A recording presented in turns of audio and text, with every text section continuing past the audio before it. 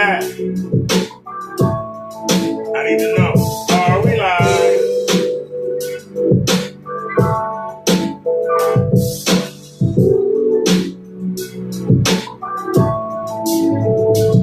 Come on.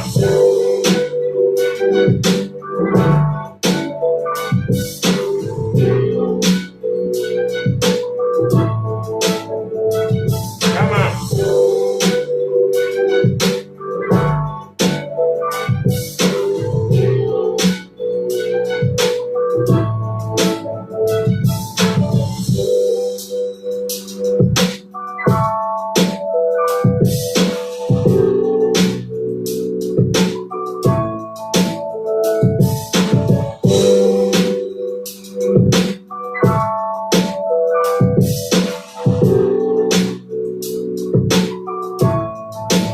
Come on. Come on.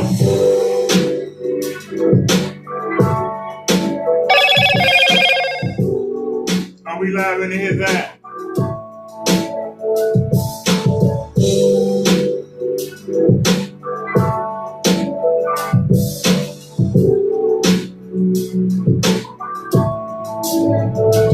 Come on.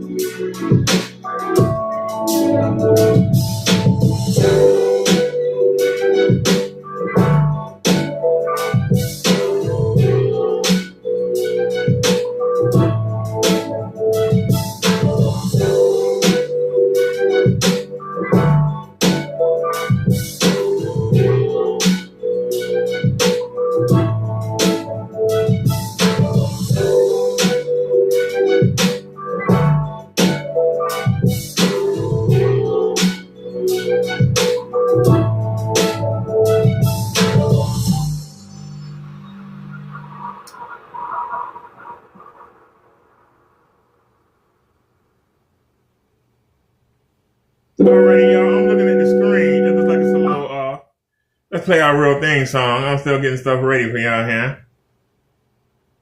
Hold on.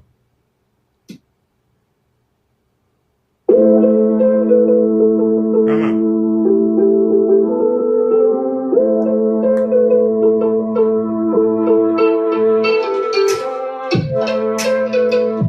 Like the screen off a little bit.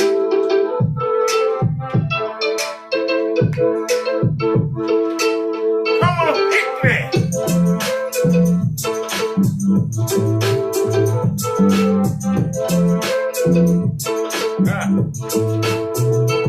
Come on.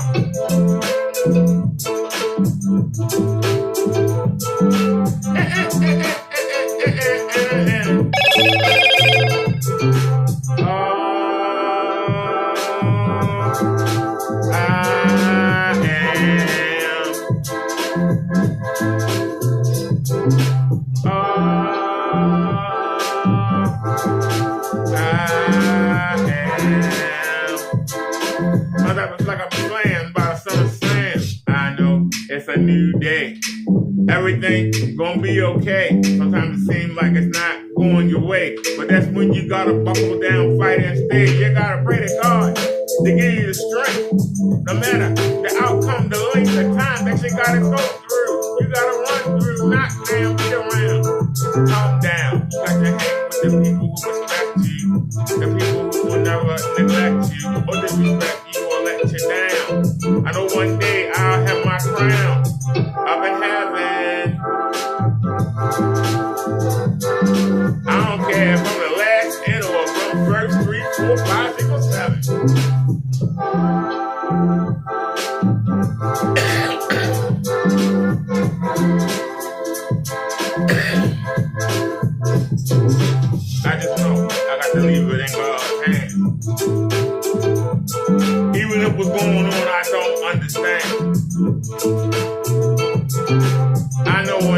I'll rule this land.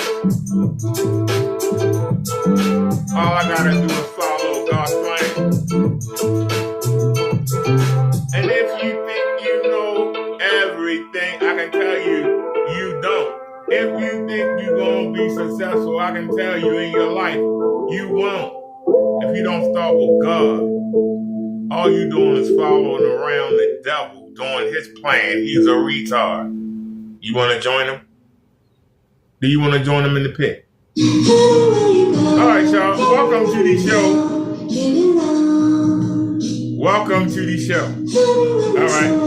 Now, I promise you this time, we're going to stick to the topic. We will stick to the topic of the show because y'all see what the title is. Y'all see what the title is. Okay? Y'all see what the title is. Okay? We're going to get to everything. I've been busy. And I still been dropping my shorts because they're easy to do. They take no effort. But I've been on the phone because I switched insurance companies. And my doctors are not on this new plan. I got to start all over again. I've been going to some of these doctors since 2015. I got to start all over again. And guess what?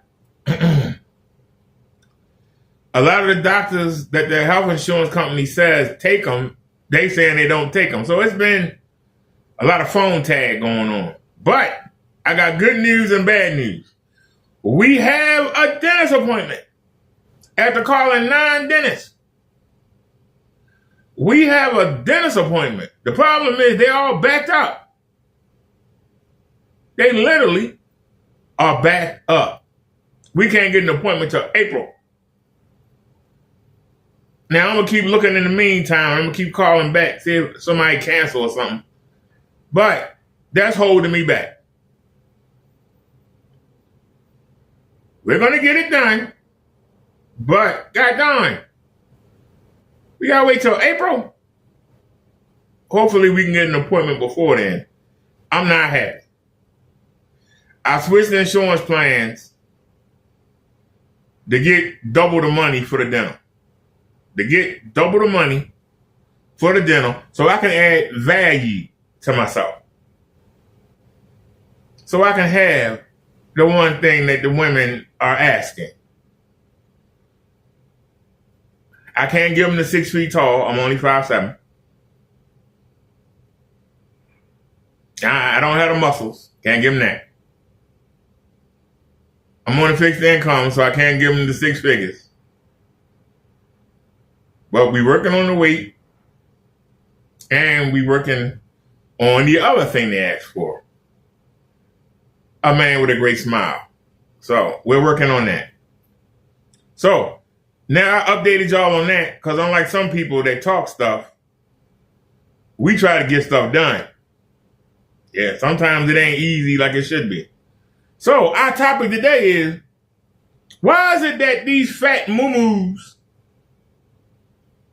think they hot? And who telling them they hot?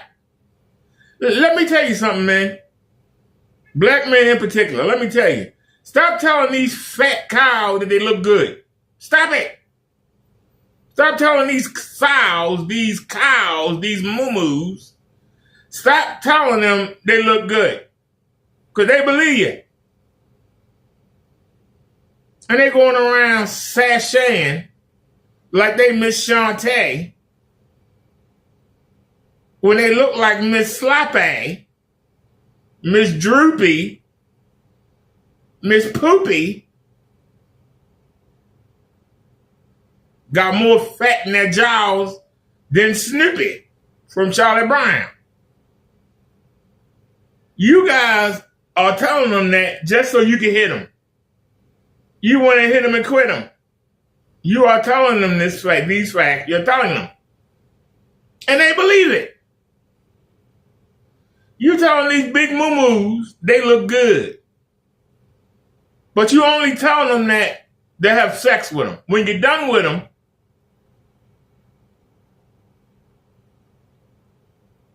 they think that that's their level. If you're not going to stay with a woman, why bother sleeping with her? With AIDS out here, herpes, chance of her getting pregnant, are y'all guys that hard up that y'all lay up with these big moo-moos? If another woman tell me, well, such and such did this, well, where is he? Oh, he didn't stay around. Yeah, I know he didn't stay around. He hit it a couple times and quit. You ask him, when the last time you had a relationship? I ain't had a relationship in 5 years. When the last time you had sex? Oh, last week?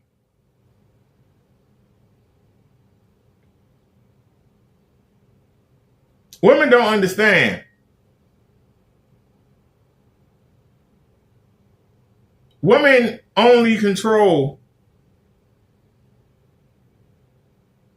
two things. Two. When it comes to a relationship, a woman controls two things. Now, in the black community, they've been able to finagle more things, but in reality, women control two things.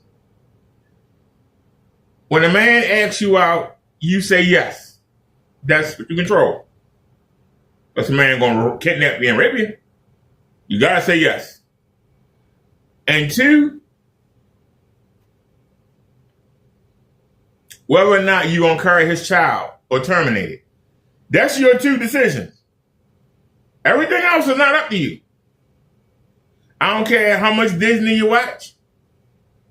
I don't care how much Lifetime you watch. I don't care how much Oprah and Sally Jesse Raphael and how much soap operas you watch. That's what you control. You don't control anything else. That's it. You control the initial consultation. You control your womb. Other than that, you don't have no control.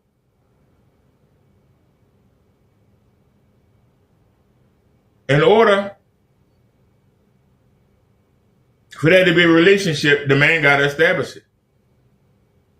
If the man don't tell you that y'all exclusive, you're not in a relationship. Man don't tell you, I want you to be with me. I don't want you to be with no other man. I don't want you talking to no other man. I want you exclusively. If a man does not tell you that and put a ring on your finger, you're not in a relationship. Understand that. Oh, well, he comes by every Saturday and takes me out and does what? Have sex with you, and then he gone the rest of the week. It's not a relationship. Well, you know, we go out to dinner and then what?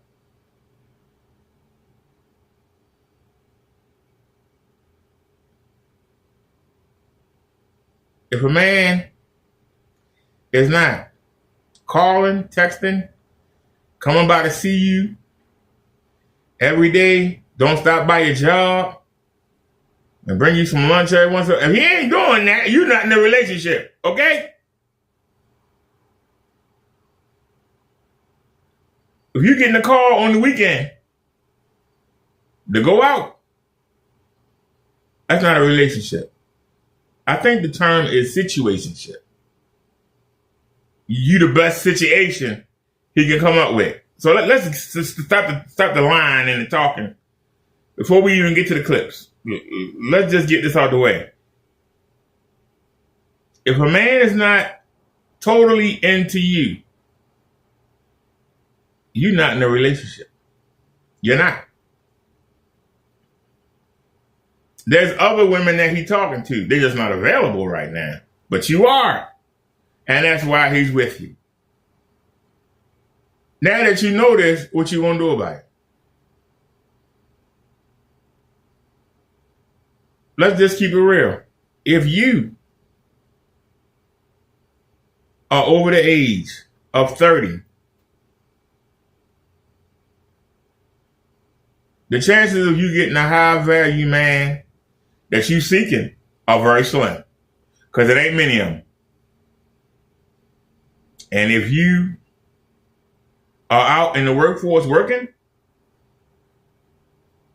and your mother taught you to go to school instead of telling you how to be a wife,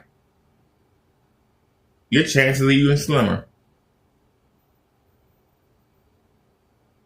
Because a young 20-year-old will beat a 30, 35, 40-year-old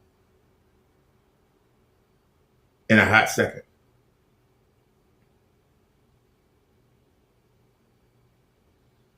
Women think, I'm going to school. I'm going to school. That's going to make a man want me. No, it don't.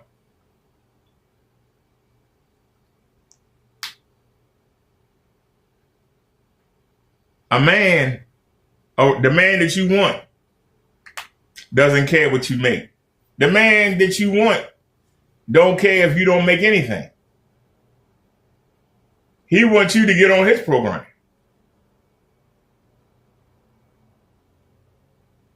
I don't care if the man get a welfare check and food stamps. When he bring it home, you supposed to go to the market and ration it out for the money. That's the wife's job. When the man bring home his paycheck, the wife supposed to make sure the kids got the school books and the clothes and shoes, and make sure the house run. Your job is to take whatever the man bring home and make it work. If you cannot do that, then you can't be a wife. A woman's job is to take whatever a man brings home and make it work. If we were back in 1800, and you was in a log cabin, the woman would start preparing the vegetables, will go out and pick them. The man will grab, whether he had a knife, whether he had a gun, bow and arrow, slingshot, whatever he got for a weapon. The man go out there. Might be gone all day, but he out there trying to bring home something to eat. On a good day, he's going to bring home a nice bull, a deer. On a bad day, it's going to be a rabbit. Might even be a couple birds. The man's job was to go out and hunt, bring the food home. The woman took what he made, carved it up. The man built the fire. They cooked the food. They ate, watched the sunset, talked among themselves, maybe went, rolled around in the bed, get up and do the same thing the next day. That's what we were meant to do. Now, 2025, the women are going out and working. If you choose to work, how do you escape your responsibilities? Your responsibilities as the wife. You working don't change that. You getting a job doesn't change what God planned for you.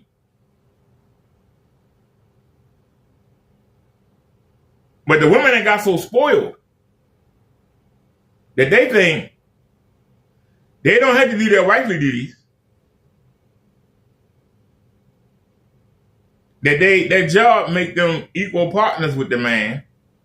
The man still supposed to bring what he bring home, and she supposed to take that and use that to run the house with, and take her money and spend it on what she wants to spend it on.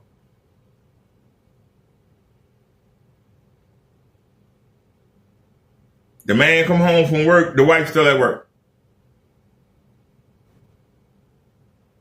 Where is his mate at?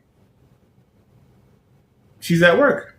Yeah, I'm working overtime, I might be home. What? Man supposed to come home to his wife. He don't come home to his wife. His wife is at work. Then your family come home. You want to talk about work. When a man get off work, he don't want to talk about work.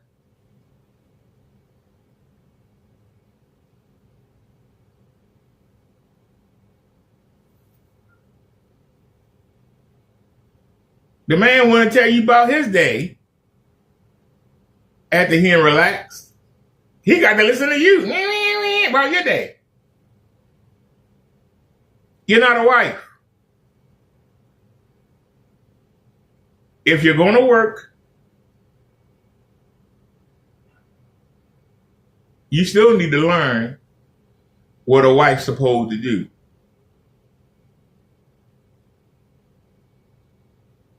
Stop messing with the social media. See, women see things and they want them. But they don't think about how to get them. The same way they'll say, I want a man that makes 6 figures. Well, what do you have to do to get a man that makes 6 figures? I ain't got to do nothing but just be me. Really? You outnumber men 8-1, and the man y'all all say y'all want is only 10% of the population.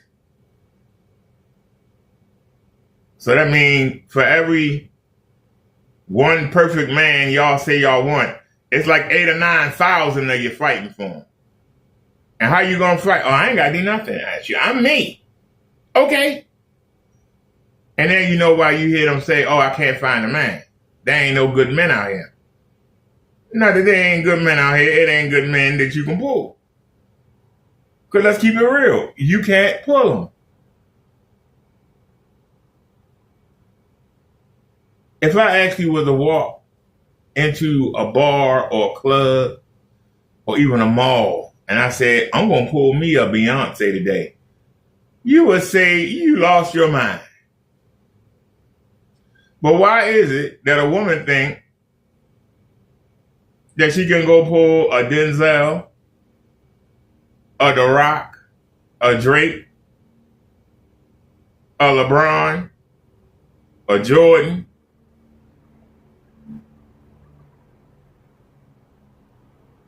and not think that there are thousands of women looking at that same man wanting them? What make you stand out? Because I'm me. And that's what the other 8,000 women looking at him saying. But what are you doing to stand out? What are you doing to put yourself ahead of the pack? You in a competition. And this is the problem. Women have gotten lazy, and it's us men's fault. We give them everything. Even the jobs they work are the easy jobs. We make everything easy for the woman. They feel they ain't got to do nothing. All they got to do is show up. Why is it that for a date, it's got to be going out to eat? That's the problem with the women now. All they want to do is go out and eat. Getting big as I don't know what. All they want to do is eat. Have somebody wait on them.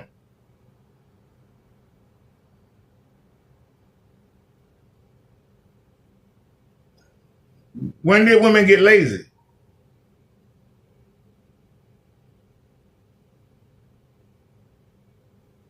Women serve their husbands and the kids. Then they sit down to eat.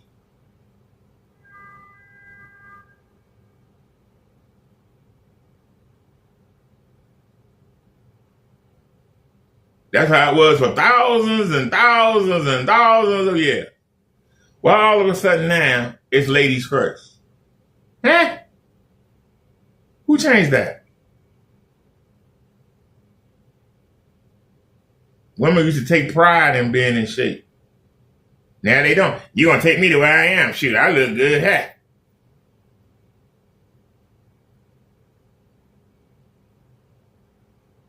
A man wants a woman on his arm he can be proud of. he can take around his colleagues, take around his family and friends. And they go, wow, yeah, you got nice on there. Yeah, he don't want no goddamn, man. The best you could do. God damn. Damn. That's the best you could do. I'm going to hook you up, man. Goddamn it. Yeah, that's what we been told. But you prancing around with that damn bird's nest on your damn head, with all them damn piercings, all them damn tattoos, all that fat in your face and neck, scars from your damn weave glue. Us men got to be embarrassed. But we supposed to take it. You sit there and keep talking about a man cheat this, a man cheat that. But you sit there and it'll give half-dead men babies. And then you want a good man to come help you raise them. And in order for him to get a child, he got to marry you.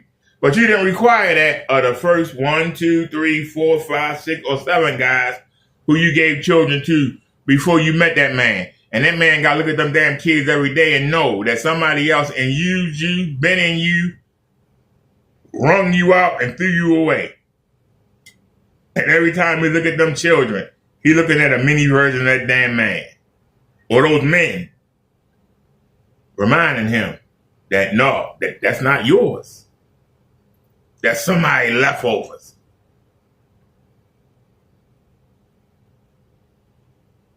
Some of you women are going to say, well, some men got baby mamas too. You don't know your history. You ever heard of polygamy? If you read your Bible, a man can have as many wives as he wants. So biblically, a man does not have to be faithful to a woman. Now that don't mean go out there and hit everything and move. There were rules. Cause see, you were supposed to marry a virgin. And you can marry as many virgins as you can afford. What do you mean afford? See, when they say provide, the word provide today is not what provide meant before. The word provide was you can marry as many women as you can afford to take care of. Meaning that you could have more than one wife. You could have more than one family. There were situations where they would have huts. They would have different little cabins on the same property. And the man could decide which family he wanted to go to that night when he got off work. As long as he took care of his wives and didn't sleep with any woman that wasn't one of his wives, there wasn't no problem. And the women got along. But what do you hear out of the women today? Oh, you better not have no baby mama, because I don't want no baby mama drama.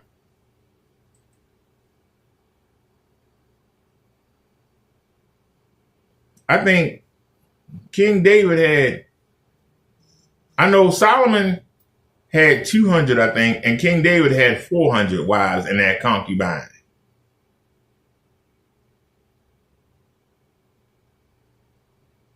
You imagine, I couldn't imagine 400 different women to sleep with whenever I wanted to.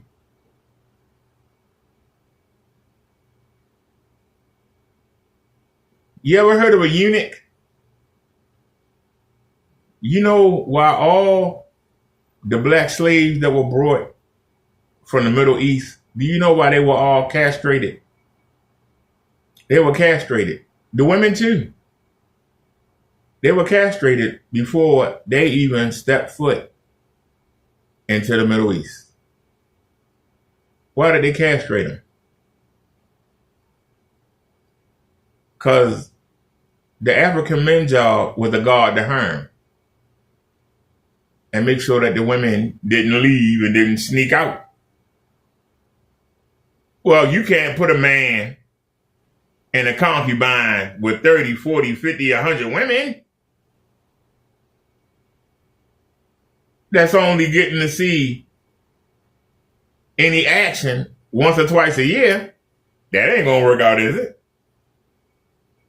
That man gonna be getting sexed up like crazy. That's why they cut it off. A lot of the women in the concubine were African slave women. They didn't want to contaminate their race. And that's why they made sure that they yanked out the womb before they stepped foot in their land. So, the extremities were cut off or yanked out before they crossed over. But they could have as many wives as they wanted to. That's why when you see a lot of American women, these princes come over here from the Middle East and they wine and dine them and offer to marry them and take them back to their country. When they get back to that country, boy, they find out real quick, boy, the rights that they got here, they ain't got them there. And they think they're the only one. Oh, no. They find out it's 5 or 6 of you.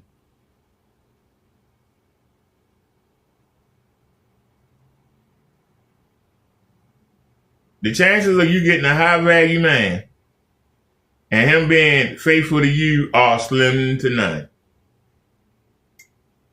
That's not the woman's concern. Her concern is in the United States, can't speak for other countries. Her main concern in the United States is to get that ring.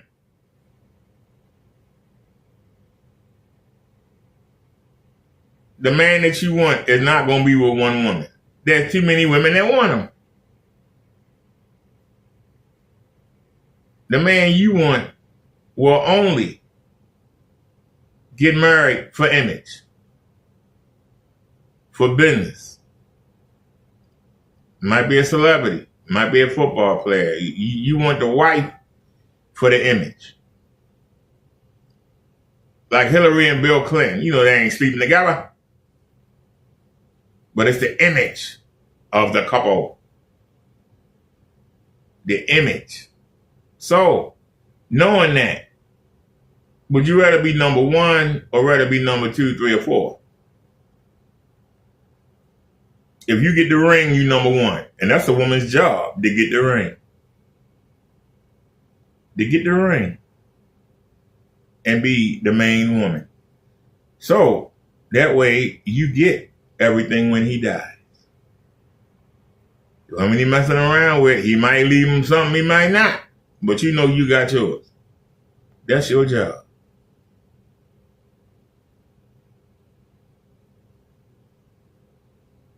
That's your job. Now, if you want to work, you still got to do your wifely duties.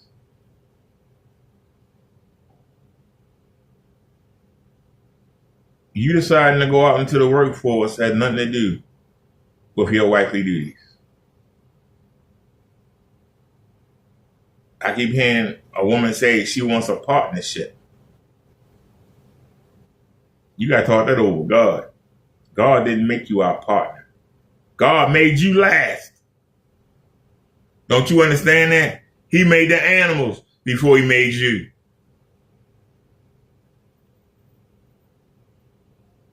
It wasn't until he had Adam name all the animals. He went, wait a minute. Every other living thing has a mate. Maybe we ought to make one for Adam.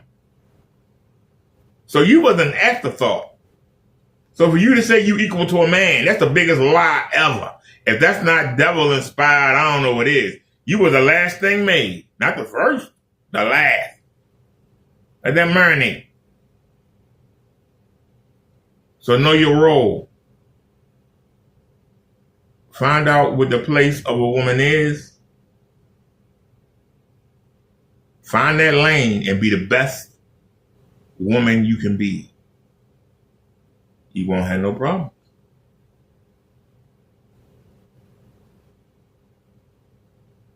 Date a man before you have sex with him. Date a man before you have sex with him. Hold out for that ring if you can. Getting that ring should be your most important. That's your obstacle, getting that ring. Once you get that ring, you had to really be sorry for a man to want to divorce you. A man know when he divorces you, you get half. He might as well just hang in there until he dies. At least he control all his money until he dies. But he divorced you, he got to give you half. He give you half, he might not be able to afford the 3 or 4 other women on the other side of town that you don't know about. It's cheaper to just keep you. And that shouldn't bother you women. Because in the end, you get the money. And then you can go get you some young men. Oh, that's right. Y'all don't like to pay. That's the problem. We spoiled you so much that even when you got the money, you still don't want to spend it. You'll go out there and be 50-something years old and think a daggone 19-year-old man is supposed to buy you dinner. 19-year-old man, look, I'm out here with your old butt. You can at least pay. God damn, give me something to tell my friends. Why y'all with that old head? Because she paid. She paid. She helped me with my college tuition. Helped me get a better car. She, the same way a young woman would tell her people, yeah, I'm with that old man, but look what the old man doing for me. What's good for the goose is good for the gander. Or is it what's good for the geese is good for the gander? But it's a hit to y'all ego. I'm not paying for a man to do nothing. I'm not going to give a man no money. Well, if you old and decrepit, you got to have some incentive. If a man is old and decrepit, he know he got to kick out some doski. How come a woman don't know that? Well, I'd rather die alone than, well, you want to die alone.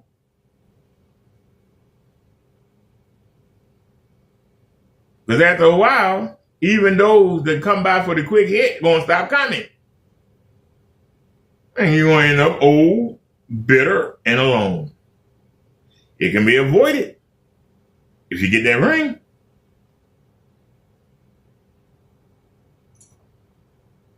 Man decide he want to leave, you get half of everything you got.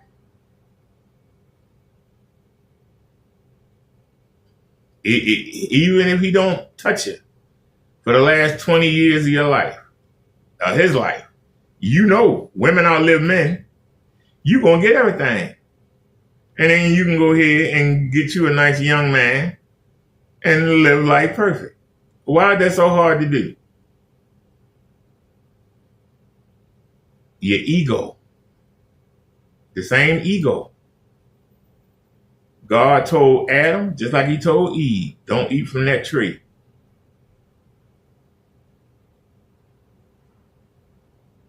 But the serpent told Eve she would be equal. She will be equal if she bit that apple. And that's why she did it. And women all through history, just go look, always trying to prove they're equal to a man. Always trying to prove it.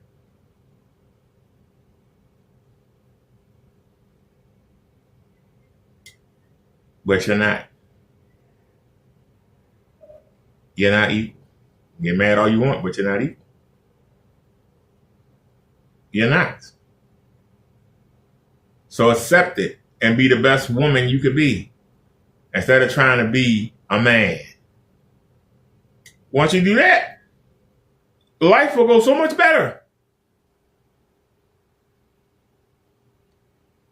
What over here? They gonna say you pregnant when they see you. Okay, because I'm gaining weight. So you wait a minute. Let me turn that volume down a little bit. I had it up for the music. Let me adjust that volume real quick. Hold on. That's one thing about using the PC. You gotta do it manually. Let's take it down to 25. All right, let's try it now. you're not pregnant. No, You said that at one time. okay, so usually every day been going good. Where you been at the time? I was staying in Conroe. Yeah. And I was staying in Conroe. I'm back with my baby daddy. I love him. I was talking so much shit about him. But I love my baby daddy though. So can't nobody fuck him.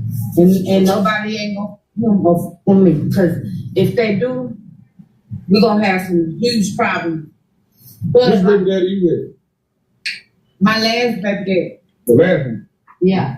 For the last kid. How old is the youngest kid again? My youngest baby, she 1. She 1 year old. Oh, okay. Y'all finna have another And one? I seen her for Christmas. Y'all finna have another one? Yeah, we gonna have another baby. When you do? So I gotta say one thing, really pissing me off. Okay, Alright, before you rabbit hole us, Quisha still up here talking about she ain't pregnant. Goodness gracious. She has 8 kids by 8 men at the age of 25. Whoa! I'm speechless. It's a lot. She got a Kevin Gates shirt on.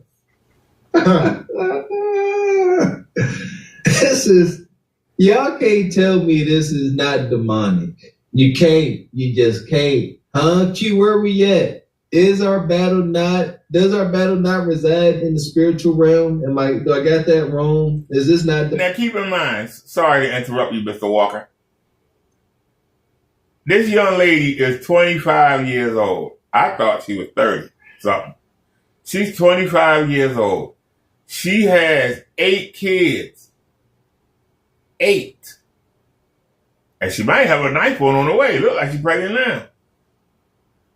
She has 8 kids by 8 different men. 8 different men knocked her up. That means that after the first one, the second one knew she had a kid, the third one knew she had 2 kids, the fourth one knew she had 3 kids, the fifth one knew she had 4. Are y'all getting what I'm saying? Men still went and laid up with this woman knowing that she fertile as I don't know what. There's a chance that they're going to be the next baby dad. They're not going to stay with her. Why would you fool with her?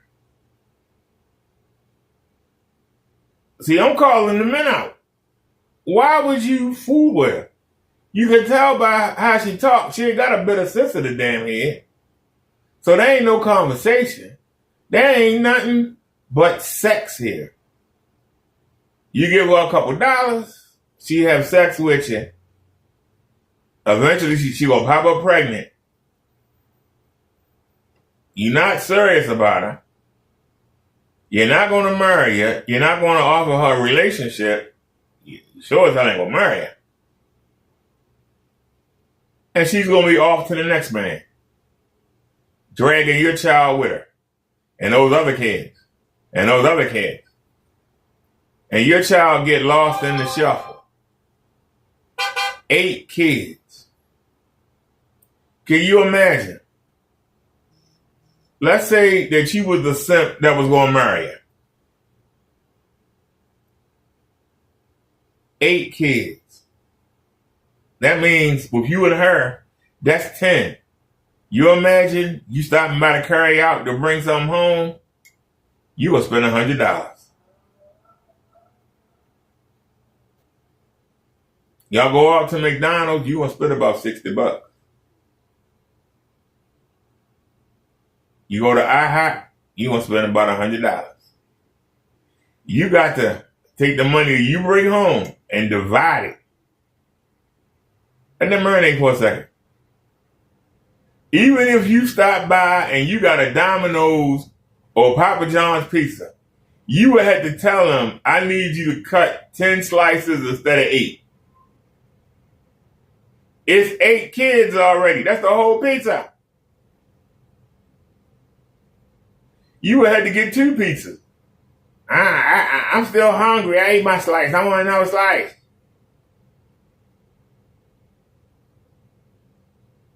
Imagine school shopping. And she gonna tell you, well, if you want a kid, you gonna have to marry me. So you marry her, and you get a kid. Your kid, the 9th kid. Your kid gonna get hand-me-downs from the first 9. Your kid, you the one that's paying the bills, but your kid gonna have the hand-me-downs on.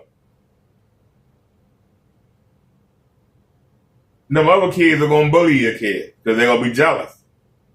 Because out of all of them, that's the only child that got a father that's there.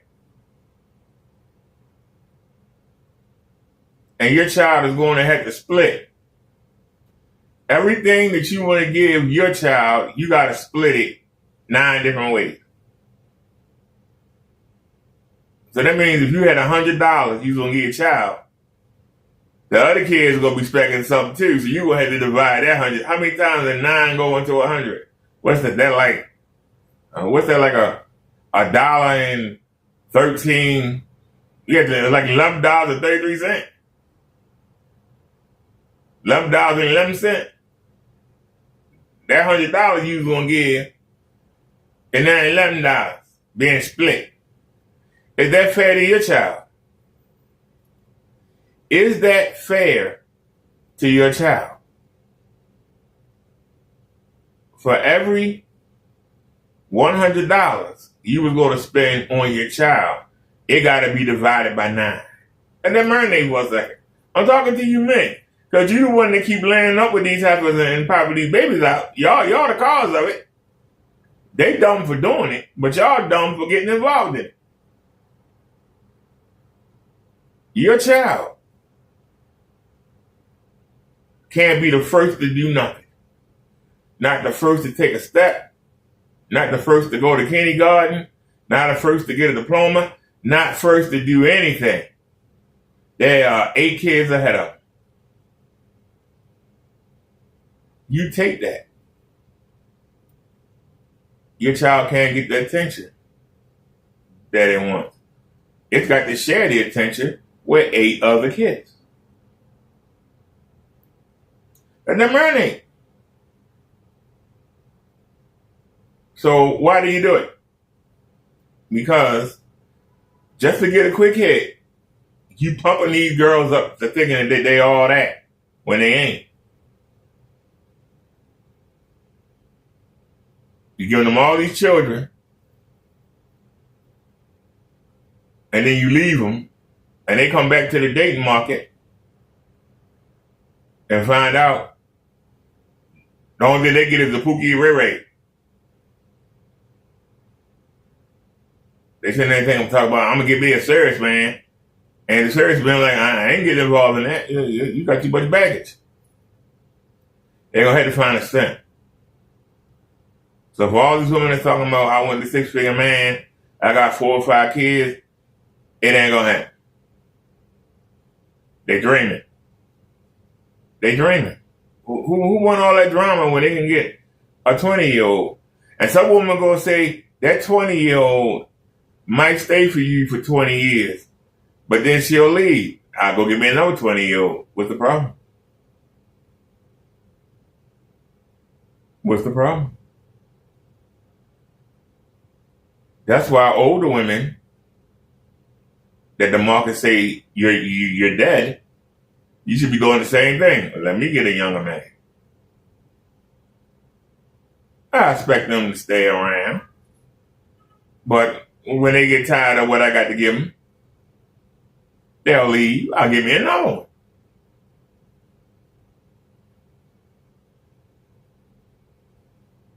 But women's ego won't let them do that.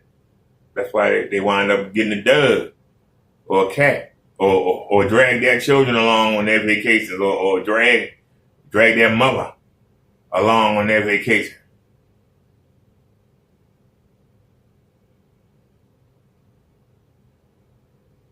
I'm a boss shit. I'm in Atlantic City with my mother. I'm in Atlantic City with my daughter. They'd rather bring the mother or their daughter or a girlfriend who ain't got no man either than take an average guy and say, look, I'm going to Atlantic City. I'm going to Las Vegas. I want you to accompany me. Don't worry about it. I got you. See, a man would do that in a heartbeat. Why can't a woman do it? If a man got the money, the first thing he do is look for a woman to accompany him. If a man went to go somewhere, he ain't even got to know you. He can see you sitting in the street. Hey, you doing anything? Hey, look, I'm going here. You want to come? I got tickets to the concert. You want to come? I'm gonna be like, I don't know you. You don't have to know you. Do you like Boys to Men or the Ozzy Brothers or whoever singing? Do you like them? Well, I got free tickets to the concert. Do you want to go? Woman to say, let's go. A woman in the same situation, somebody gave me 2 tickets. I ain't got nobody to go with. Do you want to buy a ticket? What? I thought you was asking me to accompany you as your guest. Oh, hell no. No, you're a man. You got to pay for the ticket. But you didn't pay for neither one of them. It don't matter. If you going to come, you got to pay. Give me the money for the ticket. You see what the price is on that ticket. I need the money. But you didn't pay nothing for the tickets. It don't matter. If you coming, you got to pay me. I'm not paying for no man to go nowhere. And guess what wound up happening? She wound up taking a girlfriend. Or she taking a mother. Or a sister. Or one of her children come with her. But the man look at them like they retarded. You asking me to go somewhere with you. And you got something for free. And you want me to pay my share to go with you. And I don't even know where the hell you are. But that's the way they think. I want to know, where did it come from? Who told them this? Demonic, I don't see a human here. Excuse me. She want me. So he got mad at her for saying something to you about that. And then she said, your baby daddy put my lip. I said, well, I don't know. I was staying somewhere else. I wasn't even staying over here. When I came back, I was sitting in front of the store drinking a Budweiser beer. She came up to me with a skinny parrot looking ass. She came up to me that whole time trying to come touch me up. All I did was take my shoe. I said, I'm sorry to have you, but hey, what do you guys want to do? Yeah. I'm just sitting here drinking my beer. Yeah, you tell me you ain't had nothing to do with it. What she said? Yeah. What she said after that? I don't know. At the end of the day, that nothing happened. It was a 5 to 6 minute conversation. She walked away, but ever since that day, she kind of made me upset. I don't like her no more. And I don't like her no more for real. Yesterday night, she tried to talk to me. I'm going to turn this off, but I'm not going to tell you what room. We're not friends no more. Her accent. We're not friends no more after what you came up there talking. It's So when me come to me with another fucking shit, don't come up to me with nobody else, baby. If you want to ask me, come ask me by yourself. Did you ask your baby daddy if you did that? Yeah, I did. He said no, and then he said she told him she was just playing. And he knows if he want somebody he can. I'm not tripping about it because I fuck too. But he know one thing. He can't put nobody like me though, I know that. Why you say what's so special about you? Baby, I don't know, it's just something. It's just something. Yeah, I don't know. I'm not even going. What's that something? I don't know. You got a deep throat type energy or No, what? I don't got no deep throat. I don't need no deep throat for what I post. It's just like a personality type. Oh yeah. Holy hell. They are women like this, y'all. This is And not. she Not reach into that black bag out of the and ordinary. beer. If y'all don't know, he drinks while she's pregnant. All right. She says she drunk with all 7 of her kids and ain't nothing wrong with her kids. They're all fine, according to her. Yep, and y'all know what we say. Let's ask the kids. Let's get their side of the story, huh? Do they feel fine? We ain't got to ask them nothing. Actually, we just take a look at them. Guarantee we would know from there. Yeah, stop. This is just nasty. This is bad. What the heck? She's 8. She about to be 8 for 8 up here talking about her baby daddy. This is a normal woman. That's the disconnect. Shout out to Pull Up in Chat. I know y'all be thinking these be certified 304s. These are mothers and girlfriends. All right? These are people. Observe. Hey, you got a good personality. Yeah. Yeah. Kind of funny. Yeah. So my baby daddy loves me. So y'all love each other again? Yeah, I love him. I never stopped loving him, but he just pissed me off because he was trying to put his hands on me. What you did now? Something you did? I never did. I never fell in love with no man, and I never did nothing. But I'm glad to see y'all. Whatever. You just said, hold up. You just say you ain't fall in love with no man. First you say you love him. You be contradicting yourself. I do. I'm saying I never fell in love with no other person. What about your other baby daddy? Man. What about your other baby daddy? Them from how? My other baby daddy, he an immigrant. He not even from United States of America. He's a Honduran. For real? I'm Colombian. So, yo soy colombiana. El otro papá de mis hijos es hondureño. And he's Honduran and stuff. So, yo pienso que quería tener sexo un bebé conmigo porque quería los papeles de él. She just embarrassed the whole country. Ayudar por nada de eso porque yo necesito. I apologize for you, Honduras. We ain't doing it. We ain't doing it. I hear the name of Have your way, Lord. Have your way, Lord. Have your way. No. She started speaking in tongues, mixed with a little bit of Spanish, mixed with Bonquishaism, and that was that. There you go, a little bit of pig Latin. Holy cow. Mental health, my goodness. Mental health. Women like this pass for normal in the hood. Shout out to all the folks who grew up with a mom and a daddy in good middle class, communities. Good for y'all. We grew up in a community where we used to make fun of folks that grew up better. Weird. Wow. Good for y'all. Because this is the norm me and Mr. X grew up with. Y'all like, this is crazy. This is a one-off. It's like a circus.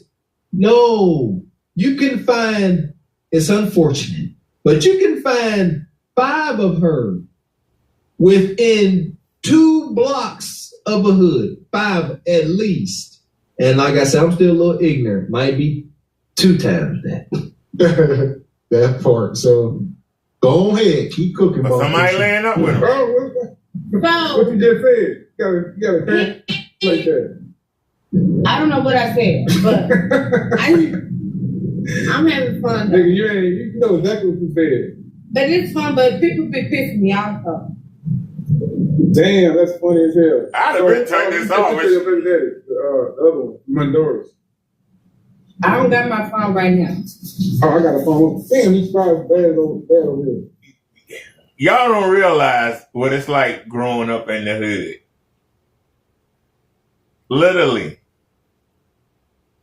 Being around, especially being a kid, being around these type of women,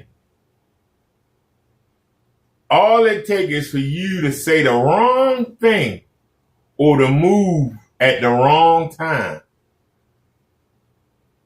And they'll start hitting you. These women get the liquor in them.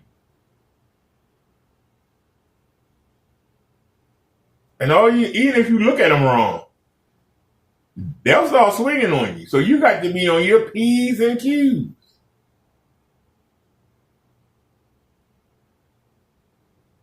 I remember, where was I at? Oh, I was out in the market, and there was a woman, and she had like 4 kids with her, and the kids were well behaved. And the white lady in the store said, "Oh, these kids are so well behaved." And I'm looking at her like, them kids know if they touch anything, them kids know if they say something stupid, she gonna beat them right in the damn store. The kids know that from the get-go. They know. Because she had told them before they come in that store, before they walk in that door, if you touch anything, if you come in there making noise, if you run around, I'm going to beat you up and down that store, and I don't care who in there. I'm going to beat you in front of them. And the kids know it. That's why they get to school and act a damn fool. They ain't scared of the teacher hitting them, but they sure is scared of their crazy mama hitting them. Or auntie. Or grandma. All right, let me pull out my phone for you. You got Facebook and Instagram? We don't got none of that. We got some. Ain't no way in here he ain't got nothing. He ain't never, man, hold on. What's that? What's what? On your neck? Neck to the side? What? Ant get you on the neck. Yeah. How these ants bite you on your neck? Shit. What's that on your, somebody get you on the face? I don't know, but don't worry about it. Damn. Don't worry about it. There's no who they like to lick on my body. Damn, y'all be getting freaky. You freaky like, They like to lick on my body. Shit, I'm 25, you I'm gonna be 26 next year. You remind me of the girl off Friday. Uncle Aaron, his girlfriend. Oh, baby. The freaky, the freaky chick that came through. That's how y'all be getting down? Mm-hmm. You ever been in a room like that? A sex room or something? Nah, I don't want to do all that. What's your freak meter nowadays? Nowadays, from 1 From 1 to 20. what? From 1 to 20, what's your freak meter? It's like I think it's like a 12. A 12? Man. It's past You trying to 10. get the daggone thing on the head. 10. You trying to slide off. Yeah, it's past 10. So, who you freaking with besides your baby daddy? My baby daddy. Some other people they don't do it right, so I don't like. How many you got on your roster nowadays? I got 5 or 2. 5 or 6? Yeah, Which one the best? my baby daddy. That's why I love him. Oh yeah. Where you met these other guys at? Huh? You met these other guys at work? I want them to eat my pussy. They don't want to eat no, so they can't because I like my pussy ain't real good. Oh, what? Well, mate. Jesus Christ. She killed a mom. Look at her. This woman is possessed. Y'all seen the movie Insidious? The movie Smile. Smile 2 is out now. Who the hell is laying up with that? That's Smile. And if you are, He just... and you watching this show, shame on ya. Eat my If good you guy. see this show, She was shame digging on in you. her butt. Hey, y'all saw that. He was talking to her after he got done feeling on her neck with his nasty self. Come on, brother. Tighten up. And then she gonna wrench around and dig in her butt. Now she talking about what she like did to her. That's nasty. I hope y'all ninjas' tongues fall completely off. Hope y'all tongues fall off of y'all face melt. All that. Hope y'all face melt right off the gristle. This is wild. Hit the like button, folks. He ain't done. Make sure you friends down there. Of course. Yeah, you gotta make sure you friends. Of course. How would you know? How would I know? Yeah, you ain't went down I there. take care of my hygiene. Your pH balance. My pH balance. I go to my doctor. I do everything. Yeah, I gotta hit these. I gotta hit it. Man, she take care of her pH balance. You're a liar. The woman you feel in you is the devil. Why? The devil is the spirit of a lie. Yes. Huh? You're a liar. I'm just not convinced. I'm looking at you. You can say whatever you want. That pH is on garbage. I can't stand the way she keeps standing. Her stance is just stank. She keeps standing there and she'll stand and she lock her knees. I hate that hood-ish, that lazy stance when them sisters stand there and then they lock their knees. They let their knees go all the way back and the joint lock. And then they thighs jigglate. And they think that's attractive. That's like a mating ritual. They just stand there and they just jiggle and twerk like a mating call. I don't want to hear them people. I don't want to talk to them.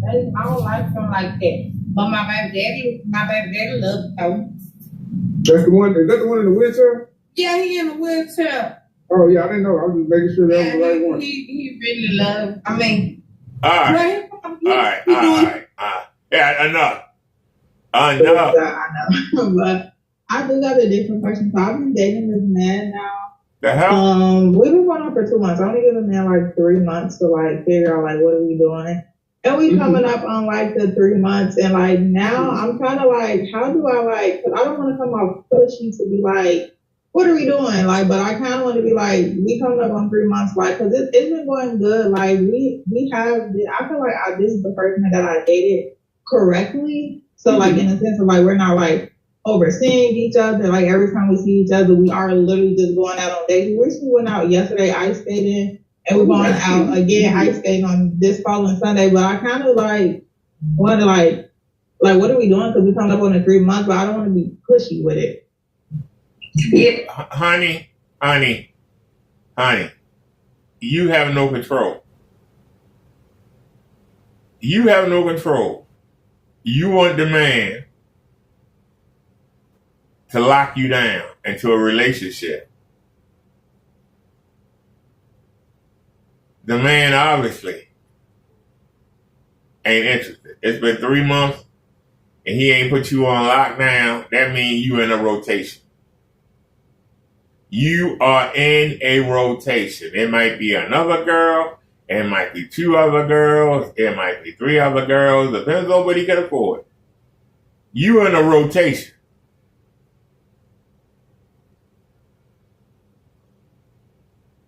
So you got a choice to make. Are you happy with your slot in the rotation?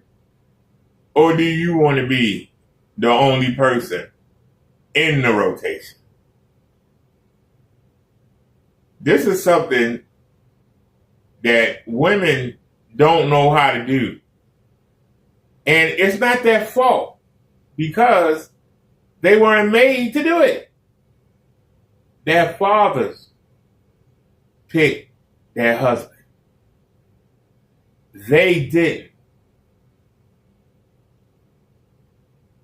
Women weren't designed to pick their man.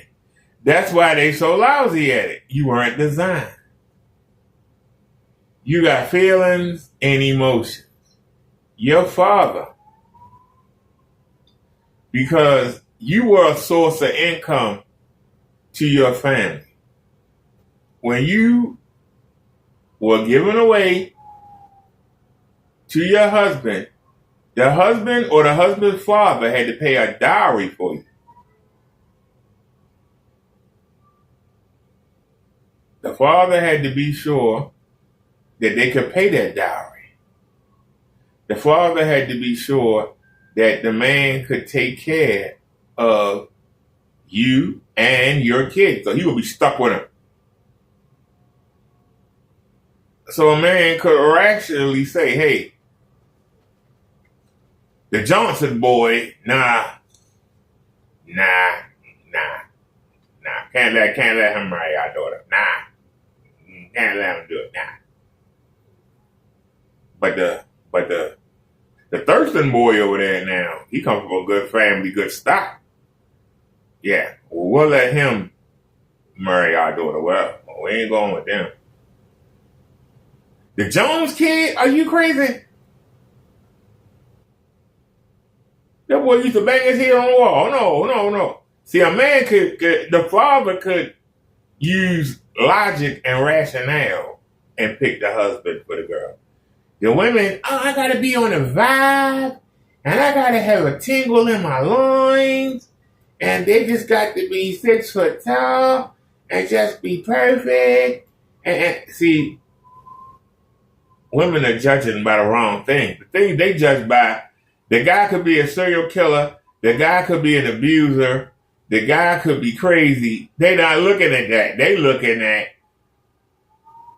artificial, superficial features.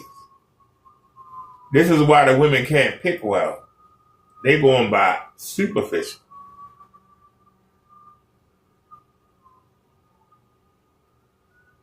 See, the two women on this screen right now, the glasses she got on, both of them, they got to go. I'm sorry. Especially the one on the left. God damn. Those big old glasses. But, to me, both of these women are very similar. Both of these women are very similar.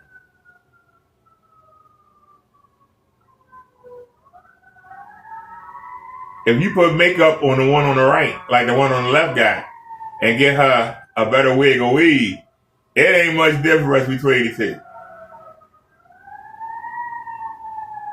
Now we've determined it ain't much difference between the two. One just got better makeup on and better wig on. What else is there? Does one have a better bust line? Does one have a bigger butt? Does one have nicer thighs? Does one have a prettier smile? Does one have prettier eyes? Those are all superficial things. Now we got that out the way. See, this is what a man does when he looks at a woman. Then he goes, all right, now, what's her attitude? Is she mannish? Or is she feminine? Can she get with my program, or is she on her own program and want me to get on hers? A man can sit back and say, could I do this? Could I do this? Could I do this for 30, 40 years? Women don't think that far ahead. They're only thinking about, he look good. I want him before somebody else takes him. Women ain't thinking about down the road. Down the road. You might like them today. Suppose somebody better come by tomorrow. If you drop that man to go to the next man, that next man might dump you. If you don't drop him and you stay with that man, you're going to resent that man because you could have got the better man, but you were with him. You'll never be happy, and you'll wind up leaving that man, still looking for that other man, and then you'll find another man eventually, and then you still ain't going to like him. And that's why women never happy. They always searching for something they can't have. A man can say, this is the best I can do. This is mine. All right, I'm gonna make it work. I'm gonna do the best I can with it. I'm gonna try to fix it up and put it the way I would like it to be. It ain't my first pick, but we'll make it work. Women always got that eye looking at the next man, even when they with a man. That eye always looking. And they talking to that girlfriend, that new guy that moved, then you need to be talking to him. I don't know why you still with Gerald. And she tired of him by now. Why don't you check out that new guy? This is the reason why women keep women from really getting married. Yeah, me and Johnny doing real good, but that new guy on the job, child, let me tell you, what I would do to him. A man can sit there and say, hey, it's a a new girl at the job. She really looks nice, but I'm with somebody, so hey. But if I wasn't, I'd probably holler at her. But I'm with somebody, so I ain't gonna rock the boat. But not women. Hey, how you doing, boo? Need somebody to show you around? I know you new. Come here, let me holler at you. Before you know it, she running off with him. He hit it a couple times, then he gone. And then she want to come back to the other guy. Like, hey, do you leave me for him? I don't want you no more. And then you got nobody.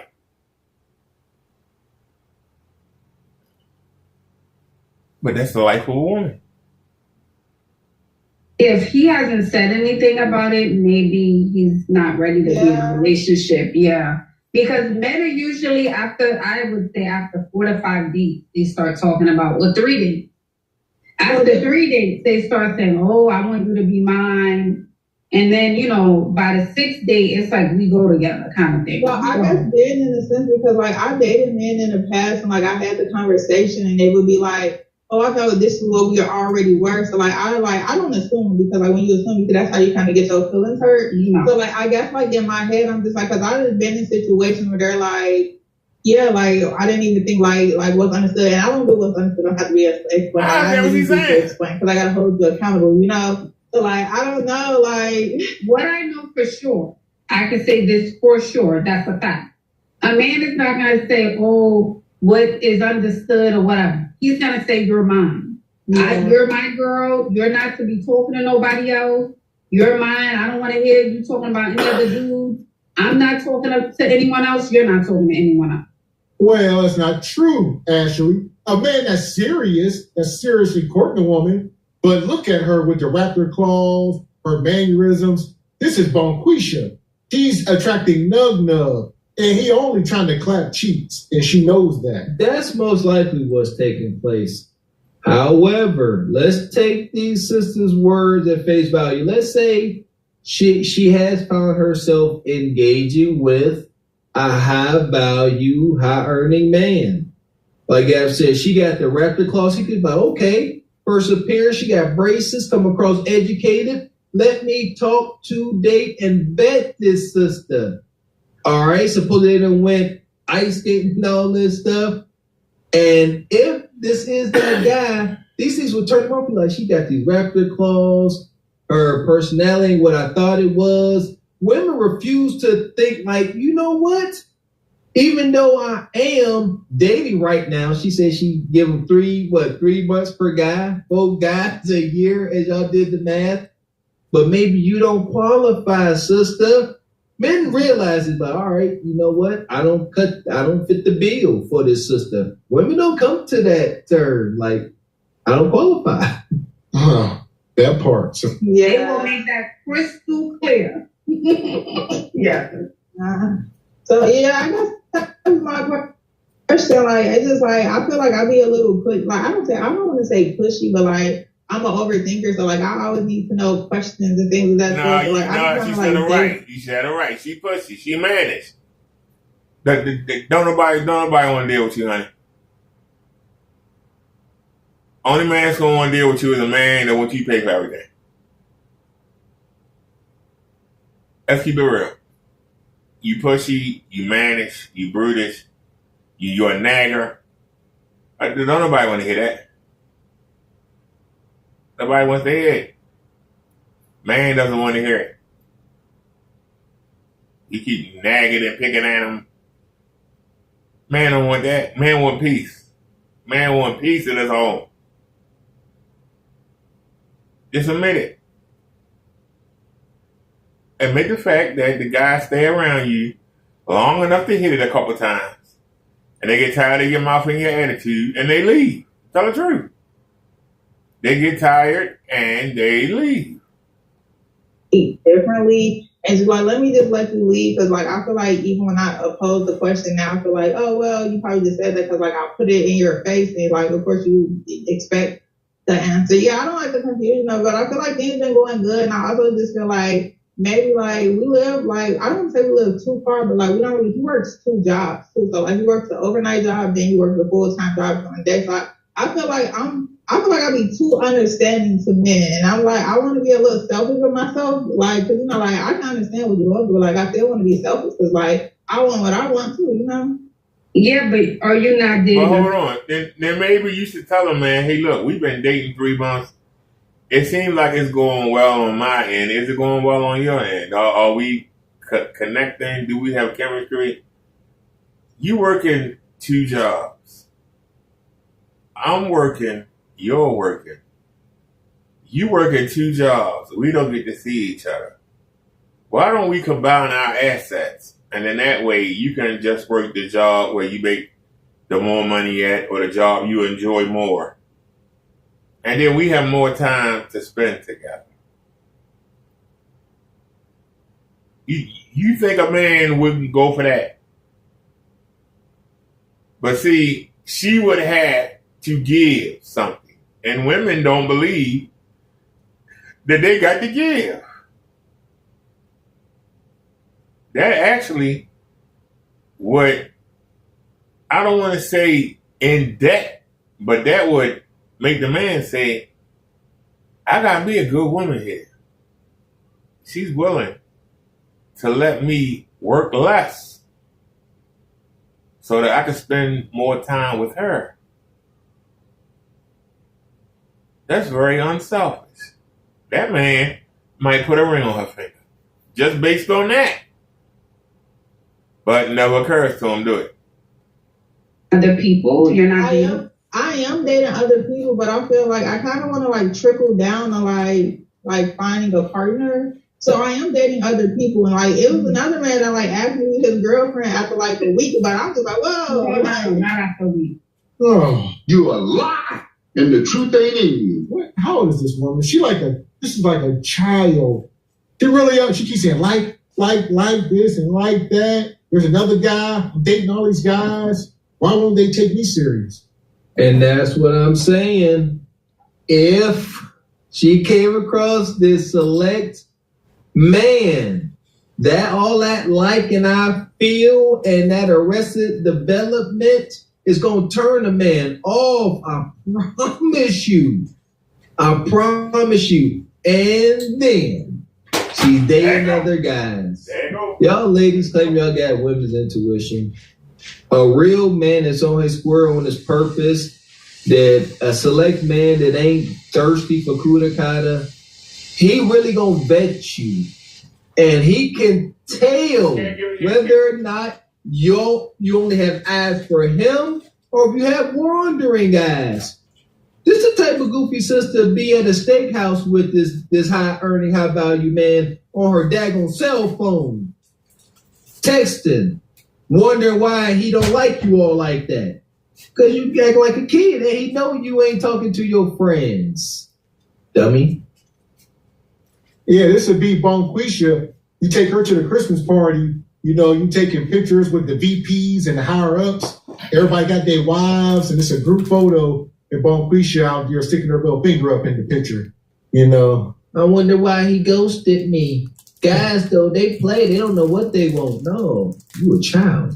yeah, so it was weird. So that's when I was like, no, like that's a red flag because you don't even know my last name for real. So yeah. Right. Okay, yeah. This guy just sounds like maybe he's not ready for a relationship with you, Brenda. That's what it sounds like to me. And I think you know that. I'm sure you feel that. So I kind of asked it last night. I was just like, how do you think things are going? And he was just like, I feel like they're going good. And I kind of just like, do you feel like going in a relationship? And he was just like, yeah, do you? And I feel like I didn't want to ask the person, but like, I'm just such like in my life. I don't like to waste my time, but like, I don't know. Yeah, no, I would have never asked. Yeah. Wouldn't have asked. And if he didn't even answer the question by saying, what do you mean? I thought we went together. I thought you were my girlfriend. If he didn't even respond in that way, he's not serious. It just sounds like, all right, I could, I want some lady time. I want to be around, a lady. Let me hit up Brenda. We could go ice skating. She's pretty to look at. She has a good vibe. And have y'all crossed that line, Brenda? We did cross the line. Oh, girl. Oh, girl. It was only once. It was only once though. Like it wasn't like it's not like every time we go out. Like literally yesterday, it was like we always meet up and then we just go home. So it was only once. So after that one, did the energy change? It didn't change at all. Like I feel like the energy got a little better. But like we just don't see each other a lot though, and like I guess with But that's what I'm saying. That's what I'm saying, Brendan. He got a taste of the good. So Yeah, he already beat. He'll say he only hit it one time. Bonquisha, who you think you talking to? Stop lying. Why you lying, ho? Stop lying. See, I know the time, ho. Stop lying. What we slide up. Stop. And that's something I was gonna ask that same question. You know, I was sitting here like, did he beat yet? Because you know the theory goes, once a man beat one time, women understand. One time, I don't care how good you think your kudakata is, he don't need a second time. It'd be nice if he can get 100 times, but all he need is one. One time to complete the conquest. That's it. That is it. That is all. Goodness gracious. And then one time, that's the biggest lie. And maybe it was one night, but it was 2, 3, 4 times within that night. Know that, believe that. Stop playing, man. Y'all did it finally. All this ice skating, all this bread, and you ain't no ninja gonna let you get away with one. No, gotta get his feel. It was what it was, all right? Need to stop. He got all the juice he needed. Yeah, I'll say this, ladies. You lose all your leverage once a man beats one time. I'm talking about a real man, not no simp or no bait and all that stuff. But once a man beat one time, you pretty much lose all your leverage. Like you can't try to cut him off or anything because he beat already.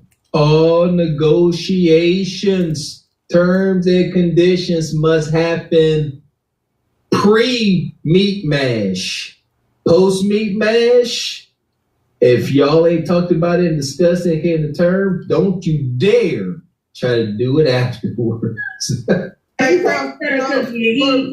For me, I started entertaining other men who have more availability for me. So I kind of dialed back on him.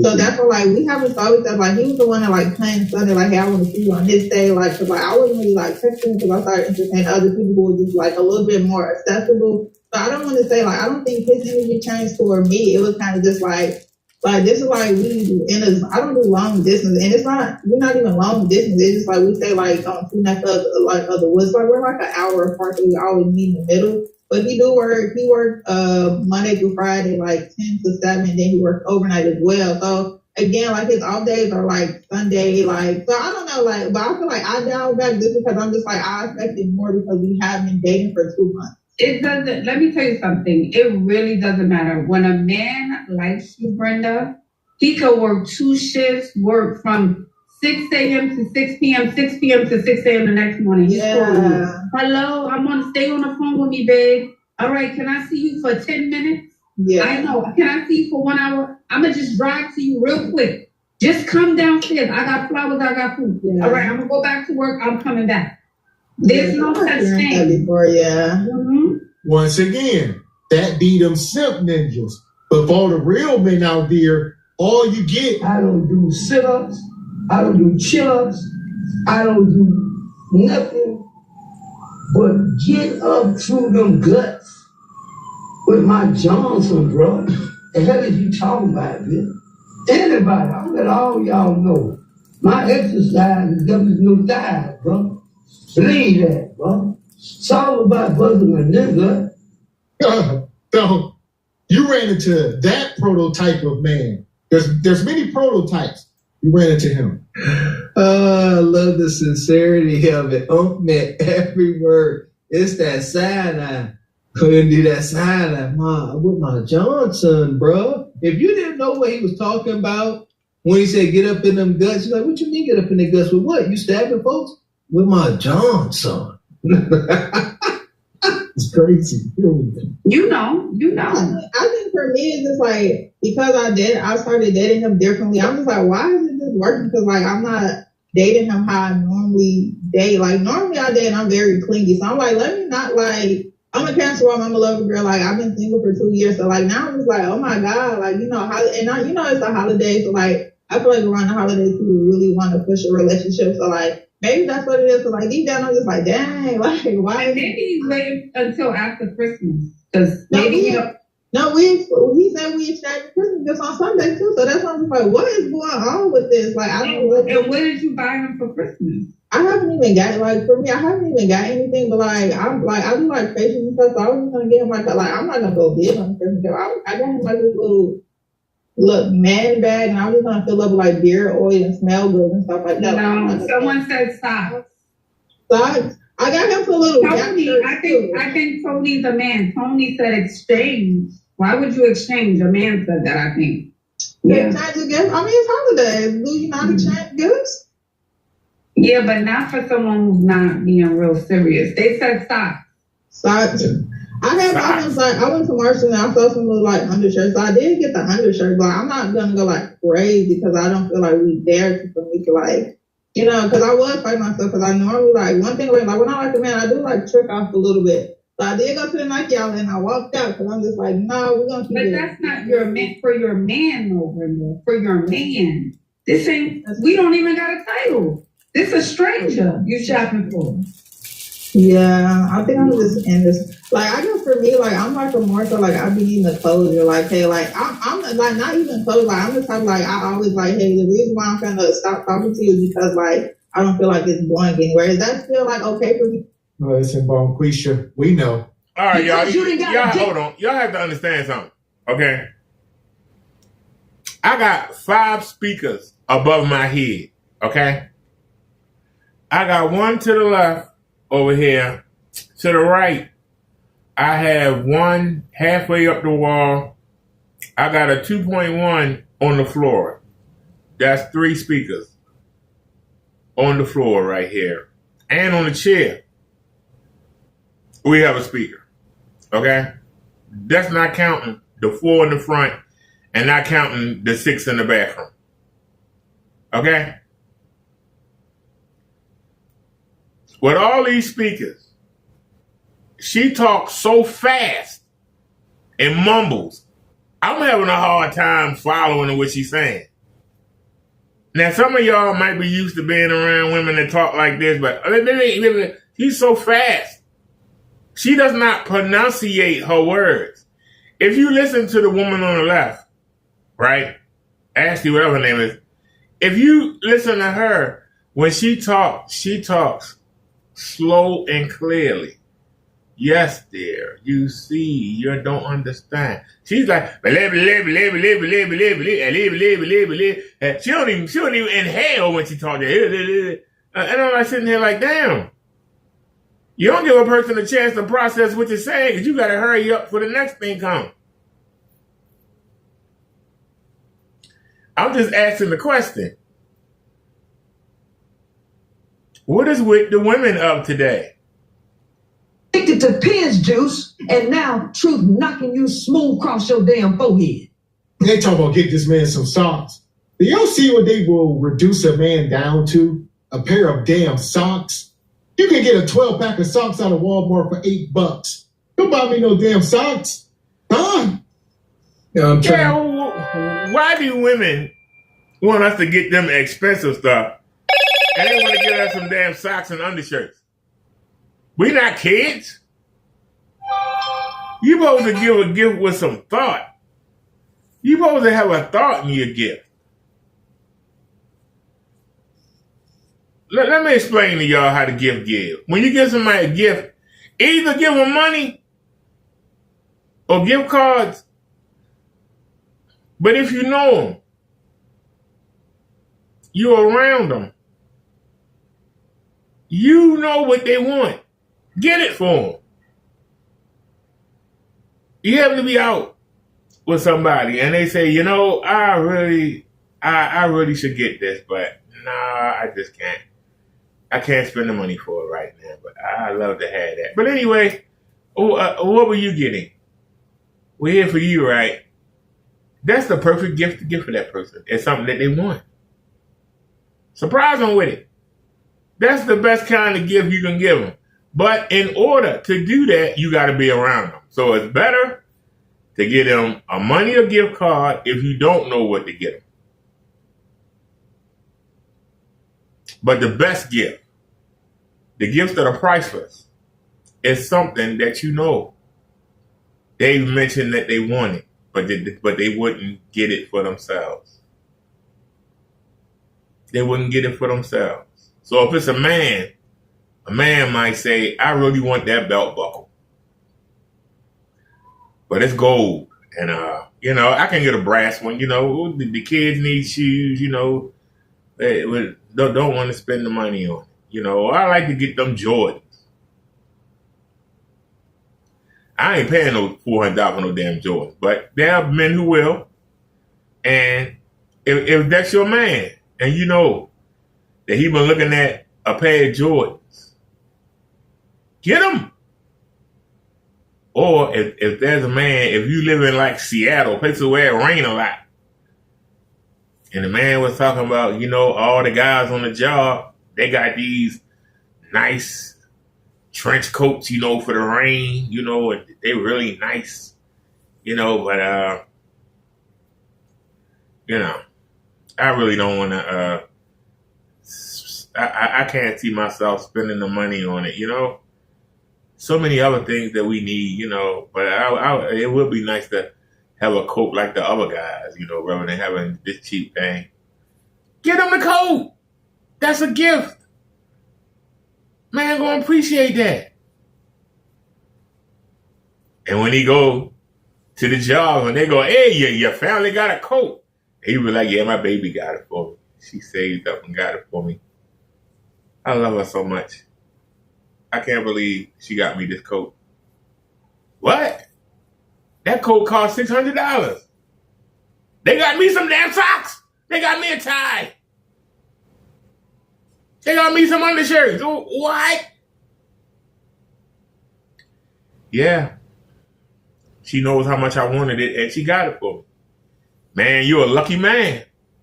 That man ain't going nowhere. You ain't got to worry. That man ain't going nowhere. But women ain't got the brains to do that. I got triggered. Y'all need to stop that socks and drawers. There you go. That's wives out there. That's nug activity. Nug grateful to change his crusty drawers and holy socks. I go get my own socks and drawers. Dang it. Gotta buy me something nice I don't know about. You know what I'm saying? Golly. This sister here, listen, this is where Ashley started getting the game mixed up. Ashley believes in the tainted, twisted philosophy that women should get men that are more into them. And that's why Ashley, don't you dare exchange gifts. Why you buying him anything? He should be showering you with gifts and you just sprinkle a little starfish food kind of on the Mary Dime again to keep him chasing you. That's Ashley's twisted message we don't agree with. She believes in keeping the man chasing. And why don't we agree with that? It's because it comes from a selfless place.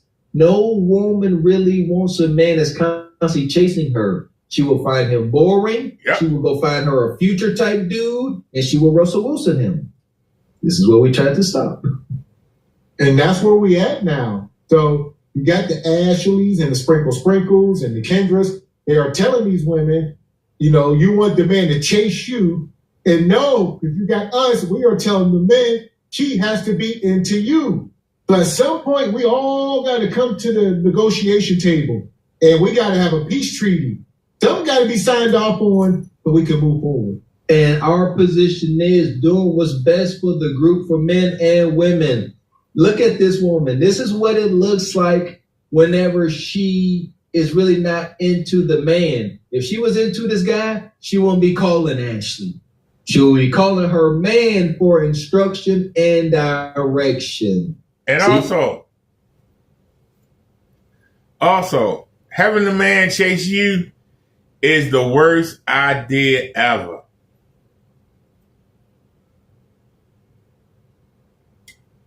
Women outnumber men 8-1. That means that every man got 7 other women to choose from. If he out there chasing, he ain't just chasing you. You got to separate yourself from other women. They all got boxes just like you got a box. They all got breasts like you got a breast. They all got sweet kissable lips just like you got lips.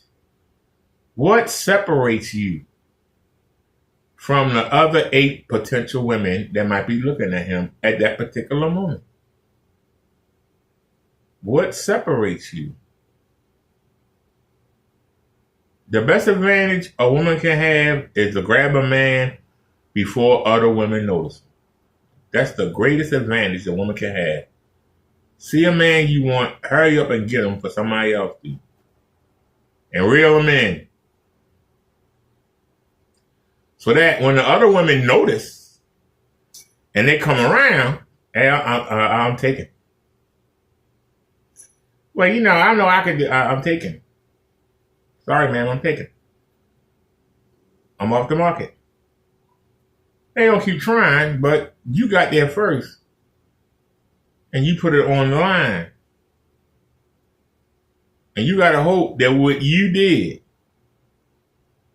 because I'm telling you right now,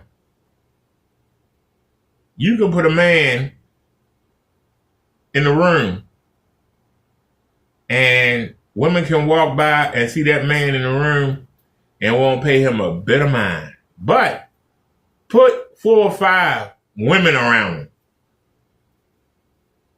Every woman that walk by is going to stop. Why are they going to stop? Why are these women around that man? What's special about him? And they're going to come in and be like, hey, how you doing? Women don't want a man until they see other women want them.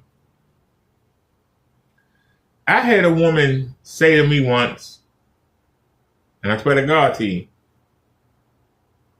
she said, I ought to dump my boyfriend, but I got him trained to do everything I want him to do. I don't feel like training another man, even though I want another man. I'm sick of him, but I don't feel like training another man. I'm waiting to come across a man that's already been trained the way I like, and then I'm going to take him from that woman. That's how conniving women are. Women are about to hunt, but they don't realize other women are hunting too. They just think that it's just them. Other women are hunting too. And when you hunting to get somebody else's man, there's 2 women also looking at that man, saying the same thing. I'm going to take that man. You are competing. You're in a battle. Until you get a ring on your finger, you are in a battle that never ends. You can never slack up to that ring on your finger. See, women think that once they have sex with the man, they got him locked in. No, you don't. No, you don't. A man can sleep with a woman and go sleep with another woman a minute later.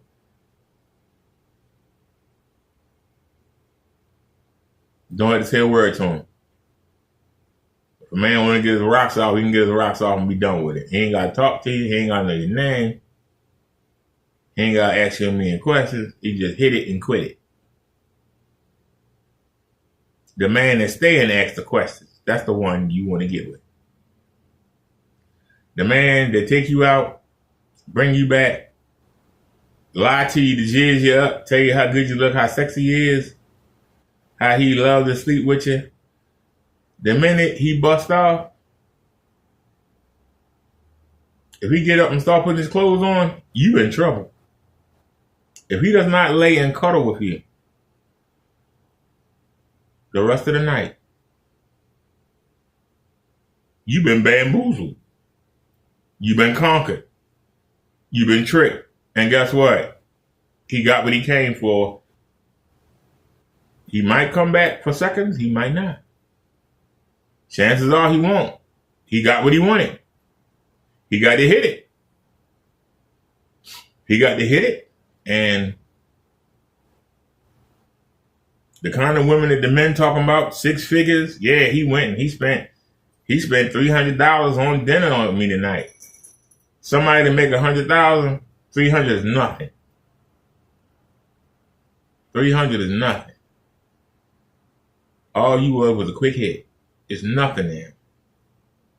He got what he wanted, sex, and he gone. He wined and dined you, hit it, and he gone.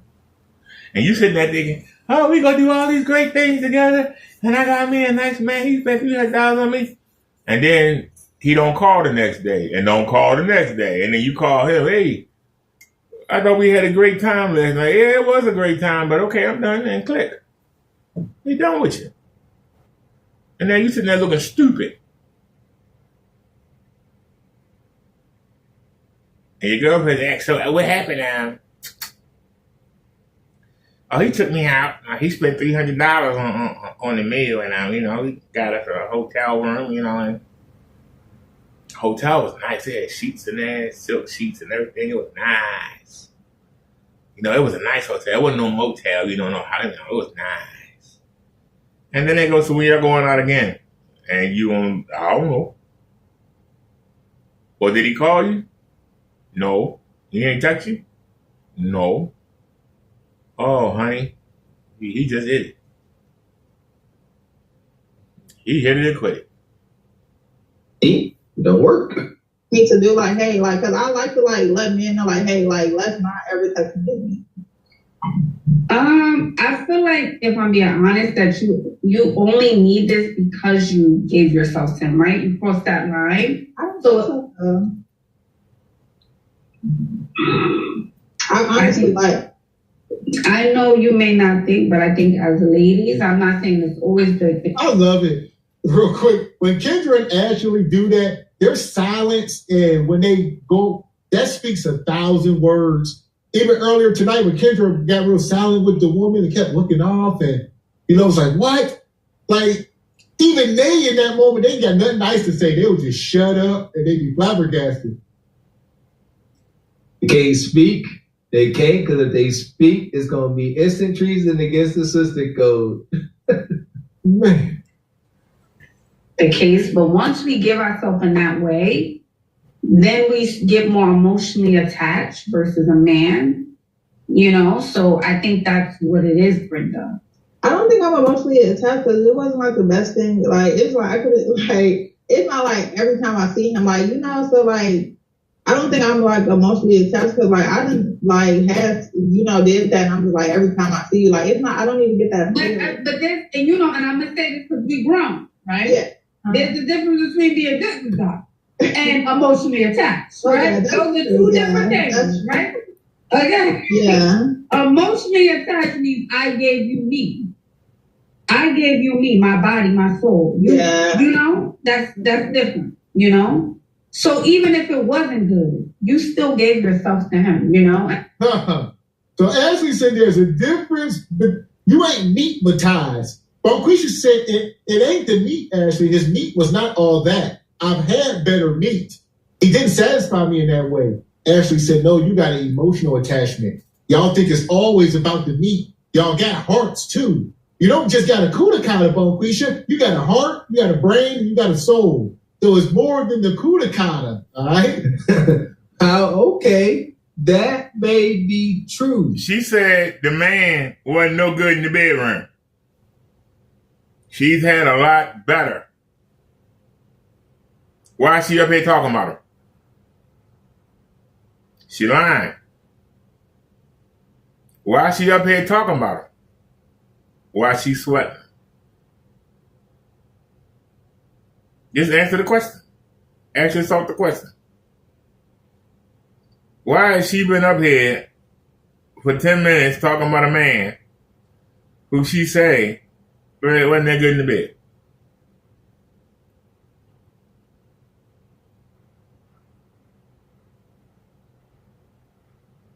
Because for ladies, it's not sex.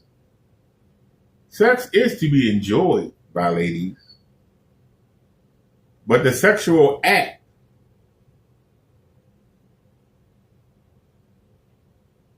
is not the women's enjoyment. The women's enjoyment is the comfort, the warmth,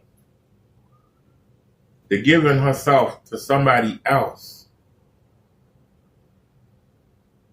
the emotions that go along with it. That's why all that talk about, oh, they're not that good in the bed, or they got the penis too big, or it's too small, or all that don't mean nothing.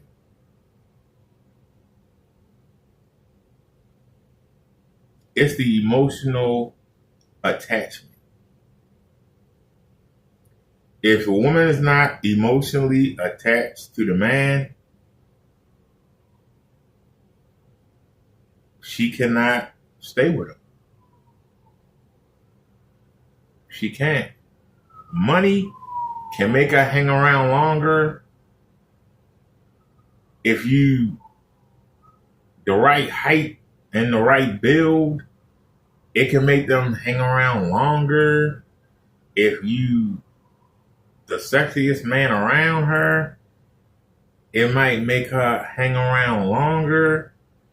But if she don't get that emotional attachment, she gone. And her attachment is immediate. This is what's something that people don't understand. If what I just said was true, how can a woman have a one-night stand? A woman can have a one-night stand because she can sit with a guy for a couple hours and get that attachment. This is why women who cheat constantly cheat. Well, why do you say that? Because they're searching for that attachment. In order for a woman to really enjoy sex with a man, she has to have an emotional attachment. So providing money, providing her a place to stay, providing her anything. If you're not getting that sexual, that attachment, she's always looking. And that's why 80% of marriages in the black community and in divorce, 80% of relationships and in divorce initiated by women. By women. Because they think that they should be with this person. But they not emotionally attached to that person. And even though they'll stay with a person, they still looking. They still got one eye open, looking for that attachment. And you'll hear him say, oh, he don't give me the vibes that no, he not giving you the attachment. The woman wants to be attached to that man. And she don't want nobody else to have him. But when you hear women talking about cheating today, they don't want another woman to be with their man. A woman that's attached to a man don't even want his mother around. Don't even want his aunts around. If they even have kids, don't even want their daughters around them. If a woman is attached to her man, she don't want no other woman around. When you hear a woman say, I don't care if he cheats because she don't care about that man. That man giving her something else. It's either money, resources. He might have an affluent family in the community. And her peoples are telling her, you better stick with him. He going places. She's not emotionally attached to that man. And every time somebody new come on the scene, her radar go up. Hey, y'all see the new guy that moved into town? Hey, the radar is going up. And she's sitting around telling her girls, yeah, I'm just not feeling it with Jack no more. Child, you crazy. He handsome, he tall, he got money, he take care of you.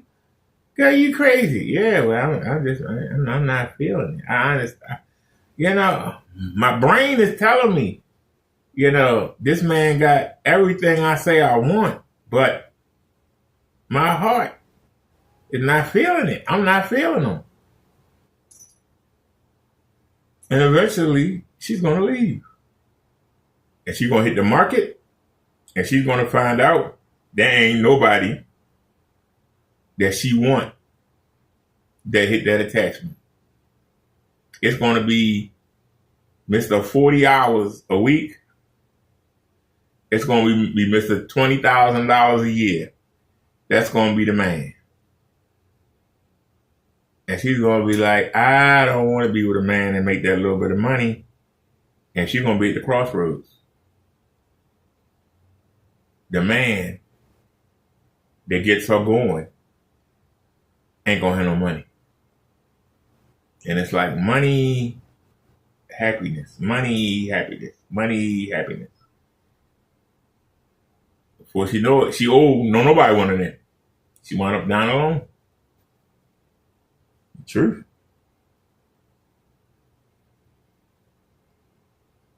However, who or what reigns supreme above all? Little man in the boat. So she like, I don't recognize this feeling that I'm feeling in my chest for this guy. Because little man in the boat, like, man.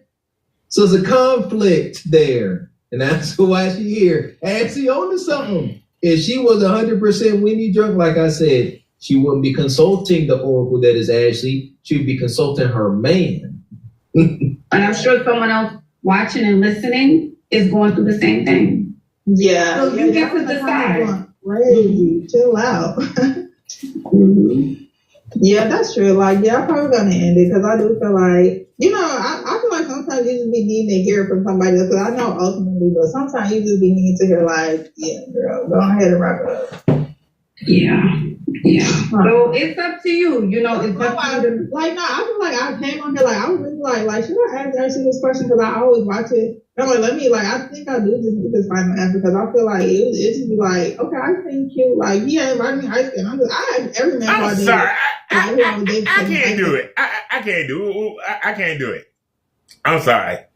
I can't do it. I can't do it. I can't do it. I can't do it. I can't do it. I can't do it. I can't understand what the hell she's saying. I mean, I have to keep straining. I got all these speakers around me, and I'm straining to hear what she got to say. Get to the next one. You ready? Okay, wait. Let me just say, obviously, this is not... You want to stop going live? Okay, so this is a fake account, but I'm just curious if you're going to come to Houston. Yes. So for the season? I'm in a relationship. That's why I'm not on my original account. And I just really want to know when you're coming to Houston. So, but if you're in a relationship, why do you care about and then my mom is single. Wait, I tell her to get on the app. I also have been telling my friends and everybody, they're like, do she got you on payroll? But I just really... Well, what is your name? What is your name? Is Maya, originally. Yeah. Maya, thank you for your support. Thank you for telling everybody about my show and my app.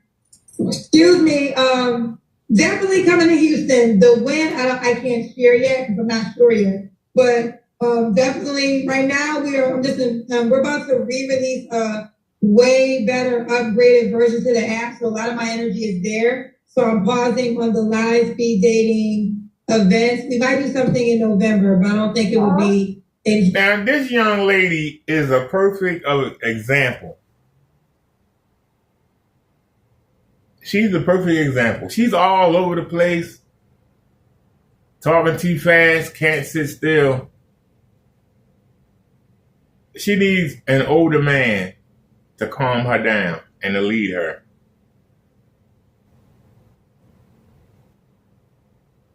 She's probably dating somebody around her own age that's probably flipping around just like she is. She hasn't been trained how to be a wife. Hasn't been trained how to carry herself. She said she's on here trying to find out when Kendra is going to have one of her meet and greets in her city for her mother.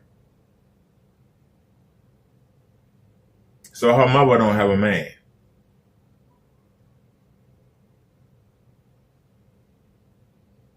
So the young lady is ahead of the game. She says she's in a relationship.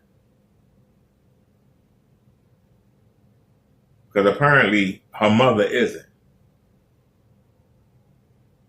So if the mother can't carry a relationship, how can the mother teach her how to carry one? If the mother can't keep a man, that she's been begging the mother to go on Kendra's app, that she's going to drag the mother to come to Kendra's meet and greet. How could that woman train her?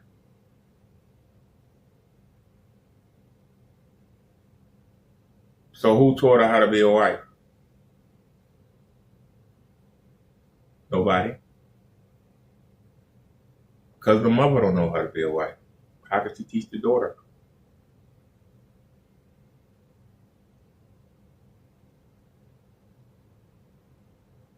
Right now she's young.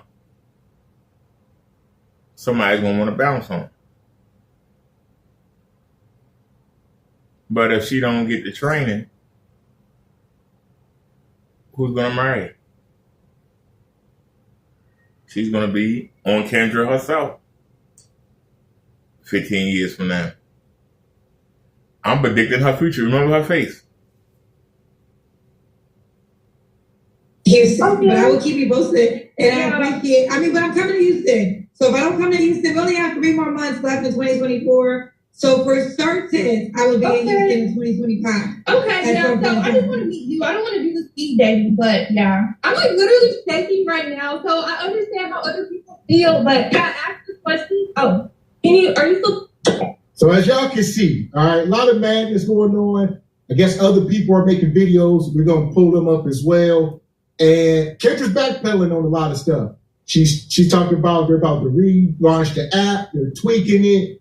You know, she's falling back on some of these little meet and greets and these dating mingles, and you know, she's regrouping. Shout out to Kendra's ambition. I've been said it. Building an app, doing meet and greets, like that is elite. You a jump, hop, and skip away from daytime television. Like I'm gonna say it. I haven't seen this clip, but I'm gonna say it because I know where they're going. Kendra, shout out to you and much love to you, dear, for what you try to do. And I appreciate you talking to these women and letting us see, showing the world what black men go through dealing with these women. The fact of the matter is, almost every woman says they don't want a liar, but they make black men lie to them every moment of the day. From the weave on their head, from the fake eyelashes, the fake eyebrows, the piercings, the tattoos.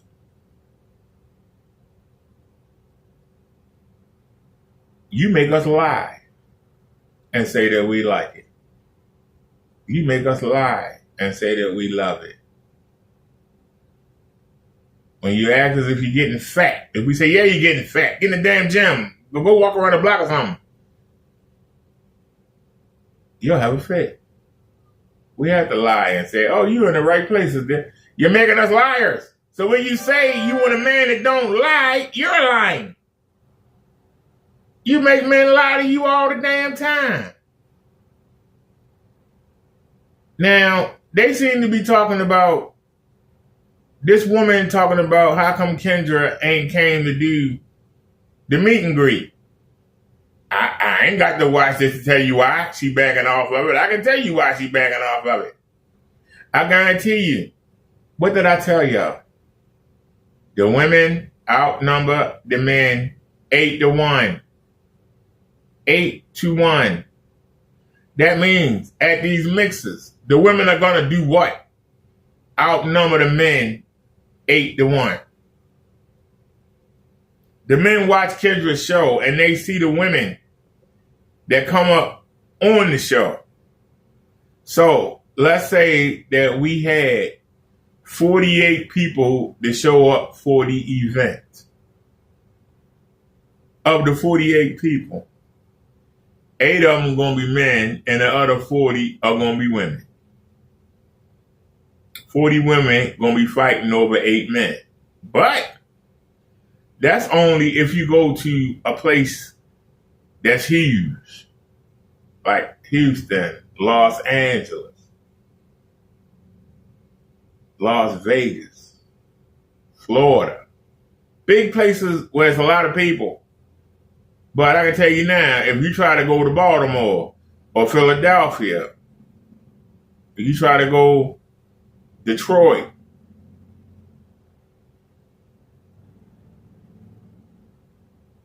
the women are going to severely outnumber the men. The men ain't going to want to come. A man doesn't know how to fend off that many advances. A man ain't used to that many options. A woman might get hit on twice a day. A man might get hit on once every 3 years. We not used to being bombarded by women. A lot of men ain't gonna go. They know that they're gonna be one of few. They know it. How they gonna choose? And then, judging by the women that come up on Kendra's panel, high value men don't want none of these women. So why would they show up? Most high value men, why do you think women come back up on here 2 or 3 times? Because the men not really hitting them up. And the ones that are men trying to get green cards, or men that ain't got nothing. And they come on here talking about, yeah, I'm a traveling nurse and I make $150,000, and the men like, hey, she got some money, I'll date her. But that ain't the kind of men they want.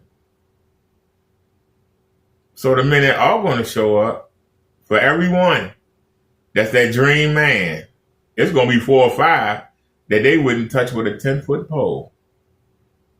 So it's an ambitious idea, but it's not good in real life. I mean, in a dream, this could work, but not in real life. For real, not just right along with somebody else. And I think for these, you got to have good people skills. That's what I would say, dealing with your customers, your Kendra cousins. I've been said it was going to be a hazard. Wish her the absolute best, but you got to have some people skills if you're going to be dealing with people. So, yeah, she did a little bit of cart before the horse, but... Okay. Thank you, Bo. Thank you. This side is a vacant page.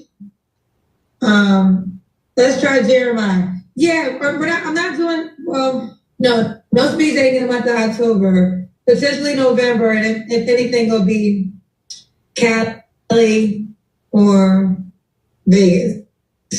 Don't be scared now. Charlotte. It's gonna be one of those 3.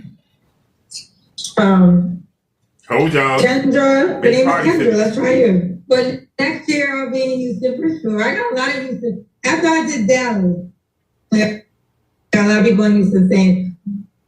So that's Kendra. She's saying, like I said, she backpedaled a little bit. She cart before the horse with them little meet and greet speed dating. Like, it's one thing if you just were having people come out to meet you that are fans of Kendra. That's one thing. Like this woman said. She said, I want to come just meet you, Kendra, and get a picture because you are a celebrity. I don't know what grade of celebrity, but you something. And where we at?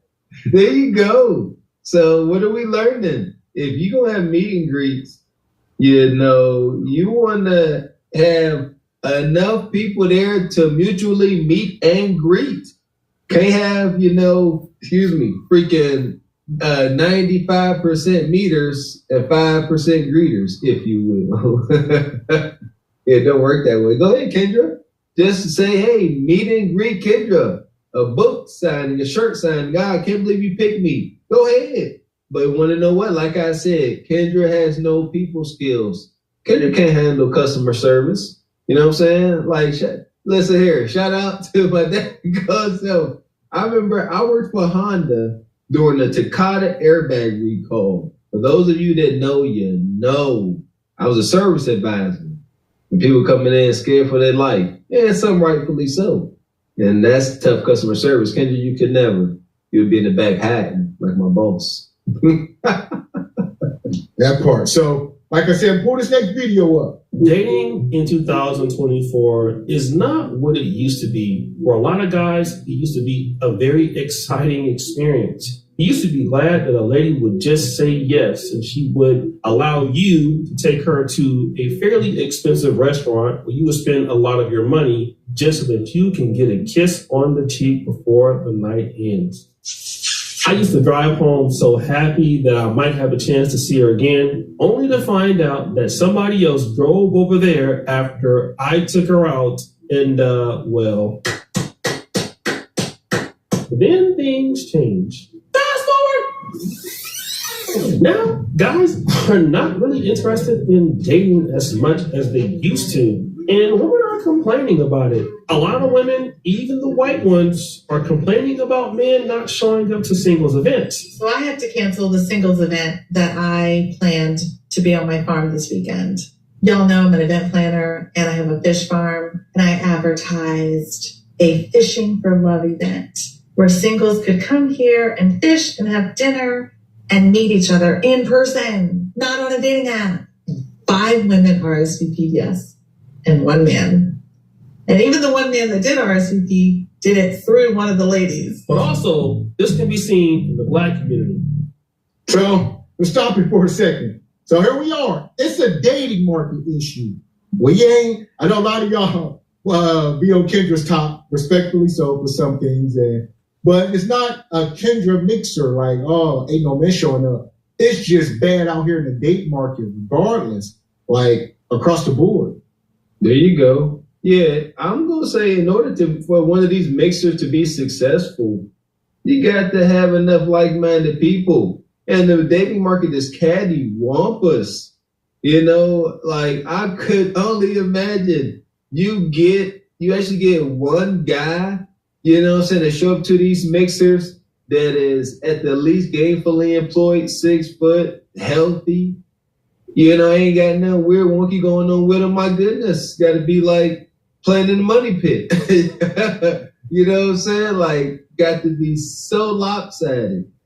But yeah, that's the thing. The magic is getting enough eligible men to show up to these things. But why would they? This is data being collected. Why? We know a lot of women are showing up. We know that. We know that for sure. Why aren't the men showing up? This question has to get answered. Because high quality men already have women chasing them. Why would they need to go to a speed date function? Men that are high quality, high value, already have women chasing them. Why would they need to go to a speed dating place? All they gotta do is walk out the door. Somebody will be like, hey. They gonna walk in any store, hey. Pull up in that nice car. Somebody gonna walk over, hey. Why do they have to go to a dating app to get a date? Why they have to go to a mixer for speed dating?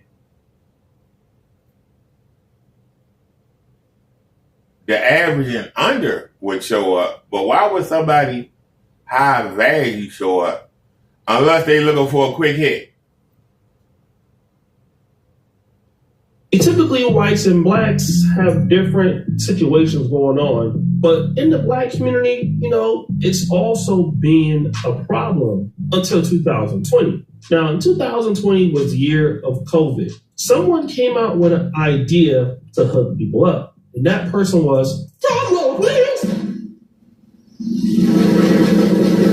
Kendra G. She came out with Singles Live, or whatever the hell it's called, and it was a hit. All throughout COVID, people were online, they were meeting, and they were hooking up. And she made a lot of money off this on Facebook and on YouTube. Well, let's fast forward again, 2024.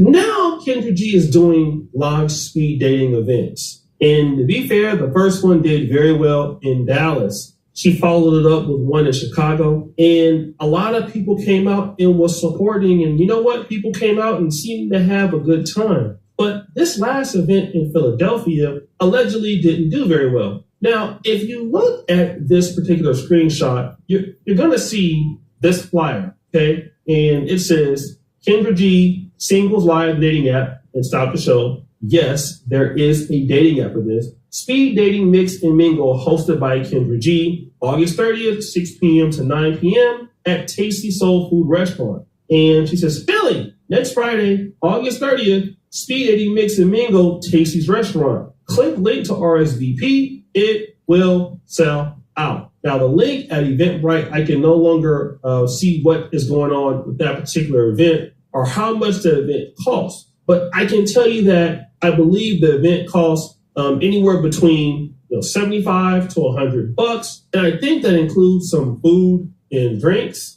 But there was a young lady who actually walked by the event, and she had this to say.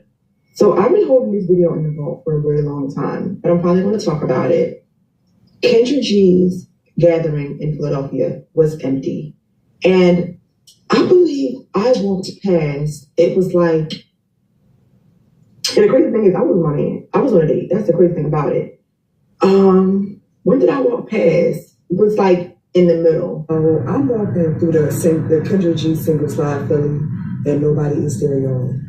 Hold on, look.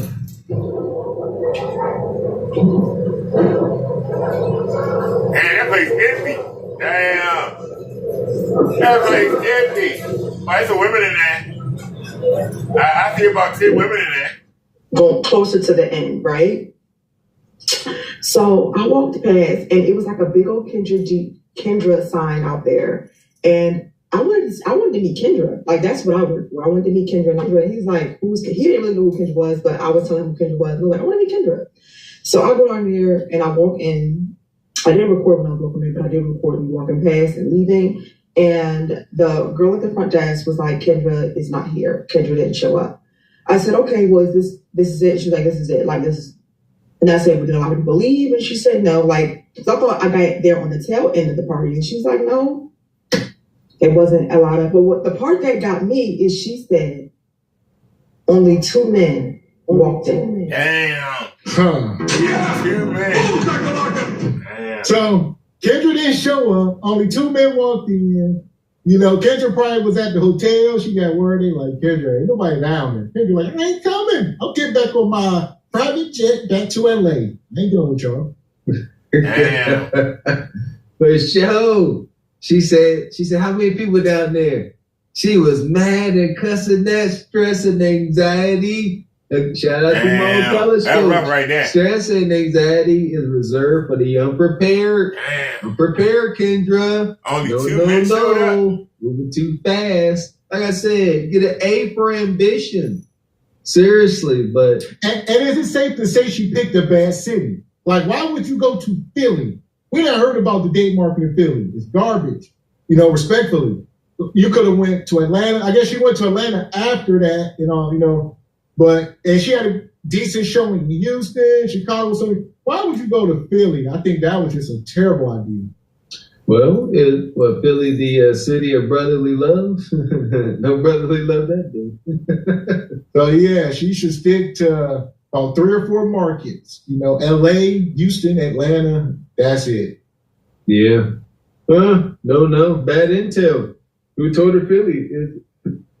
I think her roots is in Philly, ain't it? Ain't that where she was on the music stations or that was Chicago? Yeah, I don't know why she's in Chicago. I can't call it. I don't know why she. Now that young lady is named Amber Jolie, but also she did go in, and you saw that already. There was hardly anybody else in there, and she went inside to see some more information and found out that it was mostly all women. But check out the story that she said about one guy who showed up. Outside, right? One of the men pulled up in a black Bentley truck. Like while I was at the desk because he was parking. So another man pulls up in a Bentley truck and walks to the front. And everybody got up out their seats, looking up, looking at the door. Everybody. He walked in, he looked around. He walked up and talked to the DJ. Eyes, all the women eyes was on him. He was that 6', he was a tall. So I'm thinking in my head, this is Kendra's show in real life. All of the women are looking for this small selection of men. The 6 foot, that was the 6 foot, 6-figured man they all were looking for. That was him. Now, this is interesting. It was like a lot of women that was there, and then one guy pulls up in the Bentley truck, and all of the women are fighting over the guy. And, well, it's kind of normal for that to happen, but stop the show. What is the reason why a lot of dudes don't want to go to these events? Well, it's been talked about on the past on Kendra G's show. Here's a guy talking about why he's upset with Kendra G's live show. I'll stop it for a second. Oh, Shay, they say Mr. Six Figures pulled up. And all the ladies was tingling, but it was only one or two of him, and that was it. One. And look, they still ain't do nothing. They was sitting there and they was staring, all socially awkward, but ain't nobody stand up and ask him if he needed a drink. Like, two got doggone easy. And I'm a dude. Like, something. You need a drink, sir? That's because y'all scared. I already did this. Y'all scared of being I might go to one of them. Girls. And nobody else show up. I'll be the only man there. Hello? You was there? I was. You might get lucky. A minute ago. It went terrible, Kendra. It went terrible. Listen, everybody that reached. Okay, first, you gotta look at it. Okay, I got you. All right. They had kids. They weren't that attractive. Something I wasn't used to. So it was like, now it was meeting people because I'm out. I'm in the streets, Kendra. When I say I'm in the streets, like I be going out to places. I be meeting some people. They be like, I remember you was on the Kendra G show. I'm like, for real? But that's as far as it goes. And this other guy by the name of Dr. Mike. Dr. Mike, are you here looking for a woman? Yeah. Okay, let's get into it. Where are you calling us from? Indianapolis. That's the second time I'm calling actually on the show. Are you been here before? Mm-hmm. Okay. So what happened? What's your update? What's the feedback? The women that hit me up were not really my type. They were not really what I was looking for. What was wrong with the women that reached out to you? So they were not my type. They were, excuse me, no offense to women, but they were all like over in shape. Like, I don't like big women, more like slim tape, They were different from what I was looking for. So I was not interested, This is a simp. This is a simp that's a doctor. He got money, but he a simp. I don't want this man to operate on me. You're too feminine. You can't make the decision. Should I cut this? Should I cut that? Oh, I don't know. I think I should. No. That is a man in a woman's body. Come here and tell us what you want. You want a woman that's in shape, that has a brain in the head, that's feminine. That's what you want. Say it. Say it, simp. Say it. Why you scared to say it? It was interesting. Okay, so they were too big. My type, they were, no offense to women, but they were all like over in shape, like, I don't like big women, more like slim tape, They were different from what I was looking for, so I was not interested, I lose interest. So they were too big. Yeah, exactly. That's the word. I got beans and bologna. Say it up to the mic. Y'all better stop being simps out here. Can't you go say she was too big? That's the word. That's the word.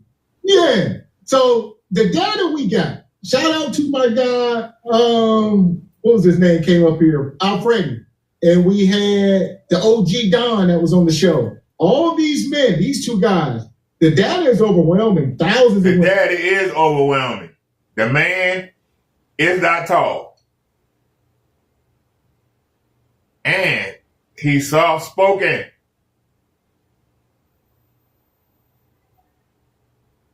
He acts like a woman in a man's body.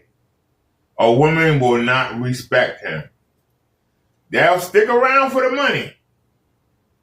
But they always got the eye looking. They will not emotionally attach to him.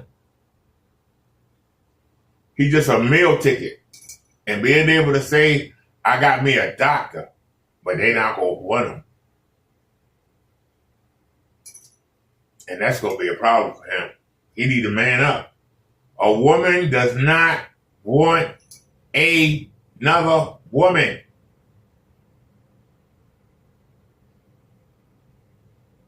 You let a woman emasculate you, she don't want you. The man supposed to be the conqueror. If the woman conquer the man, the relationship's in jeopardy. She don't respect you.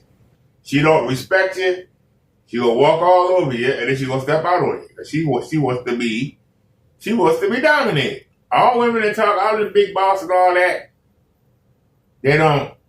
What do they go for? The worse you treat a woman, the more she love you. It's sad to say. The nicer you are to a woman, they don't respect you. That's why you gotta be firm. You gotta be harsh. Let them know you run the show. If not, they will walk all over you. And I got no respect for you. And eventually, they're going to cheat on you with a man that can dominate them. That's what they want. All they talk about, they want to be boss. No, they don't. No, they don't. Women. They be like, women they hit me up after the show. Nothing desirable. Every time. And they start trying to criticize these dudes. They got thousands of women in my inbox. And they say, you telling me out of thousands you couldn't find one? What's wrong with you? No, the data is starting to rear its ugly, big, bloated head. 80%. 80%, that's a B. I was very fortunate to get that grade in school. 80% of our melanated sisters are obese. And by that alone are not dateable. Now for serious relationships, hunchable, fun, fluffy hunching, that B's it. And here we are. So here we go. Yeah, man, stop simping out, man. That's part of the problem. Say what's on your heart. Say what's on your chest. Let these women know. So, yeah. Because a lot of times these women be like, we don't know. These men don't be saying it. Even this guy here, Kendra, like these big women. Oh, yeah, there you go. Yeah, I'm saying I ain't man enough. You too big. I would like to please you in many ways, and you too big. I can't do nothing with you. I ain't man enough. I'm sorry. Now, in both these situations, you're hearing men saying that they don't really like the fact that the women that come to Kendra G's show are not really so attractive. And I'm not saying this for all of them, but the ladies tend to be usually a little bit over 35. And, some of them could be, as some brothers would say, delusional. But a lot of these women are single. And as you can see on that post, like this lady here, whose name is Deanna, it said, but it's sold out for the ladies. So the women were paying to get into this, but the men were not interested. And one of the reasons why the men were not interested was probably what they felt that the women looked like or their situations. It wasn't really something that a lot of brothers was really interested in. The guys who already have money in Philadelphia, who are already doing very well in Philadelphia, let's be honest, they don't need anybody to match them. They have plenty of opportunities. Philadelphia is one of those black cities that has, a lot of African Americans there. You got a lot of Caribbeans, a lot of African women there. So there's women, for miles there, right? And then when you look at Kendra G's show, you have chicks coming on there like this. What kind of man you looking for? Oh, Lord. Tall man, gray-headed. How tall does he have to be? 6 foot. Why is he dressed like that? And roll on. I mean, I'm not saying every woman is like that on Kendra G's show, but, to be honest, do you think that that lady is going to get a guy to give her $1 million? And, some ladies come on there not looking kept, they have a bonnet on or whatever. And really the person that benefits and get a lot of money from this, or will get a lot of money from this, is Kendra G. From what the lady is insinuating is that Kendra G didn't even show up to her own event. So basically these women are paying a lot of money to come out and meet these men, and these men are not there, are not interested in meeting them. And I'm going to tell you why, because the women that want to meet these men already have plenty of opportunities and don't want to meet those ladies, most likely. Nothing against those ladies, but that's just how it is. A lot of dating experiences in most major cities among successful black men, guys are not wasting their time going to these events because they already have enough opportunities and they probably don't want to go to these events and get caught up because successful men, for the most part, don't need to meet women. That's the truth. They don't have to. Most of them. So here we are, man. Long story short, the date market is rough out here. Salute to Kendra. She trying. I just think she put the cart before the horse. She got a little excited. And especially after that first event, she should have just not been so ambitious, did it, and mapped it out better. Because it went so well, she thought, I got the Midas touch. I tell you what, and ain't no hypocrisy over here. I believe in my heart of hearts, if move on to the next one. All right, I picked these at random. I'm 31. This your first time here? No, ma'am. Oh, Lord. What the hell is she before, so yes. Where you calling me from? The outskirts of Tampa, Florida. So do you have an update? Yeah, I can give you an update. Well, is that why you called me, to give me an update? Like she got Down syndrome. Sure, yeah. Because a lot of people been reaching out to me, asking for updates, and then asking me to come back on here with my update. So yeah, that's pretty much why I'm here now. Okay, I don't remember when you were here the first time, right? So I was here back, I was on Facebook back in 2022. I want to say probably like October, November. What the hell wrong with her? So yeah. So what happened? I don't know if y'all can see because we across the room, but I'm looking up at the ceiling. Well, that particular incident, a lot of people was reaching out because the person who I came in contact with was basically on the run or on the search for a green card. But however, since that I met somebody else and whatnot, so people are like wondering what I'm doing now or whatever, like who I'm talking to now and stuff like that. So, well, because I'm sorry, Lexi, so I don't remember everything. So I'm going to have to ask you some questions so we can all be on the same page. So in 2022, you met a person you was dating from a different country? No, they actually live here. They actually live here in the country. They live in Georgia and whatnot. It was the African dude, Muhammad. Oh, okay. I think I'm starting to remember. So Muhammad came on the show. Mm-hmm. Yes, and you okay? I sat there and talked about him coming on the show, and then a lot of women started inboxing me saying that he was reaching out to them, basically begging for a green card and stuff like that, and whatever the case may be. So what you expect? That's beyond the point. Like, people have still been reaching out to me up to this day asking for an update. Like, I met somebody else, and whatnot that reached out to me from the show. So, okay. So just for clarity, Muhammad, did you like take a bus or something? No, I don't. Yeah, you take a bus. You take a short bus. And it's unfortunate that we don't remember such an awesome story, but Bonquisha, y'all all one and the same these days. Yeah. The only differences be, y'all wild, unnoticed flaws. And what's this sister, her facial expressions? Like, you know me, I like calling out the sickness of it all. Different talking, and then she tried to recall the past, her face getting all twisted and contorted like that roach alien off of Men in Black. Like she just all twitching and stuff. Like, I really believe these women be possessed. Something wrong with them. Something. I knew it was something. Okay, so where did you live at the time? Florida. You lived in Florida and he lived where? Georgia. And you drove from Florida to Georgia to meet him? Correct. And y'all spent a weekend together? Like, how did it work? Correct, yeah. And then, did he not call you after or something? No, that's not the case. He was calling and stuff like that. We fell out. It was just a whole lot of stuff. And I was like keeping stuff. And he pretty much, while I was there, he got mad because I left and went to the store by myself. Okay. So that relationship, was that ever a relationship?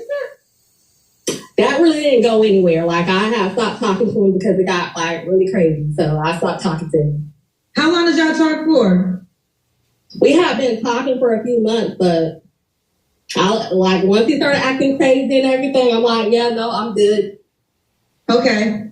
So have your head cut off, Lexi. So now you have a new man. Yeah. Let me not act like that. Yes, correct. Okay, so what did you want to share with us? Like, is people ask me, am I single? No, I'm not single. Yes, you are. And whatnot. So, yeah, like, I'm like this. You can find certain people on here and whatnot, because I guess the main questions are, people are having this, like, is it good people out there? It's like, you have to it's a risk. You have to take chances. So I can't tell people what to do or whatever the case may be. But yeah, I have a new relationship and everything and whatnot. Like, me and this person, we've been talking for 2 years, and then we recently started dating back in June. So, okay, and you guys met from the show? Correct. How did you guys meet? Well, he reached out to me, and then he came down here back in June. So, and where does he live? Where did he live? He lives in Arkansas. Oh, okay, so he relocated to Tampa, Florida, or he still lives in Arkansas? He still lives there. Okay, so now you guys are in a committed relationship. She lying. I'm gonna put it like this: at the current moment, probably not. Right now, everything is kind of at a standstill right now. We was in a committed relationship, supposed to be, but right now he got his back on his shoulders. You a lie, and the truth ain't in you. Stop the cap. Listen, she come up here looking like Lilo and Stitch, like a Oompa Loompa. You know, one of these animated sisters. I can't take her serious. She definitely easy to draw for sure. It's extremely unfortunate. But listen here, she confident. She confident as the day is long. Liver low, Don Jeter. This woman got the nerve to come up here. She in the middle. She is like in the middle of getting pumped and dumped, or at the tail end of it. And she's like, yeah, I got a man, but we kind of at a standstill. I really need to know exactly what that means, but I gotta, I can assume it means that he got the cheeks and your time has come and it has gone and it is over. And you're going to continue to do this till you can't no more. Like, what the finna? So she's 31 years old, and she say, we was in a relationship. You was getting your cheeks obliterated. And he got tired and he moved on. That's it. It wasn't a relationship. Y'all was talking. He played the long game, however long it took to clap them nasty, wicked cheeks. And you are back, 31, and you're already going through this. Arkansas, country boy. It's going to be a long life. Country boy. He said, I'm going to give me one of them big girls. This is going to be another one of these sisters. Give me one of them where it's like Black Snake Moan. You just happen to knock on her door, the Amazon guy, the milkman, and they said, hey, yo, whoever. the herb man knocking on the door. Cheeks available. Facts, all facts. So what happened for y'all not to be in a committed relationship right now, Lexi? Well, men, I'm gonna put it like this. Some men are just difficult. Like, he got mad because I asked to go home early. So Lexi, let me ask you this.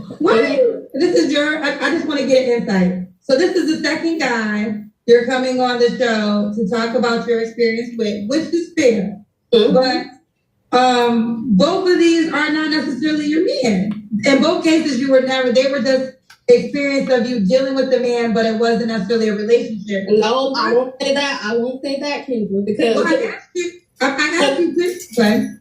Because the one that I am currently with now, yes, that is my man, but he can also potentially be everybody else's man. We don't know this.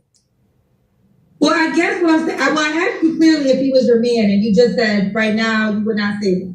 So which one is it? I'm just trying to get clarity. So what do you want to? So technically, yes, he's my man. But when I say like technically not right now, it's because right now the communication right now is off. Like right now he's mad, so you could be mad, have your little time out to yourself. I don't care. So I guess my question I was gonna say, Lexi, this is the second time you came on this worldwide platform to talk about men you are dealing with. But in the moments you came on, maybe you guys were good before, but according to what you're saying, right now in this space you're not. And you did the same thing with Muhammad. When you came on to talk about that like with Muhammad, I was trying to air him out. I'm not coming on here to air the person out that I'm talking to and that I'm dealing with. Like, that's not the case. Because at the end of the day, it's a relationship. Lexi, can I finish my question? You keep cutting me off before I get to the question. No, hold on. This is what it sounds like when the doves cry. Here we are. She just downs. This is the worst parts of the dating market. These are the people that don't deserve any of our time and attention. We don't need to ask them questions, anything. Just they're lonely wanderers. Thank you. Yes, sir. Completely unstable, unhinged. Do not even attempt to negotiate with them. There's nothing to negotiate. Like, their terms and conditions make no sense. She ain't acting her face. She ain't acting her waist. None of that. She up here just talking, and the chat is stomping her out with with both foots. Whoever said she looked like Craig from the Ninja Turtles. That's wicked. She not this. Her appearance is very unfortunate, but she got the ego. You know what I'm saying, of a professional athlete. It's crazy. Some man. We're talking about some man. She one fish, bluefish, and low quality. To know about what kind of relationship this was. Pump and dump. That's it. You just a fluffy rest stop for nothing. And as we all know, shout out to Squeegee Kid. You know, winter is coming. Winter is Kendra G, and it's getting cold out. When it's cold outside. And here we are. These sisters are desperate and lonely. Winter is an electric heated blanket at best for Bonquisha. Okay, go ahead. The question I have is, why do you keep calling this worldwide platform to talk about men you're dealing with in the moment when they're not your men? Hell to the no. To the no. Hell to the no. What the hell did Bonquisha just... Is she drinking pineapples out the can? That's ghetto. That's What ghetto right is there. I don't want to She's do drinking this a pineapple juice. I ain't doing this. Here's the thing. I remember back for a while, this whole, women were big into eating pineapples. Y'all know the reason. I ain't going there right now. But this, she literally put her mouth to that aluminum can. That's aluminum. That's nasty. That's barbaric. That's something I would do. It's barbaric. That's nasty. I wouldn't do it, but I could see myself doing it. That's very brutish. All right. Yeah, that can done been through the stores. It done been handled, by countless people that had their paws on it. It done been on the ground, all types of stuff. It's in her house. Her whole nose up in the can. Like, that's straight like that. Like she got her mouth She in don't the even put it on raptor. the It's bowl. like stuff and debris. I'm a germaphobe. Like stuff get under that. She everything about her nasty. I see funky. And that's how we know she ain't fully human. So she can handle this type of stuff. Shout out to Crane. A man you're dealing with in the moment when they're not your man. Well, that's a good question, but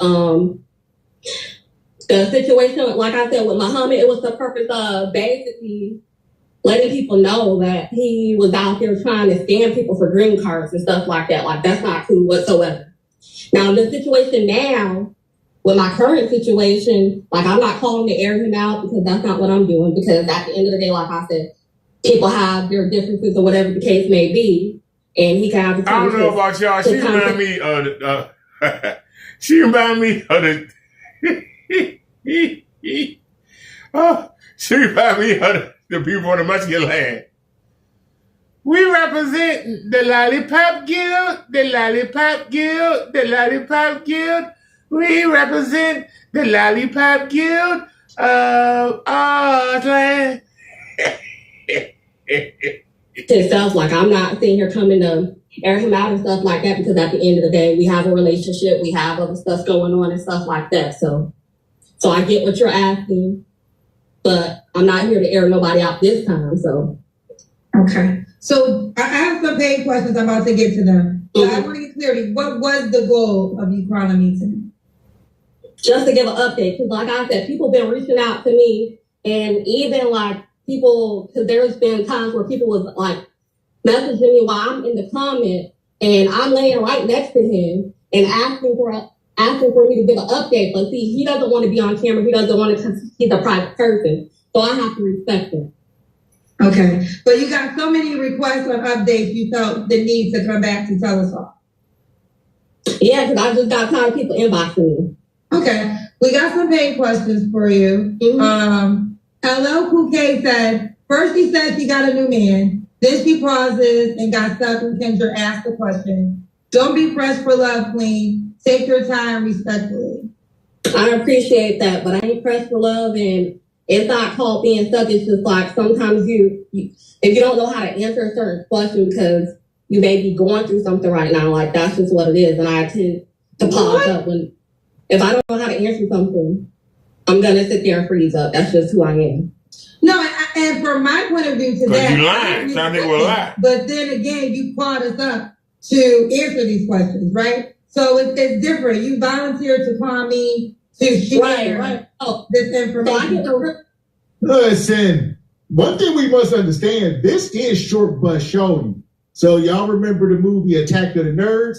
Now we got the Attack of the Short Bus. It's the opposite end of the spectrum, and they roaming the streets. This, again, we said before, this is the worst of them. As effed up as her situation is, as bad of an outcome that she's getting in life, she still got this undying need to be right. She like, no matter, this is the problem. This is a person that can't take criticism. Thank God for sports.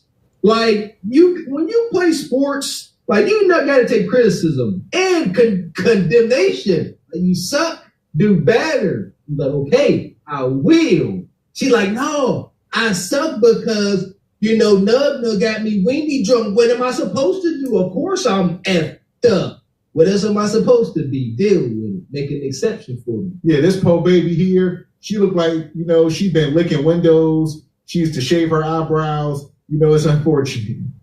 Eating that Elmer's glue, man. She sucking on a glue stick like a pacifier in art class. That's crazy. I made the screen smaller. You can't keep cutting me off, Lexi. You gotta let me It's finish my lopsided. statement. But then Hold on a second. Screen lopsided. But you gotta let me get it all out. So, and one thing we gotta understand, look, yeah, we sitting here, we being wholesome right now. We think it's just pineapples. Bonquisha done put some Hennessy in this damn thing. Half of that is Hennessy. Because every time she get mad, she'll reach over and drink it like it's alcohol in there. I promise you, y'all don't understand. This is social awkwardness as well. Like to sit there and grab an aluminum can. It looks like she still got the flat hanging up, like Popeye eating dead. Now we lopsided. Spinach out of a can.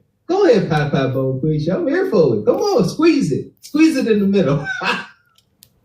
Information. But you can't keep cutting me off. Like, you gotta let me finish my statement, so then you can respond after. That's fair. But you gotta let me get it all out. So my confusion lies that if this wasn't the time to share, then you could have waited till you guys were in a better space and then called us back with the proper update. But whatever.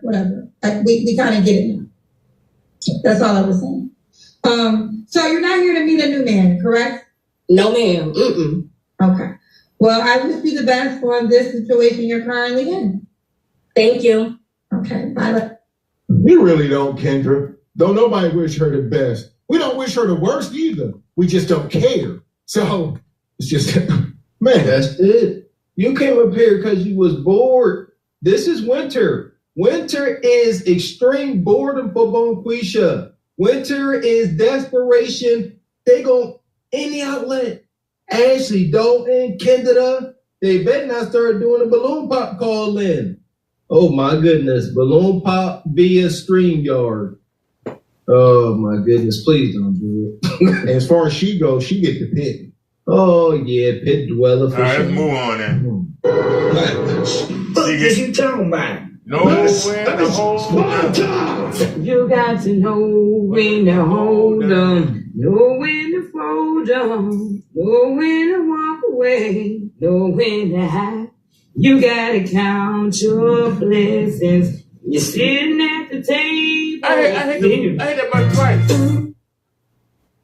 All right, at random. Here we go. What was like the general response to that? Oh, okay. So people in the comments, and honestly, I'll be honest, I did not think that it was going to be a big deal what I said, but people in the comments, literally, honestly, I thought it's normal for me. But people in the comments were saying, I don't look good enough to get what I'm asking for. You don't. They were saying, we just don't watch this. That lowers my value because I'm a bigger girl. Not looking the role of, what some would consider a high value woman. You're not. I'm not thin. I'm not light skinned. I don't look a certain way, and they feel like what I'm asking for is only available to women who look a certain way. But in my personal life, in my personal dating life, I date high value men from what people are saying are high value, or people who make six figures or over. I dated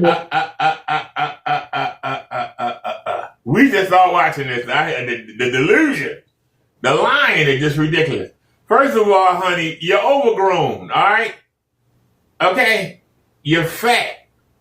That daggone thing you got on top of your head make you even look even fatter. You look like a black Andre the Giant with boobs. Okay? Let's keep it real, okay? A man that got $100,000, that make $100,000 a year, it's not going to be with a damn woman that look like Andre the Giant. And anybody want to Google Andre the Giant when he was young. Not when he had his haircut when he was old. Google Andre the Giant when he was young. This woman looked like a young Andre the Giant, okay? I don't know who gave her that daggone wig, whatever the hell she wearing on her damn head. He need to take that crap off. That look hot, man. Get some braids or something. You too fat. All that fat in your face and in your neck. And you got there to sit up there and got your daggone stomach just hanging out like a stomach look like a damn balloon. Look like somebody pumped you full of helium. And you talk about you a high value woman. Where you high valued at? Where are you high valued at? Where are you high valued at? If you had a museum of pretty women and men were walking through it and they saw a picture of you and they saw a picture of Beyonce, they saw, I'd even say Linda Carter, Wonder Woman, today could probably beat you. She got to be 60 something. She could probably beat you.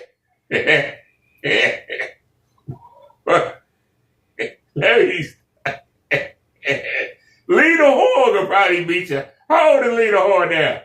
Is she still alive? Diana Ross still alive. She's like a fat Diana Ross. With that. Oh, shit. Oh, sorry. You coming up here. You coming up here looking like Shirley Chisholm.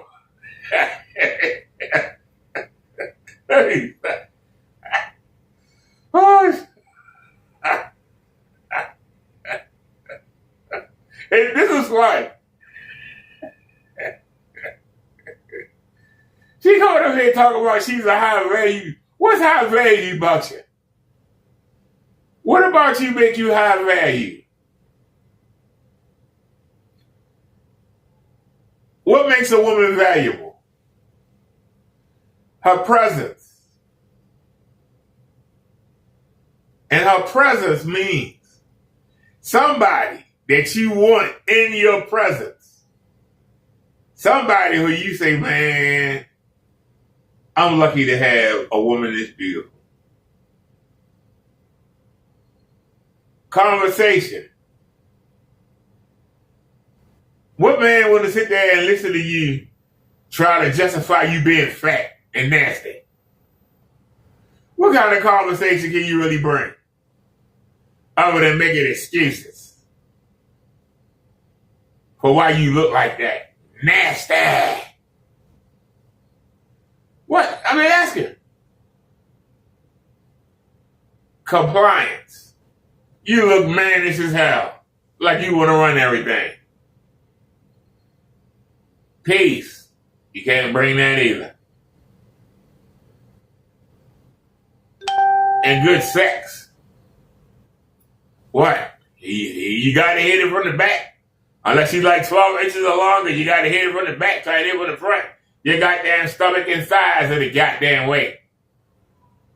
So, where's your high value? As a woman, where's your value? Are you going to pop some kids out? I mean, those are the 5 things that make a woman valuable. Do you fulfill those roles? If you don't, you're not high value. Also, no mileage. No mental or physical mileage. That includes drama. That includes broken relationships that got you tainted a certain way toward all future men. You want to say you high value, you got to fit the criteria, the same way a man has to fit it. If you can't fit it, stop lying. Because once again, you try to make us lie to you. You women always want us to make us lie to you. You won't lie to us, but you want us to lie to you. Lawyers, doctors, engineers, different types of people. And I never once thought, oh, they're not going to date me because I'm plus size. That was never really a thing. But like when I saw the backlash and all the comments, and I even got into it with some of my, like some celebrities and some like actors that I watched for years on television. I'm like, are you kidding? And so I would get into it. Look at her. She's oh my goodness. She's sloppy as hell. She can't even sit the seat right. Come on. Come on. This is delusion right here. This woman that lost her goddamn mind. Look at this. Who the hell would have claimed this? Who would want to claim it? You know who would claim it? I don't even know if Mr. 40 hours a week can claim it. I don't even know if Mr. 40 hours a week. Hey, he had to be fat too. And be like, I can't do no better, I can't.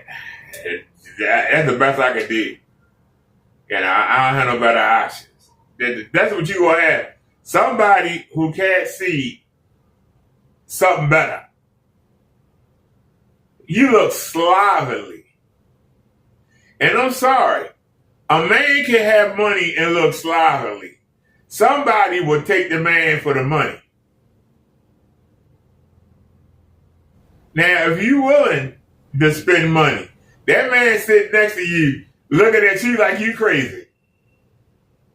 He looking at you like if you had some money, I still wouldn't touch it. He looking at you. All right. The one with the glasses looking at her like, is she serious?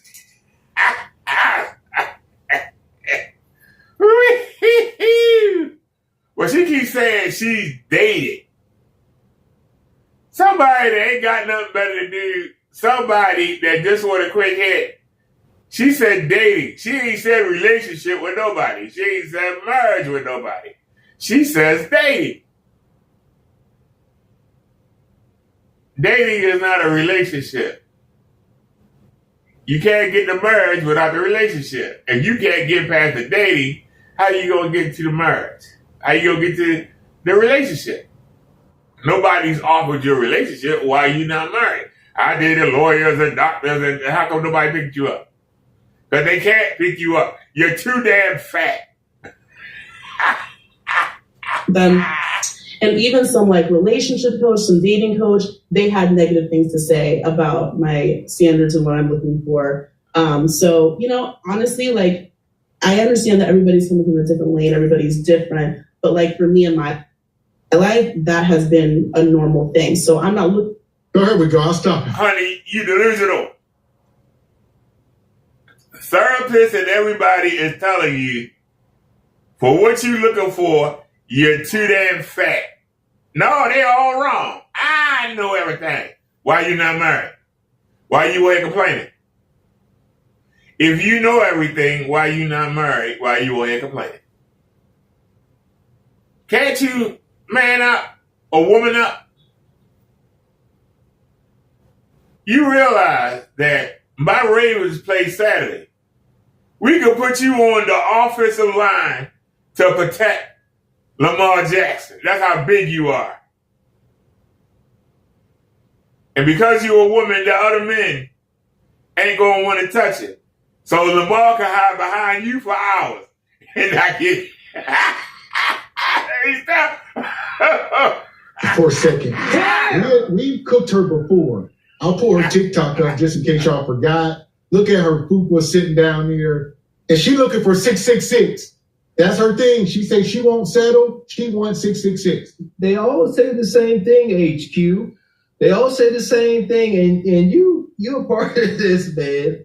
All right. They all say I've dated doctors, attorneys, professors, and dating only means hunched. So you see her, she's single. She's not married. The woman in the blue up there, she ain't married. She's still single, but she managed to deal with these affluent guys. She's not even sitting up. So why are you here? Well, I mean, everybody's able to ask for what they ask for. Everybody's able to ask for whatever they want. That's the way I look at it. Whether you're going to get it, it's a different story. And right? You know something? 2 months ago, I was in Sam's Club with my sister, and I had just came across Kendra G. And I was telling my sister I was thinking about start covering and talking about these topics on YouTube. And I told her the women are so delusional. They know that they fat. They know they nasty looking. They got a bunch of kids. But they still think they can compete with a 20-year-old. They still asking for 10% of men that are 6 figures. Are they friggin' delusional? And my sister said, well, you can't tell somebody what to ask for. They can ask for, that don't mean they're going to get it, but they can ask for it. She said the same thing that Heathen Queen just said. Are the women programmed? Are the women programmed? Is it in the songs? Is it in those love songs? Are they programming our women? Are they programming our women to not accept the men that's in their lane as a form of birth control? so that people don't get married and have children. I think it's backfiring because they're having the children anyway out of wedlock. Because you got these oversized giants, these Amazons, going around with the stomach hanging out. They got the jelly rolls. They got the fat under the arms. They got the fat on their thighs. And they sitting there. They got the gout and the diabetes. And they sitting there and talk about they want a healthy guy. Well, they not healthy. How you healthy carrying around all that fat? I can tell you, we have beat up diabetes. We beat them up. Beat it up. I lost some weight. I gotta tell you, it feels good to be able to walk around without carrying that weight. But these women will tell you, I got the weight in the right places. I got the fat in the right places. I look good. But they look at your stomach hanging. If you pulled her clothes off, you couldn't see her coochie. You couldn't even see her pubic hair. You see that stomach. That stomach rolled down to her damn thighs partway. Come on, man. Come on. At what point does it become a problem though, HQ? Like, or is it not, does it never become a problem? Is it not a cutoff to stop asking for things that are not obtainable? So if I ask for 666 today, when am I going to stop asking for 666? Is that what you're saying? Yeah. Like, when are you going to give up the witch hunt? That would mean we're going into the settling category, and nobody is going to settle. So nobody wants to settle. I'm not here to change anyone. I just want to let the people understand. Not settling means never having a fulfilling relationship. Yeah, but we don't know that. So yes, no speaks. HQ, they're getting older and older. Wait, oh. That's the delusion. They never go settle.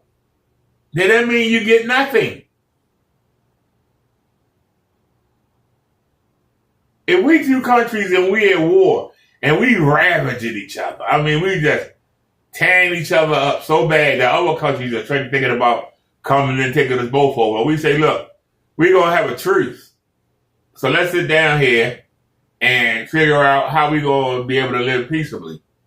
If don't nobody would have given nothing up, we're going to be fighting again. Well, this is women. I'm not settling for anything.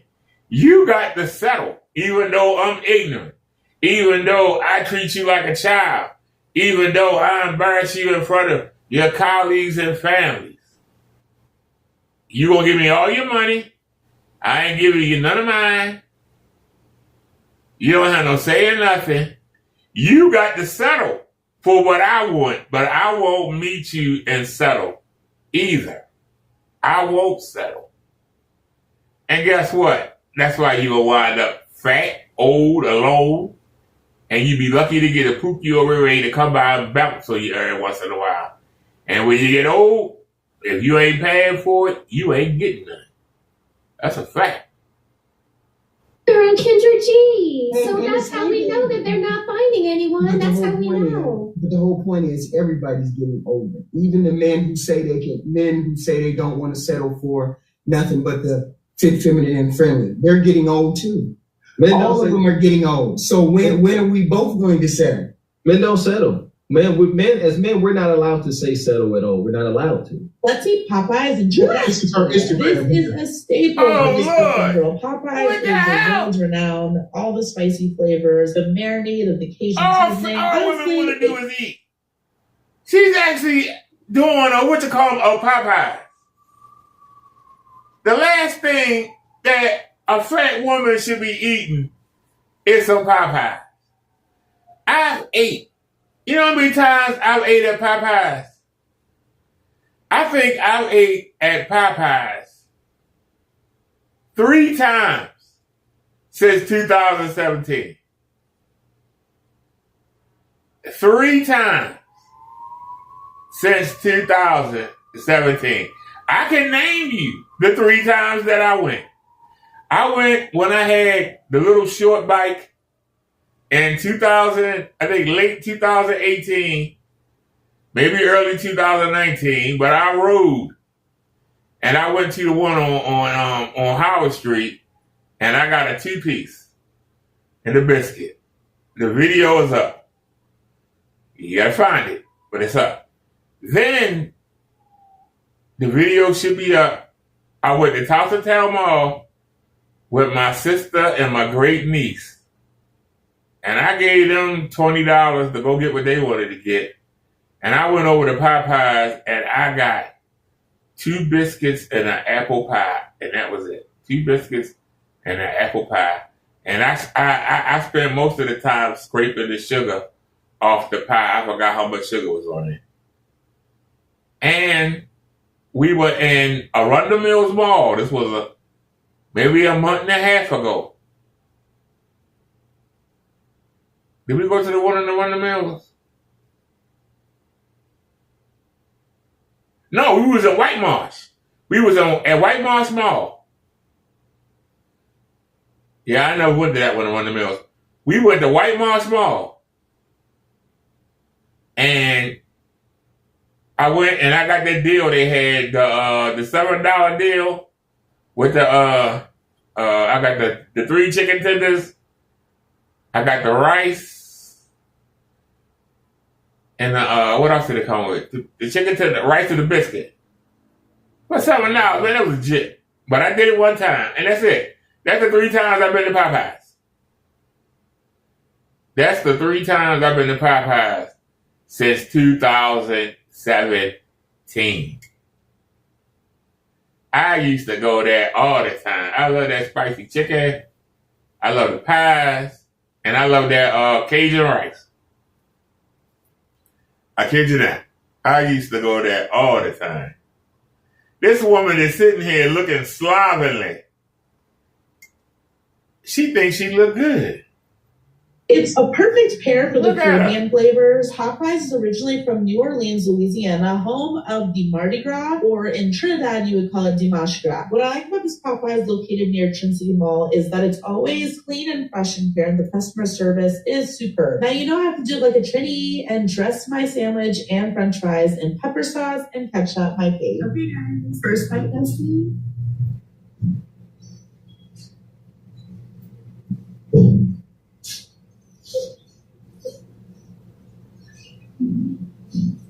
It's a fry.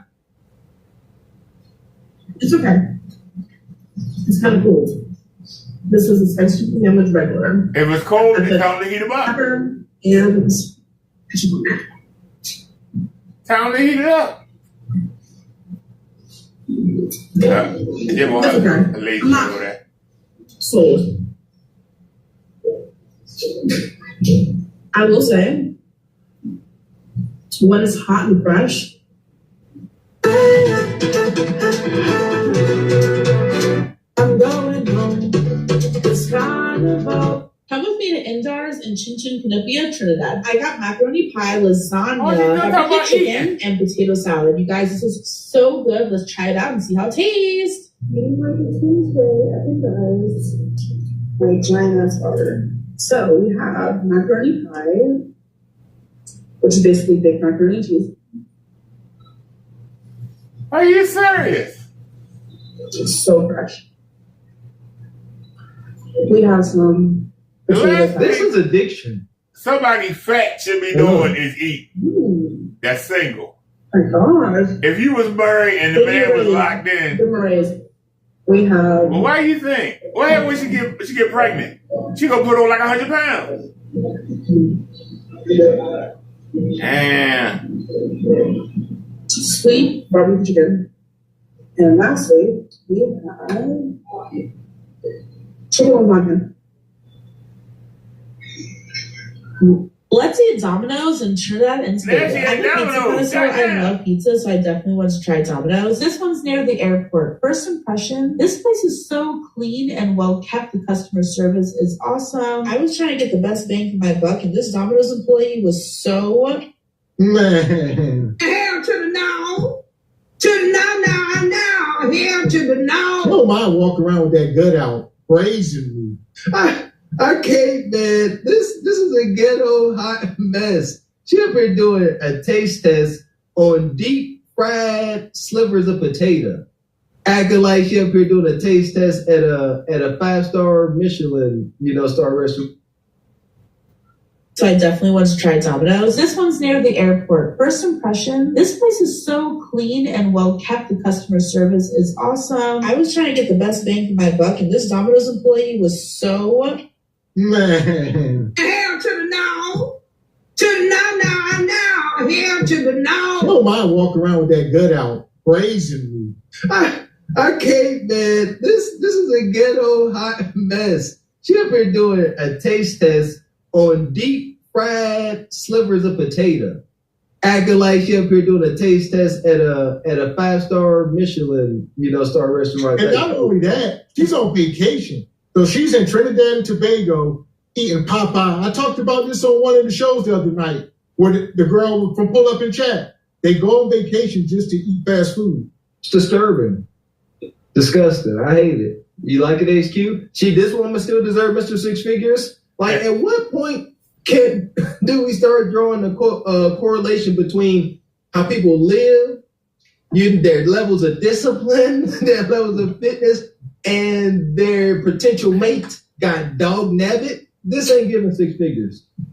For all the ladies out there, if you had a plate like this woman had a plate, the only thing you can eat is one small forkful of each thing, and then the rest goes in the garbage. You don't eat any more than that. That's it. You already eat one forkful? Yes, one of each one of those 4 things she tasted. You can I've done it. Just one fork. I'm eating that whole sandwich, HQ. I'm not gonna lie. I'm not gonna lie. I've done it. I mean, I've done it because I know how fattening it is, and I just okay. HQ, you can't speak on this because you got discipline. I am a fat kid at heart. You can't put the crack in the pipe and tell them not to smoke it. It can't go toss it in the garbage so quick. No. I'm not around it that much. So if I'm around it, I'm going to have to indulge in a little bit more than just a forkful. I'm sorry. The macaroni and cheese alone. She's a crack house. This is a fiend in a crack house. No, and if I was her size, I would not get.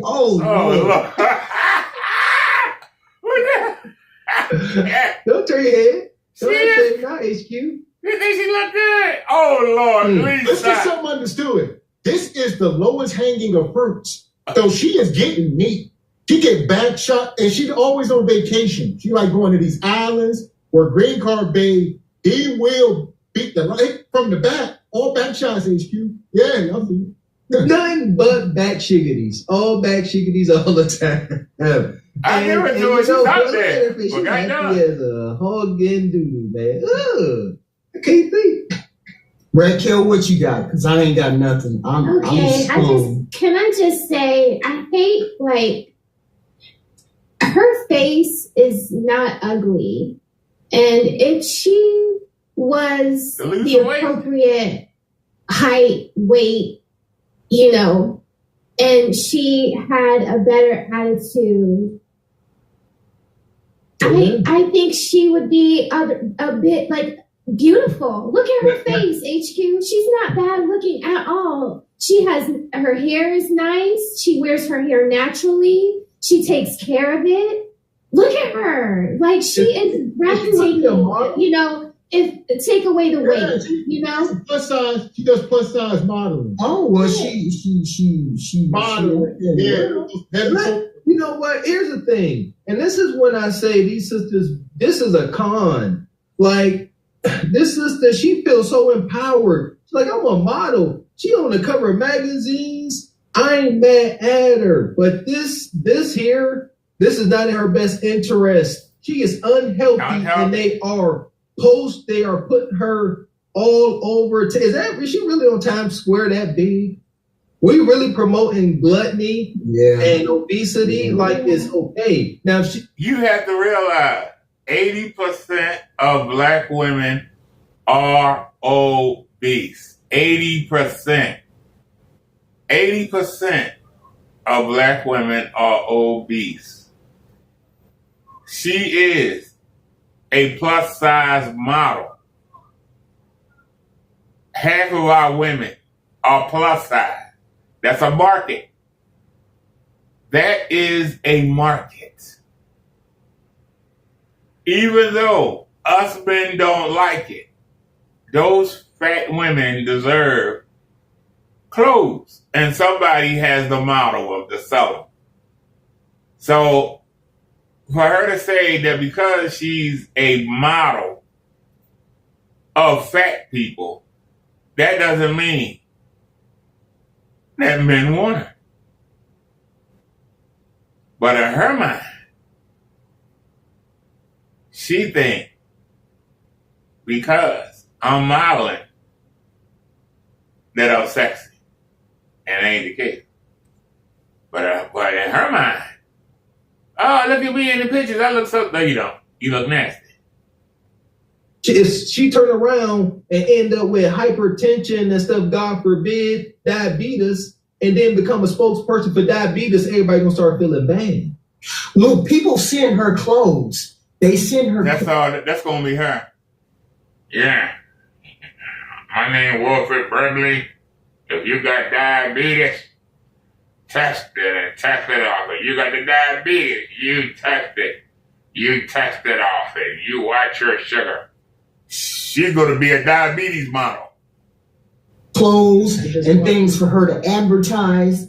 Oh, that's what they're doing. So that's why she has so many different She can say no and advertise salad. She doesn't have to advertise Popeyes and all this junk food. Like, you know, why don't you get with one of these like Weight Watcher programs or these meal prep programs and advertise fresh, clean eating? Like, it's of her choice. Like, she's making choices that are going to make her bigger, make her more likely to have hypertension, heart disease, you know. And what is going to happen when she gets pregnant? She's going to likely pass all of that down to her child.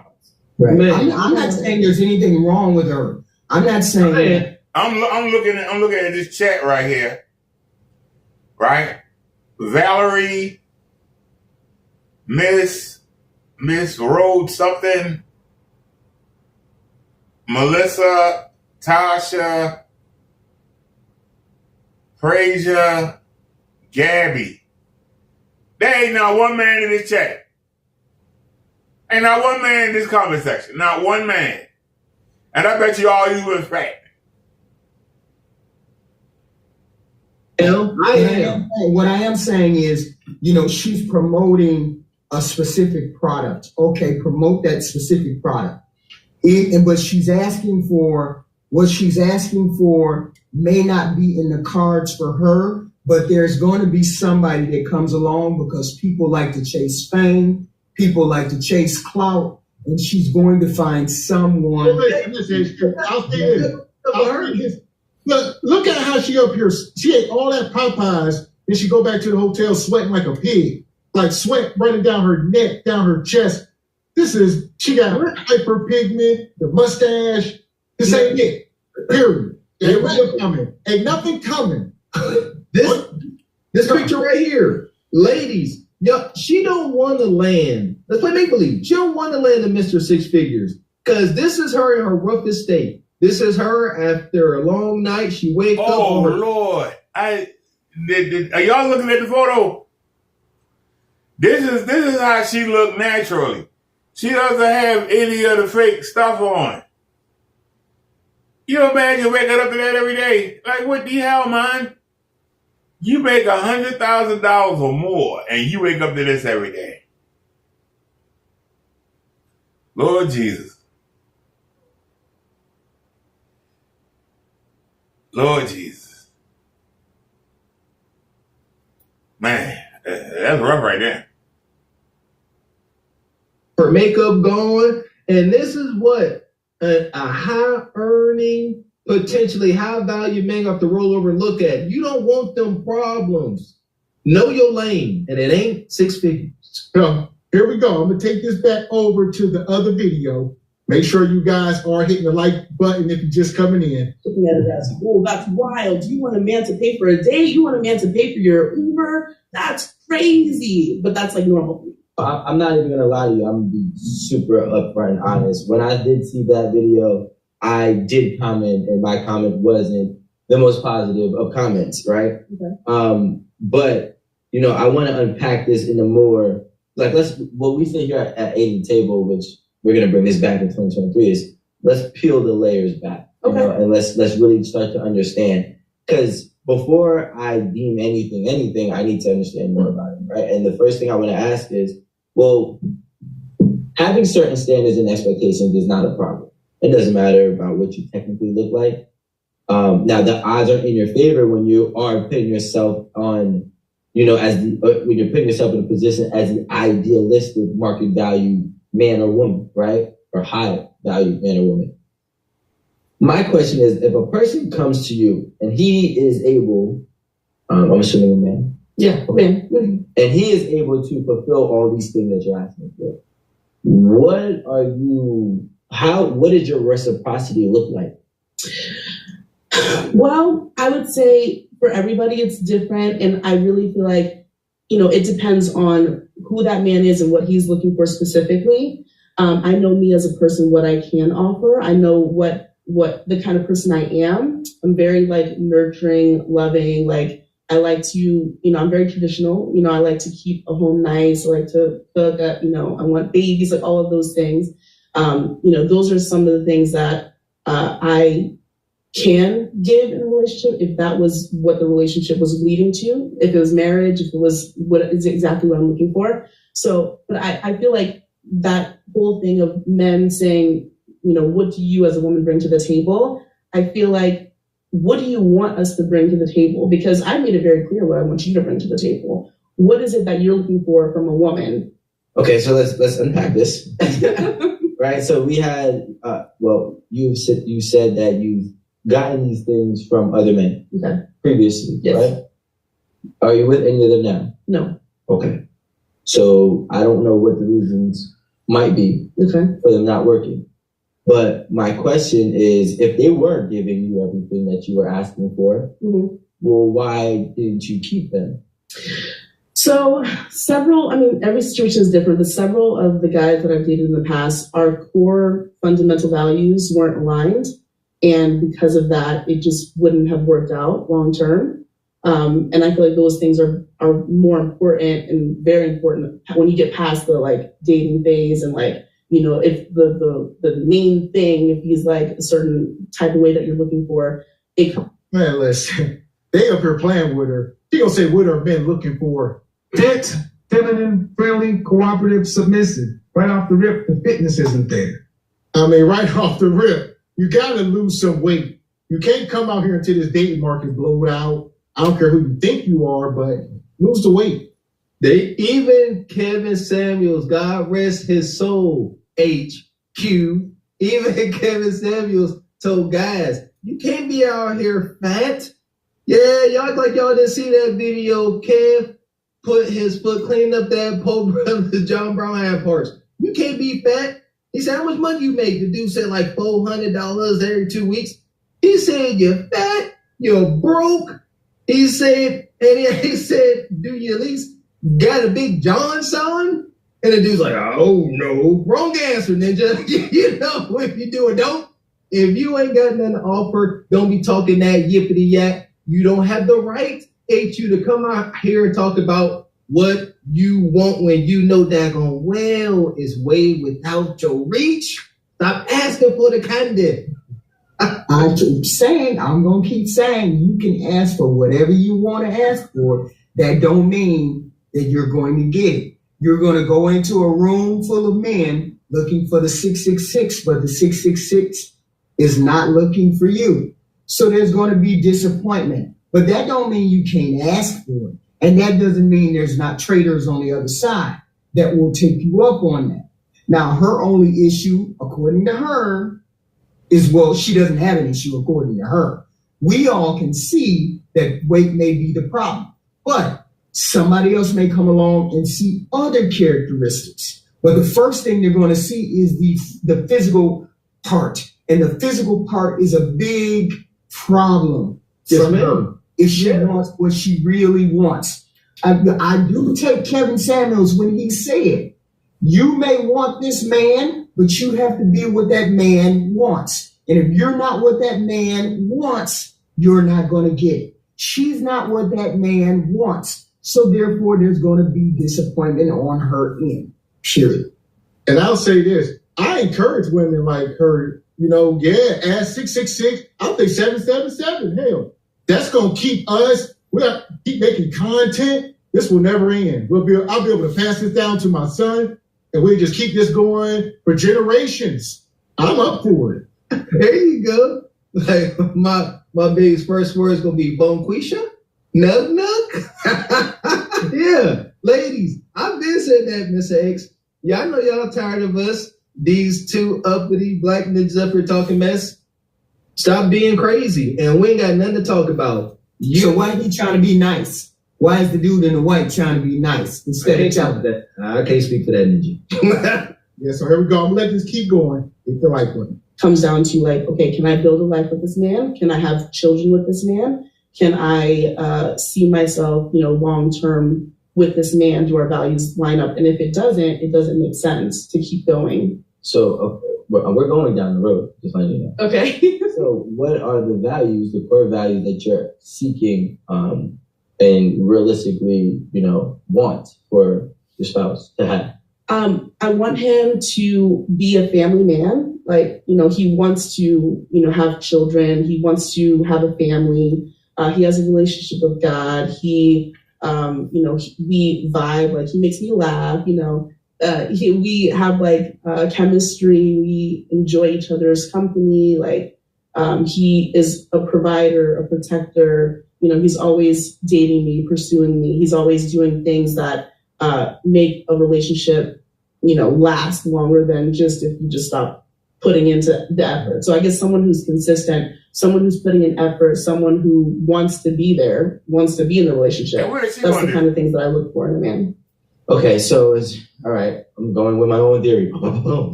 So now, this is what I'm hearing, and correct me if I'm wrong. We can discuss this too. This is where I think sometimes the delusion sets in, is when your core values is really what you want. Because you've had, not you specifically, I'm just speaking in general, right? The core values is really what people are looking for to sustain a long-term relationship. But they're leading with the tangibles that are technically, subjective. Because if I can possess all these tangible things, take you on a trip or do whatever, and take you to this restaurant, buy your clothes and pay for your hair and nails, but I don't align with God, or I'm not a family man, then I still don't work for you. Mm-hmm. So I think what we got to do, and people who are in this spot, in this place where everyone is using the social media to kind of, showcase who they are, is be more in depth with who you are, right? Because if I say, hey, you know what? I want a woman who is a good motherly woman for kids, and she's family oriented, and such and such.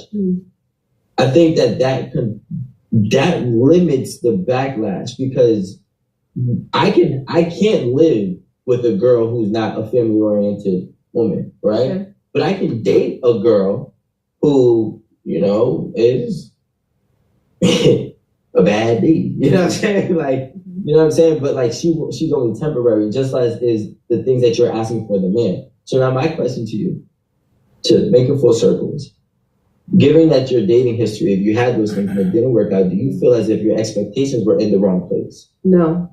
Okay. And I don't think so, because it's eventually the man that I end up with, the man that I marry, will be able to fulfill those requirements. So I feel like I'm wasting a man's time if he doesn't agree with it. This is one of those traitors of the group. No. Yeah, screw him. Yeah, I don't know nothing about that. You trying to move the goal line. We're looking at her. I'm looking at that fupa. This is a woman. She's up here asking for a man. 666.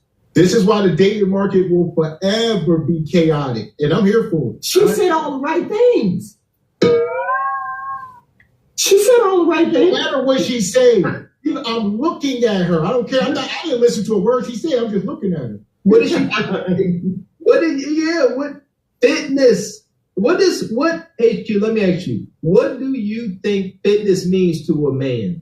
What all does that entail? What does all that entail? Is it just superficial? I mean, I'm with you. Is it just superficial? No. Hold on. She asked for all the right things. She said it the right way. But she's not presenting them. She's not presenting all of those wonderful things that she described. What she's presenting is laziness. There it is. Is gluttony. Is obesity. Okay? So that is the red flag. You're not going to be around to raise the kids. You're going to be all messed up. It's her lap. It's her no, it's not her physical appearance. It's the fact that she allowed herself to get that big. There you go. She went from 200 pounds to 300 pounds to where she at now. That's got to be at least 380 right there. Damn, you said 380. Look, HQ, that was my biggest thing. It ain't just superficial. Yes, man, we need that muse effect. Amen. At the very same time, you big, you're not going to be so willing to get up and chase after my babies. You're not going to be so willing to get up off your big butt when you deep couch sitting watching your favorite sitcom. When I say, hey, babe, can you go get me a piece of pecan pie? And then what if you want to have babies with her? Is she going to be able to bring your baby to term with all of her ailments going on? And then what is she going to teach your child? Is she going to teach your child about eating healthy? Or is she going to teach your child more of what she's doing?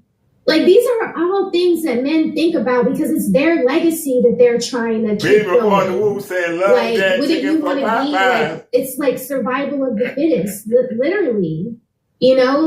Are your genes going to make it? Are you going to get there?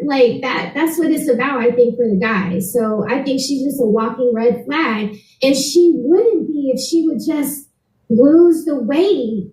So she would be perfect if she lost the weight. Are you saying she would be perfect? She would be perfect if she lost the weight. Yes, I feel like she would be close. Or she would be close. She'd be close if she lost the weight. No. You don't think that she could ever give her brain a bath and see halfway reasonably? If she lost the weight. Why y'all don't take her to the gym? Why you don't befriend her and take her to the gym and help her lose weight? That's why I'll tell you why. Because at this stage, young men that think y'all want to take this on as a challenge, losing this much weight is a spiritual experience. She gonna cry, damn near lose her mind if she really puts in the effort to lose that weight. It's a heck of an experience. She ain't about to do that. She got to really like you to go through that pain and discomfort. If she did, could she be a good person if she did it that way, Mr. Walker? If she put in the real grind and put in the sweat and the tears, you don't think that would give her brain a bath enough to kind of be a little bit more agreeable to a man? And that's what I do. If she really got into a respectable shape, no, she listen. She ain't gonna say no. She ain't humble at 400 pounds. She ain't never listen. That's something you gotta realize. She is a plus size model. Can you imagine her going to a model shoot and say the company has a plus division and has a regular size division? And she's in the same dressing room with the regular models. If she doesn't have shame being in the dressing room with the regular models, we saw her at the beach in the water She was not ashamed to be out there in a bathing suit. How are you going to shame her into losing the weight ever? How will you shame her into losing the weight? It takes shame to make you do something. Shame and fear. If you don't have it,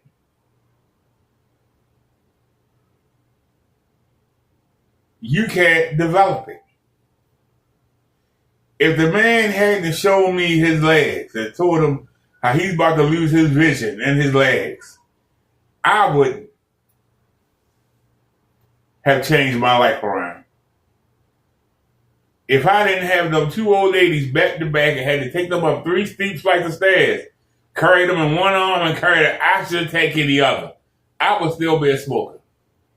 My fear of having to drag around that oxygen tank got me to stop smoking. This woman is trying to live the model lifestyle. No matter how small it is, she thinks that she is a D-list celebrity because her pictures are in Fat People magazines. Where is the fear? She's showing her fat to the world. How do you shame her? How do you fear her into losing the weight? If she could be sitting there next to models, she's sitting right next to a dude she probably would love to bounce the hell out of her. And she knows she can't pull him. 2 other women are sitting there with her. And she sit there with no shame. She's not even sitting up straight. She's too lazy to sit up straight. How can you not sit up straight? And you on national TV. Come on, man. This woman is lazy. Who the heck want this? The only man that will want her is a man lazier than her. A man that could care less, lazier than her. So everything that she named, the man that's going to be with her is going to be the opposite of everything she named. Because she's the opposite of everything she named. Total opposite. Everything she said she wanted the man to be, she's the opposite of. And the only man that's going to be attracted to that is he's going to be a man that got a fat fetish, and he's going to be crazy, or weird, or it's going to be a man that's even fatter than she is, even nastier, and more slovenly. Somebody tell me I'm wrong. It's a whole mindset change, Mr. X. She ain't just losing weight. That's why it's a big fat if. Because if she did and she presented that much discipline, she would change. But she ain't gonna do it. That's the thing. We're not gonna sit here and experience this woman get down to 150, all right, and cut off all the excess skin and then say, here I am. We'll never experience that day, so we'll never know. Because I feel like you said my values are what I want. Yes, this is what I want. So a man who wants to date me and is, and I let them know because I'm very upfront, I'm very straightforward. I don't like to be, deceitful or beat around the bush. Like, you know what you're getting, because I'm very out there with it, because I don't want to waste his time and be disingenuous. I feel like I'm being my genuine self when I let you know, like, this is what I like and this is what I want. You are not being genuine. You know you fat and you slovenly and you lazy. You know it. And I can tell you, if I was to meet you and we hooked up, and let's say you been a plus size model, let's say you made 70 or 80,000, right? I make less than 20, right? The only way that I would be with you is if you were kicking out money.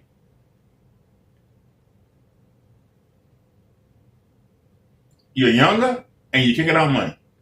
That would be it. You're younger and you're kicking out money. And before I come home, I got to go where there's pretty women at. I got to go get worked up before I come home. Because when you take those clothes off, shoo, I got to be worked up before I come home. They had to come climb on this. I would have to be worked up before I come home. I literally will have to be worked up. And I do mean worked up, ladies and gentlemen. I would have to be worked up before I come home.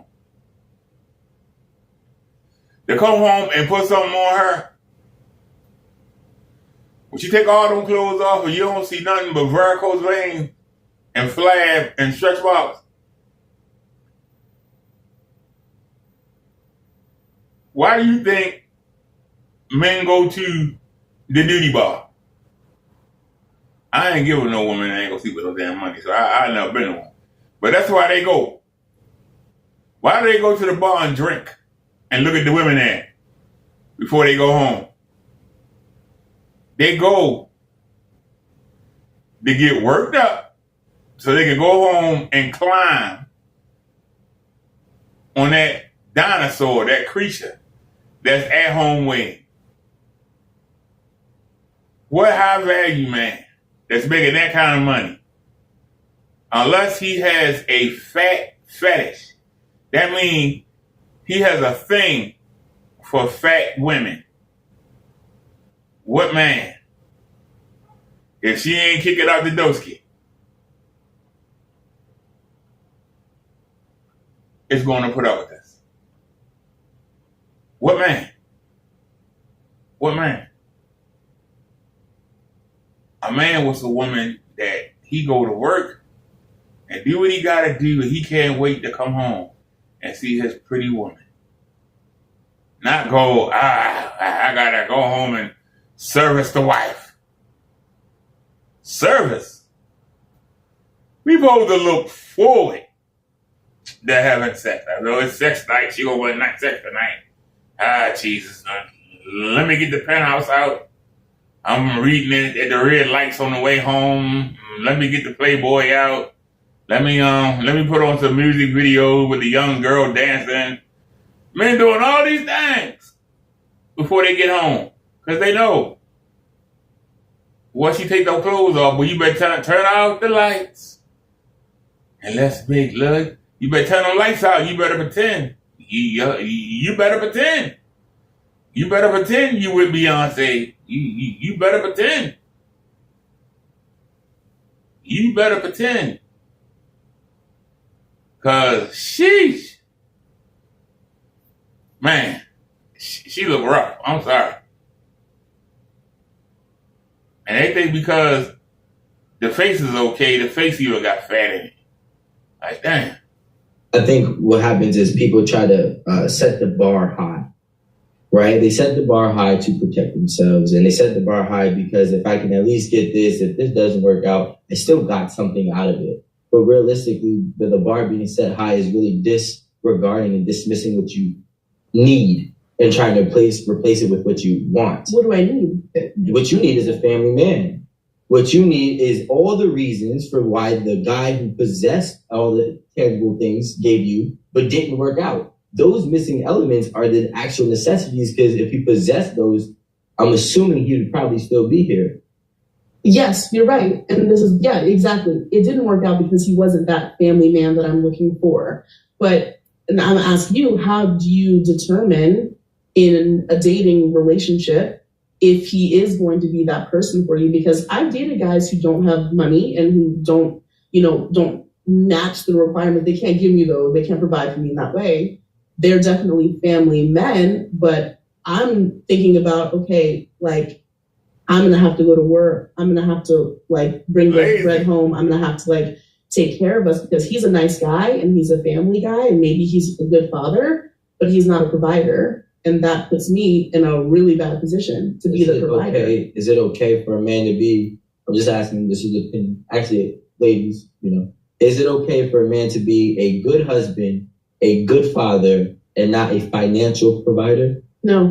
Man. Yeah. She said, no. Even that big old sister is looking for a provider. That's a damn shame. And you got to feed her about 3 times a day. Come on, man. This ain't worth it. You see how they speak so brazenly? No. Just no context. And this is why we make the argument, men ain't nothing but money. She said, listen to the question he asked. Good father, all this good stuff. He do everything, but he ain't got none of the king's gold. No, because if his bread ain't long, his weenie probably ain't long either. And that's all the freak they care about, HQ. And I've said it before, there's a realization to be had here. Today's modern woman, the only value she sees in today's man is satisfactory punching and finances. They don't know nothing about what all comes with the covering of a man that's lost to them. When you say covering of a man, that's like speaking Swahili. They don't know what the hell you're talking about. See, I have seen something went wrong. This is what went wrong. The word provider went completely off the rails. Women say provider, and it's really not provider.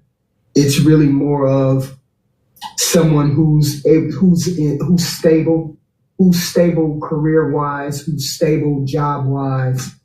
I think that's really what women meant to say, but they messed up with the provider, because now people think that's all they want is a man's money. And a lot of women are not like that. They want to make the same amount or more. And provider sounds very catchy. But if you ask a woman, most of them want a man to make what she makes or more. And that's considered a provider right there. That doesn't necessarily mean he has to make exorbitant amounts of money. He just needs to make what she makes or more. That's what she considers a provider. and that word provider triggers a whole bunch of people to say, she just wants the 666. I'm one of those normal people. Most people that you ask don't want 666. They want you to make what they make or a little bit more. Ask most women, and they'll tell you that. That's what they consider a provider. But what they said, I understand what they said. All right, let me say this, HQ.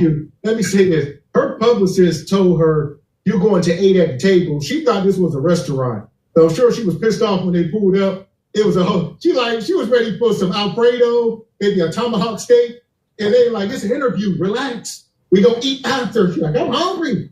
I've been waiting to eat all day. She showed up wiggling her fingers like this. That's how the big folk, they be wiggling their fingers in anticipation for them delicacies. They had a good old dinner after they got done talking. They had a big old dinner when they got done talking. Oh, I bet. She gonna eat regardless. And shout out to Project Leroy. He was in the chat. He said this is 8 at the table, but she taking up 4 seats. So he taking up 4 seats at 8 at the table. Yeah. Goodness gracious. Ladies, listen, here's the thing. They always talking about HQ. They say they want a guy making equal or more. And I made this point a while back. The man that today's modern woman wants, that's an age group. And it's kind of my age group. And I'm telling you from experience, the man that these women want, the Tupac in the suit, if you will, retired thug turned corporate, that age group was bought out into the world, and they were denied any kind of help. The women, the young women, these boss chicks, their grandmas and aunties gave them money to go to college, and the boys that they now want, who have grown into men, had to fend for themselves. So you got these boss chicks that had all this help to go to college. And now, yeah, they do. Some of them got PhDs and money. And now the guys they want had to go out here and scrape their knuckles on the ground to get something. And now they want this guy. He may not have it all together when he's 25. My goodness. But they don't want to wait. So that's the thing, HQ. I have a little bit of empathy for today's modern woman. They don't know this. They have no idea that the guy they want simply don't exist. And they watched him. They watched him not exist, if you will. So they can still want it, but he don't exist. She a model. See, she really messed up in the game. She plastered on Times Square. Settle. Ninja. Like, don't get me wrong. There are men that are clapping her cheeks. They'll go over there at 2, 3 in the morning. But she done ran that course. Like, these women are miserable. They don't want that no more. And they want something real, but they want the top of the top. And it ain't happening.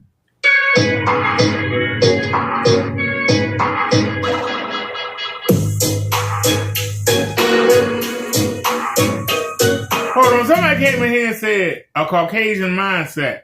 I'm from the hood. I don't particularly care for scrawny women, but I don't want an obese one. You got no difference between being thick and being obese. There's a difference between being thick and being obese. That woman was sloppy. She was fat, unhealthy.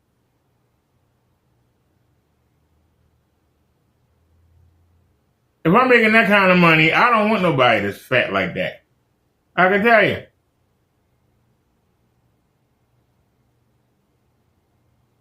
I'm in the process of losing weight. I used to be, at my heaviest, I was 340 pounds.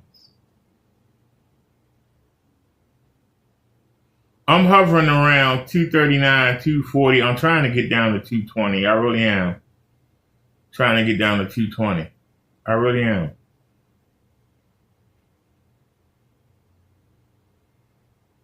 But I can tell you, when I go to the doctors, I see women in there, and most of them messed up.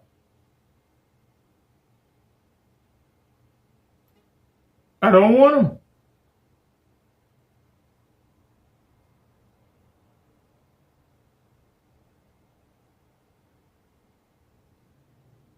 Because I got the mindset of doing better. And they just like, this is where I am, is where I am. I'm not going to change. I'm going to stay right where I am. And I don't want that. At least I'm honest. I know.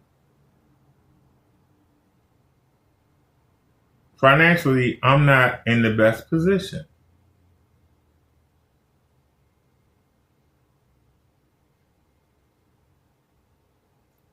So that means I got to lower my standards. And I got some bad news that I'm really upset about today. I really got some bad news. I switched health insurance companies to get double the money for dental.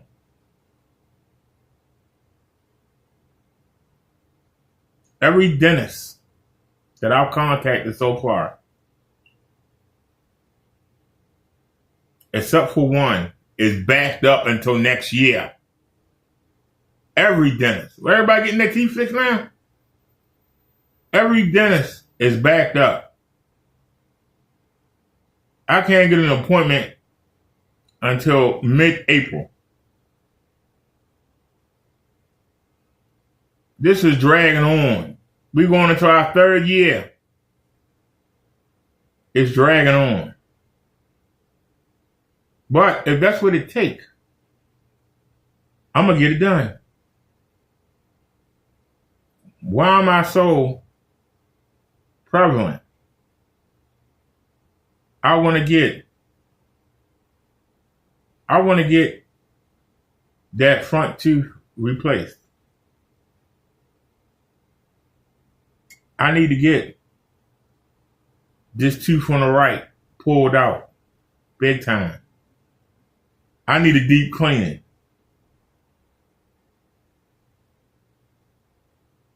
I'm really irritated at looking at people that got bright white teeth.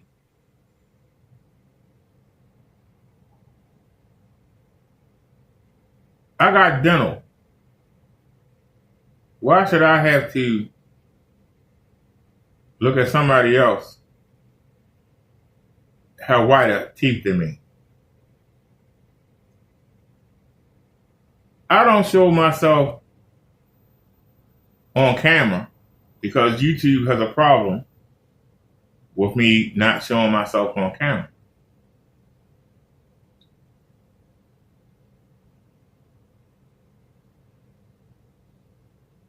But we can.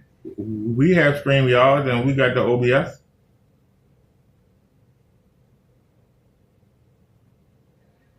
I don't like the shade of my teeth. The shade of it.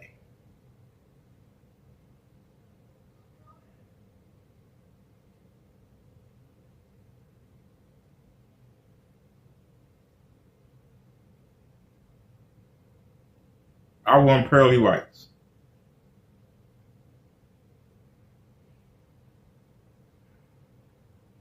And I don't mind waiting.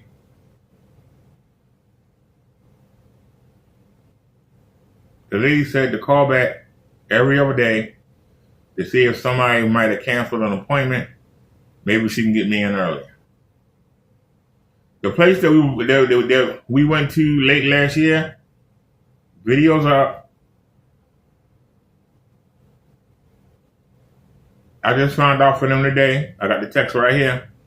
They don't take the insurance.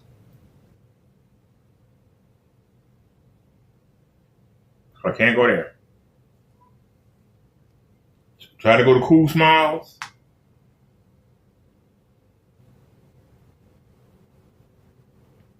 I even tried to go to the men's clinic. But the people ain't got no money go. They backed up. Total Healthcare backed up. Everybody backed up. I'm not happy about it, but what can I do? I'm going to keep calling to see if anybody canceled an appointment. Maybe somebody will die. I don't know. Somebody will get sick of being in the hospital, can't go. But I'll keep trying.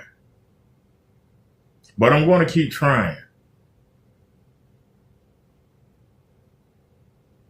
And this is the reason why I can't be around lazy, slovenly people.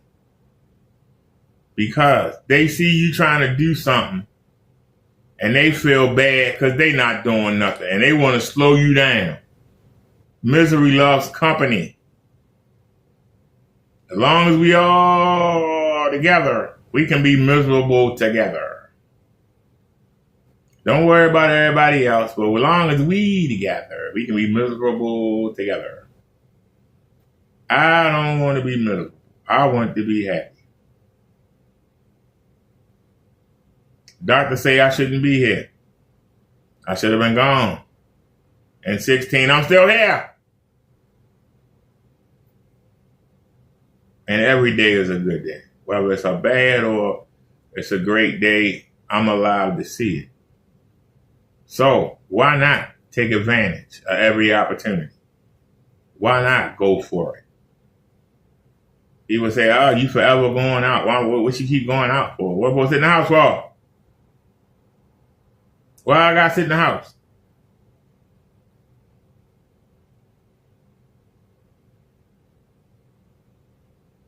Somebody told me, oh, I see you got all new clothes. Well, what you get clothes for? Ain't nobody looking at you. People always want to tell you something negative to hold you down. You got to rise above that. If you look in the mirror and don't like what you see, you got two options. Do something about it or accept it. For too long, I've just accepted. I'm not just satisfied to still be alive. I want to be alive and live.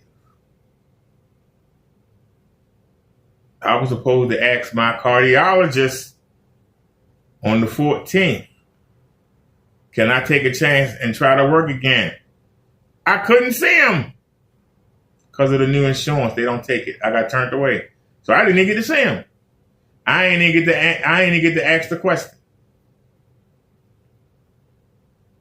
That's a setback. Now we got to find a whole new cardiologist. They're going to want to run all new tests. I'm going to spend the whole year with all the new doctors getting brought up to date. Which is going to slow down my progress because they're going to be trying to get caught up to what I've done already instead of us continuing on what we doing now. They got to go on hold because they don't know what to prescribe. They don't know what to suggest. They don't know. They all brand new. So until I see them, till I get them the information to get it from the other doctors, that they don't know. We starting all over again. So even though I switched to get double the dentist coverage, it's going to put everything else on hold that I got going on. But I made the choice.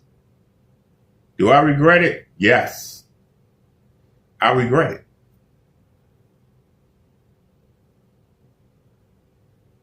Because I could have done without that extra $51 a month that I get on the OTC, and we could have tried to get it done with $1,500. We got $3,000 now to work with instead of $1,500, but I could have got whatever they could have done for the 15. We could have got done this year and then waited until next year. If that 15 would have got the cleaning done and would have got rid of that tooth, I'd have been all right with the missing front tooth for the rest of the year. I'd have been all right with it.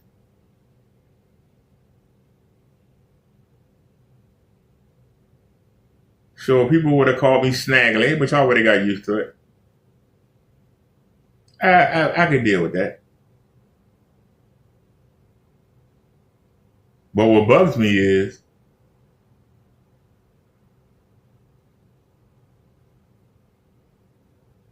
even though I brush my teeth for hours with whitening toothpaste, they're not whitening. I need a deep cleaning. And it irks me when I look at other people's mouths and I see they got pearly whites. I want pearly whites. Does that make me a bad person?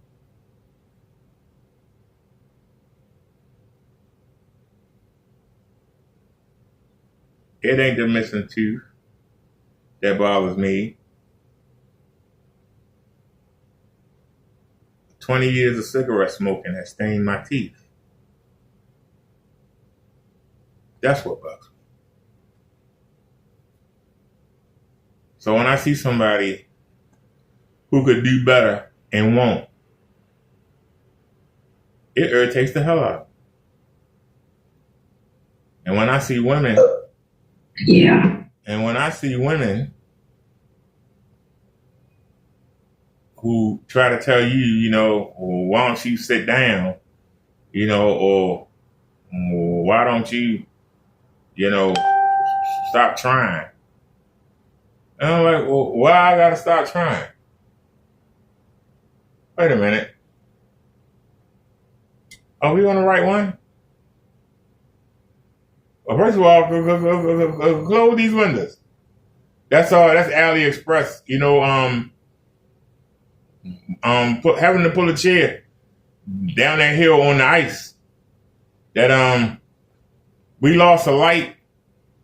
What else did we lose? We lost a light and we lost a bungee cord because the chair kept banging against the bridge. I'd rather it bang against the bridge than fall in the street and get run over. For those of y'all that don't know what I'm talking about, I can show you real quick. Okay, we are on a minute, so all right, cool. For those of y'all that don't know what I'm talking about, I'll show you real quick.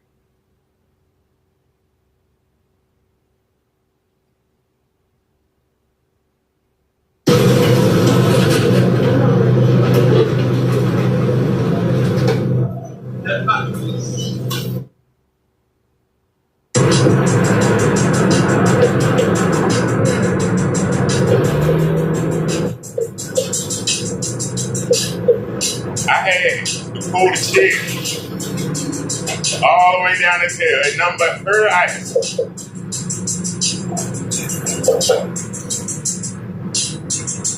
That's nothing but pure ice all the way down that hill. And as you can see, I'm pulling the shed.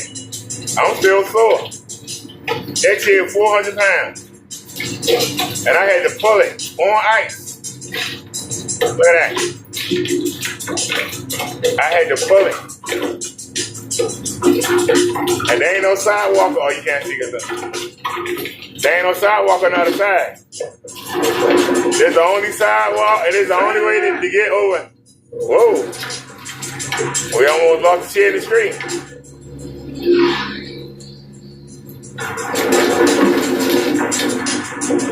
So we lost our light.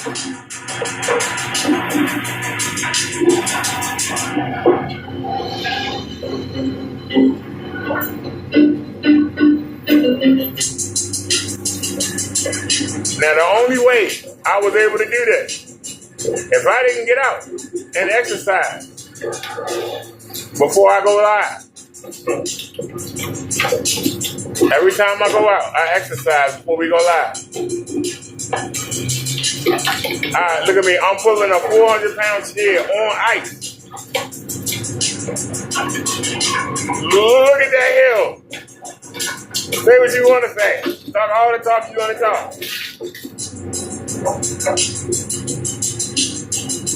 Hey, it's the devil, man. It's the devil, man. Hey, devil, man. I ain't gonna lie. I ain't gonna say that lie. I ain't the devil, man. But I tell you, a person that's not driven, a person that is not driven, guess what? Will still be there. A person that is not driven would still be there. Because I can tell you, that snow and ice ain't gone nowhere. And I need to get a prescription. Because there was a pharmacy at the top of that steep mountainous hill. There is a pharmacy. Why did he put it up there? I don't know. I don't need to take it till Monday. I'm hoping that ice melt. If not, we got to do it again. We got to go back and do it again. We literally have to go back and do it again. If that ice is not melted, we got to go back and do it again. And while I was dragging it, it took me an hour to drag that thing down that hill. You know, not one person asked, hey, you need some help? Not one person. Do you think that somebody could have stopped that car and put their hazard lights on and got out and told the other cars to go around and let me ride down in the street? Them cars come flying off that beltway. There was no way I could get there and not get hit. Even if I had 50 flashing lights, there's no way. Somebody would have came around that turn, boom. And even if the impact don't kill me, it's going to knock me off the damn bridge. And then I'll fall down and get run over on 695. So if I ain't dead on impact, I'm going to get finished off by getting run over. But we did it. And I say we. Me, the Father, and the Holy Spirit. We got it done. I'm proud of myself. We got it done. That let me know that even if times get hard, times get rough, something got to get done, I know I can get it done. That gives me more confidence. And I'm going to push myself a little harder. I can kid you not. Yesterday, I was having a hard time walking. I told my sister, and she was like, you think you need to go to the hospital? And I was like, no. But I was stiff as I don't know what. If anybody ever did a real hard workout and the next day you be stiff as I don't know what, yeah, that's what it was like. Seriously. I'm glad I didn't have nowhere to go. Because I was sore as a mother. We have a new speaker coming for the chair. It's a little boom box. I got to figure out how to mount it. So we'll probably go out Saturday.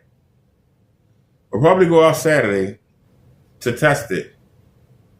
And hopefully it be booming while I drag that thing down that hill. Hopefully the ice is gone. I'm hoping that the ice is gone. And if not, we got to do it again. And now that I've done it, I know I can do it again because I did it already. So I'm not scared of it. And see, this is the one thing that keeps me driven. Once you make me do something that I'm worried of doing, once I do it, it starts to become natural. And you don't get worried about it because you've done it before. You don't get worried about it because you've done it before. That makes you strong.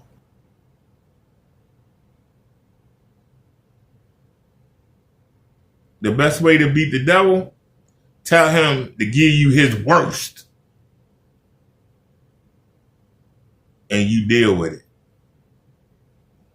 Well, once you deal with it, it's nothing. Whatever you're afraid of, go face it. Take your lumps. After that, it's like riding a bike. People say, ain't you afraid of dying? Nope. I died and came back 5 times. After the first time, you ain't scared no more. What you scared of? You done did it and came back. You done did it again and came back. You done did it again. Why would you be afraid? How could you be afraid of dying if you already died 5 times and you still came back? Why would you be afraid of dying? You've done it. If you've done something already, something that you fear, and you got through it, why can't you get through it again? There's a man named Kenneth Bird who think that I'm somebody that send him letters and stuff.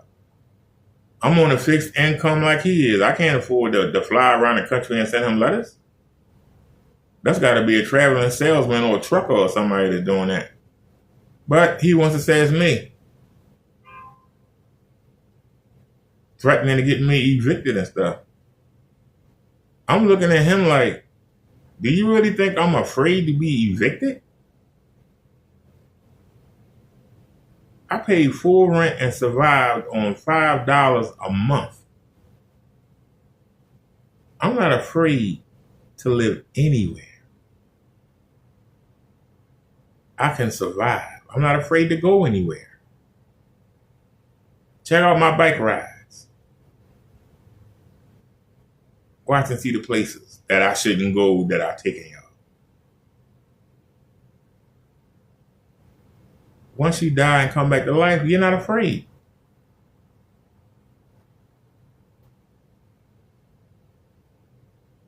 Yeah, well, I'm going to get my family out. I got the hoo-ha. He didn't tell me that because I told him point blank, everybody got a hoo-ha. You think I'm afraid? They got 2 hands, I got 2 hands. You think because you want to send some family, I got family members too? What's your point? What is your point? Everybody got a hoo-ha in that family. Just don't understand.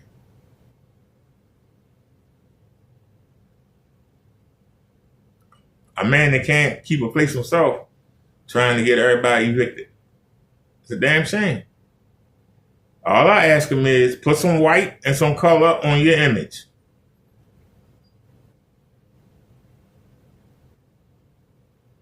Say what you want to say. You can't tell me that you don't see white on that screen. How come I can produce a white image and he can't? Well, let's check this out, y'all.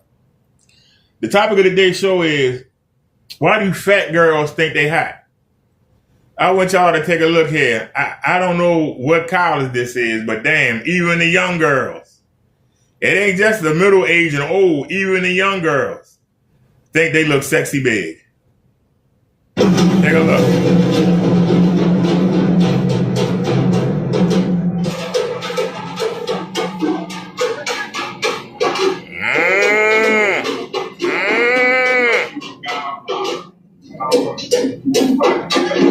So guys, in this stream, we're going to have a series of look at the gut difficult conversations. So I know someone sent this to me via my Instagram. You can feel free to send me content anytime. They too young to be this damn fat. Or support@chuchizet.com. They shot me this, and I know they thought this was my first time actually seeing this video. They are too young to be that damn this fat. Video before, and the general consensus He's a college girl. Within the comment section were people who were talking about how who telling them they look good. These college students look.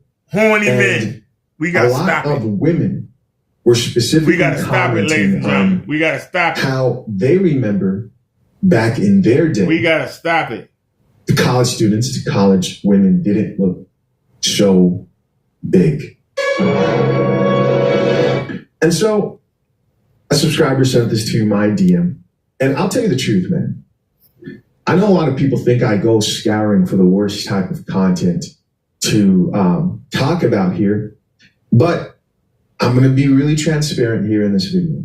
I saw this and I was like, I'm not going to talk about these college students because I was leaving room for an incredible amount of possibilities. There was an incredible amount of grace being shown here because I thought to myself, well, they don't want this. Obviously, they do not want this.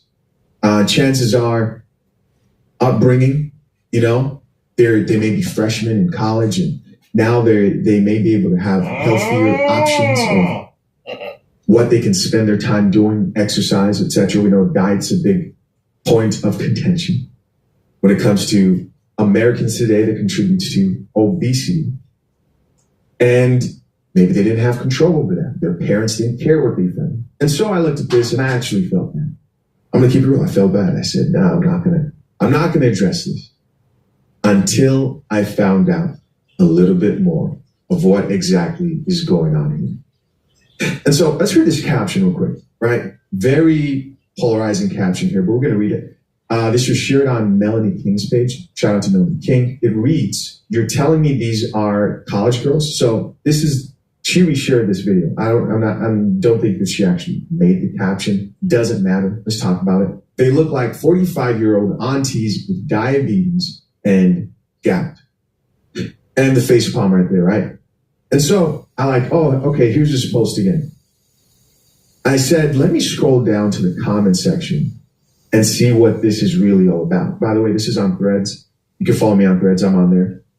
And I start checking out these comments. This first commenter says this. They let you do voice notes on Threads, by the way, which I think is pretty cool. And other platforms I don't do this, but shout out to this feature right here. I wonder why this isn't as popular. Let's play. Damn, so no fine shit? Man, they obese as hell, man. Damn. So there's honesty within this comment section. Another woman here says, and I'm 55-year-old grandma. What happening with you gals, you know? So here's a 55-year-old woman here posting. And like I said, man, in the last post I saw of it, a lot of women, it was not the men. For the majority of those comments, it was a lot of women who were most likely embarrassed for those college students, those college women. And when I saw this for a second time, I said, I'm probably not going to address this because I already know a lot of people probably know, right? Shishuzet is a nice guy. I know. So here came another comment that says, Big Back University starting lineup 2025. So there's no mercy here being shown. This chick here says, I spit out my drink. The way my eyes got widened reading this, you know you ain't right. You foul, bah ha ha ha. So, a strong old line in college history. Damn. So I keep going, right? And as I'm scrolling down, let's read a few more comments. This person says, but I just feel, no, we can play it. But I just feel like the first ones that came out, the ones that had all black on, I feel like they was cute though. They look good. it was just the Nutty Professors with the jackets on that was kind of like that. But the first ones though, they were straight. It was fun, y'all. It was cute, right? Let's check it out. Let's see. So she says, hey, she feels like the first few that came out were cute. And it wasn't until they started getting to the ones in the back, they started looking like Nutty Professors. And if you're not sure who Nutty Professors may not know, man. You know, just to show you how real people are keeping it here. If you're not sure of the Nutty Professor movie, shout out to Eddie Murphy. Let me see here. Let's bring this up on screen. Just said underachievers. Here is what Chip's talking Absolutely about. right. There's Nutty Professor. If I ever get that fat, somebody should. Surprised, man, how many I swear to God, if I ever get that fat. In the comments down below. So let's check it out. Put me down. The first few couple of women. There. Let's take it back.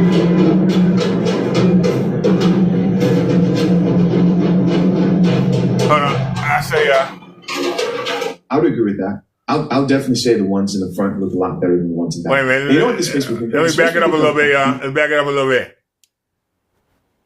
There. That ain't too bad. But here we go.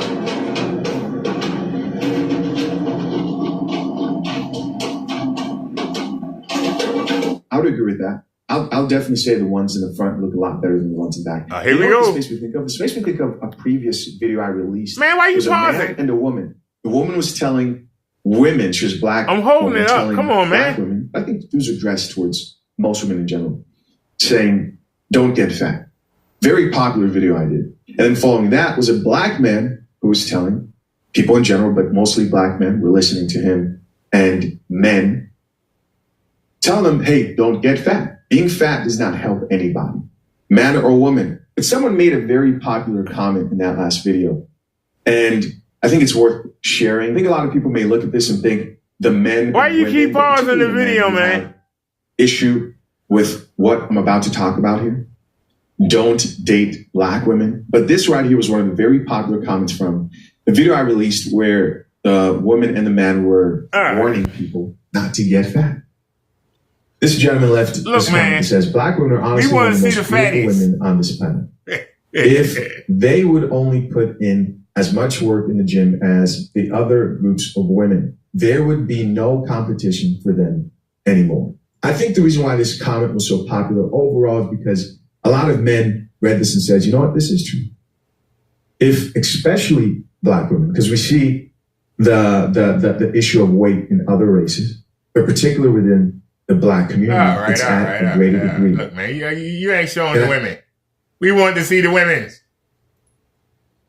We want to see the women's. All right? Hey, that's us right there. We want to see the women's. Hold on. I picked some at random. Let's go to the next one. All right, y'all ready? Let's go. I say I'm from Detroit, Michigan, but I live in Toledo. What? I don't want to tell all my business on here, you know, but like. Wait a minute. Hold on a second, y'all. I don't know why I skipped ahead. I say I'm from Detroit, Michigan, but I live in Toledo. Okay, shout out to Toledo. Okay. What's your question? I want advice, okay? So I'm a mom, I'm 24, I'm a mom of 5. I have a boyfriend. We have 2 kids together. He takes care of 3 of them. And I feel like he doesn't understand me. I feel like this the other day we had an argument because I went through his phone and he just he's a cheater.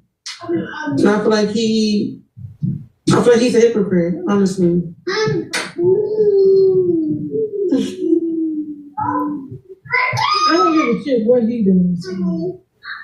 I really don't. What I care about is you. 5 kids at 24, and you got a nigga that's only taking care of 3. What's wrong with the other 2? Why he taking care of all 5? No, he take care of all 5. We wouldn't have 2 together. We have 2 together by now. But you didn't see. But you saying he take care of 3. I'm sorry, I didn't mean to say that. I'm gonna say I have 5 kids. I'm telling you, get it correct. I have 5 kids. Okay. Who is by him. Mm-hmm. He helped me take care of my other 3. All right, show them how many kids you got, man. I ain't listening to this. Man. I'm girl. Come on, man. Come on. Wait a minute. Come on. Yeah, kids in the background. That's okay. You can't see her. So that's okay. Crazy this is. Because I thought it was kind of crazy. So I was out last night with my guy, and he told her to come on my show. But what I thought was kind of crazy is was you not on a date with another guy? I was on a date. So I'm thinking to myself, I told my guy, like, here with your boy? He's like, nah, like, he need to come on your show. So if my guy who knows your guy told you to meet somebody else, I was like, well, damn, you don't have no faith in your friend. It was a first date, and but I still thought it was crazy. I was like, you're on a date, and you like right to find another date. Sometimes you know when it's right, you know it's wrong. Girl, okay, this is so funny, and I totally forgot that we had plans. So this is how God works, because I literally picked you by the bucket of the drum. Let's do it. Okay, so everybody name. Real quick, we're gonna let her cook. Yeah, please. This woman, Kendra said last night, Kendra was out with Ashy Feet. Kendra and Ashy Foot was out last night, and Ashy Foot had his homie with him. And Kendra was out with this woman last night on a double date. And it was Kendra and her man, and then Kendra's Ashy Foot had his homeboy, and his homeboy had her. Okay. And at the end of the date, it didn't go so well. So Ashy Foot told Kendra, "Now you need to bring her on your show. My homie ain't feeling her." Oh, damn! Oh, they wildin' out here in these streets. And she came on the show. I'd have been embarrassed. They ain't got no shame. Yeah, that was rude. That was rude. Like, hey, that's messed up. You ain't got no shame. Don't be doing. See, that was rough right there. Central Marketplace is cold. Hey, that was rough right there. He said, Kendra, hey, babe, put your friend on the show because my man ain't feeling it. That's a hurt. That was rough right there. She ain't Kendra's friend. And Kendra don't know this woman from a can of paint. Yeah. That dude's like, look, she need to call in your show or something, find her. Let's see why he said it. Why could he have said that? You know why? I didn't in. Here we go. 38. Tiffany, how old are you? 38. LA, correct? Okay. I'm a Cancer. What's your zodiac sign? You are the best sign. She is a cutie. She's a Cancer. Tiffany, LA, 38, Cancer. What do you get for the I'm CFO for a media company. She's CFO for a media company. You have children, correct? I'm 9. 2 kids. How old are your kids? Okay, so sometimes on Instagram there's a lag. So I'm just wait 7 Yeah, I'm noticing. Before you I got all my sounds straight. And every Kendra video, there's some kind of lag on it. 2 kids. How old are your kids again? Irritating. Wait 7 seconds. You get your stuff 15 straight. and 9. Yeah. Are they both by the same man? Oh, yes. And when did you get divorced? Wait 7 seconds. 4 years ago. So like 4 years ago. I cannot wait. So again, backstory, if you just tuned in, I literally met her in person last night, and she was on, I guess, I thought it was a date, but I guess it was, I don't know what it was, but my guy told her to come on my show, and I just thought that was very interesting that I'm like, she's here with her boy, you're trying to set her up with somebody else. What is that about? But let's do it. What kind of man are... Oh, there we go. The elephant in the room. 2 kids. Imagine this. Let's go down this rabbit hole. We can talk about Ashy Foot if we want, but he's apparently resourceful. Yeah. At this dinner table, you got Ashy Feet, you got Kendra, you got his homeboy, and you got her. This woman. And she probably was looking the part. I guess we look at her IG, and she showed up to the dinner looking the part, and she got talking too much, and they heard about them kids. He's like, man, you got Kendra, and I got somebody's big mama? Didn't add up. See, message come on. He trying to tell y'all. It is not a good look. She, like Gavin said, she most likely showed up. She did. Ain't no most likely. She showed up all dolled up, done up, beat to the guards, all of the above. As she feast partner was feeling her, they talking, chopping it up. You know, what you do for a living? Oh, that's dope. Yada, yada, yada, mingle, mingle, mingle. I got kids. And then the kids. You know, somehow it came up for show. And y'all don't understand. For resourceful men looking to share their portion of the king's gold, that it don't compute. Why am I about said, to no, but wait, I was married. Don't matter. Don't. Okay. So you're not a 304. You ain't all loose and willy nilly with your genitals. At the very same time, you failed.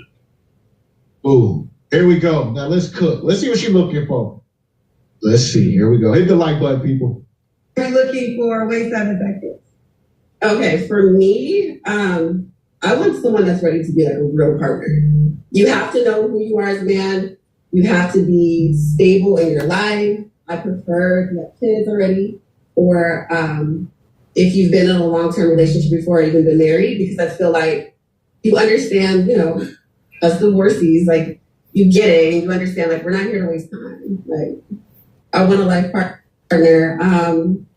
I heard you ask the other girl. I do want someone that is financially stable, and that's only because I am. So you got to be able to match me. Let's stay right there for a second. What does matching you look like? Like, what's the minimum? Wait 7 seconds. I would say, you know, like just a 6-figure man. We live in LA, it's expensive. But you got to be able to afford like the lifestyle of like traveling, going out, have some sort of nest egg. I would say like above 200. It has to be above 200. What? Has to be above 200. 200,000. Let me ask you, because you do have you work in the media company, you're a CFO. I'm assuming you're around men who obviously make that or more. Are you trying to date within your environment? They don't want to. You don't necessarily have to be in entertainment or media. They don't want it. But yes, I do. I do know a lot of people in the finance arena, in the tech arena. But they don't want it. So I just would want someone that can kind of keep up with that. Yeah.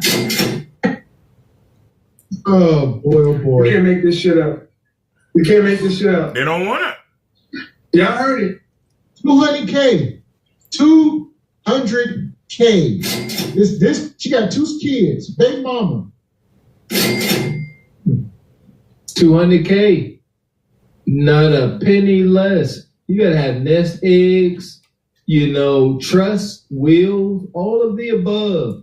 If you want this premium used Kudakata, you gotta come with all that. 200,000 of them things come ready to take care of her and her kids. You know what? We tripping. I get it, Bonquisha, Travelicia, CEO, boss, chicks and the like. They taking into account inflation. And them, I can only imagine that them Dubai plane tickets ain't getting no cheaper. So, yeah, we off base. They 200,000 or better. Why not? Why the freak not?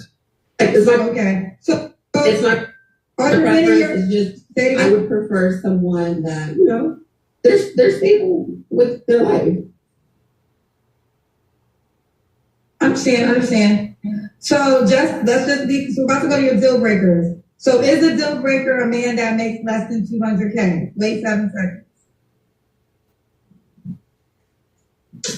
For, I wouldn't say a deal breaker. It depends, of course, what state you live in. For California, yeah, you got to be able to. Gotta be about 200, y'all. All right, so what are your deal breakers? Wait 7 seconds. Inconsistency, number one. Someone that doesn't really put forth much effort. I think like, okay, like you're not gonna like, what are you doing? How's your day? Good morning. Like no, like make a plan. Tell me to be ready at 7 o'clock, at 8 o'clock. Like we're going here. We're gonna do this. Someone that is ready to be serious. Like, I don't want someone that has a huge roster of women in rotation. Like, I'm not ready, but I do want to get remarried one day. So I want someone that has that same likeness. Also someone who's very goal-oriented, family-oriented. And if you're a liar, if you're like, a compulsive cheater, don't waste my time. Okay. Does he have to look a certain way? Wait 7 seconds. Yeah, so I'm tall, as you know. So you have to be over 6 feet would probably be the shortest. Woo! Woo! So 6 feet is the shortest. $200K is the minimum amount of money. Are you open to black men only, or are you open to all races? Wait 7 seconds. I prefer black men, but I'm open. So we'll see. We'll see. You know what I'm saying? We really won't see. They like to laugh when they know it's painful. Ain't no man from no other culture making that kind of money or to come be a stepdad to your 2 children from two black children. Call it what it is. Yeah. Ain't nobody from no other. They're not spreading their resources with you. They're not. Because when men make this much money, believe it or not, people watching them, they have their own little ecosystem. His friends and loved ones and acquaintances, and they're not going to allow him to make these mistakes. They're going to say, hey, Jim, come on, Jim. I understand she throwing that mean whop on you, Jim, but you can't go. We got stuff to do, Jim. You can't take care of them kids. You're going to be stretched thin. Friend, they going to let him know. And it's over. Bonquisha's hoodoo only worked for so long. Here we go. Shout out to Project Leroy. He says, I see why King Ashleyfoot put her on the show. Yeah, like I said, we stopped it before she had said anything early. And Kendra said, she was out on a date just less than 24 hours before this. And the guy said, look, Kendra, nah, my buddy ain't feeling her. Go ahead. She need to go up there and find her a nug. That was pure shade. She don't know what transpired. Dinner for smokes. I'm gonna tell y'all something. I used to date a woman that looked like this.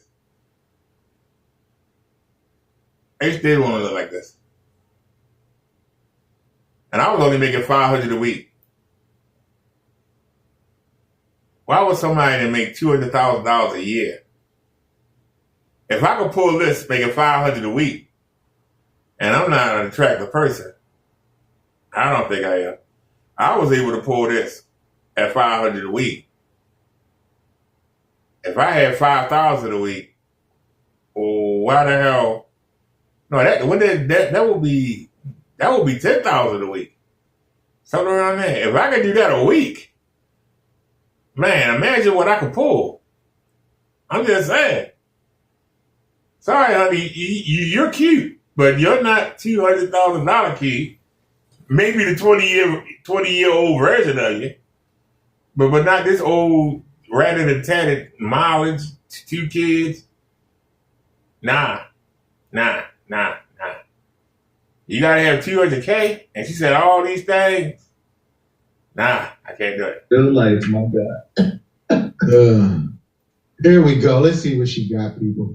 I'm gonna say this because I think we have this conversation a lot on my show, and then some people even say that, Kendra tries to stop black women for wanting men that make a lot of money. That's not the case. I actually have a lot of friends, black women in particular, who are married to men who make very well, 6 figures and above. So I know it's a reality.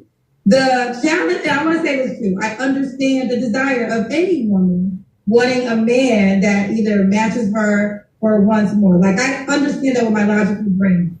The problem is there enough to go for every woman? And then that's what happens. Like, is there enough men that every woman is describing to be equally partnered up with? And then also, too, I'm assuming monogamy is important to you. 7 seconds.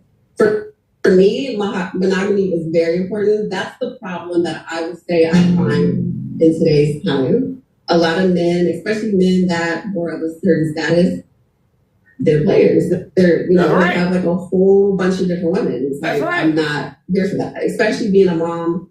And I have my kids all the time. It's something that I don't want to get into that pattern of like, okay, you know. Well, honey, you can't have it both ways, sweetie. You can't have it both ways. You cannot have it both ways. You got to make your mind up. Do you want a man that's going to be glad to have you? Or you want a man that got 50 a year around him that he can pick from? 50 and can juggle you.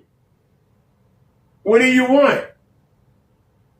Is it the money? Or do you want the man to yourself? Which one? Is the money important to you, or are you important to you? Do you want a man that's going to be glad that you with him, proud that you with him? Because men don't care about your money. But you could be a blessing to somebody who doesn't make that much.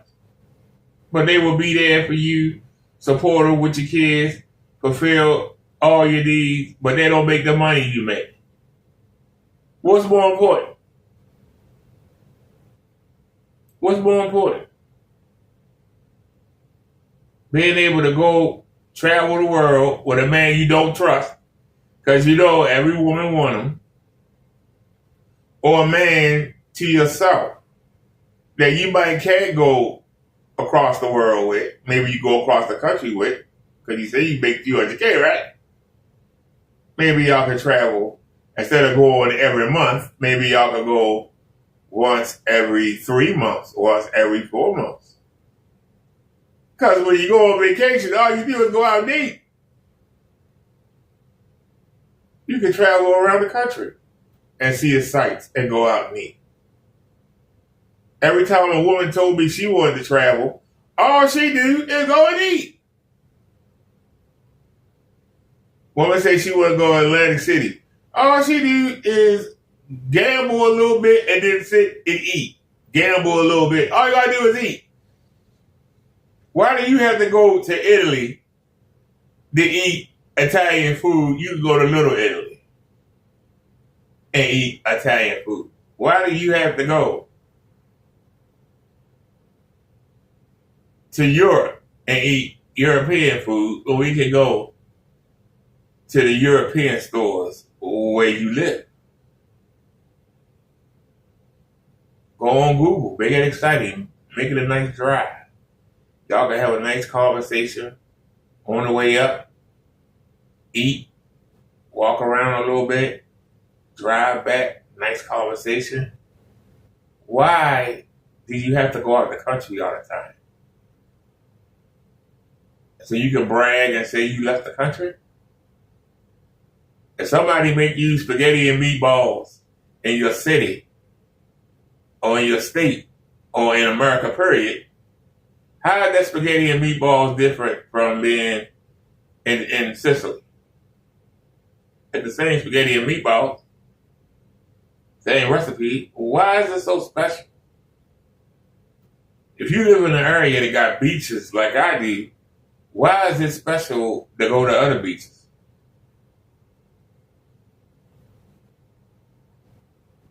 Your priorities are not right. You want a man that want you. But the man that you want don't want you. There are so many you can choose from. Why would he want you? Why do you want a woman that's saddled with 2 kids? Suppose that man want to travel, and suppose he gets assigned overseas for a while.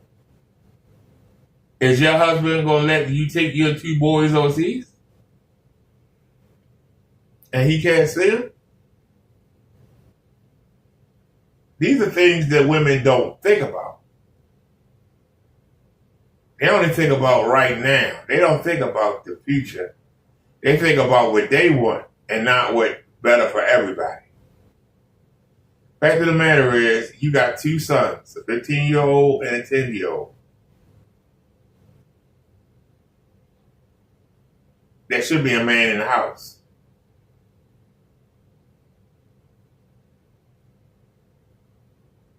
If you're not with the husband anymore, maybe he'll come by and see the kids on the weekend. Maybe he come by once every 2 weeks, whatever it is. Even if you only have a man come over and say he come over, but don't spend the night. Your kids get to see a man and a woman in the household. And when they grow up, that's what they go on. When they see mom sitting there home alone and no man there, they're going to be able to think, well, I can go ahead and make 4 or 5 babies and, you know, I ain't got to be there to raise them. Somebody else will. Y'all women don't think about that, do you? But you wonder why these men don't take care of their babies. You train them not to.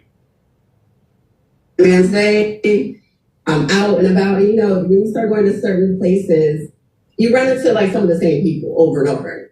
And I've noticed that it's been difficult to Stop.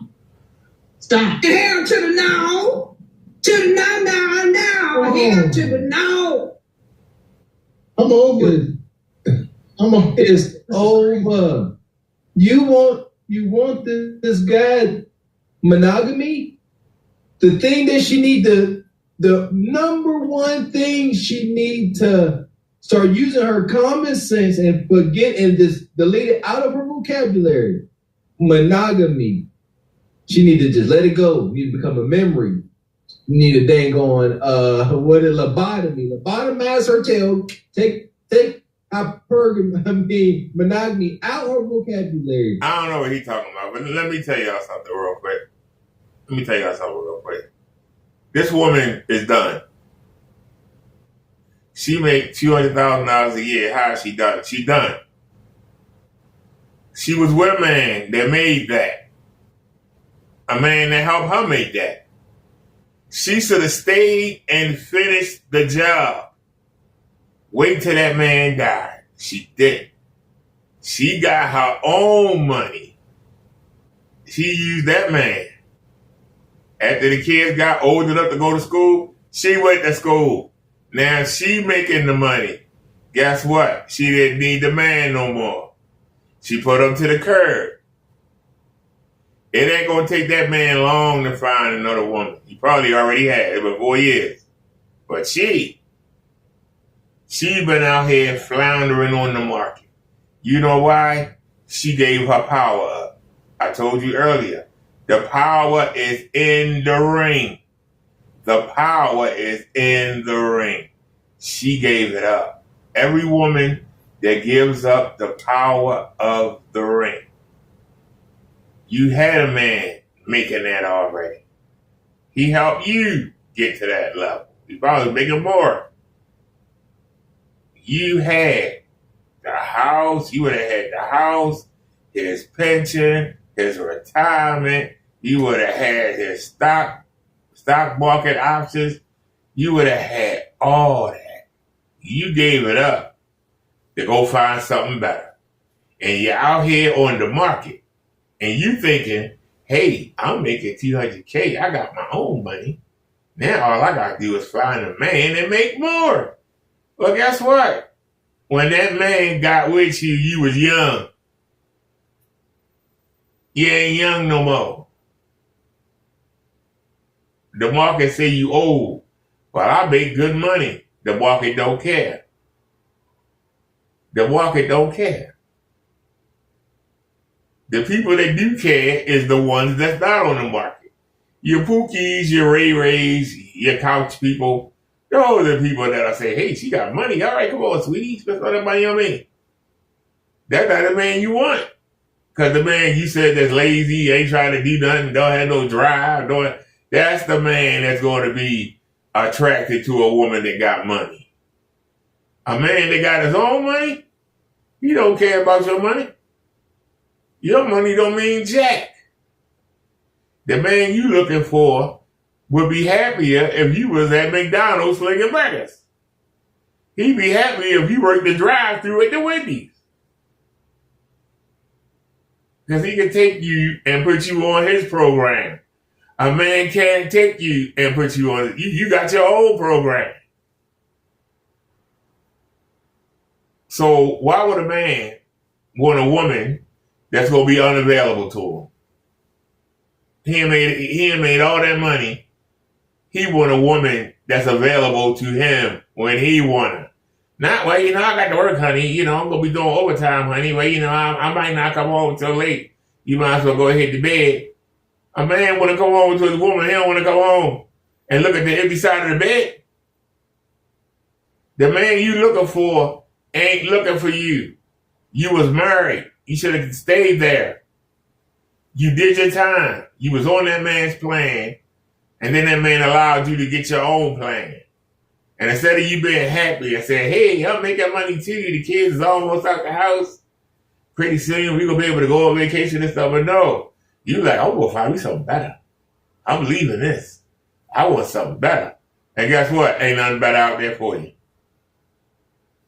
And you should have known, because you say that you a CFO, CEO, whatever, you make $200,000 a year, and ain't none of them men in that office hit on you. Like that marinade. Ain't none of them in that office hit on you. None of them men you work with hit on you. None of your colleagues hit on you. Otherwise, it's been 4 years. Or why you want to catch them? Ain't nobody hitting on you. The only men that's hitting on you is men you don't want. The men that's right for you, but you don't want them. The men who will probably praise the ground you will walk on, you don't want them. Here's the question. You would have to ask a man that's making $200,000 to lower his standards and take you, but you won't lower your standards and take a man that's less than you. Somebody talk to me, y'all listen. Somebody talk to me, y'all listen. You expect a man to lower his standards to date you and take care of you and your kids, but you won't lower yourself. You won't come down in your standards, even though you bringing 2 kids to the situation. You won't lower your standards. That's the issue. You want it all. You want it. People that want it all usually wind up with nothing. And Hope can enter the room. Hope, empty ass Hope can enter the room, but she got to get monogamy out of there. It's over. Yeah, she on fire. What girl boot your ass? This girl is on fire. This girl is on fire. This girl is fire. This girl is on fire.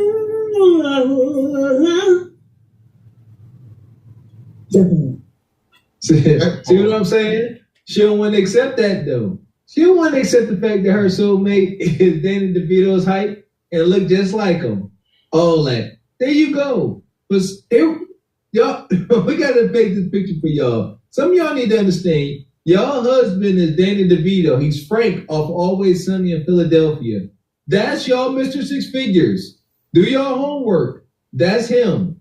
Frank and Always Sunny. That's your Mr. 0.00001%.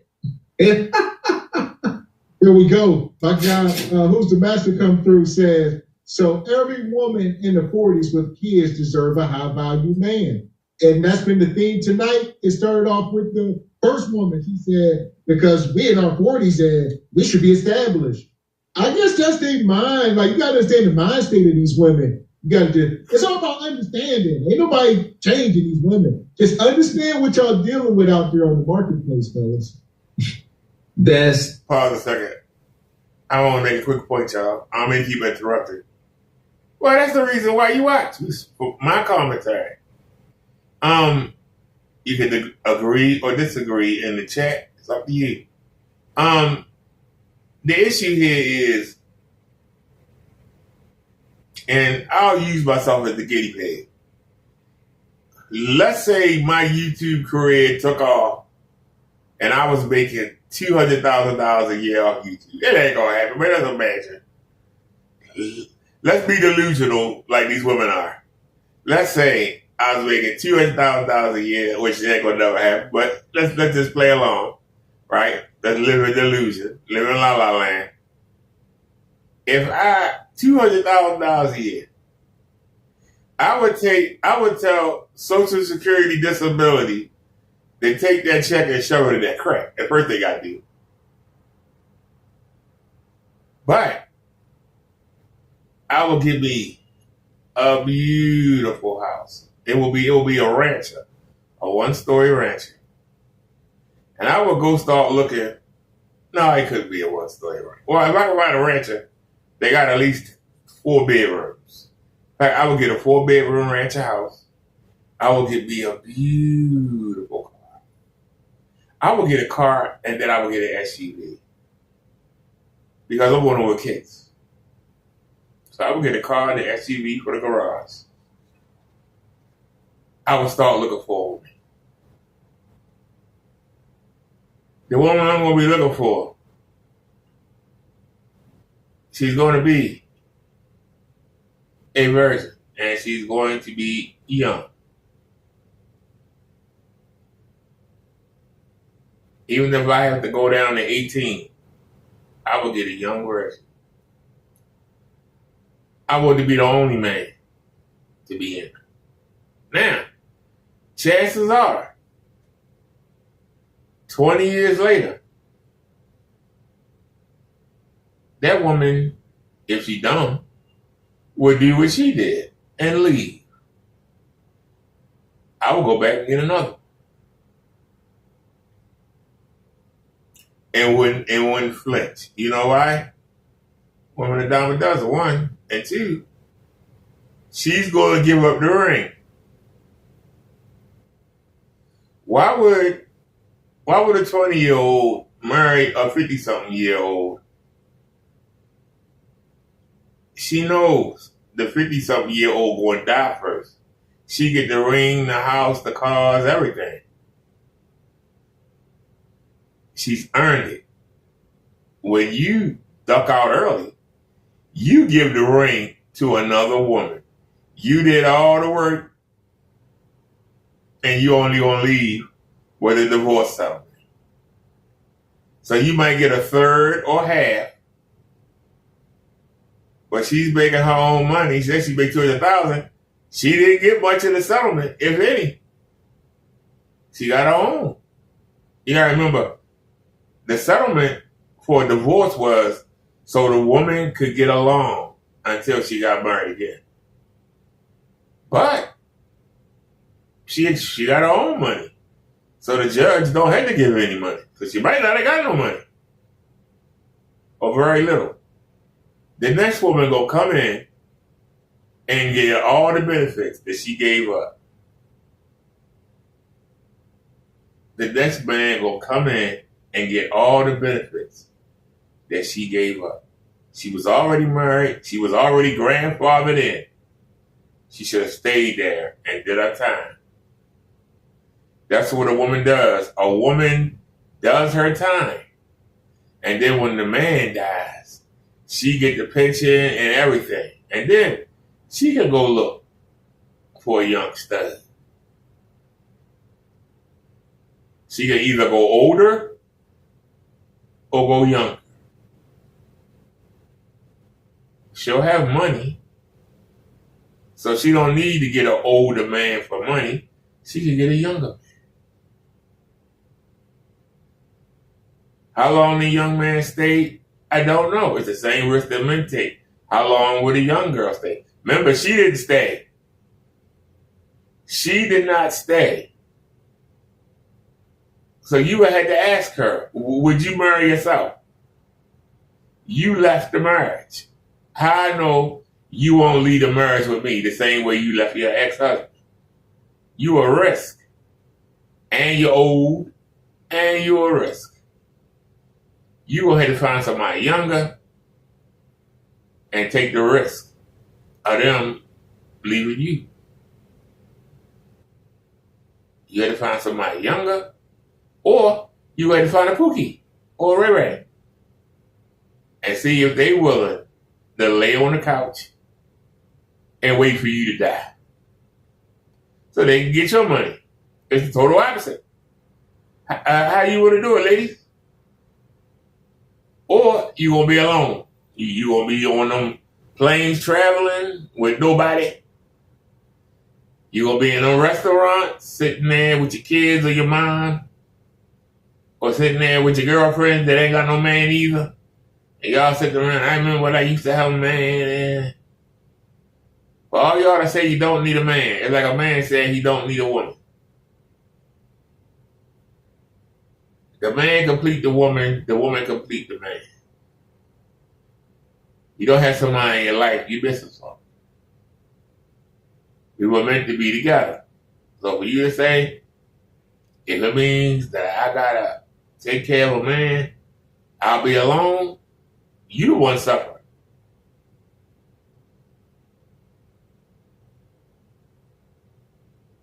Because for every man who you say you won't take care of, there's a woman that was in the same spot she was in 10 years before that said the exact same thing. And guess what they doing? They taking care of a damn man. Yeah. That's all. That is it, yes. You gotta understand their logic. I said the dots connect. They're like, I'm 40. So if he's 40,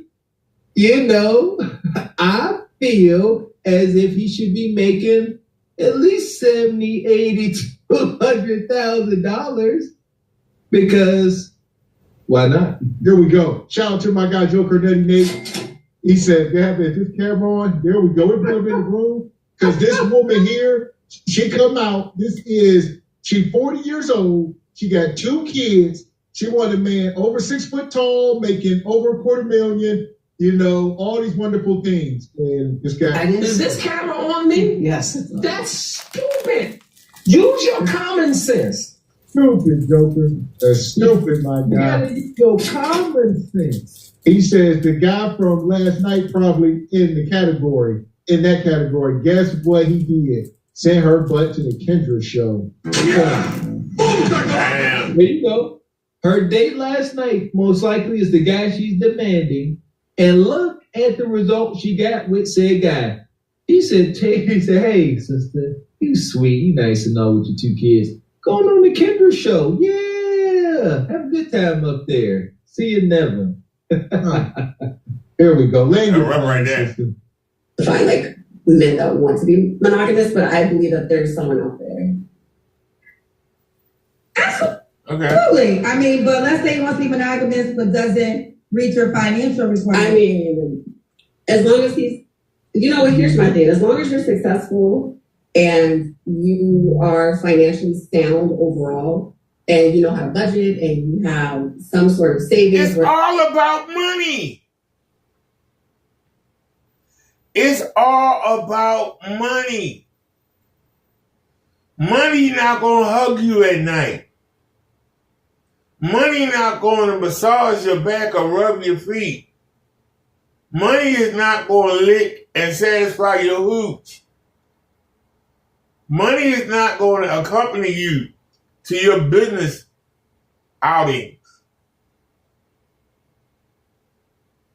Money does not give you any warmth or comfort. Money is not going to protect you. These are the things that a woman needs.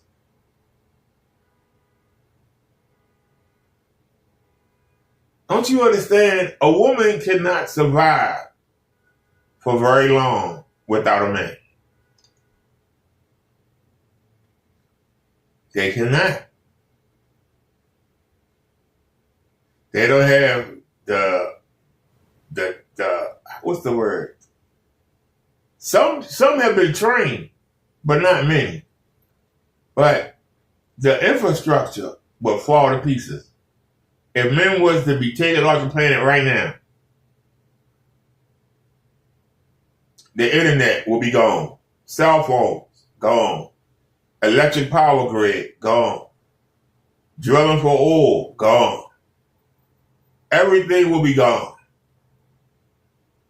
The few women that know how to do any of those particular things, they could train enough women if they were willing to do it, to do these things. Would you have enough time to do it before you starve? A lot of women would die. We give you everything. Everything that you got, a man has provided. Everything. You take the men away, y'all are lost. The majority of the jobs that y'all work are sissy jobs.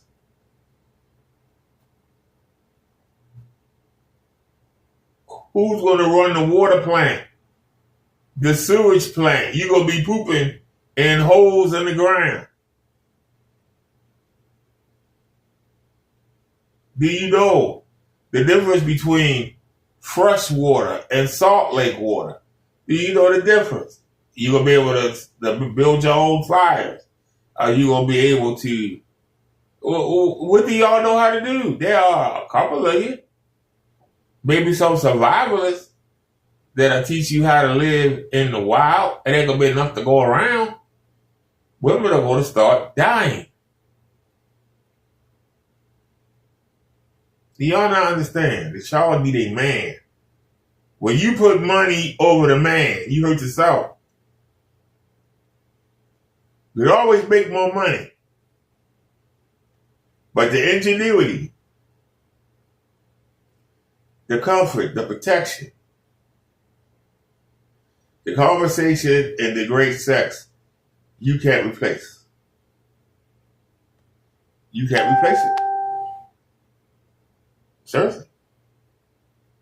You can't replace it. If you flip it and take all the women off the earth, men can't reproduce. That's the only thing.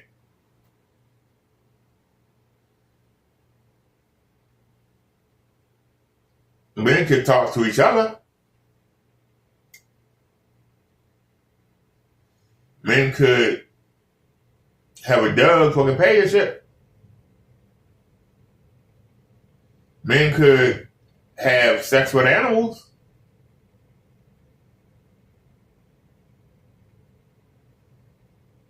Or go homo and have sex with each other. Childbearing. Childbearing. Conversation and company. That's your value.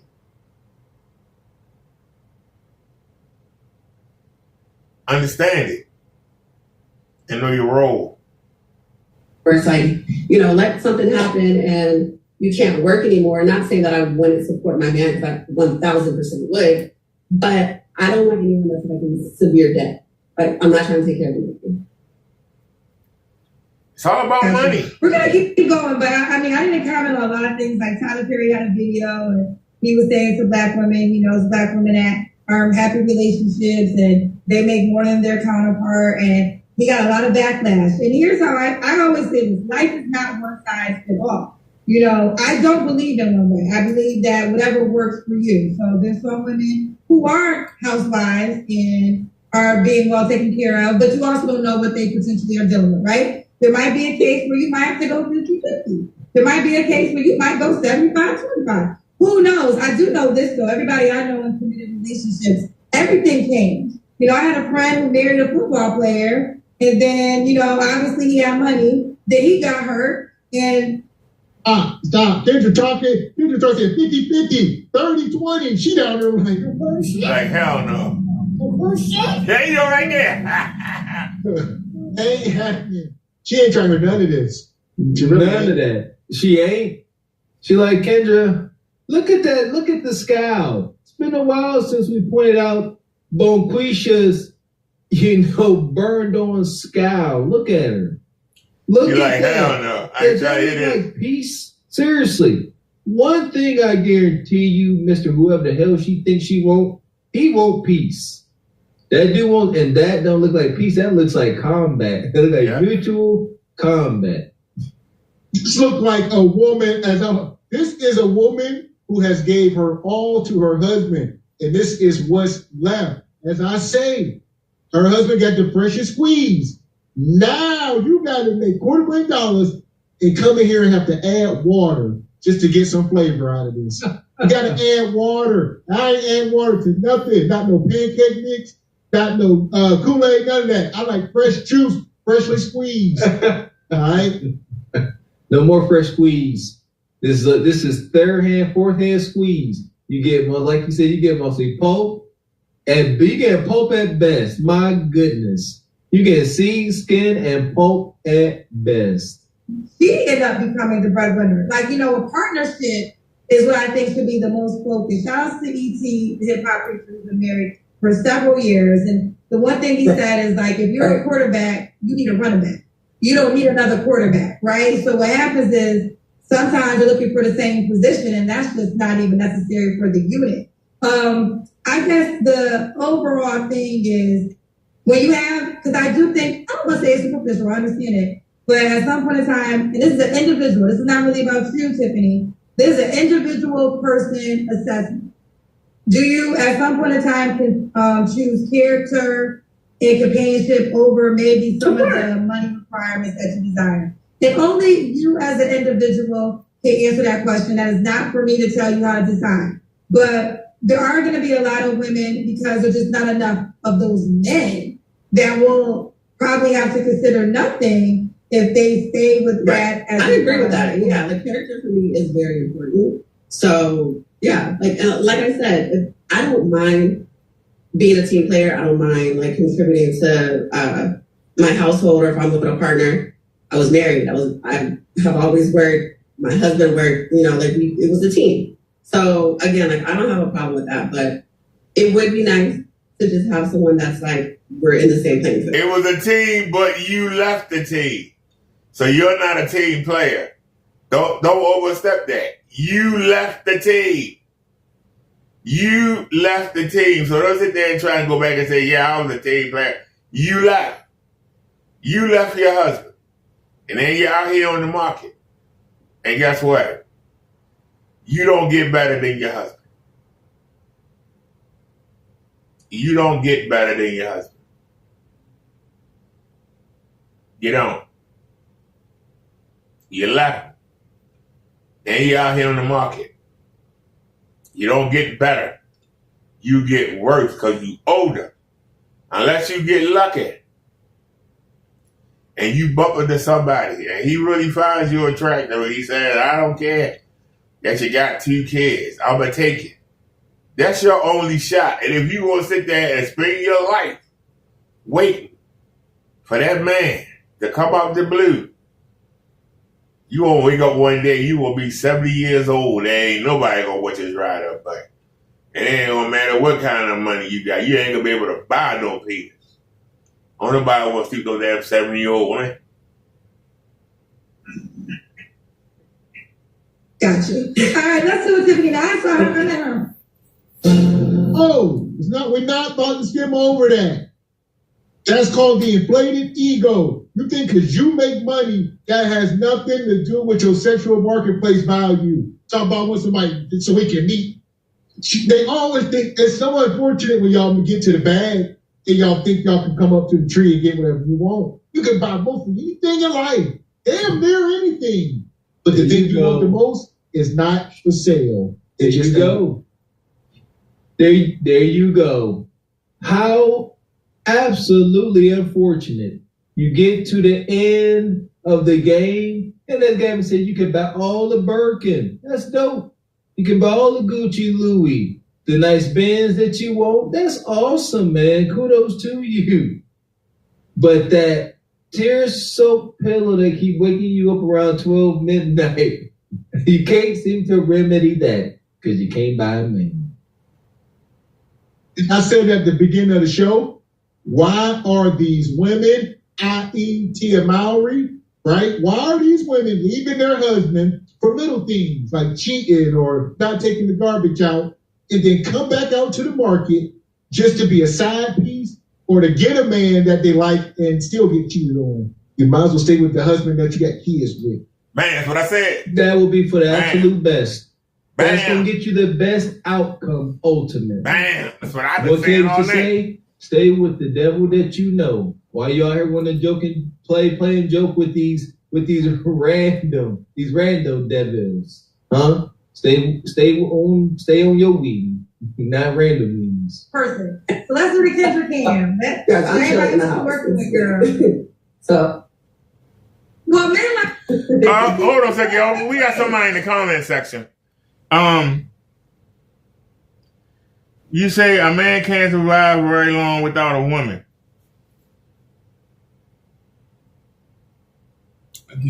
Tell me something besides producing babies that women do. Tell me something that besides producing babies, what does a woman do? Besides producing babies, what do women do? Besides producing babies, what does a woman do?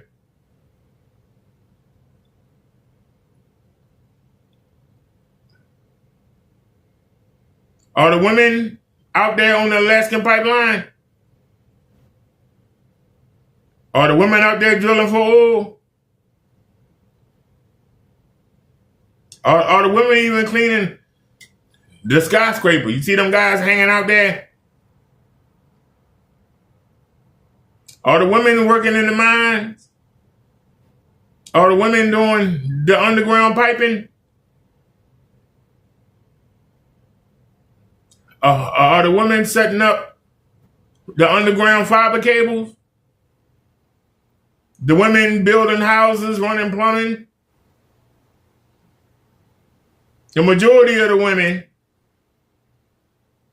are doing psychology, massage, customer service, answering the damn phone, teaching, nursing, sitting in the office, sitting on their butt doing something.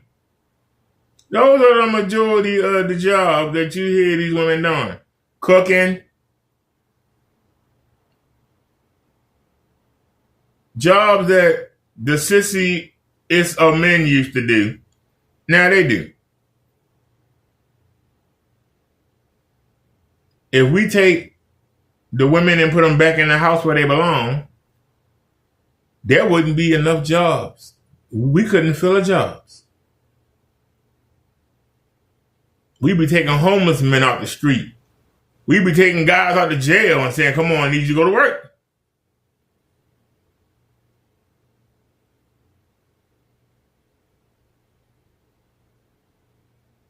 So what do you mean? Men need women to procreate. If men can figure out how to procreate, how to make a robot that could carry a baby full term, to figure out how to make ovaries,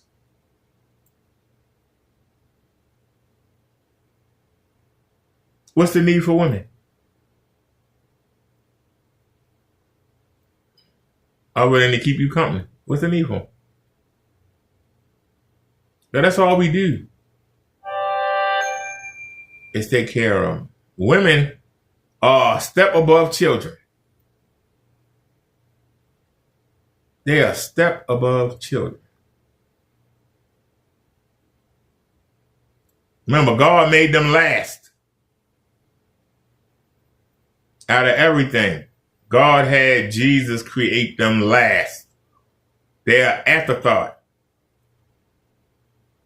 Don't none of the angels have a mate. But when God made the animals, he didn't want them to live forever like the angels do. He didn't want them to live forever. That's why he gave them mates to reproduce.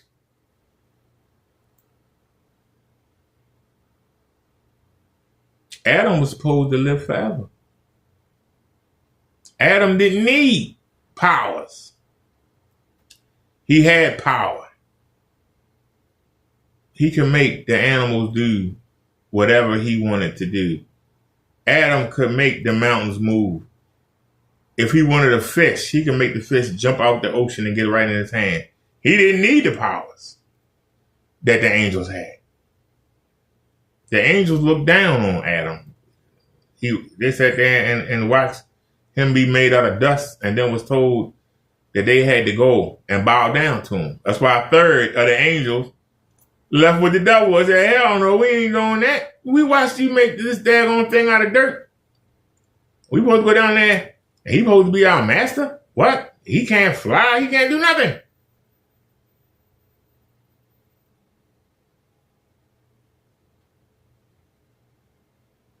He didn't need to do nothing. He didn't need to worry about having clothes on.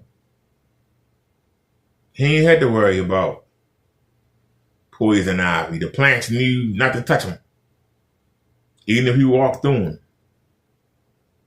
Didn't have to worry about no red ants. Worry about no piranhas. Didn't worry about none of that.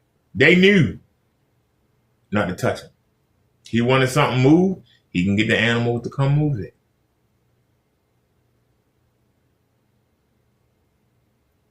He was the ruler of the earth.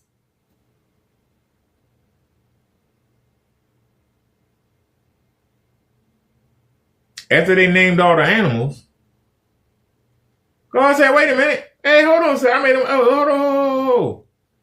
Hey, all the animals got mates. You don't have one.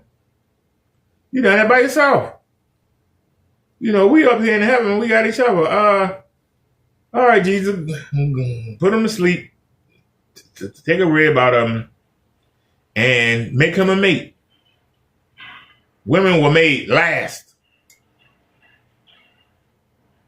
You were made to keep Adam company and to reproduce for him. That's your job. Anything else is something you added on. That's your job. All this other stuff, I'm a boss chick, I'm all this. That's all what the devil told you. Because there's one thing. And the reason why the devil went after Eve, because Eve was the weaker of the two. Number one. And number two, Eve had the key. Eve allowed Adam to do something that no angel could do. No angel can do. Reproduce. And that's why the giants that we got, there's still some left. God thought he got them all. He didn't. Every once in a while, we get a 7-foot somebody. Them giants were made by the angels that changed their appearance to be man. They came down here and they made it with the women. Why did they do that? Because they wanted to do the one thing that they couldn't do. The one thing they couldn't do. They couldn't procreate. So they lowered themselves and made them into, and lowered themselves in their mind. They lowered themselves and made them into man form and came down and impregnated some of the earth women. And that's why we got them giants. Goliath, that King David killed, was one of them children. Great grandchildren. That somehow the gene survived. God thought he killed them all, but apparently the gene survived in somebody.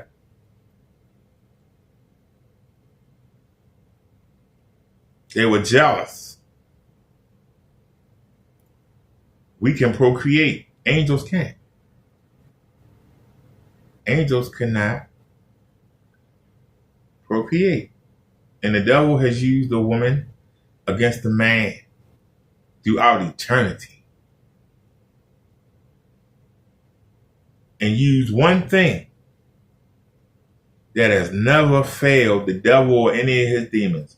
The woman's desire to be equal or better than the man.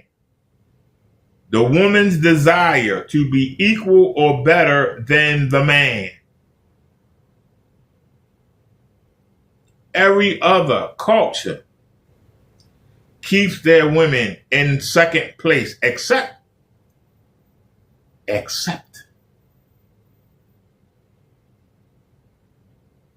Romans. When the Romans took up Christianity, when they killed the real Pope of the Christian church, St. Peter, and they took over being the head of the church.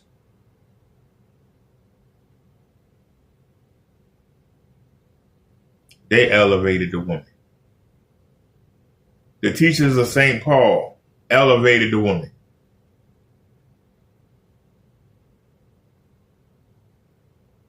And slowly but surely, with the help of the devil and his demon, the woman has risen from being second place. Go over to the Middle East. Go to other countries in the world. See how the women are treated. They don't treat them the way they do in the West or in England. In these nations that got Roman Catholic religion. Even the Mormons. And to the pressure recently, didn't treat women the way that Westerners do.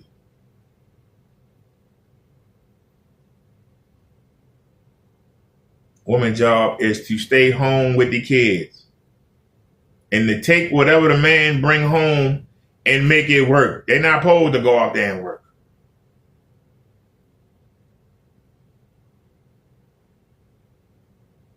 Now we talking about black women in 2025. They don't need to get their weave. They don't need to get their nails done. They don't need them piercings. They don't need them damn tattoos all over the goddamn body. That's what they doing with the damn money that they get from working. They don't need to be going on vacation. All they do is go out to eat. They supposed to be home cooking. Waiting on their husband and kids, not getting waited on in the damn restaurant. So if you gonna talk the truth. If you want to talk the truth, talk the truth. The women are out of control. They spoiled beyond belief.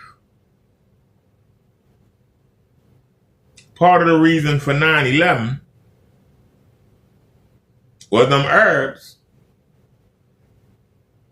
trying to put a scare into the United States. Because their children, through the internet, is starting to see how the women have risen in control over here, and they scared to death that their women are going to want the same thing.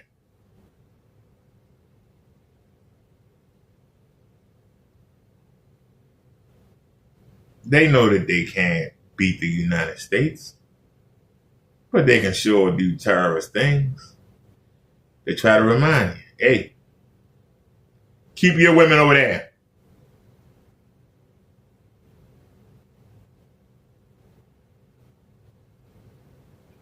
We're not going to let our women become manly like yours. So if you don't want to tell the truth, don't say anything. Because we're wrong right now. Western society is wrong right now. A woman is supposed to be a virgin until she get married. When did she get married? The first time she has sex. Whoever that man is, that's your husband. You got women that's having sex at 14 and 15 years old. And they not staying with their husband. So they committing adultery before they even become adults. They already heading for the lake of sulfur and fire. They've already sinned before they even started to live. A woman can only have one husband. I'll tell you again, the first time a woman has sex, whoever pops her cherry, that's her husband to the day he died. And he's supposed to be with her until he or she dies. They tied to each other forever. Forever. So if a woman is not with the first man she ever slept with, she's an adulterer. She's a harlot. She's a whore from the get-go. The ceremony that you can go to the courthouse and get, or if you stand in the church and get it, that's not the real marriage. The marriage is the two bodies coming together. That's the marriage in God's eyes. Don't tell me about what the government say. Don't tell me what the preachers say. It's in the Bible. A man must take care of that woman. You just can't. You just can't pop a woman's cherry. You gotta take care of her. And a man can have as many as he can afford. As many as he can afford. This is where the provider comes from. The man is supposed to help care for her until he dies or she dies.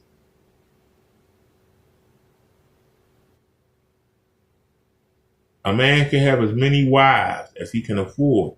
So when we hear the women sit here and they crying, the women sitting here crying, talking about, oh, these men are not being faithful.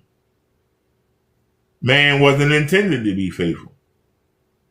Man wasn't built to be faithful.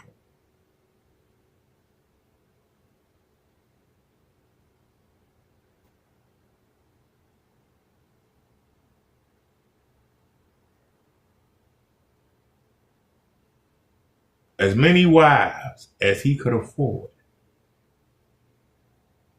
Now, a man could get into trouble or even be killed for refusing to take care of a woman who cherry he popped.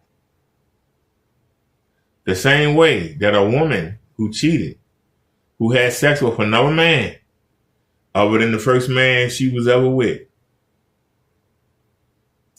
can be killed. That was the law.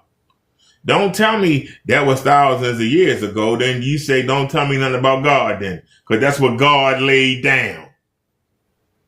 And if you're not going to follow one rule, you might as well not follow none. You want to only follow the rules that fit your narrative? A woman ain't supposed to be working. She's supposed to be home. So consider yourself blessed that you are. A woman not supposed to run a household. The man is. And if you're a woman and you run a household, that's your poor decision making. That ain't the way it's supposed to be. There's something wrong with that. Here in the West, we take things that are wrong and make them normal. Once you let evil in the door, evil come in and get comfortable. It don't want to leave. You know having children out of wedlock is wrong. Having sex without marriage is wrong. But what you don't realize is the first person that you had sex with, that's your husband. So if you don't stay with him for the rest of your life, you go out with other men, you're cheating on him. You tied to that man to the day you died. Even if you never give that man any children. you're tied to him to the day you die. And every child that you have by any other man is a bastard.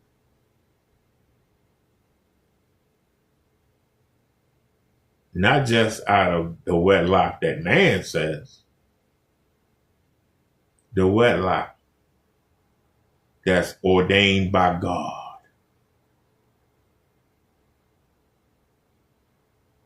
So for a woman to sit there and say, if a man don't make what she makes, she ain't supposed to be making nothing. He supposed to be home. A woman's job is to get married and produce children and support her husband. That's what a woman's job is. Her job is not to go out there and be a CEO. Her job is not to go out there and be no, that's not her job. Her job is to stay home. So if you're not going to do it the way it's wrote, then don't try to sit here and say, yeah, I'm looking for a God-fearing man. You ain't doing what God said. Why you expect your man to do what God said? You ain't doing it. If I'm lying, somebody tell me I'm lying. Come on here and tell me that I'm lying. I'll debate you. You ain't gonna win this one, but you can come on in here.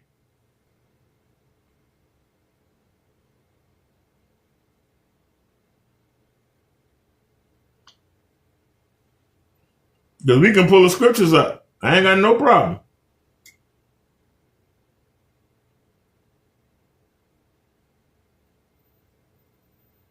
When a woman say a man can't cheat,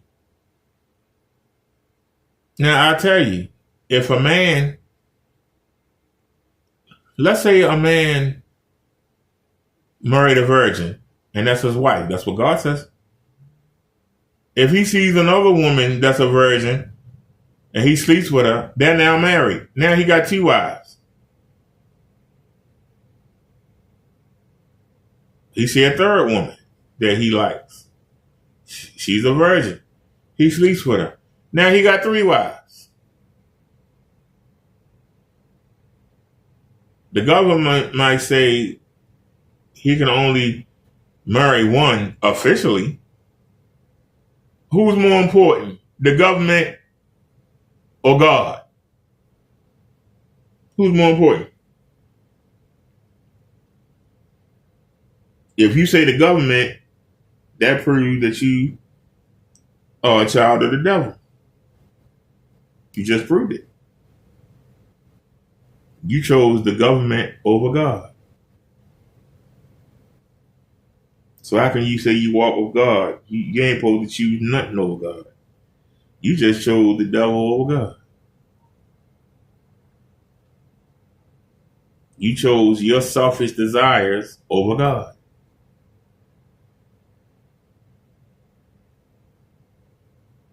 That's why we know your soul is going to suffer in hell until judgment day, and then it's going to get thrown.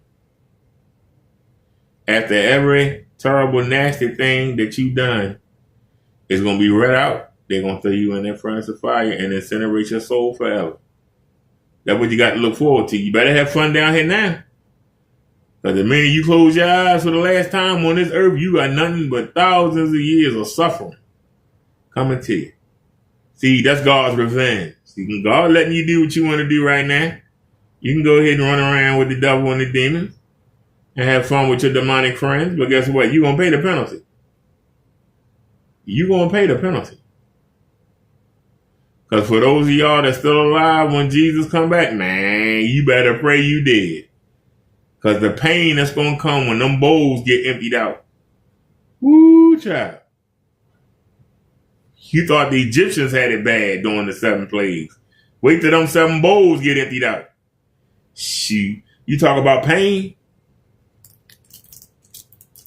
I don't know what's worse. Being alive and having to go through them bowls or suffering down in hell. I don't know which one is worse. I don't want to find out. But some of y'all can't wait to go. Some of you cannot wait to go. So go.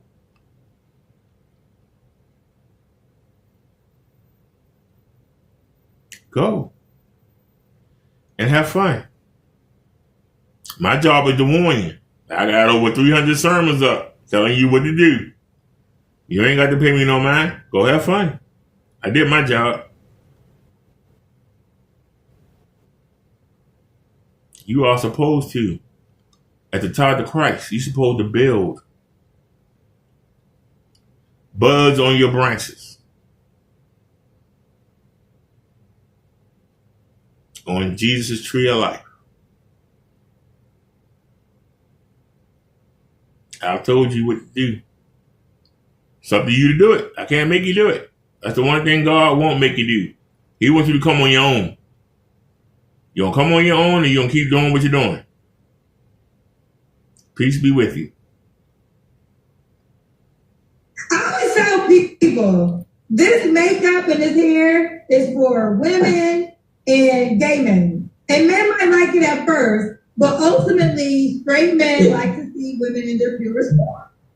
And I say this because, and this is 3 years of hosting this show, I'm talking to straight men. And the type of men that you guys describe you want. A lot of them like natural women. A lot of them want to see you, what they say, how you wake up in the morning. And the reason behind it is a couple of things that women don't want to talk about, but let's get into it. Your makeup, if you want a high quality man or whatever you want to call it, his clothes are expensive. So your makeup represents messing up his expensive ass clothes. So that's why a lot of these men don't really want you on so much makeup because they suit could cost $5,000. They don't want your makeup too much. When it comes to wigs, let's get into it. Do it smell good? Do it smell good? Because guess what? That shit might be itchy. And when you went to bed at night with your man, you don't want your itchy ass wig or weave to scratch him. I'm just telling y'all the truth. Okay, back to you. We got to it. You said you were once married. Was that your last relationship? Wait 7 seconds. No. So I dated someone in the middle of my divorce. As I was going through divorce, I met someone. We were together for 2 years. We broke up in 2021. Yeah. 2021. Okay. You don't have to answer, but I'm going to ask, when's the last time you was intimate with someone? I was a couple months ago. What? A couple months ago. Okay. So, Tiffany, what are 3 flaws you have to work on? Wait 7 seconds. One of my flaws, I would say, I need to learn to be soft. You know how they were saying like the soft earlier. I think I've just been so accustomed to doing everything for myself and being really independent and not allowing someone to lead. So I need to learn how to just like take the back seat and be, you know, just be the co-pilot. Be the co-pilot. And that's one. That's something your mother has to teach you as you growing up. If your mother or grandmother is not teaching you that as you grow up, how you gonna learn that? It's just like a gymnast, a female gymnast. You tell them when they kids to get up on that balance beam, and if you fall, they gonna catch you, or they tell you to get up on them daggone on beams and swing around 35 miles per hour, swing yourself around and then jump off. A dumb child trusts an adult because they don't know no better. An adult trying to learn how to do that, ooh, child. Woo, that's hard to learn. So you want to learn how to be feminine after you get married. You already been married. You wasn't feminine. You said so yourself. But this second time, you're going to be more feminine. You're going to learn on the job how to be more feminine. Really. You're going to be acting. Why would a man want an older woman that's going to fake it? Why would a man making that kind of money that can get any woman he want? Why he want a woman that's going to fake? Because the minute you get mad, it's going to come out. You can't tell me what to do. I make this much you saw it better. I run this. As soon as you get mad, it's going to come back out. Because it's not built in you. It's not built in you. You're acting. You're going to be acting. How long can you keep the act up? Why would a man want to fool with you? Just being honest. Why would a man want to fool with you? He can get somebody who was trained how to be a wife. Now somebody's got to learn on the job. My patience, I would say, like, I could tend to be impatient with people. So that's another one. And then the third one, I would probably say just those two are like my biggest flaws. Yeah. Those two are your biggest flaws. Those two are your biggest flaws. All right. And does the guy have to be in California? Wait 7 seconds. No, he can live anywhere. Okay. You're 38. What's the age range you want to be? Wait 7 seconds. I would say from 38 to 50. 38 to 50. And do you want more kids, and can he have kids? Wait 7 seconds. I'm open to having more kids. If he doesn't, I do prefer men that are active fathers that already have their own. But if he doesn't have kids, it's fine, and I'm open to having more kids. All sound good, but you lose. It's so old for this cornet sister, man. You literally, like, her introduction to the Kendra show. Hey, y'all, this is a lady I just met yesterday. My date had his boy dating her, and my man's boy said, hey, he wasn't interested and recommended that she come on the Kendra show. Damn. That's rough right there. Is that not That's rough one right of the there. most heftiest L's one can have to hold? Like, come on. That's like black pillish. Oh my goodness. Like, I ain't feeling you. Go find someone else on this Kendra show that might be feeling you. That's terrible. She lose. Over. I'll give her last word, see if anything left. We're going to check her IG out. Here we go. Oh, we check the IG out. Because, okay, so backstory, I put it to the top of her interview. Where's the Kendra cam? I actually met Tiffany last night, and she was on, it was a date. At least I thought it was a date with my guy's friends. So they want to know, I think I know this answer, but they want to know, was the guy you were last night? Yeah, he been a lot. Yeah, I can answer that. Yes. All right. But he said, so it's not. No, I know you just met him, but I just felt like, it wasn't more so about you. It was more so to me about my guy actually trying to set you up with somebody else already. So that's what I'm saying. I'm like, I felt like indirectly, like you looked at it as he was supporting my show because you were like, he's supporting your show, he's trying to come to the show, and that is one section. So much love to me. But the other side is you saying your boy ain't shit.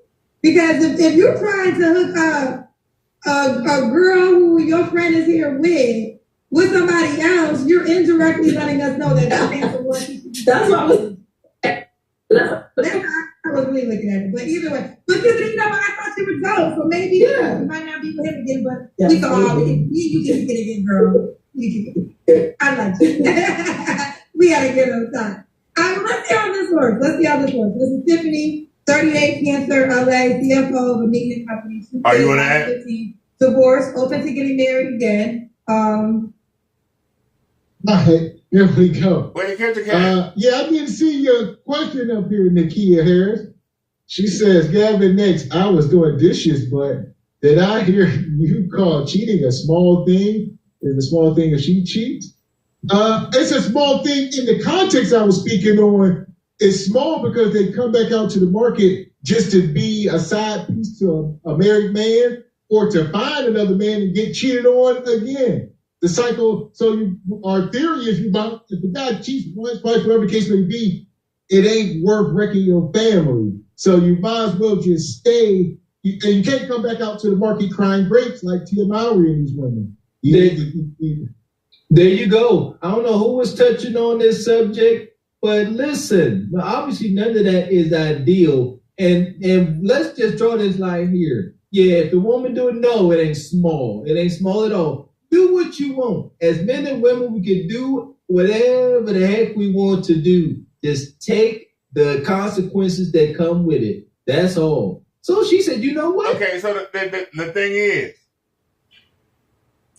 the reason why women outnumber us men 8-1, there is a reason for it. Our God is not stupid. Men were not meant to be with one woman all their lives. As I say it again, a man can have as many wives as he could afford. As he could afford. That's why when King Herod said, when the Pharaoh, King Herod did it too.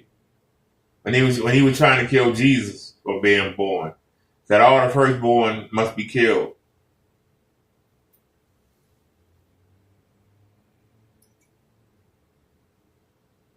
Pharaoh declared, the Hebrews are increasing too much. Start killing the firstborn of every household. The firstborn baby of every household. Remember, Moses was a firstborn baby. That's why his mother hid him.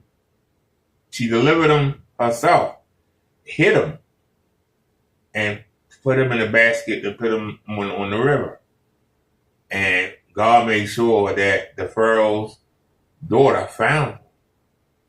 And she took him in as her own. But the reason for that was because all the firstborn were supposed to be killed. Pharaoh thought that by killing the firstborn, it will cut down on the population. It had the absolute reverse effect. It had the absolute adverse effect. Totally in reverse, ladies and gentlemen. Reverse.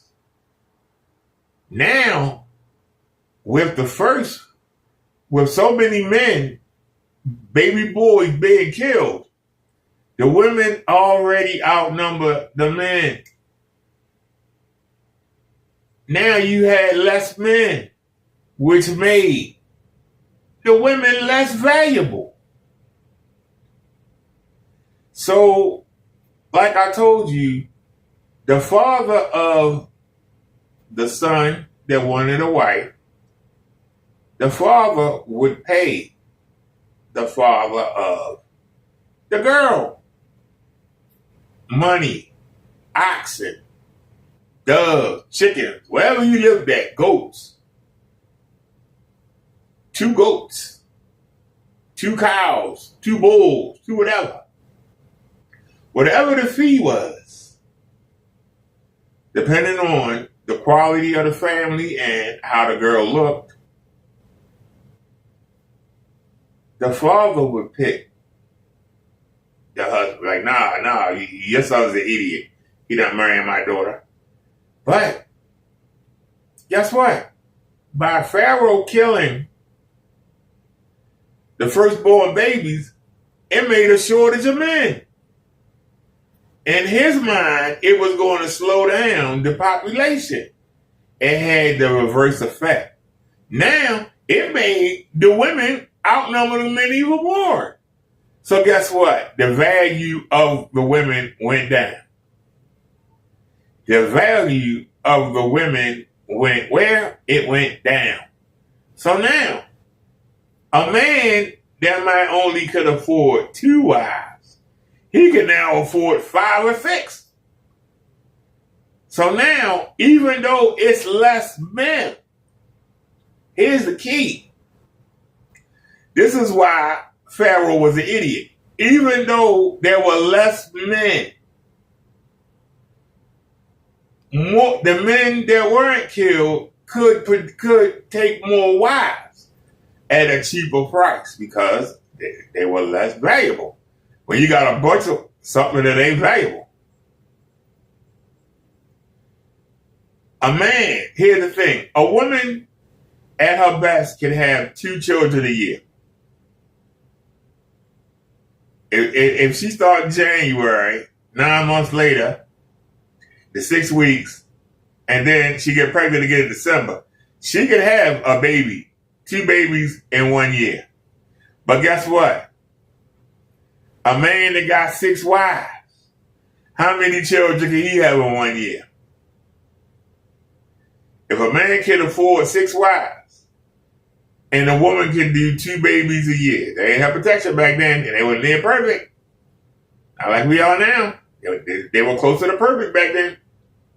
Because tell you right now, Adam and Eve day, going all the way up. I think until Moses' day, you laid down with a woman, she came up pregnant. You laid down with a woman, she came up pregnant. Bam. Like that. So, the man could have 6 wives, 6 virgin wives. If he could get 2 children a year, that's 12 children a year.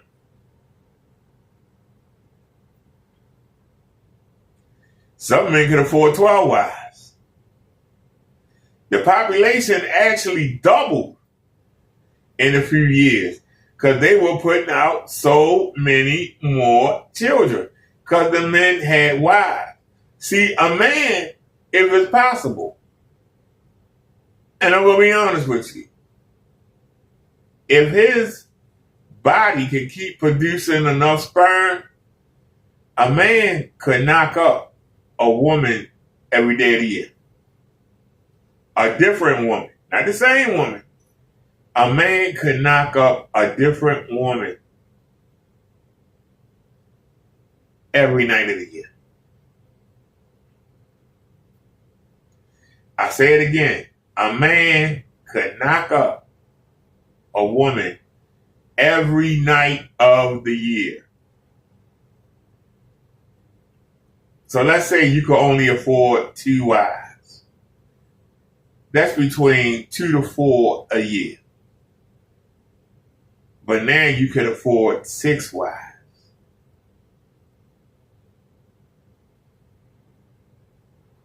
That's between 6 and 12 a year. So you double to triple the triple what a man could put out every year. How is that going to slow down the population? It did. And it made the women less valuable.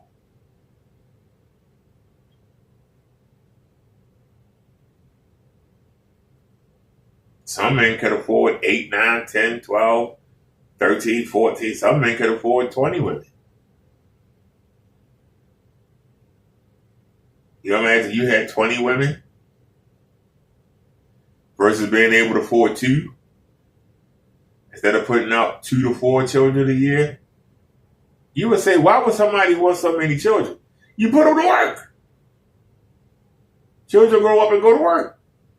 Put them out there in the fields, have Swiss, fish, do carpenting.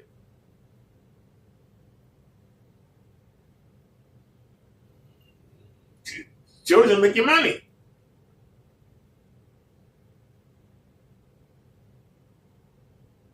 So, like I say, women got it easy. And instead of taking it easy, they make life hard. And that's all I'm saying. Her man cheated, so I'm gonna go now. I couldn't get monogamy with my husband, but I'm gonna go out here to the open sexual market and demand monogamy from absolute strangers now. It's no common sense in it. Zero. That's what y'all need to think about. I know that don't sound good, don't taste good, whatever the case may be, ladies. Then she say, okay, I got it. Missed that part. But yeah, y'all ladies need to understand that you can, listen, if the man that married you and gave you children right? Like you said, if he wasn't monogamous, how is a man that's even higher value? Because a lot of times y'all leave the man, then you want somebody that makes more money, that has no kids, and he can treat you better. How? It don't make no sense. At the end of the day, you don't want to deal with these issues. Present your mate with the best version of you and make them stupid to do so. That's all. Take matters into your own hands. Be the best you can be. Stop complaining. How about that? Yeah. Does this look like a woman that a man was going to be monogamous to? Or does this, during this whole interview, does this seem like a woman that would drive you out the house to go and cheat on her? Or when the man get home from work, he's sitting in the car for an hour, that type of stuff. This is the women that they talk about. It's women like her. That's terrible. Around her. Don't want to be around her. Sitting in the car. Sitting in the car. Don't want to go in like how people be sitting in the parking lot at work, smoking the last cigarette, smoking the dude. Don't want to go in. Been there. Done been there. Done been there. Got to go in because you need to check, but don't want to deal with the headache. Oh, yeah, y'all cannot come out here and require higher demands from people who don't love you like your husband loves you, that don't love your children like that man loves his. Those are his kids. That's his oatmeal pie. That's trauma that he gave you. That belongs to him. There you go. Make it work. That's make it work. Cause what's the alternative? Say no. I won't make it work. I shall not. I will go back out here on the open sexual market. I will try my luck. That's fine. With our loving hearts, we only recommend that you observe the data that we lay out before you and see what your probability of success and fulfillment is. As of right now, it is not. All right? She'll date 38 to 50.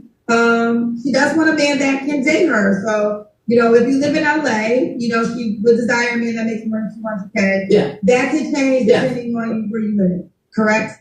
All right. Now is the moment where the guy can reach out to you. Instagram, _, it's tippytip _ or email. I'll give you my email. Here we go. We're gonna pull this IG up. I want to say it's scrubbed. It looks to be scrubbed, people. Oh boy. Yeah, that ain't surprising. Not with her. Yeah, I'm surprised at all. That's it's 6 photos in here, or 4 photos. She's an average looking woman. She's got a couple filters going. She got a couple crumb snatchers around. All that. She 40. She 40 years old. She's 40 years young out here in the open sexual marketplace. Sad piece at best. At absolute best. At absolute best. It's unfortunate, man. Take note. Do better. Shout out to Theo Coop. That's her. All right. Tiffany. 200K. She's so far out of pocket. Ain't funny. But if I had 200K, give me the 20 over. See what I'm saying? And that's that delusion. She ain't applying none of that. She not applying 200K pressure. Applying pressure on myself because I know I can do better. Okay, then do it. Why you don't have back up on man? Like my man Zoolander. Do it. So, yeah. So here we go. Where the all police at? Come into the room. We know y'all out here. People come in here and say, what are y'all talking about? This woman, she's pretty. This, that, y'all gonna say all, because y'all got the sister code, y'all gonna say all these wonderful things about her. But at the very same time, this woman got 2 kids, and the dating market is proving her wrong. So it ain't us saying it. We just reflecting what the market is telling her. That's it. There you go. That's it. We would love to be giving y'all reports of success and happiness, but that it ain't there. This is what's there. So we want y'all to see, make better decisions, marry before you carry, and marry for the right reasons. Stop trying to marry and build a bay and thinking that y'all kuda kata gonna whip a man and turn him from being a good Mr. Blue collar brother to Kuda gonna make him into a Don Jeter or something all of a sudden. You understand? Y'all can't deal with the Don Jeters. You see? I'll tell y'all this. All y'all ladies out there, if you've been with your husband for 15, 20 years, like this woman and many others, and you can't decide to leave. My thing is, wait till the kids, if you decide to leave, wait till the kids graduate high school and get out the house. Then, here we go. Then, hold on, it don't get better. Then, at that point, however old you is, find the most resourceful and respectful man you can find. Not monogamous. He might be married, all that. Find the most resourceful man you can find and make a deal. Make a deal. Sir, hey. Y'all did. That was some nasty, nasty medicine Mr. X just administered. We get it. It's bitter.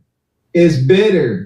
But medicine is gonna be better in the long run. Hold your nose. It's still better to just stay married and get the house and get everything and then go.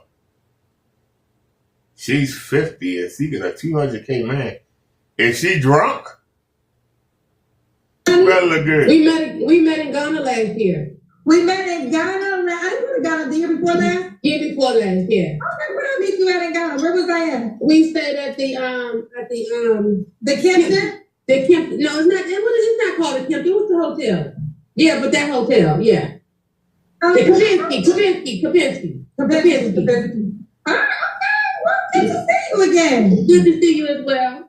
How old are you, honey? I'm 50.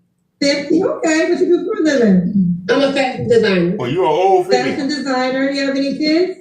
Yes, twins. Twins? How old are your twins? 21. All right. Have you been married? Yes. To their dad? Nope. Oh, no. When did you get divorced? 2017, 18. Okay. What's your zodiac sign? Cancer. And where do you live? In DC. DC. All right, so we got Letitia, 50, Cancer, DC, fashion designer, mom to twins, 21, and was once married. All right, but what kind of man you looking for? That's just that big question, huh? Outside of honesty and being emotionally intelligent, established, world travel. I like to travel because I travel a lot. So I need someone that likes to travel a lot. And someone that's not competitive. Like I need a lot of men that's very competitive. So no man that's competitive. Yeah. Okay. I don't okay, now let's break that down. Competitive in what way? Yeah, that sounds stupid. Because the man you want, you say he got to have money to travel. So that means he competitive in the marketplace. So what do you mean man competitive? Well, you say you want a man that's not competitive, but the man you want has to be competitive if he want to make the money to be able to travel. So in terms of like business, like I meet a lot of men because I am an entrepreneur. It's like, when they hear that, they have all of these, I feel like false accolades. When, I just need someone to be comfortable in who they are. That's it. Okay, make clear. That makes no sense. Let's talk about it. She looking for a man. She look older than 30. She only 50. She look older than 50, but that's a whole nother story. She looking for him, though. Oh, there go my girl Crystal. She's a cutie. All right. I see you, Mr. Walker. What you got? That woman there. The question tonight is, are women strong or are men weak? That's a strong woman there. Just that grimace. Like, here's the thing. Man, did they really think it was wise? Come on, 50 years old, half 100. Y'all know how we get down. You're going to come out here and you're looking for a man. And here we go. They don't take into account that they have 100. They don't take into account they have aged out of their youthful beauty is gone. That's Nana right there. Nana and Fancy Moo. I can't. What she want? She want to travel. She want. They all want the same guy. It don't matter if they. And she was married. So she's married to a guy who was not her child's father. and she left him, so here she is. A statistic anomaly. Had kids and still got married. Any woman that managed to do that need to be grateful because it's a statistic anomaly. It's a blessing. Okay, so she said the heck with the blessing. She said, I'm divorced now. So if we live based off statistics, we wouldn't be a lot of us, because statistics always try to put you in a certain bubble. If you come from this area, you won't graduate high school. If you go, I think in general, we just need to normalize statistics are not a way that you should be gauging your own personal journey in life. I'm not saying that it can't be taken. Okay, well, let me tell you something, okay? I've been doing this. We've doing this for what? Off and on for a month now.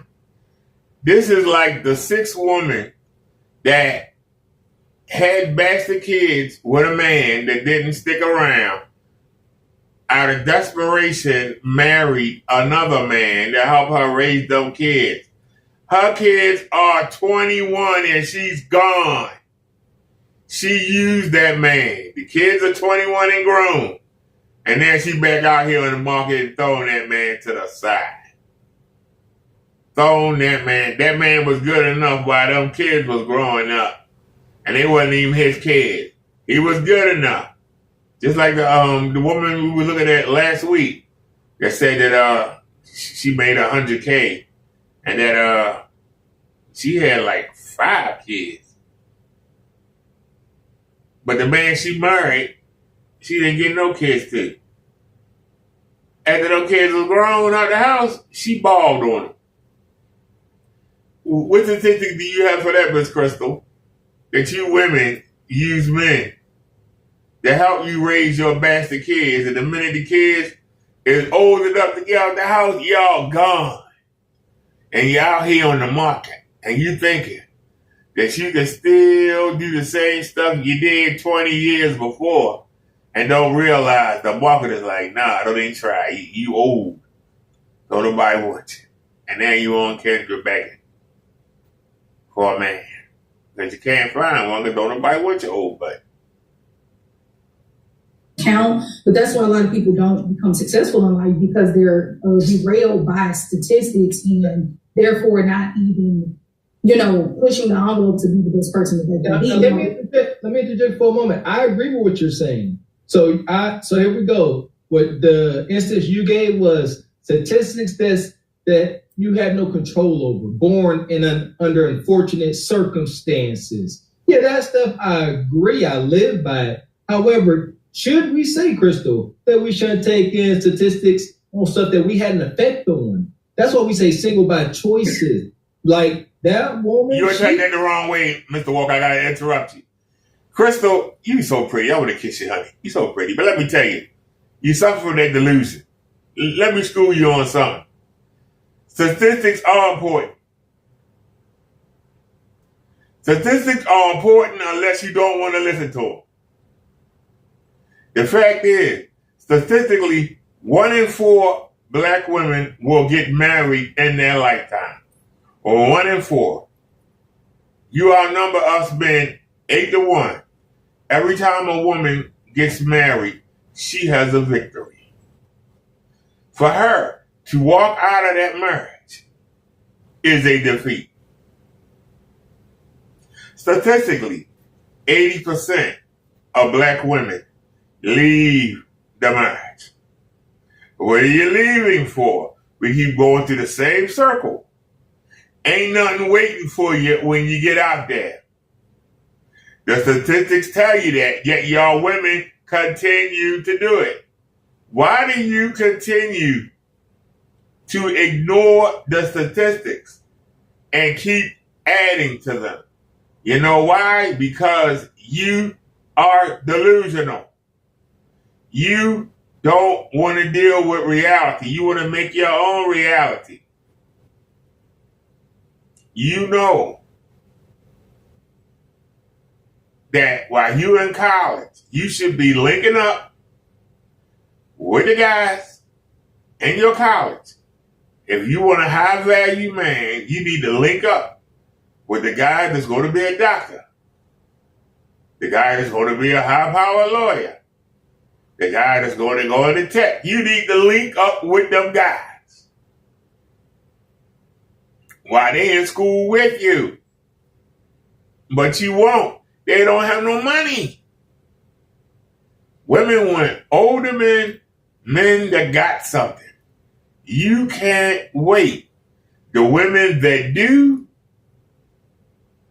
they wind up getting married and get took care of the rest of their life.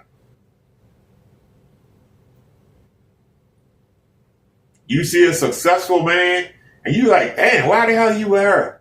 She was there from the beginning. No matter what happened, he's not going to let her go.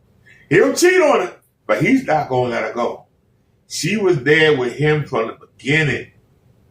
When y'all women say you want a loyal man, a woman that's loyal to a man when he's starting out and ain't got nothing, she ain't got nothing to worry about. He's going to be there for her the rest of her life. Now, he might cheat.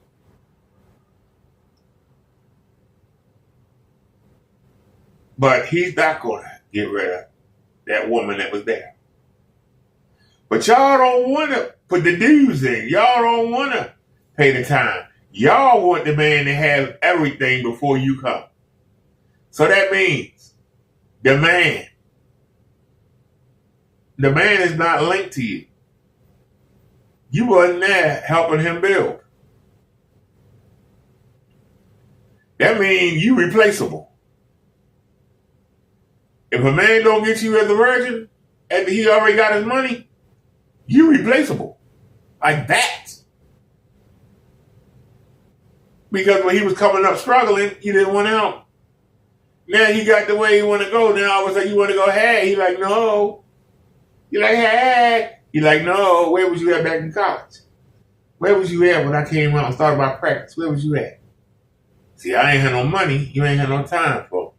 Well, I got the money now, but I ain't got time for you. If you lucky enough to get a man before he start getting going, you better not ever leave that man. He cheat on you, so what? Tell him, keep that junk. Don't let me find out about it. You respect this household. Don't have nobody calling here. Don't have no woman coming by here looking for you. You make sure that our friends, colleagues, family, and co-workers don't know that you cheating. I don't care if you had to go 2-3 states away. And that's what you got to do. You got to go out the country. Whatever you got to do, you want to cheat, go ahead. Don't bring no diseases home. Don't bring home no babies. And you run the household. That's your job. Run that household. And when that man die, it's going to be yours. Facts. So statistics can help you out. But when they don't benefit, what your agenda is, you don't want to pay them no mind. And that's unhealthy. He don't have to be single. And that's why I say, like, it's an anomaly, and I think statistics should be considered, because she could control this. And she made her way down this. Like, she forced the statistic with her actions. Well, we don't know the full story to say she forced the statistic. It's even just like, we want to say stay in the house, keep a 2-parent household, keep these things together. And yes, we want to push for that. But ultimately, if we have a mother that's on drugs and a daddy that's abusive, this is not an environment that children should be up in. We can say choose better, we can say whatever we want, but these are the circumstances. I don't think there's anything wrong. Granted, I understand what Crystal's saying. Move back out in the dating market. The problem is be humble. Don't come out here like you're 21 years old and you at the top of the market. Like, I just have some self-awareness. That's kind of our thing. Okay, well, I'll speak for that. I'll speak to that, seeing as how she's similar to me in age. If you are in a relationship and you are married, you need to figure out what you can and cannot live with in that relationship. Some people are being denigrated. Some people are being abused. All of these things. I don't advocate a woman or a man staying in a relationship when these things are happening. But if you can sit back and reflect on a relationship when these things are not happening, you need to sit back and reflect on your relationship before you say you want a divorce. You know, I want to say this. I'm going to say this. If you got the ring, don't give it up. If you got the ring, don't give it up. Let's say the man is abusive and you try to get him some help and it don't work, he's still abusive, move out. But don't give up the ring. Don't give up the ring. Don't give up the ring. Wait until he died. Come in and take all his crap. You earned it. I don't care if you had to move into a house next door. I don't care if you had to build yourself a house on the other side of the property and put up a gate, electrified fence or whatever. Don't give up the ring. You give up the ring, you give up all your power. Once you get that power, don't let it go. We need a study on marriages that were granted due to DV, because my goodness, my gracious, we always go to that point. Yes, every human on the face of this earth would agree that no man or woman should stay in a physically, mentally abusive relationship. But like, seriously, like, how many relationships are really in because of that? And I believe Godfathers gave a look into that stat, because women would come on his show many times and say that they ended the relationship because of DV. And he would say, did you file a police report? And they would 95% of the time say no. Yeah, but a lot of women don't report it. As long as they get out of it, they don't care to report it. As long as I get away from him and I don't have to deal with him anymore, then I don't have any need to report it. And a lot of women... So why don't you just keep it in your pocket wholeheartedly? Why come up on the show and divest that? Because it's putting the awareness out there, and that's the thing. No, going to the police will be putting awareness out there. Yeah, they should. They should. But how many times do you even see people get into fights and file a police report and then backtrack on the restraining order? Or so people even do it in situations where it was proven. That's why police officers get tired of coming to houses where they keep fighting, because it's like, girl, you're gonna take him back next week. So that's her. You're right. She's making the wrong decision. But at the same time, when women are saying something that's happening over and over and over again, we know we're in a sick society where nobody is doing nothing wrong. Right. Something is going on. She has her faults of accepting a behavior and enabling it, but it still happens. But this is where we get the atmosphere where people think women just leave for no reason. Women leave. Y'all leave because y'all want something better and ain't nothing better out there. But what that woman just said was so damn retarded. So, if the man is abusive, so abusive that you're afraid for your life that you grab the kids and run, you don't report it. So you let this man go to the next woman, and she has no idea that man is crazy, and he kills her. You don't feel responsible that you didn't call the police and get that domestic violence put on him? That woman might have ran his credit, might have ran his name and found it and said, oh, heck no. And every woman would know, oh, no, I'm not going to fool with him. He had domestic violence. But you saying nothing, you allow him to keep doing it. And as more and more you women say nothing, he just keep beating more and more you up. And he never gets arrested. He never held accountable for it. And one day he going to cripple or kill somebody, and it's going to be y'all women's fault. But y'all going to cry, oh, these men are so bad. But you're not doing anything to stop it once you know about it. You'll let the next woman suffer That's evil and that's vicious. That is. Reasons. It just doesn't have to do with getting beat or anything else. Women leave for a lot of reasons. What I'm saying is the landscape is very sparse. It's very hard to find a person that you're going to live with forever, ever, ever. If my husband was alive today, I'd still be married.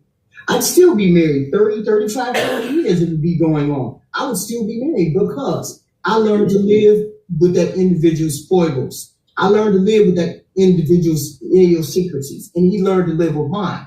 I'm saying if you're not getting beat, DV'd, you're not having abuse, you're not being exploited in any way, think about it before you leave, because the landscape is very sparse of good individuals. This woman right here is in her 50s, like me. Now it's going to be even harder, almost impossible for her to find the man that she's looking for. Thank you. That she has. Thank you. Think about it before you walk out the door. Think about it before you get a divorce. If none of these things are happening, think about it real hard before you get out there. That's all I'm saying. That's it. Isn't it? Hey, shout out to Distant Chocolate Tie here. She come on the show and said she thought about. If you want to get in here real quick. Yes, real quick. Just because a woman or a man doesn't report abuse in a physical abuse to the police does not mean that it doesn't happen. That just means that they want to get out of the situation, but they're not trying to ruin their partner's life by reporting it and making more. Oh, come on, man. Yeah, you always got to be right, and you say the stupid shit out your mouth. Seriously. If there's a serial killer on your block, you're not going to tell your neighbors. Be on the lookout. There's a serial killer on my block. If you live on the block that got a bunch of young children on there, and you know the jail just released a serial predator, child predator, and they moving on your block, and you find out about it, you're not going to tell your neighbors. You're going to wait until the predator get one of the kids, or you going to hope that he don't get none of the kids. This is selfish and it's evil. Women are evil. I swear to God, y'all are linked to the devil. You only care about yourselves. You don't care about even other women. You don't even care about the kids. Yeah, long as I get away, he can go ahead and kill everybody else. Fuck them. That's exactly what she just said. The other one said it too. Hey, we just trying to get out of there. She fuck everybody else. Fuck them. I'm out of there. She see you. What would it be? That is pure evil. That you would know that person is a danger and you don't want. You might have got away, but now he need a fresh victim. And you won't let nobody know what you know. And then after he killed somebody, yeah, I figured he was going to do that, but hey, I got out of there, so, yeah, that's evil, man. That's just evil. That's why I say women are so selfish, man. Give me. Screw everybody else. Long as I got out of there and she put on y'all. I know I could have warned you, but you be all right. See ya. So let me stop you real quick. Granted, I'll grant you that, but now this is where you're wrong. You say you don't want to put your partner out there by going to the police, but they will go up on Kevin Samuels' platform where 30,000 people watching and put that man out there. So that's not true. Yes, yeah. all women do that. Yeah, you're right, Gavin. I agree with you. Because you want the light to be in your face. Is that better? No, I feel like there's a shadow cover. Okay, that's better. This is good right here. Okay, let me put my finger. Yeah, because I'm getting ready to go out from dressing up at the same time. So you said, wait, no, you have to do like, you got to bring the phone up. There you go. Right there is good. Okay. Okay. So you said men compete with you? Did they have cross accolades? Yeah, well, you don't know. I don't know what I'm talking about. But I meet a lot of men that Like on who that don't have what they say that they have after you've been dealing with them for some time, or talking about money, like that financial security. Told you. That's one of the main things that I see that a lot of men profess that they have or able, where money is not an issue, and then money does become an issue. So those are the type of things that I mean. Okay. Honey, I'm sorry. You say you 50. Okay? I'm 54. So that means you younger. But goddamn it, I would be embarrassed to walk around with you. Somebody might mistake you for my mother. I'm being honest. You look older than dirt. You look older than Methuselah from the Bible.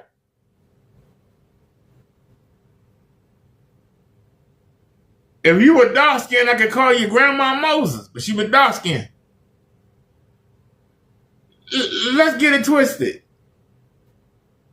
Now, I'm glad you ain't got no weave on your head, but you could at least colored your hair darker.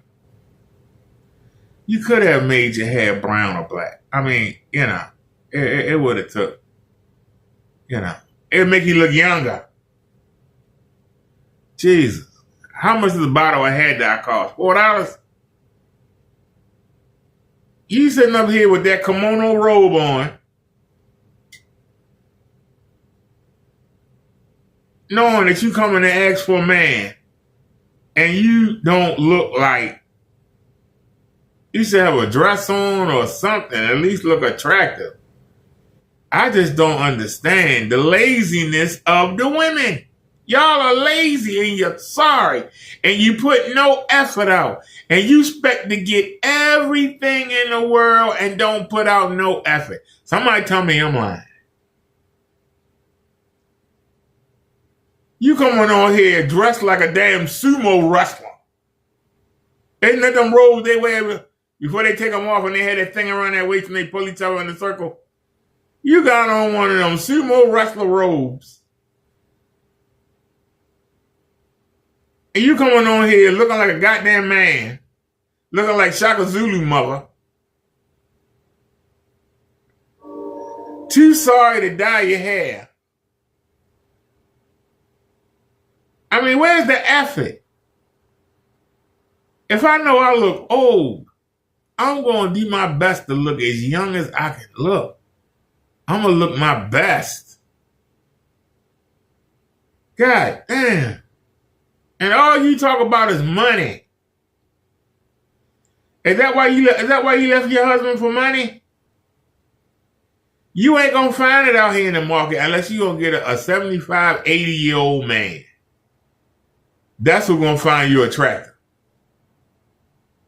Because right now, the way you look now, unless you're going to get on a boat and go over to Africa and find you a rich man over there, I don't know where you're going. But that's the only person that's going to find you attractive.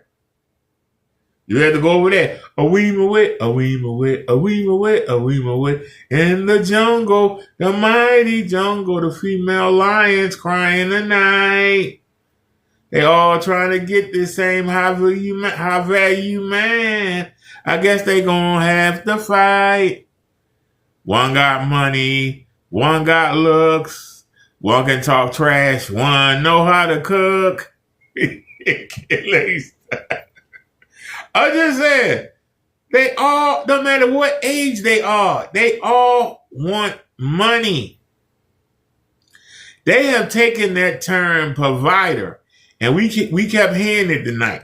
We wind back the show. That word provider keeps coming up.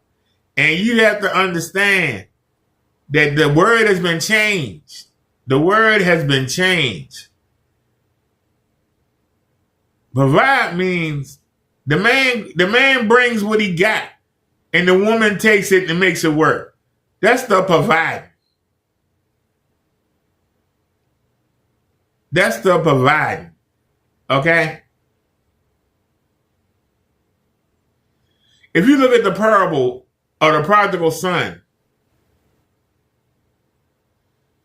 you know that Jewish people can't stand swine, the pig. And when the man ran out of money, he found a job guarding pigs. And he had to sit with the swine. It paid a penny a week. Some of you would say, a penny? God damn. Well, a penny went a lot farther back then than they were doing now. Okay? A penny went a lot farther back then than they do now. But man said, I pay you a penny a week. It was a penny a week or a penny a day. Either way. The family, if he had a wife, she would have to take that penny or those 7 pennies, and she would have to go to the market and trade it for food and everything they need. That's her job. And make it work. And make sure that it's a meal for breakfast and there's a meal for dinner. And back then, they ate vegetables and bread. Only on special occasions like birthdays. Actually, they didn't celebrate birthdays. Only on special occasions like somebody graduating or a son leaving the house for the world or something like that. Or a festival. You know, one of God's festivals that we used to celebrate. They won't celebrate anymore. That's the only time that you killed. You know, that's the only time that you killed the bull or the sheep. They ate bread. How much money bread costs? Even today, bread not expensive. Imagine how cheap it was back then. They ate bread. You had bread. If you was lucky, you had some gravy to dip it in. And you have vegetables. That was your breakfast and your dinner. Bread. So you didn't require much money. So being a provider, you had to make sure you put bread on. Where did that phrase come from? Put bread on the table. People didn't eat like they eat nowadays. You get you a couple slices of bread, dip it in the gravy, eat your vegetable, there you go. There you go. There you go. That was providing. So with this trips, with this Prada bags and weaves and all these things, that wasn't in the Bible? When they said the man must provide you breakfast and the man must provide you dinner and a place to live. Anything you could get with leftovers, there you go. That's what provider means. Provider don't mean 6 figures. If God intended for every man to make 6 figures, every man will make 6 figures.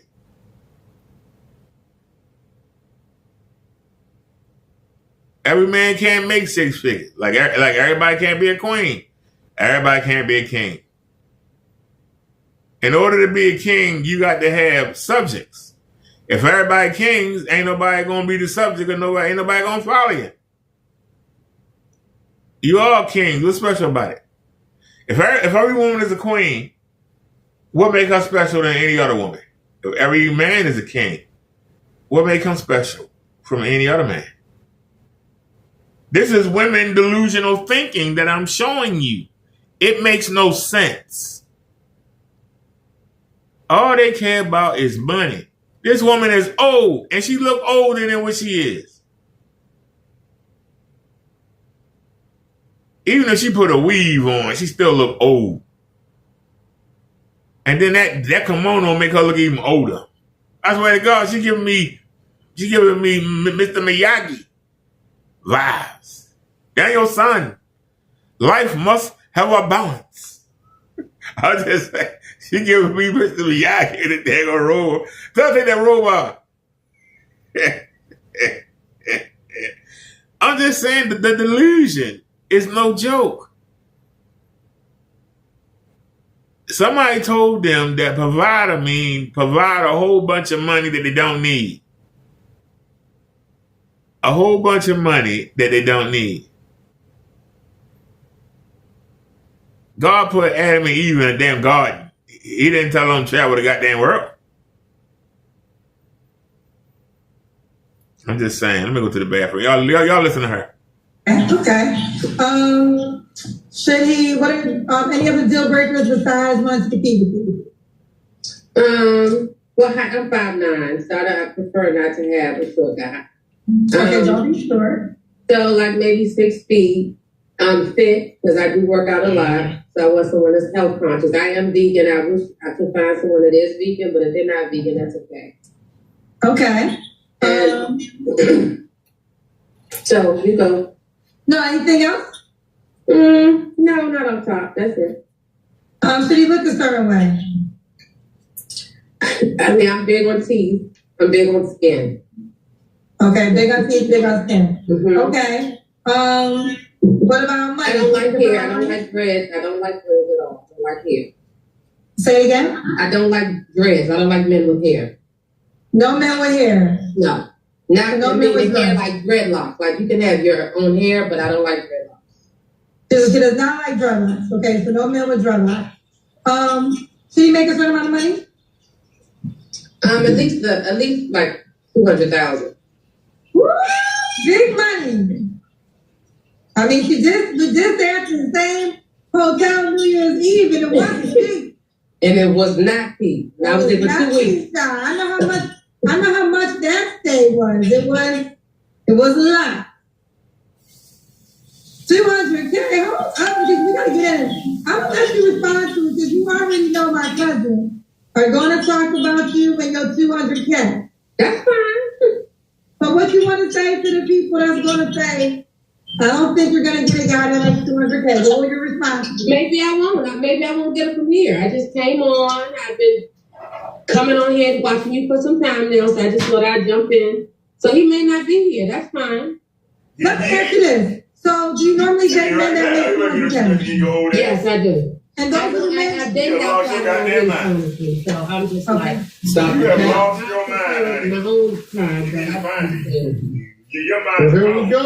Now listen, we're nobody's fool. But I paid the fool.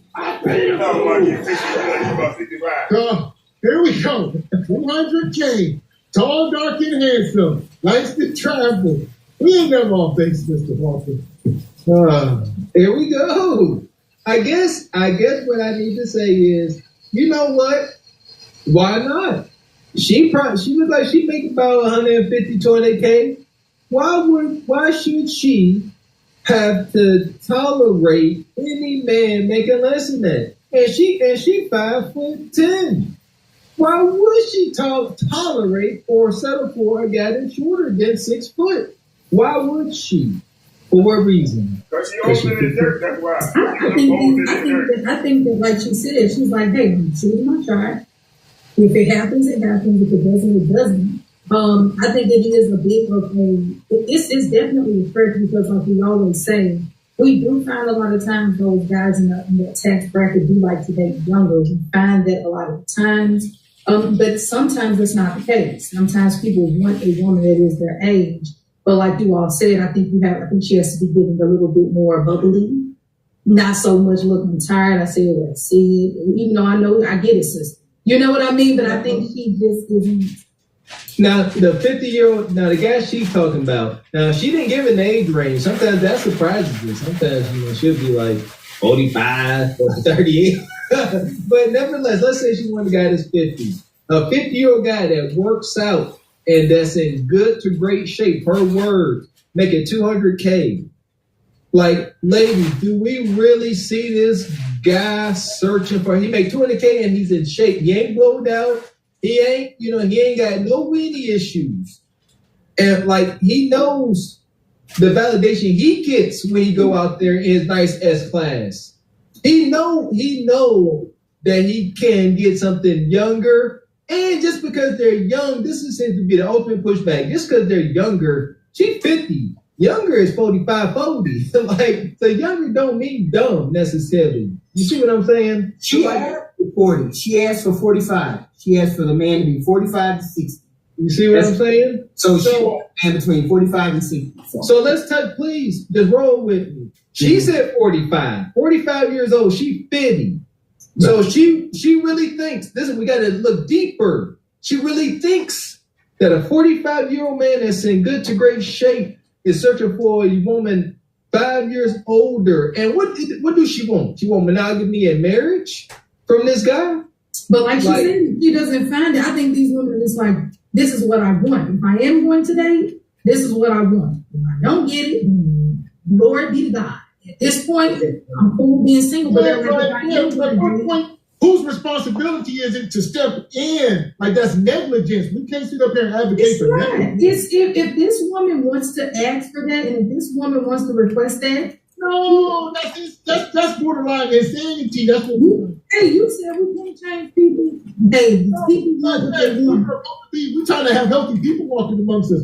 If everybody's walking around, this is unstable at best.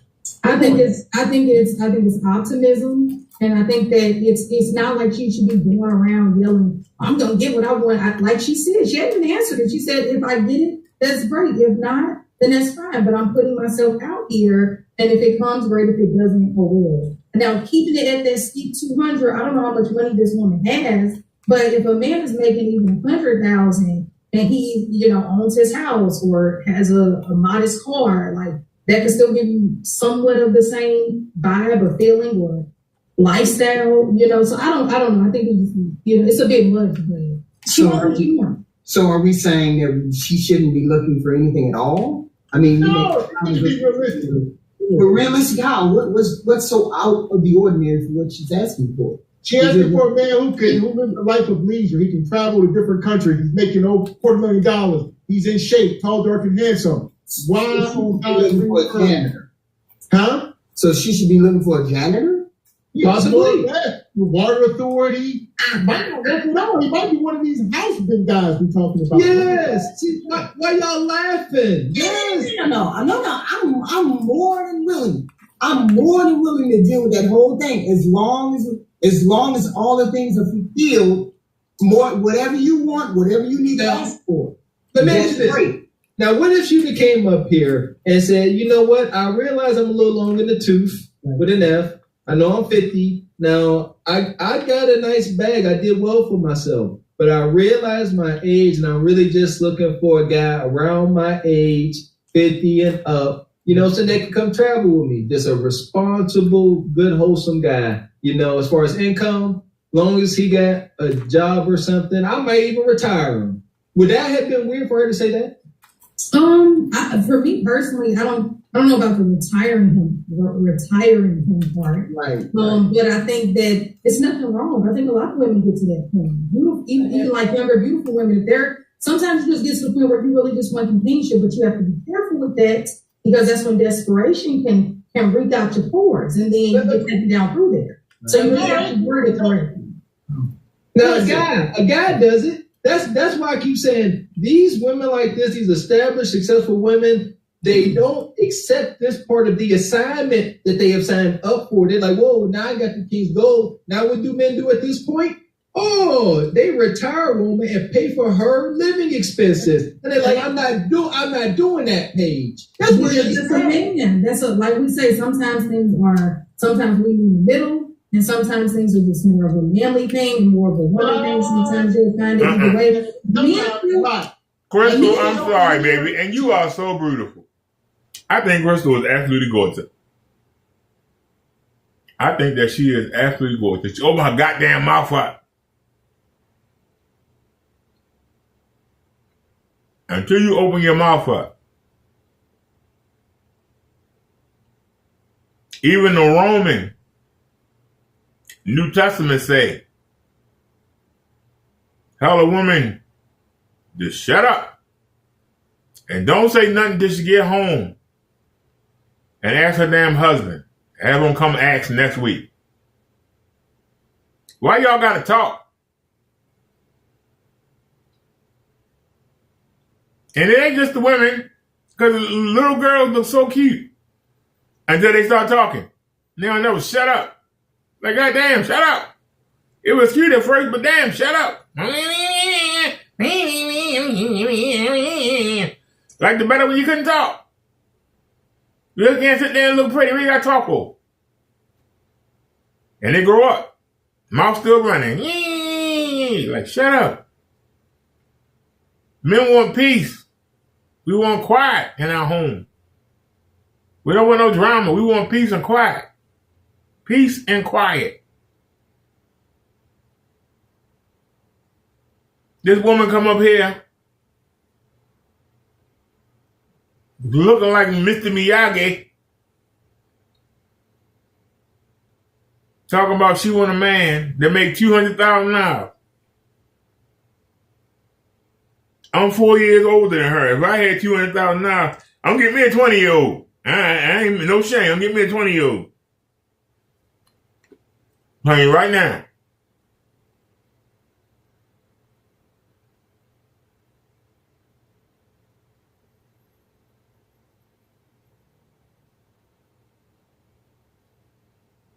I want a 20-year-old virgin.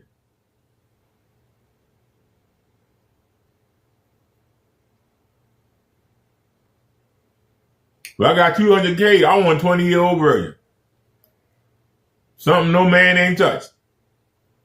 If I had to go to the damn monastery, not the monastery, the nunnery. If I had to go to the nunnery and convince a woman. Wait before they're about to announce themselves. Hold on. I made $200K. Hold on. Don't do it. Come right at me. I got you. You don't have to be a nun. We can do all work together. I'll set you up with a little classroom. You can teach your studies. So come be my wife.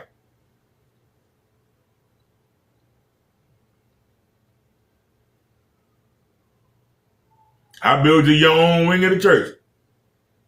Come be my wife.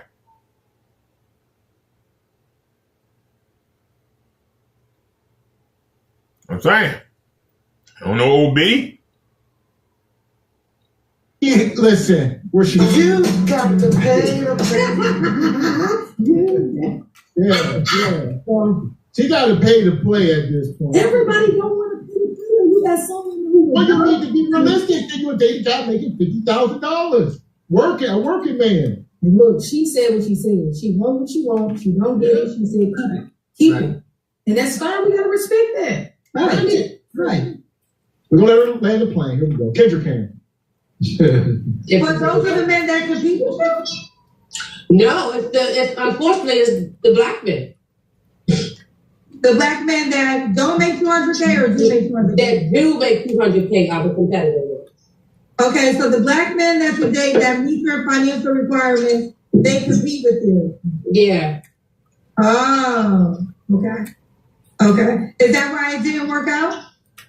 The last relationship, yes. Okay, fair enough. Okay, well that's what she dates now, so y'all better watch out. She lying. In the She comment lying. section. She managed. It wasn't ever competing. She was trying to get dominance, and he wouldn't let her be dominant. That's why I stay in her place. She didn't like that. Stop lying. You managed as hell. You ain't gonna let a man tell you nothing. That man bucked up on you. You said, no, I'm out of here. I can't take this. The man bucked up on me. Now I can't do it. I can't do it. She ain't said nothing about being feminine, nothing about being a woman, knowing her role, nothing about being a wife. All she talked about is money. So, we did the kiss with the Kendrick Cam. Oh, what happened? I'm still here. Okay. Is that a money roll? Go there. You look good, girl. We see them hands. Wait a minute. What kind of pretty old body is this? Oh!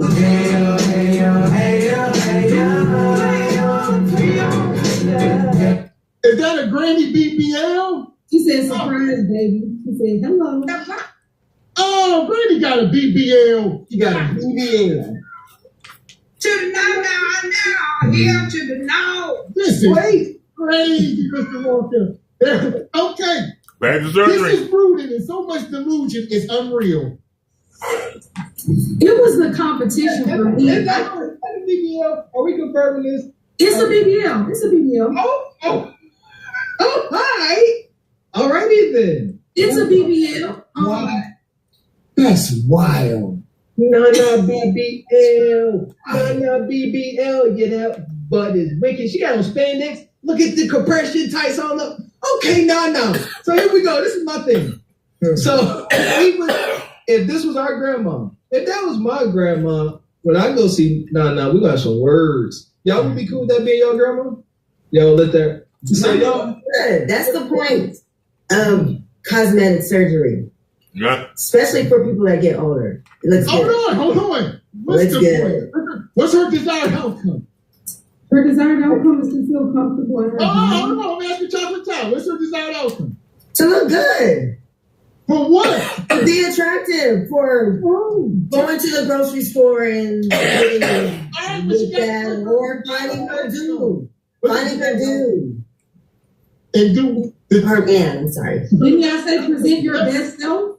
To land this 200K man. He did all that to land this 200K man. Is it working out? I mean, it's going to help.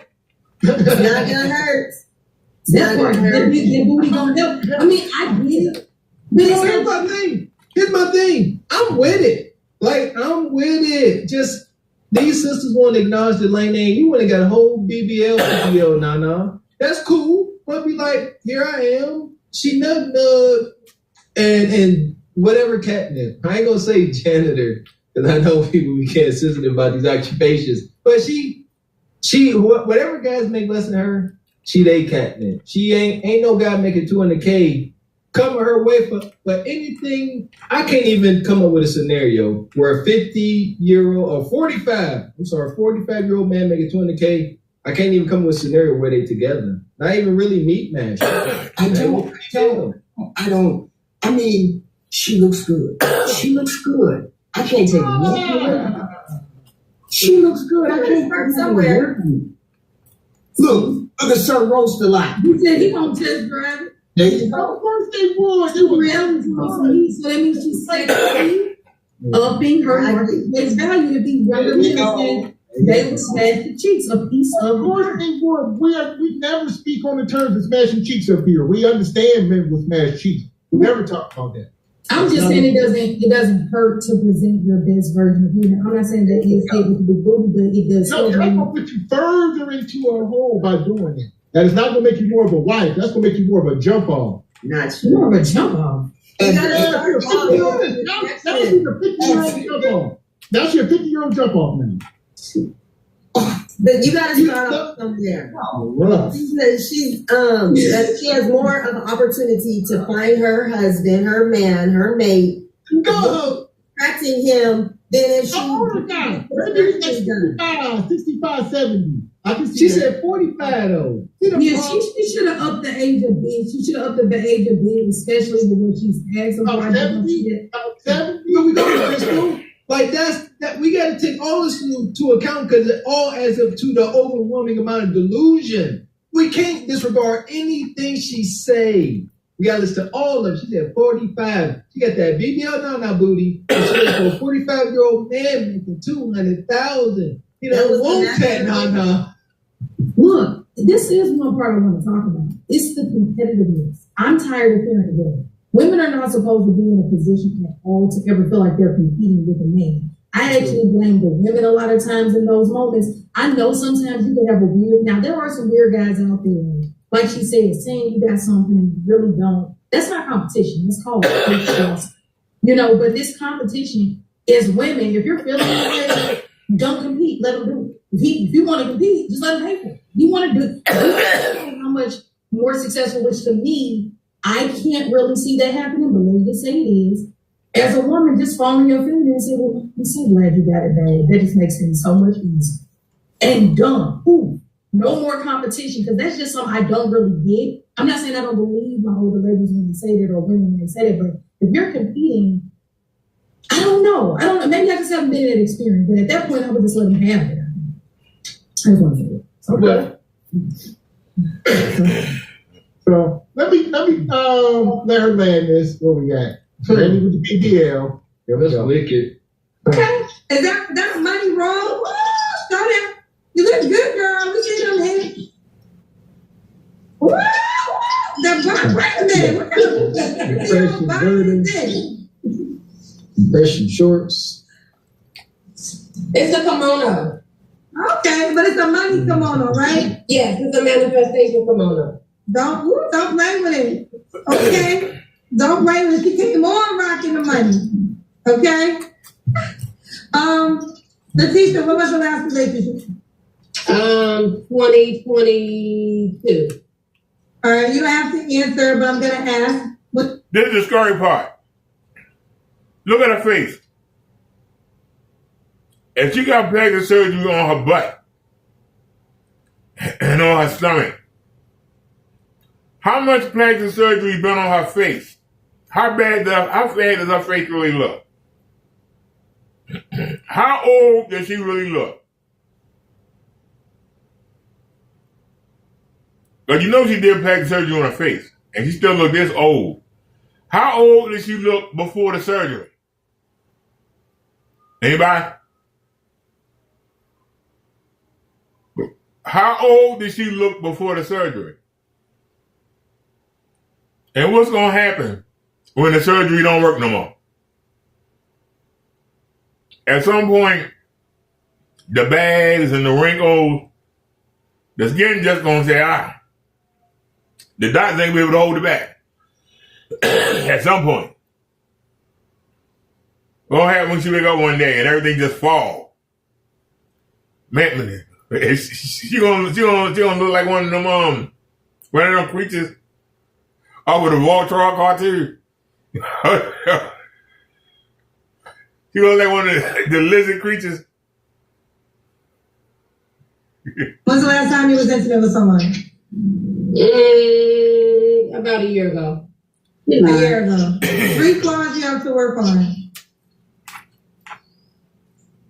Being managed, one money. Being patient. I am very understanding. Learning to say no more. I think that's it. I don't have 3. Those are my 2. Okay. And why would a guy be lucky to be with you? I'm a giver. I'm very affectionate. I'm very loving. I love children. I'm a go-getter. And that's it. I make my own money. Make your own money. And what was the age range you was in? You're 50? 45 to maybe 60. 45 to 60. And you said, does he have to be in DC? No. All right. So we got Leticia. Leticia. He's 50. Zodiac signs of Cancer. Fashion designer. Mama twins. Was married. Divorced. In the DC area. Be 45 to 60. Don't be a man that wants to compete with her. And her preference is 200K and above. That's correct. Would you date a man that made 100K? Possibly. So it's so possible that I know 75K gotta be a no. That's a no. 75K is a no. 100K, we can have a conversation. Y'all see what we're talking about? I say humility, humble, self-awareness. Like I said, it's over. We would not recommend none of our loved ones to behave like that grandma. She want a man, 45-year-old, make 200,000. She said if you making 100K, then they can have a conversation, i.e. sliding scale. So now this ninja got to be probably 40, 6'4", you know what I'm saying? Get out my face. It's just not smart. if the woman would accept, she's like, I got a BBL, I'm going on these cruises, I'm having the time of my life with these old Silver Fox brothers. I'm really just trying to vibe and get my meat smashed. We won't have nothing to say because that's what lane she in. But if she's looking for marriage, it's done. So, yeah, I think she a red flag. I'm sorry. I'm sorry. Wait, for those of you who don't know, Tierney got a Y chromosome swimming through her bloodstream that's getting her. I'm sure it's a girl. The Chinese calendar said it was a girl. I'm sure it's a girl. But why do you think she's delusional, Tierney? No, I didn't say delusional. Come on, see. I know she was talking about chocolate. Not delusional, but I feel like for her age, this is how I feel. A lot of older women need to calm down, okay? I'm in my mid-30s, and I'm not trying to keep up with these young 20-year-olds. For what? I've been there. I've done it. I'm enjoying my age. I'm going to become a grandmother, and I'm going to love it, okay? And I feel like our older women have to learn that we're supposed to be the teachers for these younger girls. We're not supposed to be competing with them. There's no reason to do that. So when you get to a certain age as a woman, you want to start adding stuff to your body so you can look younger. I love boss chicks. Don't get me wrong. But and I just feel like the older we get, we need to settle down. We need to stop trying to compete with the younger girls. Let them grow up, but let's be teachers for the younger women. And yeah. Go ahead, Crystal. I definitely feel you with that. I think that this is a new grandma too. This is a new day and age of a different type of grandma. You know what I mean? Also, so we're kind of in this weird space of we do have. Women are shamed the minute they get a little weight on them or a wrinkle. So I understand that men have a financial pressure on them, but women have a youthful pressure on them. So I'm not saying succumb to the pressure, but at the same time, I ain't gonna lie, I'm gonna stay using retinol. If I see a little something sagging, I'm gonna get it pulled up. That's just me. So I'm like, be a fine grandma. So I ain't gonna lie to you, and I'm still gonna carry myself with respect. Now, you know what? That's cool. You're a married woman. So I feel you. Crystal. But that woman, okay. Okay, since we're on the topic, how many of y'all ladies would get a BBL? No, that's just not for me. It's a procedure that's available. I don't see okay, so I wanted to chime in. There's somebody for everybody. And there are older men. Her age range needs to increase. And you said that 45 was the oldest she wanted to go. That's not old enough. I said 60. She said 60. 60. 45. So there are older men. She said 45 to 60. Yeah, that's if she would have said 60 to 65. Or 60 to 70. Yeah, but she's expecting that there's a 45-year-old man making that much money will come and knock on her door. And two things is true. It is. But then she went on to also say in shape, tall, dark, and handsome. Now she said this dude can be blowed out, so 300 pounds, and all this other type. He can stank, all that. Then we say, he exists. He exists. He can go get surgery too. What I'm saying is that I think people within the same age range, not all older men want younger women. They want something that is visually attractive and that can be entertaining, hold a good conversation, laugh a lot. Some men, I guess they can settle for younger women if they're simple-minded. But there are older men. See, there you go being stupid. There you go being stupid. You're not a man. How can you speak for a man? You are not a man. How can you speak for a man? And why would it be simple-minded? If I bust my behind and I make $200,000 a year, and I'm looking around, why I want some old dusty rusty? But I can get something fresh and new. If I can get me a brand new car, why I want an old broke down classic car when I can get a brand new car with all the bells and whistles? Why I want an old car? Why do I want an old car? That's why I say women, the women don't think with their brain. They think stupidly. They go off their feeling. Face the fact, honey. You getting older, sweetie. What's her name? Chocolate Thigh. You're getting older, honey. You better hurry up and get married if you ain't married. Hurry up. Because the older you get, the less your chances get. Nobody wants to sit there with no old bitty back. I got 200,000. I'm going to be something fresh. How that make me simple? It'd be simple to get an old used hag. All she want to do is go travel around. I would have worn my own program. I'd rather take her places for the first time and see look at her face. Rather than be with old grandma. Oh, we already been here. We've been here 5 times already. Why you want to go? Well, I ain't been here. Yeah, well, I've been here. Shoot. How many times everywhere you go, I ain't already been. That's why I said, don't nobody want to be with no old bitty back. I just got my money and I'm ready to go do what I want to do, what I've been dreaming of doing. And you said how about you already done it. Well, then don't even bring me. Let me get somebody young that's going to be excited. Ooh, we going where? We going to Hawaii. We going to Tahiti. Oh, my goodness, we going to the Virgin Islands. Oh, I know. Oh, yeah. Well, that's a man going, yeah, I was there a couple years ago. Yeah, that's special, man. Yeah. Seriously. Might want no old bitty. Would like to sit back and have a genuine, mature, educational, intelligence conversation. So that's the guy that's going to find her. She's not. All hope is not gone.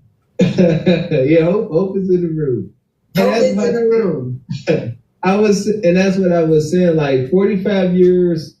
Yeah, probably not. A 45-year-old man, can get, if he does go, even a 50-year-old man making $200K, her age, even if he goes younger don't necessarily mean 18. But I'll always go to that extreme. Y'all say, oh, have a mature conversation. It could be 35 and be much younger. Well, see, here's the thing. She's not necessarily saying, I want all these characteristics. She's saying, he's giving you a picture of what she 30-year-old woman would date a 50-year-old man making $200,000? Yes. So why would a 50-year-old woman do? Well, and that's what I was going to say. Right. A 45, 50, 60-year-old man is not looking for an older woman to look like a younger girl. Most likely he's going to go get him a younger girl. If he's wanting from a 45, 50, old woman, he's going to be expecting her to look like the 45, 50-year-old woman that he grew up with. That's right. Just like women ladies have daddy issues, there's some men that have mommy issues, or that they might be attracted to just older women. Maybe they were married and their wife was older and they want someone that fit the same kind of mold that she was before he lost her for whatever reason. And I don't think people really walk out there and say, I'm a 60-year-old man or I'm a 50-year-old man and I'm just going to get a 25-year-old. Most men deal with the woman that affects them or they want to deal with. It doesn't matter what her age is. He could be 50 and she may be 48. As long as in his mind she's younger than him, he will go for that woman that's 48 years old. So most people, a 60-year-old man is going to go for a 50-year-old woman, and maybe a 48-year-old man may go for the 50-year-old woman. If she's just giving you a framework of what she wants, she knows she's not going to get all of that. Tall, dark, handsome, 6'5", 250. She understands that. But if she says, I want a 250K man, she might get the 150K man. She's putting in those 150K men mind that they won't reach her scale. She gotta speak more broad. I'm listening to these women talk. My granny don't want doing all this, bro. And that's how I see grandparents. How I see my grandparents. Like, my granny. Yeah. No, I agree. I think she should have She should have made it more bond. Older man, a little bit older than a little bit older, and I don't like using the word settling because I don't think it's settling. I think it's being a bit more realistic to the situation. So it's not settling in this case. It's just, like you said, I think she more so was just trying to shoot her shot, see what comes in. But like Tierney said, if you say that a man never wants to feel, you already talking about, I ain't finna compete. So if you're saying you're not finna compete, and then you make this guy who's making 100K, 80K, 90K, 150K, who might want to do that little step in the name of love with you on the dance floor. Because that's what I see her. I see her as the lady at the bar with the, little outfit with her little, lemon drop or something, doing her little step dances and shit. That's what she come off as. Like, and at that point, just love and be happy and find somebody who you can, vibe with.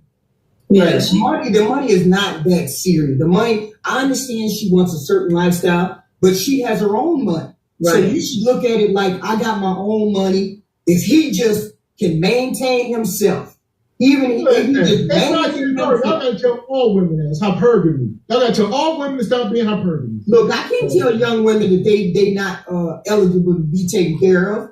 Look, you need to stop, okay? I'm trying to make excuses. Stop making excuses. Why is it that when a man hit the lottery, when a man get an inheritance or come into some unexpected money, the first thing the man do is go find his woman and tell her, get dressed, we going out. Matter of fact, get dolled up, we going out. Matter of fact, you ain't even got to get dolled up. Just jump in the shower, do your hair, throw some clothes on. We going to stop at the mall, or we going to stop at the Macy's or the Nordstroms or wherever. We going to get you a new outfit. We going out. We going out to a real restaurant. I want to experience a real restaurant with you. A real restaurant.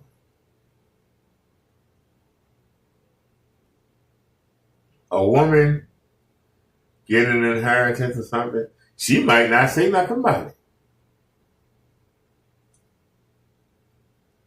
The man say, hey, I saw you had some money up there. What was that?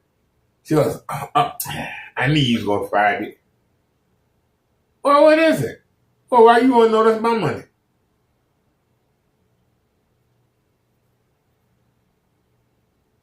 That's the issue right there. A man is supposed to share whatever he come into with his woman, but the woman don't want to share because they're selfish. Women that used to be giving things, they're not used to giving. So even when they have money, instead of them saying, hey, let me go find somebody that want to be with me, that's willing to be with me, willing to be with me. Because see, this is the part I don't get. Now there are some men who tell their daughters, I'm going to make sure you go to school so you ain't got to depend on a man. And that's a mistake because that goes against the Bible teaching. But there's also women who supposed to teach their women to be wise. Their daughters to be wise. But instead, they teach them, go get an education. And they'll say the same thing. So you don't have to depend on a man.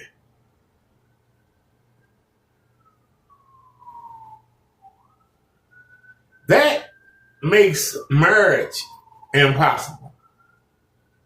The way God intended it. The woman is supposed to depend on the man. If you tell a woman she ain't got to depend on a man, or then why I gotta listen to him? Because God said so. Well, yeah, but my mom told me to go to school, get an education. I don't need to depend on no man. Well, okay. So, the reason in the beginning, I don't know how I got twisted, but the thought process was so that if something go wrong and the man don't want to take care of you, you're not going to be out on the street. You're going to be able to take care of yourself and the kids. Right? That was the original reason. How did we go from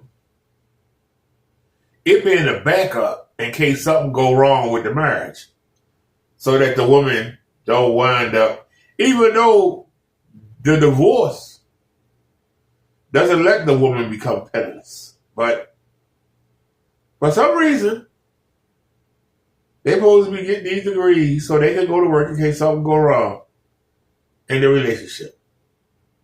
So they get the degree and then they don't stop. They go ahead and get the job. Now they got the job, they're making this money. The men that were talking to them while they were going to school were average men. That was her range. But now she got the job and she made twice the money they make. Now those men ain't good enough for her. Well, where did she go?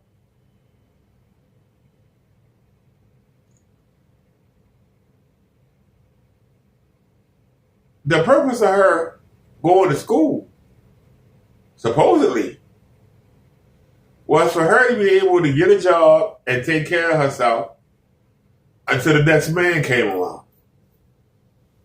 Right?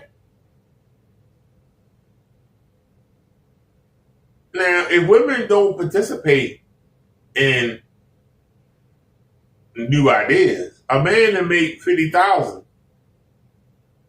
a man that make $50,000 because they do can run a household. The woman just gotta budget the money correctly. It can be done. So, why is it that if the woman decide to use the degree and work, if she was attracting average men before she got the degree and the job, how does the job make her more attractive? Men are visual. If she was getting guys that work at the McDonald's and work at the 7-Eleven, if that's what she was attracted before she got the job, now that she got the job and she making double, triple what the men she was attracted making, how does that make her more attractive to the man? If the high value men were interested, they would have picked her up right out of college and said, you don't need this degree, I got you. Come be with me. So that means they wasn't attracting them men.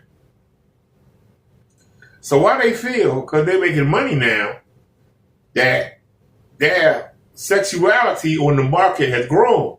No, it's still the same. But you're trying to command the money. If nobody was looking for you,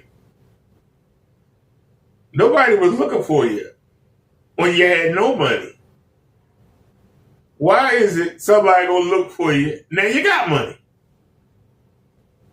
Anybody want to explain that? If nobody was looking for you when you didn't have no money, why would somebody look for you now you got money? Only a male gold digger will look for you. A man that's making that money wasn't looking for you. He would have been cable calling. He wasn't looking for you. And you find out when you get around them, they're not looking for you.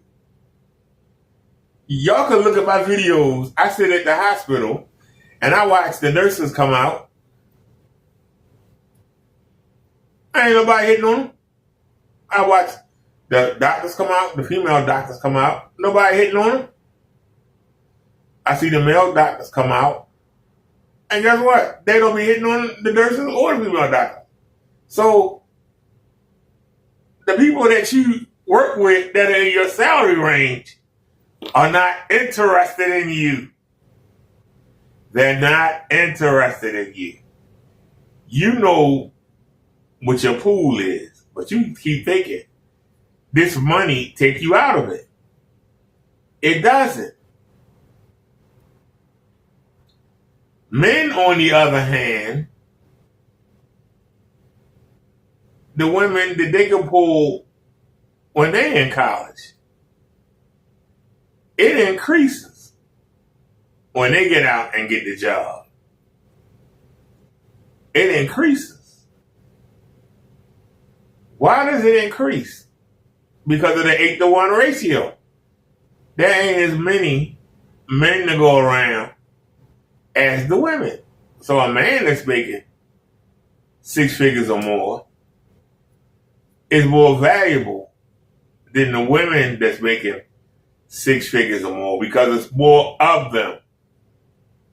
They don't have to listen to you whining about your job. They ain't got to listen to you talk about, I can't come to the party even though I told you I was because they want me to come to work.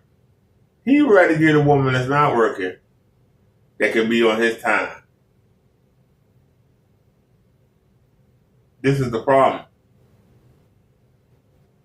A woman making more money doesn't add no value to the woman.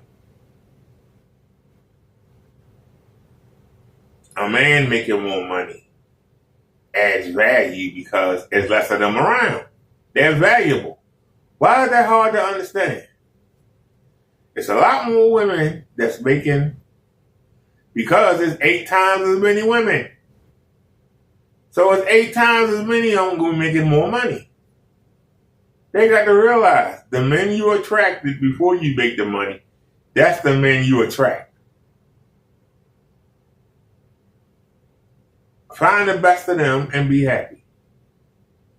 Stop worrying about what somebody makes and worry about can they make you happy. Because you already got the money. So why do you need more?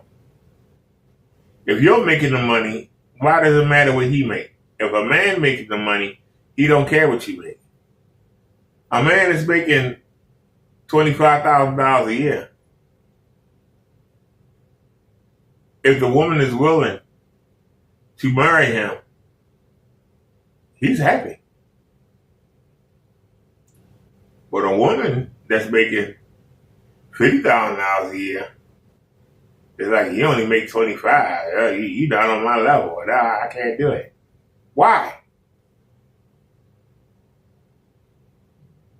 That's the level of man that you attracted before you got the job.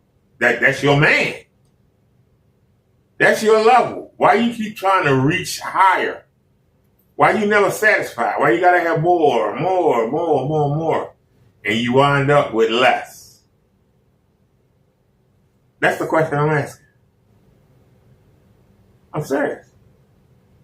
If there's a man that loves animals, and he loves working as a veterinarian aide, and he only makes $30,000 a year, great man, could be a great father, God-fearing, tall, everything else. He come across a woman, he don't know what you make and don't care what you make, but he approached you and he said, hey, I think you're very attractive. I'd like to take you out. You find out that he only made $30,000 a year and you make $60,000. Oh, well, I can't fool with you because you're not on my level. But that man might have been your Prince Charming. But because you make double what he made, he's not worthy. Baby, you're not worthy of him. Because that was your Prince Charming, and you got to get away. You weren't smart enough to say, hey, this man is everything I want except for the money. I got my own money. I don't need money. I'd rather be happy with him. You can't do it. Because you got to have more, more, more. How do you like it? How do you like it? More, more, more. You got to have more. But more to do what? You're not happy. Traveling alone. How can you be happy? Going out to these restaurants by yourself with these waiters that's only coming over because you're giving them money. They not coming over because they care about you. Hey, you need anything else, man? Is anybody coming to join you? And you bring in no cheer? No, ain't nobody coming. They looking at you like, damn, you got money and ain't got no damn body. What's wrong with you? Yo, they thinking, like you sit there trying to look all impressive and trying to look all flaunt, and they looking at you like, you know nobody with you. they laughing at you when they get back in the back. Yeah, that old broad out there, he's sitting there right out there. Excuse me.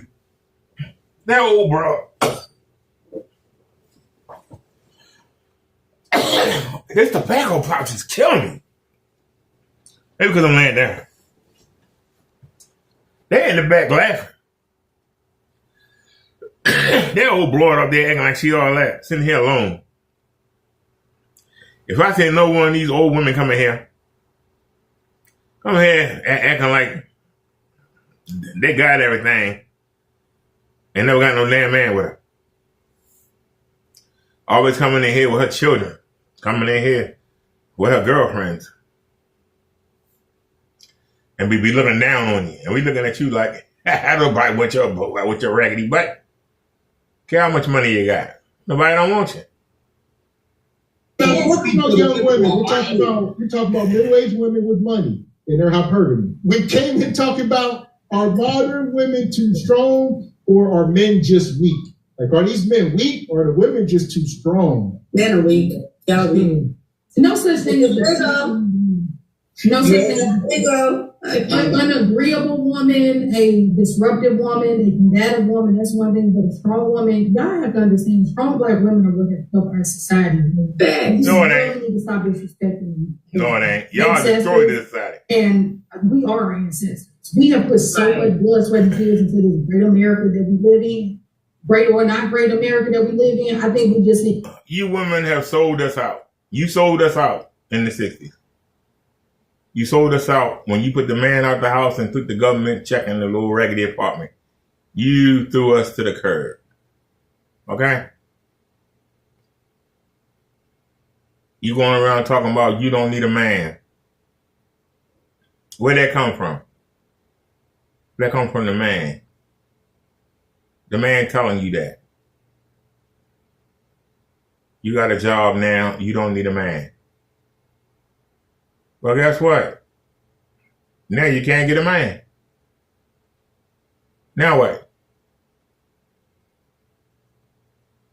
The only thing that backfire is you can't keep a man, but they thought it was going to cut down on the ability by separating the man from the woman, by giving the woman the opportunity to make more money than him. Of making sure that they hire the women over the men as much as possible to cause division and to put it out there. Men ain't no good. We don't need a man.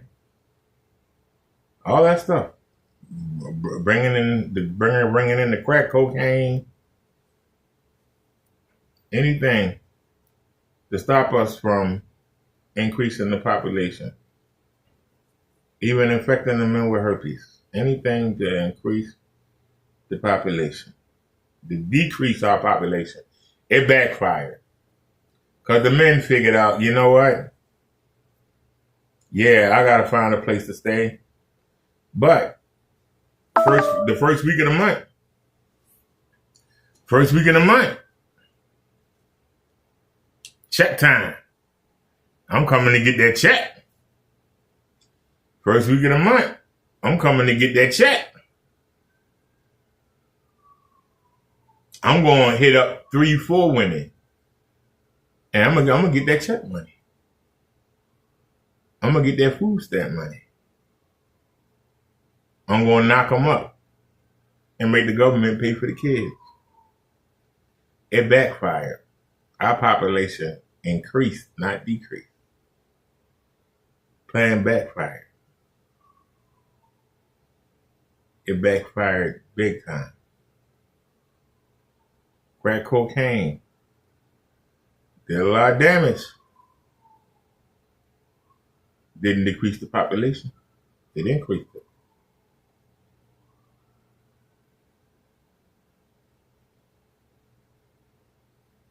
Now you got women, all they care about is going to school. School. They ain't thinking about becoming wives and having children. They thought great. Decrease the population. Nope. Women still having children. They have them out of wedlock at an alarming rate. 3, 4, 5 kids. 6, 7, 8. It ain't decreased the population.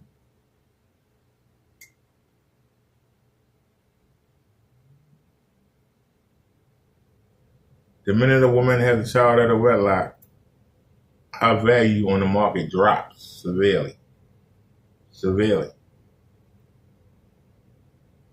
And guess what that make them? Ordinary. What happens when you make something ordinary? Guys know all you gotta do is come around, tell them they look nice. They got the women eating Popeyes and KFC and women getting fatter and fatter and telling them you gotta stop us being fat. Well, men don't want to marry fat women. But they'll have sex with them. They'll knock them up. That's increasing the population. Backfire. Everything backfire. So now the woman got the job. They get around 32, 34. Now they looking to get married and having kids. Guess what? Nobody don't want them. Nobody don't want you. You old. Why want a old bitty bot?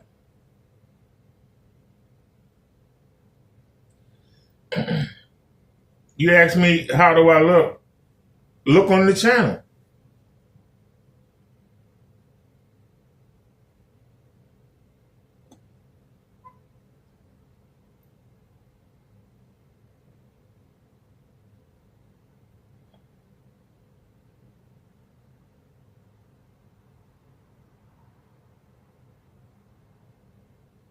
What channel we on? On the computer. I know we on the brand new channel. We on the brand channel. Okay. We on the Minister on YouTube right now.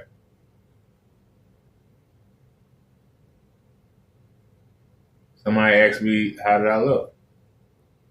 Well, let's take a look. We got that set up for this way. Sit down in your car. Joe, please sit down.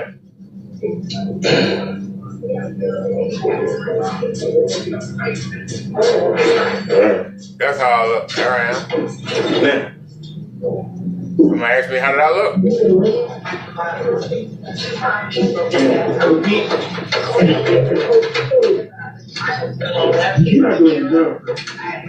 So I got my coat and stuff on.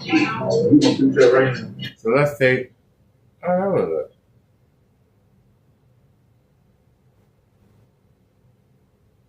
I'm trying to see where we are.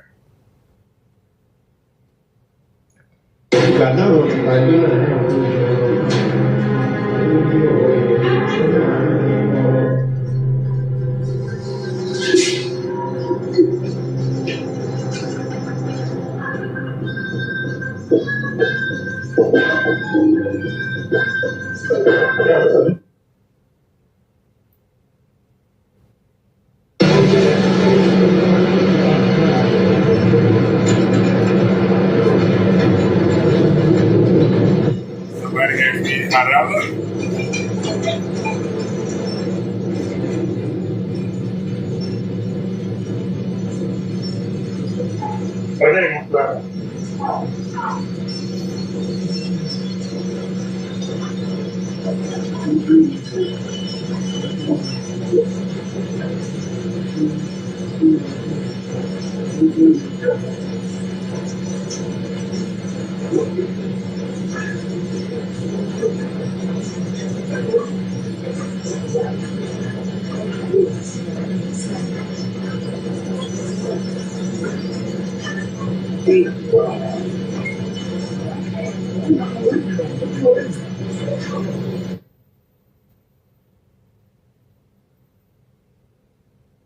Yeah, should have those pizza combos. They have those pizza combos. We don't have hot dogs. Yeah, pizza combos or hot dogs? For the pizza combo, but I go to get the drink. Well, yeah, I'll give you a hot dog combo. That's like, Okay. come together. It's not too much together. Oh, okay. Well, let me get to it. You said 2 hot dogs? Yeah. I'm trying to see what I'm going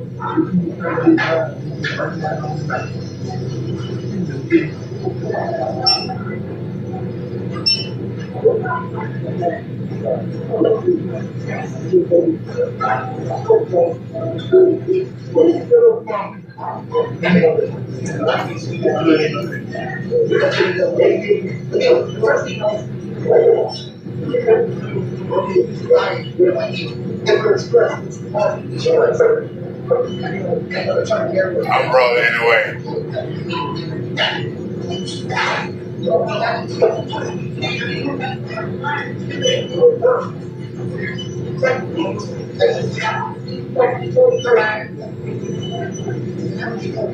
Somebody asked me how I look. Oh, it's showing. Yeah, well, umbrella anyway.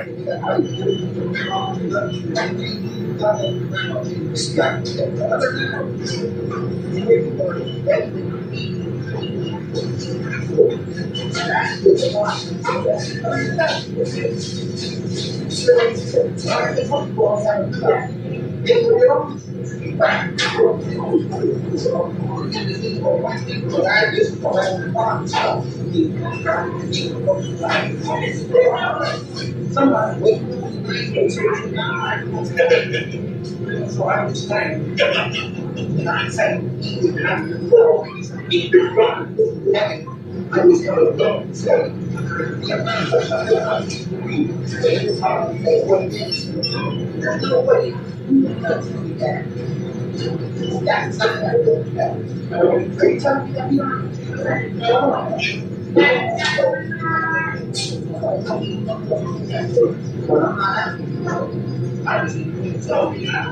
All right, y'all. Somebody asked me how did I look.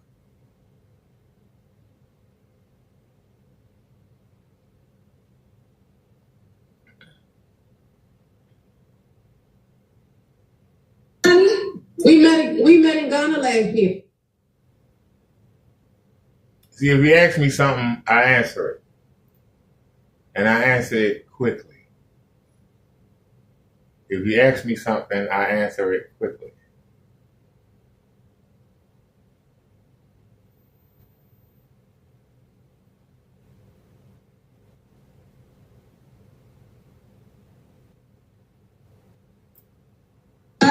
Tatiana, where are you calling from? I'm calling from Topeka, Kansas. Topeka, Kansas. How old are you? I'm 36. 36. What you do for a living? I'm a licensed barber. Licensed barber. Do you have any kids? I have 5. You have 5 kids. How old are your 5 kids? One will be 19 tomorrow. I'll have an 18-year-old March 30th, and then I have 15-year-old, 13-year-old, and 12-year-old. Okay. Are they all by the same man? 4 by the same guy and 1 by another guy. Okay. They ever been married? Yes. When did you get divorced? It's been about almost 3 years now. So you're officially divorced, not separated. Officially divorced. Okay. What's your name? Okay. So I ain't mean to pause there, y'all. But somebody asked me, how did I look? So I showed you how I look.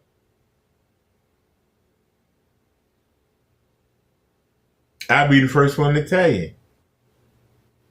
On a scale of 1 to 10, I consider myself a 0. With the option. Why do I say 0? I consider myself a 0. On a scale of 1 to 10. A 0. With a plus option. Why do I say 0? Because I don't know how I'm going to look when I reach my goal of wearing a 2X shirt and getting down to a size 42-inch waist in jeans. But that's a goal. We at 3X and 46X right now. We're trying to get down to 2X shirt and 42-inch jeans. That's our goal. Also,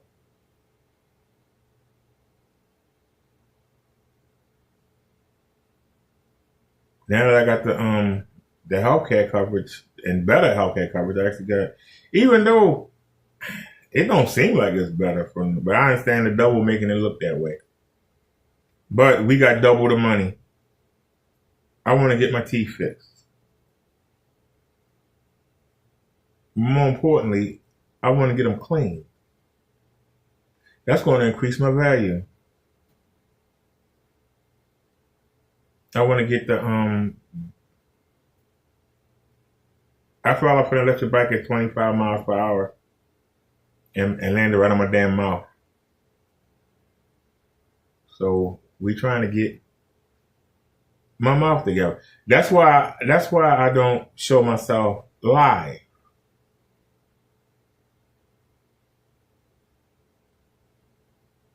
Now, hopefully, I was hoping to be done by April. That's why I say, when you speak something, it might come true. The earliest dentist appointment I could get so far is April the 17th. I wanted to be done by April. That was the goal. We can't get started till April. So hopefully, by the end of spring, I'll be done. And then we'll be doing our live streams like they using on the StreamYards. Or we might go to the OBS.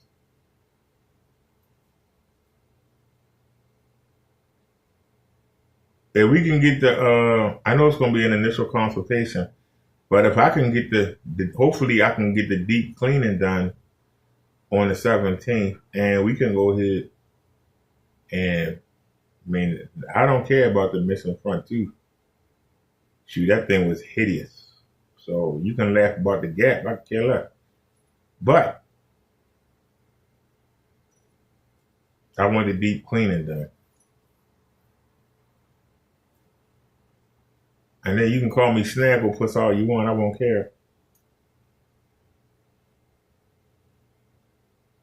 Really won't. But that stuff we got working. Trying to increase our value. So we're losing weight. We're working on getting our teeth fixed. Because if you notice, the first thing the women say, they want tall, dark, fit, great smile, 6 figures. I can't do nothing about the tall. I'm 5'7", and nothing I can do about that. The weight, we working on it. The teeth, we working on it. I'm not light, but I'm not dark, so I guess I'm good there. And the 6 figures, yeah, ain't gonna happen. So, what keeps me low? Why do I say 0? Even though I can walk a little bit, the women see the shit and they believe that I can't. That knocks me down to a 1. My teeth.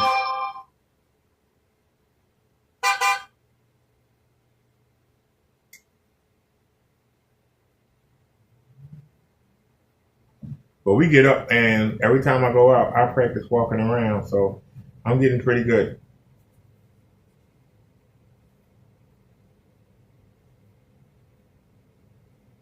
But the minute they see the chair, they assume that you can't. And who wants somebody that don't walk? I don't want nobody that can't walk.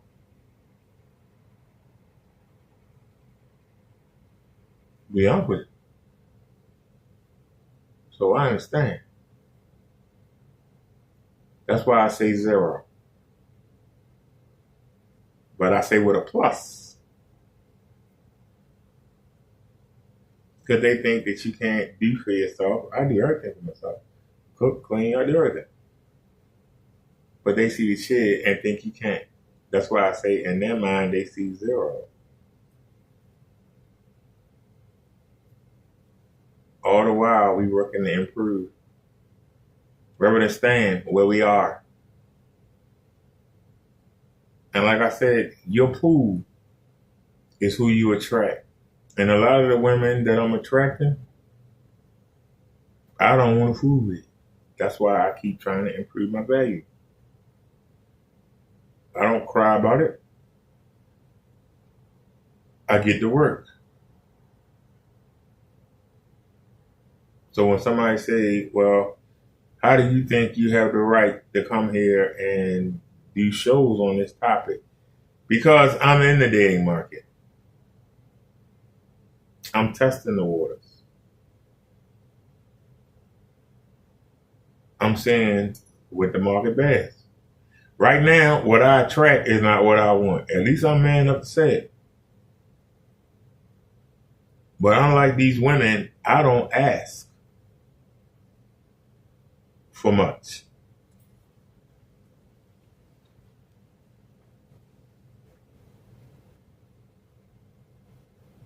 You must have some level of attractiveness. It ain't got to be great, but you should have something that I can hone in on.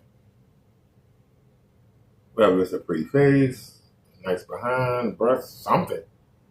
Something to focus on. 2, you must be able to walk. I don't care if you use a cane, I don't care if you use a walker, but you must have a desire to walk. 3, you gotta be willing to come walk with me.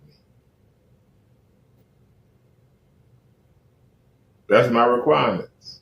And so it's been 5 months and I'm still single. Those are the only requirements and nobody can fill them.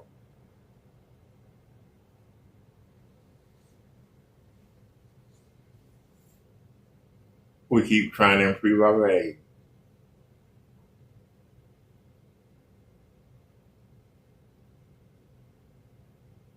Now some people will say, well, maybe your standards are too high. I don't have any. Women's hypergamy is too high. Because a woman with one leg still want that 6 foot tall, 6-figure man. Even though I make more than they do.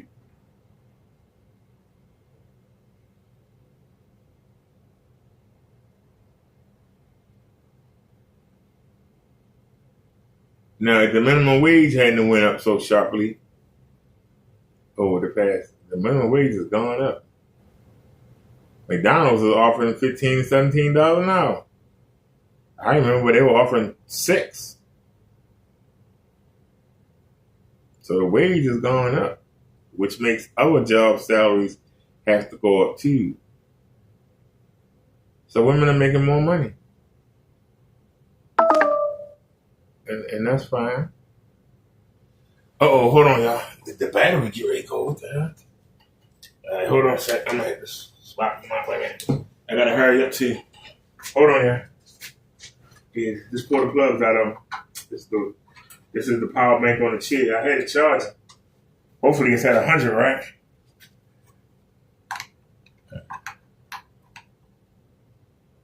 It's at 100. All right. So we good. All right. Let me go ahead and put this power bank. You know what? It's $11 on the cash app. We need to get we need another power bank. Either a power bank or I need to get a cord that I can reach.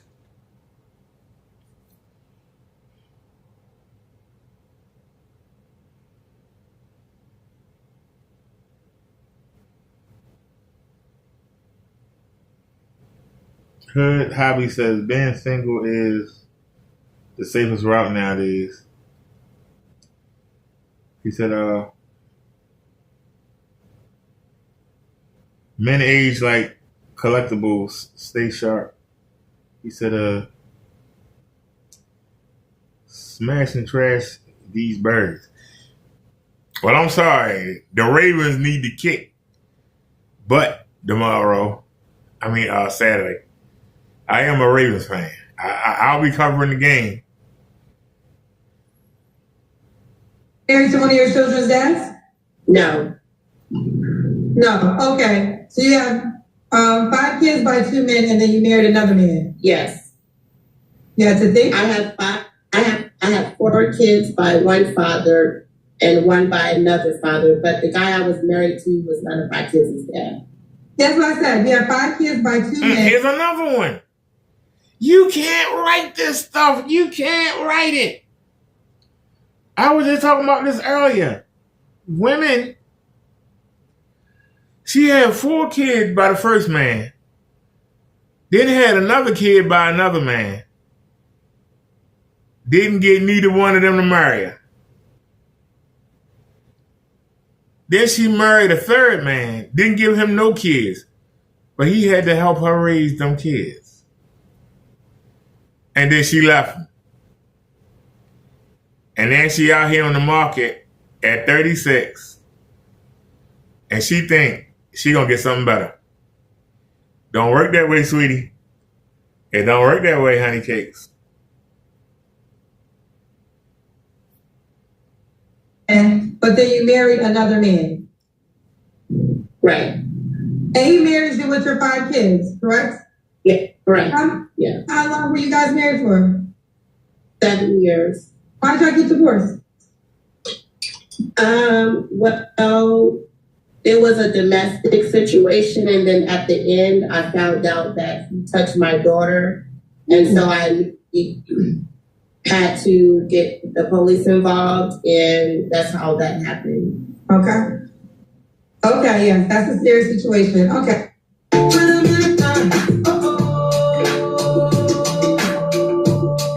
This woman, 36 years old, she is younger than Mr. Walker. And that's unfortunate. You want younger than this is sick work. And like I said, that story true about this husband. It's unfortunate. We talked about this. And there we go. What kind of man would she attract? What kind of man with a woman with 5 children? What kind of man you going to attract? What do we always say? Like Gavin said, what kind of guy gonna go into the situation? Mr. Wholesome, Mr. Oh yeah, I love kids. 5 kids, I love the babies. I bet you do. Yeah, he's a damn pervert. This is terrible. Hit the like button, folks. This is terrible work.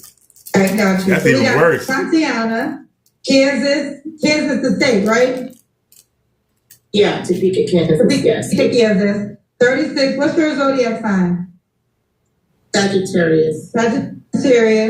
He's a licensed barber. Mom of 5 kids by 2 men. Was married to a different man, but now officially divorced from him. Yeah. What kind of man you looking for now, love? A man that's stable mentally, that's healthy, a man that is a family orientated, someone who would love to go to church because that's the type of woman I am. I'm not saying that I'm all the way into it, but that's things that I desire to do with my kids because that's what we've been grew off of. That's not, doesn't do drugs. We can't do drugs. So hold on. So you say you go to church, fire. but you had 5 kids out of wedlock. You go to church, you have 5 kids out of wedlock. You didn't require them other men to go to church. You got 5 kids out of wedlock. And then you claim you didn't marry none of the fathers, but the man you did marry, you claim that he not only was an abuser, but that he touched your daughter.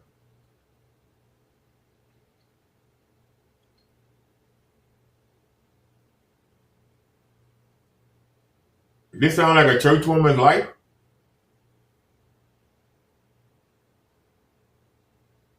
Anybody? 5 kids out of wedlock.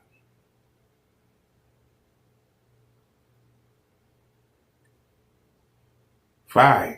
And then you got married and then get that married man 9. And then you claim the man you married committed domestic violence and touched your daughter. This sound like a holy woman? We can't do anyone that's, just have a background of just too much, for my kids and me. So I'm looking for a God-fearing man. You don't have to go to church every day. You don't have to start off like that. But if you desire to, then we can work it out. Okay, we'll work it out. What are your deal breakers?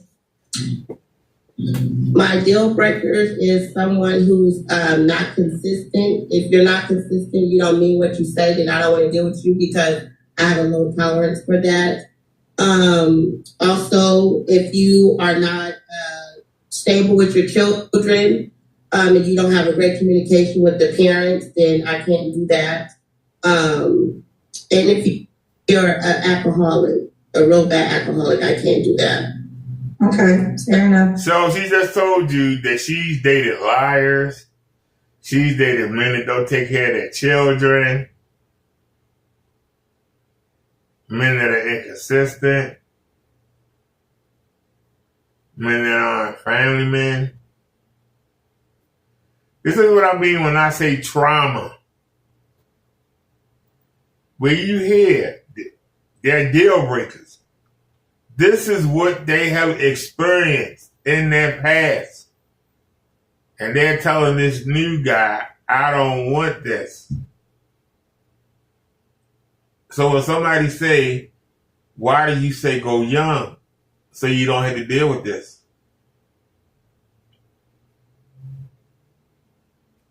The men that she's dealt with, you got to pay the penalty for their wrongdoings.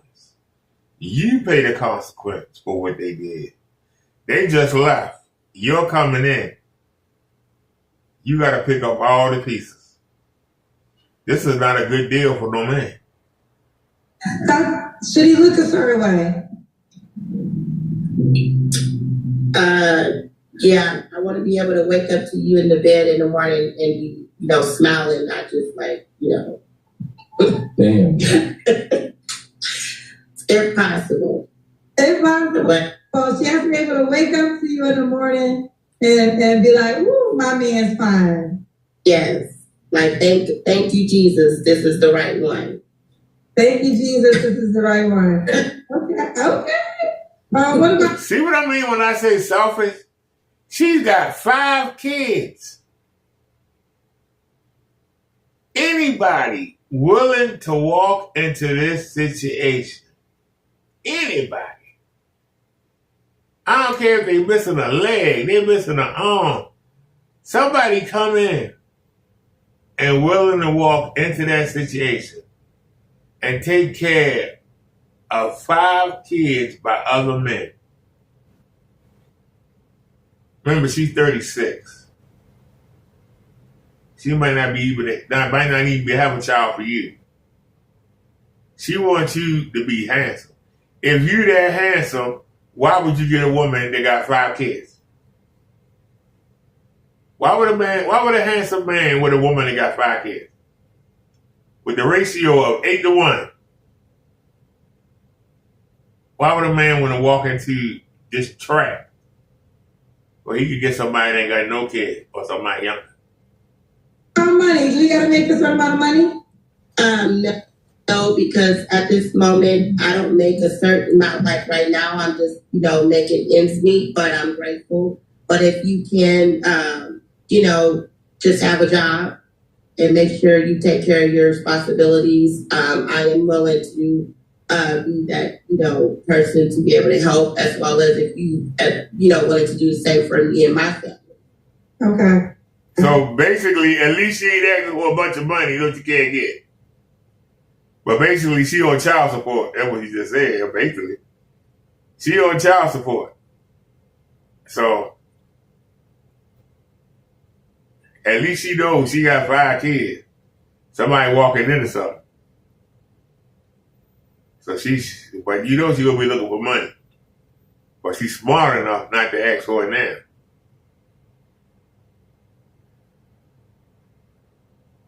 Okay, let me ask you this, because if I make you a highlight, I know this will be said, so I'm going to give you a chance to respond. What would you say to the man that might say he has 5 kids, I can't do that? So what is your response to that? I would say only you know what you can do. If you can't do it, then you just can't do it, because I don't want nobody in my life that can't do it, because you'll make me go backwards and I'm trying to move forward. So I don't want no one that can't do it, because I've had it before and it wasn't my mistake or me intentionally wanting to be divorced. It was meant to be for me to be divorced. Is this camera on me? Yes, it's on. That's stupid. Use your common sense. Here we are. We're back to all the stepdaddy talk. And I see Dr. Boyce came out and he was talking about, they basically shaming men. They're using the sign language like, oh, y'all don't want to be stepdads? That's fine, because you ain't man enough to do it anyhow. You was never cut out for it. So good, get out the way, because you ain't even a real man. So yeah, that's where they at with this. It's just tough, man. Yeah, it ain't what it used to be. We have said we have said it many times up here. It's documented. The real stepfathers out there, the real ones, they deserve at least 2 parades a year. However, being a stepfather is not what it used to be. We talk about it, that joker in the back pocket, it's always in them step babies corduroys, is you ain't my pappy, ain't no man trying to hear it, especially not after umpteen years of bread, devotion, and emotional interest. No. Freak no. Yeah, man, like 5 kids, but you guys, how do y'all gonna help clean up the community if you don't want to date these single moms? Y'all can't, Dr. Boyce, Dr. Umar, y'all doctors, y'all supposed to be smart. Use your common sense. Who's supposed to come in and clean up these 5 for 5 messes? And they talk about the man gotta look like something when she roll over in the morning. And the last woman had 5 kids, talking about the man still gotta be hunching on her. She's 50-some years old with 5. They are out of their mind at this point, all of them. Just take note. Look how far looks go with today's modern woman. They have evolved into men. That's something a dude would say. Like, you know what? She's so fine. I let her get away with stuff. Every time I roll over, I just be so happy that she mine. That's a dude. That's only somebody with cojones and a weenie. Now these women saying this. Hence the term homosexual. They just want a tall, attractive dude. He could be broke, slide scale, or so undefeated. This ninja could be working part-time at the corner gas station. But if he looked the way she like, that's fine. He can stay. Man. So shout out to Rachel Media. Says 2-time teenage pregnancy. And we ain't even hit. You see, it just gets worse. The wall, somebody point out the wall she in the projects, guy. Look at that. Those cinder blocks. White painted cinder block. So otherwise I'll still be there. I ain't gonna lie, I got the same cinder blocks over there on the wall. Fair enough. All right, let's do the picture cam, Tatiana. You gotta stand up, girl. We see your full body. I'm saying sit the block behind that screen looking at it. Quick. Which one? She's a 13-year-old. Oh, the 13-year-old. Yes. Come on, baby girl. We need the camera girl. So she can, you can show her how it looks on the camera. Is that exactly what your face, Tatiana? Yes, ma'am. It's 5 marks of my kids. You got 5 marks of your kids on your face? Yeah, of my kids. Yeah. You want to say hi? She said, oh, that's kids are from TikTok. I gotta show TikTok. No, you gotta show her my picture. Oh, yeah. Hopefully you'll be able to do it because of the light, but we gotta go. Bring the camera down, baby girl, so we can see mama. Okay, you got your outfit on, girl. Well, I'm watching movies, so I'm watching movies. I'm relaxing. I just got done cooking dinner, so yeah. Gotcha. Okay. Listen. Because you done got addicted to Pins juice, and now truth knocking you smooth across your damn forehead. She had 5 heartbeats down the side of her face. So them is her chillings, Mr. Walker. Yeah. So once again, rubbing it in to the next man's face. Every time he go to kiss her, he got to be reminded she got 5 kids by other men. He on top of her having sex. He looked down at her face. He see the 5 hearts representing those 5 kids. Kids that ain't his. These women are so selfish. Why do they think a man want to constantly be reminded? Even when the kids ain't there, you still got to remind the man that you got 5 kids. Boy, we were just stupid, man. I'm sorry. Y'all stupid. Y'all don't Glad to see you, Otis. That's all I got to say. You got tattoos all down your face. You handsome boy, you handsome boy. All right, and we've been corrected. She ain't in the. It don't appear she in the project. Appear she just in the basement. All right, so we get it right. But yes, look at this. That bit that's nah. At this point, oh my. That is so unfortunate. Listen here, man. We cover a lot of contestants. Sometimes it becomes a blur. I thought she was 50. Man. We'd have had 51. We'd have half a hundo centurions up here all night. So she given. You 36, younger than us, and you giving 50. Look what the alcohol and the perks is doing to y'all. And the random nuggalicious weenies wearing y'all thin. Look at that gut. The helmet pad. Y'all know, listen, man, keep it a buck. When she in her birthday suit, it's nothing about it that's really desirable. Because you ain't supposed to be in this condition dating. You supposed to, she got 5 kids. 4, suppose she got 4 kids by one guy. Yeah, asterisk. I'm taking it back. I'm like, it behooves me that your hoes be walking around here stinking, phone, kitty cat, looking ass. You hear me? And just got them all outdoors. Oh, she reminded me of my old babysitter when I was a kid. Damn. And she was a recovering fiend. I'm getting recovering fiend from this sister, and that's unfortunate. Yeah.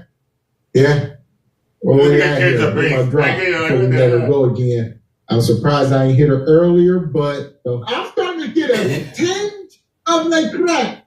I don't know what took so long, but yeah, it's a tinge. There we go. Go, girl. Well, I'm watching movies, so I'm watching movies. I'm relaxing. I just got done cooking dinner, so yeah. How the hell is she 36? Okay. She old. She gotta be 57. Okay, we see you, well. Go ahead. She look old. Yeah. All right. So, Tatiana. Hello, Tatiana. She just look 36. old. Yes. I want to date. I want to try 45. But I don't know. I think I want to do 52 on that. Because I'm used to dating older. 52 and up? Yeah. Okay, 52 and up. Shitty B in Kansas. So where you from again? Topeka? I said it wrong. Topeka, Kansas. Yeah, Shitty B in Topeka, Kansas? No. Okay. I don't you want no man from Topeka?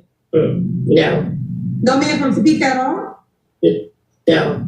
Yeah, they all know you that you the neighborhood trick. Unless they've been hidden from God.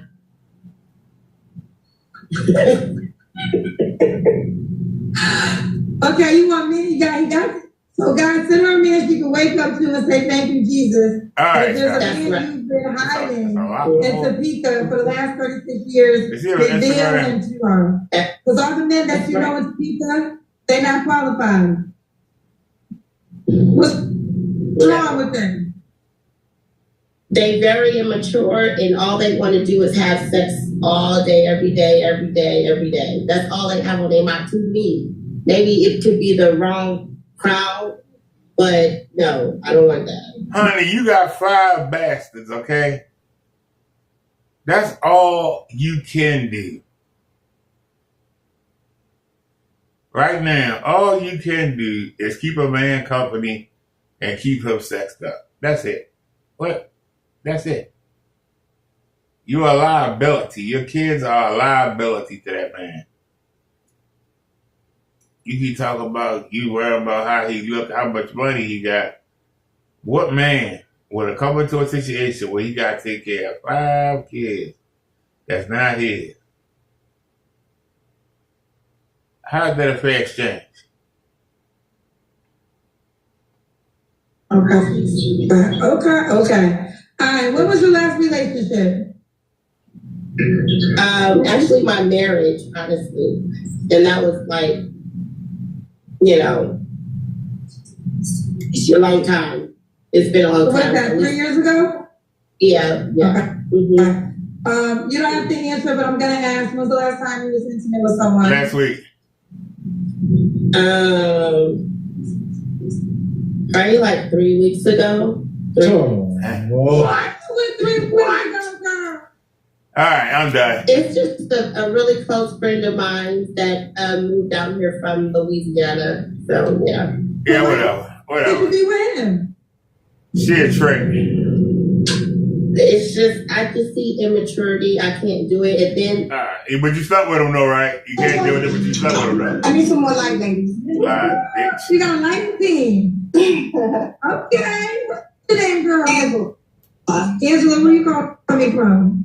Maryland. Oh, Maryland. Oh. 52. Okay, look at that, 52. Yeah. What do you do for a living? I'm a realtor and I work for the federal government. Realtor works for the government. Do you have any kids? 2 grown kids, 32 and 28. Okay, 2 grown kids. Both by the same man? Yes. You ever married? Yes. When did you get divorced?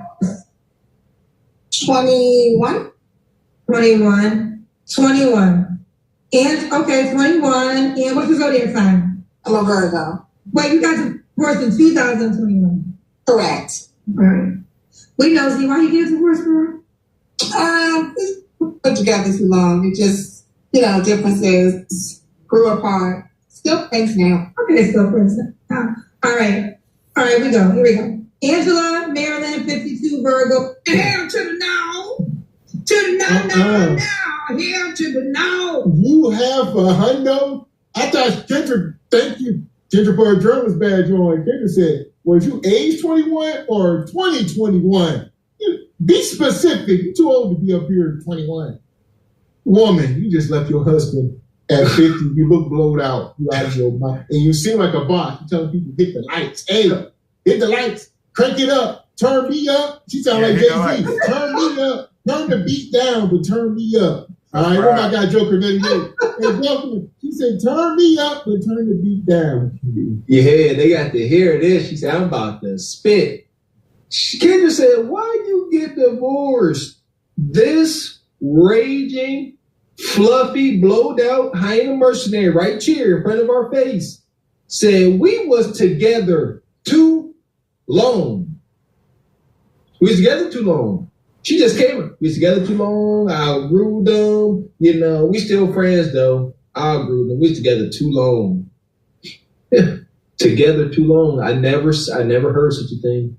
Like, no problems. But we're still friends. That's what got me. And like, did she say cheated? He remarried somebody or something? She said we still friends. This a pitiful, pathetic ninja. I'm sick because ain't no way. Pitiful, pathetic. Y'all just because y'all was together too long. You had no fear in losing him as your man at half a hundo. He either ain't worth a dang or your delusion is through the roof. One or the other. Man. So a realtor works for the government. Mom of 2 grown children, both by her ex-husband. Got divorced in Not by my ex-husband. Oh, they're not by your ex-husband. Oh, okay. Another one. So your 2 kids are by the same man, but you married somebody. Another man to raise a Correct. Okay, how long? How many years were you married for? We were together 1936. Okay, did you get with him right after you had your kids? No. I'm 52. So I got with him in late 20s. Okay, fair enough. So he was a stepdaddy. We were talking about this all night. Some blow out simp. The guy y'all say don't exist. That's why I say y'all can miss me. I gotta use my common sense. I probably look in the chat. I use my common sense. These women come up here, blow out simp, save the day. Told you. I said the guy she divorced won't worth a dang. He's a blowed out simp. Married her with 2 kids. And then she dismissed him after he played his role. They'll probably help put them kids through school. She said, all right, dismissed, blowed out simp. Yeah, she look at her face. There's too many black pill shorties up here. I'm looking at her face. She a black pill half or 2. I'm triggered. I'm triggered, man. To just dismiss that man after he done did all that. That's why we say don't do it, brothers. Men that are respectable stepfathers and got a good deal, y'all deserve a parade at least twice a year. But situations like this, you's a dumb ninja. You got dismissed after all those resources. And she can still call him up, i.e. she's single. She still need that masculine energy. So if she ever get a flat on the side of the road, if the roof is leaking, hot water tank go out, she's going to call this ninja. He going to answer. And he going to be out drinking beers with his boy. Man, this is my ex-wife. Man, the hot water tank out. Let me go over here and check. Why you going over there? I mean, that's still my ex-wife. And they from that era of simps. He probably close to 60. Y'all know what it is. I know a guy like this. He's a cool guy, but it is what it is. Like Gavin said, different era. I know a guy that got divorced, and he went and watched his ex-wife's dog while she went on vacation with her new boyfriend. Leave that there. Oh, yeah. Yeah, one of those. So here we go. Hit the like button. What kind of man you looking for? Say it again. First child at 21. Okay, so your kids were they were still under the age of 10 when you got married, right? No. So I was with him for 19 years. We were married in 2014. My daughter was probably 20, that around 20, and then my was a little younger. Either way, fair enough. What kind of man you looking for now? God-fearing, honest, hardworking, respectful mother, and women in general. Okay. What are your deal breakers? Liars, cheaters, men that what? Indecisive in what they want, what they're looking for, what they're ready. Undecisive men. Okay. Okay. Should he look a certain way? Not particularly. It's got a vibe. It's got a vibe. Okay. What about money? Should you make a certain amount of money? Absolutely. He should make at least 6 figures. At least 6 figures of deal with Angela. 6 figures. Okay, Angela. Let's do the Kendrick Cam. All right. Somebody tell us. 6 figures. Okay, we're gonna see. You hell no. So we can see your legs. Okay. Wait, I want to see this outfit. Turn around again. Is it a shirt? What the hell? 6 figures. It looks to me like it's been burger after burger after burger.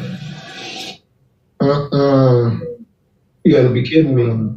You gotta be kidding me.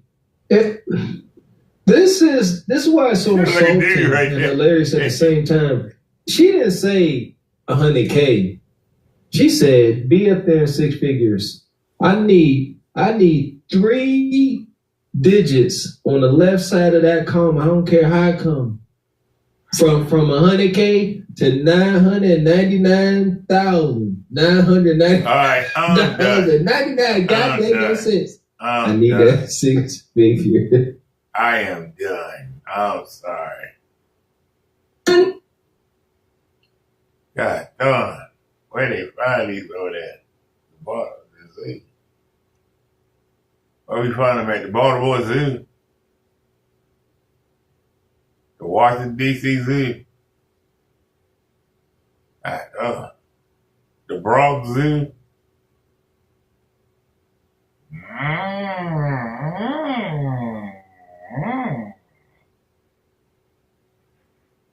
Let's see what's up with Kenny when you real quick. We'll go back in.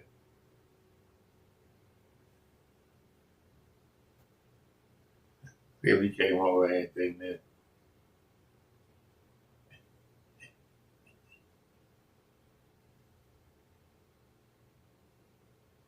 What?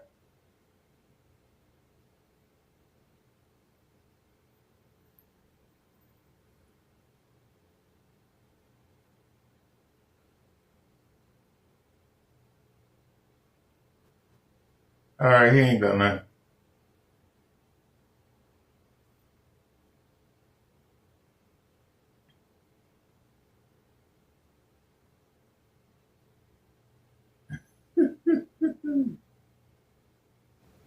We already see that.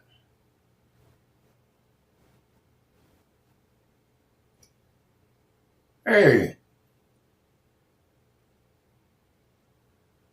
Are they live?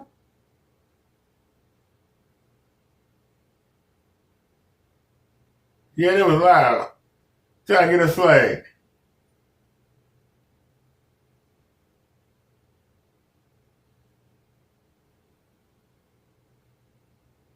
You already said I've seen her before.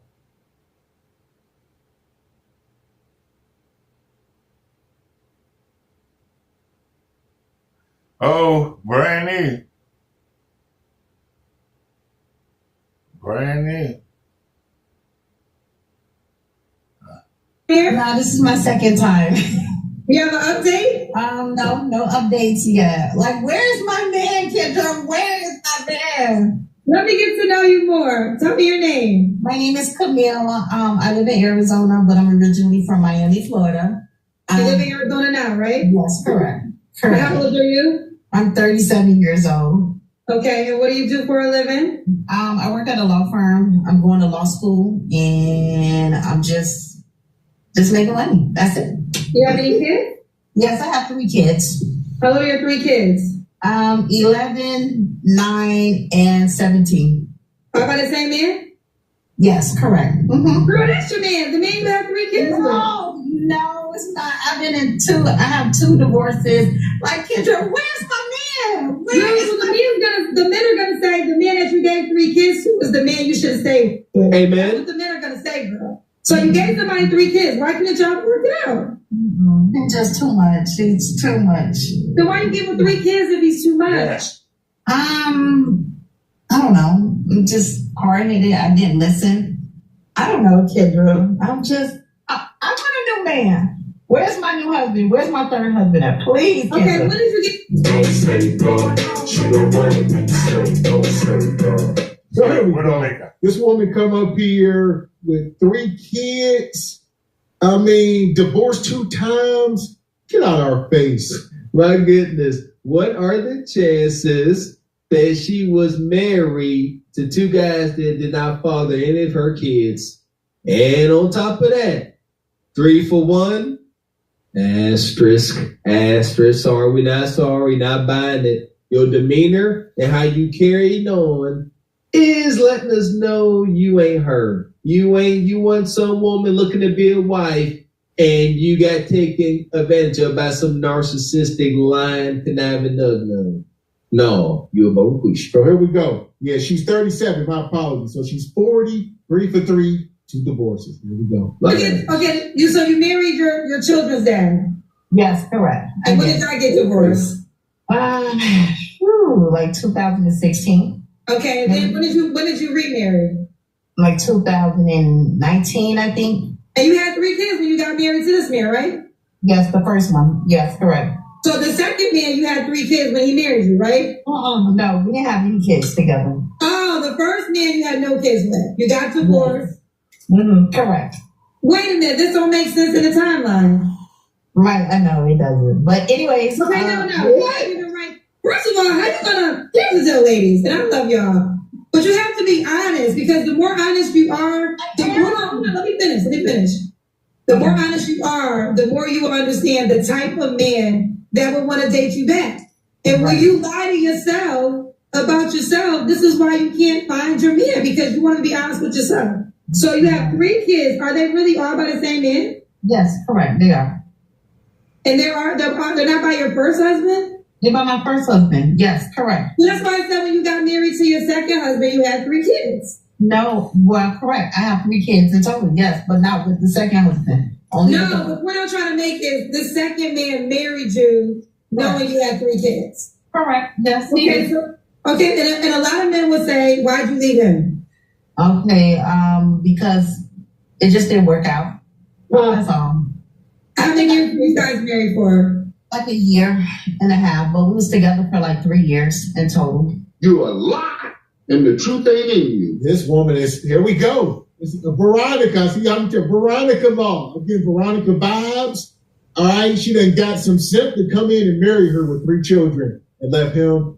And she's sketchy. This is why we put asterisks. This is why when they say I got 1 baby daddy, we say 3. All right, we don't believe you. Yeah, that's crazy. Like, she come here to say, this timeline ain't adding up. She said, yeah, you're right. I know it's not. Move on. Like, how wild is that? Like, just move on. I know I'm lying, Kendra. Move on. And Kendra, I believe she is taking in some of this content. Yes, Kendra, we do say that. Yeah. You got 3 kids by this dude, that's your husband, no questions asked. Right on, Kendra. What didn't work out about it? I think I'm just too desperate for love. I guess you could say so. Like, I didn't do a background check on these men, like a spiritual check, a financial check, a mental check. So I think that's the reason why. Jesus, this is crazy. She was sitting up in that house with them 3 small kids at the time. They were small. They still is young. And she said, I was desperate. This ninja was the only ninja taking me serious.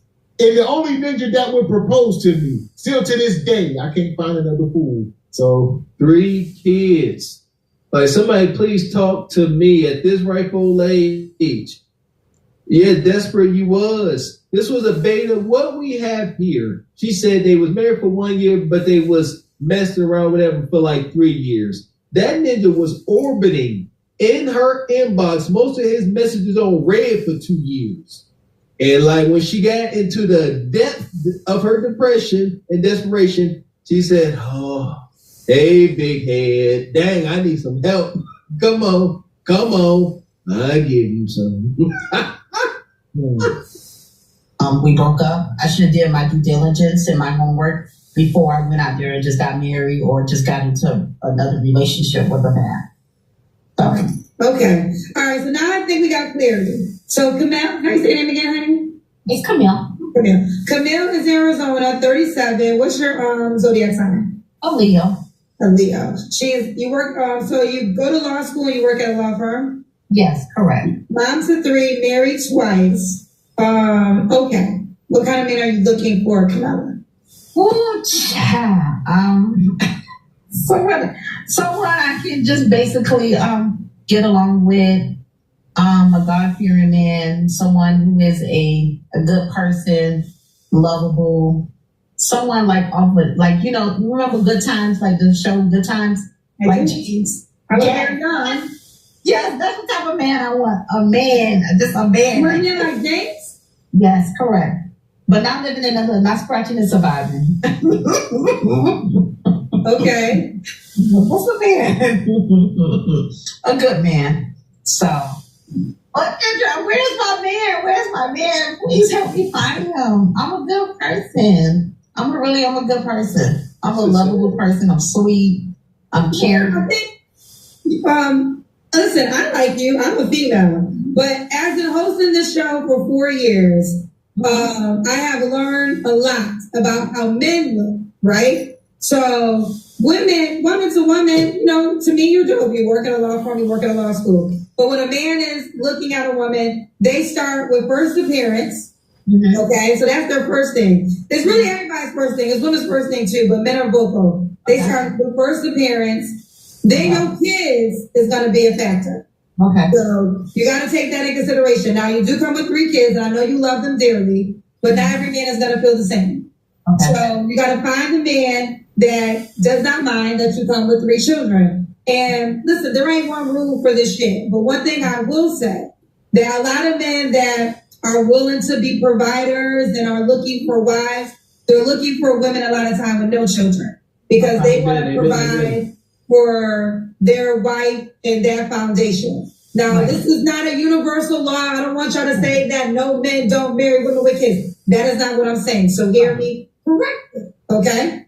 What I'm saying is a common thing I do hear when men are seeking wives, those are the things that matter. So I think for you, it needs to be probably a man that's like you, been married before. Mm-hmm. Like an ex-husband who already got kids, ain't seeking no more kids because he already got kids, and likes being married. Because you've been married twice, so it seems like you like being married. Oh. Shout out to Kendra Samuels. All right, Kendra be consuming this content. She can't help but to regurgitate it sometimes. And it's unfortunate. This woman's 40 years old. This is not news to her, Kendra. She knows them kids are a hindrance to her trying to find a man. She can act like she don't know, but her life is showing her it's the children. You know what? I gotta go with Heathen Queen on this and really gotta blame these simping dudes. That dude that came in there, he was pathetic. He came in here and married her with 3 kids just for her to most likely cheat on him with the baby daddy or baby daddies and then leave him and take some of his bread and resources with her. That's why we say it's simping and pathetic. And now, since he done messed up the market, Mr. X, now she's like, give me another one of them, but better. I'm in law school now. I'm a boss chick, so she claimed to be. Give me a desirable scent now, Kendra. Where's my bacon? Yes, I do. I like to cook and clean and cater to my man. I love being submissive. Yeah, okay. Well, let's keep going. So what are your deal breakers? Like if he doesn't have any goals, he's still living at home with his mother. He doesn't have basically his shit together by 40. By 40. So that's my deal breakers. Okay. Yeah. Should he look a certain way? I'm open. I did all the ethnicities. Okay, so you're open to all ethnicities. Yeah, correct. That helps you out because you're not just seeking black men. So the more options of races, also always more options of men. So that's a good thing for you. Right. What about money? Should he make a certain amount of money? Correct. Just he don't have to be super, super rich, but financially stable. Financially stable. Okay, financially stable. And let's do the Kendra can. Okay. Oh, I'm at the gas station. Hold on 1 second. Let me get out the car. So I have to get out the camera. Let's see, girl. Okay, I'm trying to. I got no shorts on, girl. You got me going today. No shorts. There we go. Okay. So here we are, gentlemen. The Veronica rule is in full effect. she probably will find one of you simps to marry her. It's gonna be unholy, but y'all will be there for yams. I can picture this ninja right now. It's unfortunate. Same here. She stood up with the baby blue Kuda Kata cutters on, and there's a simp that seen it and raised his hand. He said, "I the pappy of them 3 bastard chillins." He on his way. He on his way. As long as she take the freaking bait, the cycle continues. Ain't no real husband coming. Nug, understand something. Nug Khan has no limits. Nug will walk down the Justice of the Peace aisle with you. He'll put, you know what I'm saying, a bubblegum machine ring on your finger. Y'all can call it holy matrimony. Do it all y'all want. But it ain't never gonna last. It's gonna fall apart. But 100% chance. Today in the short.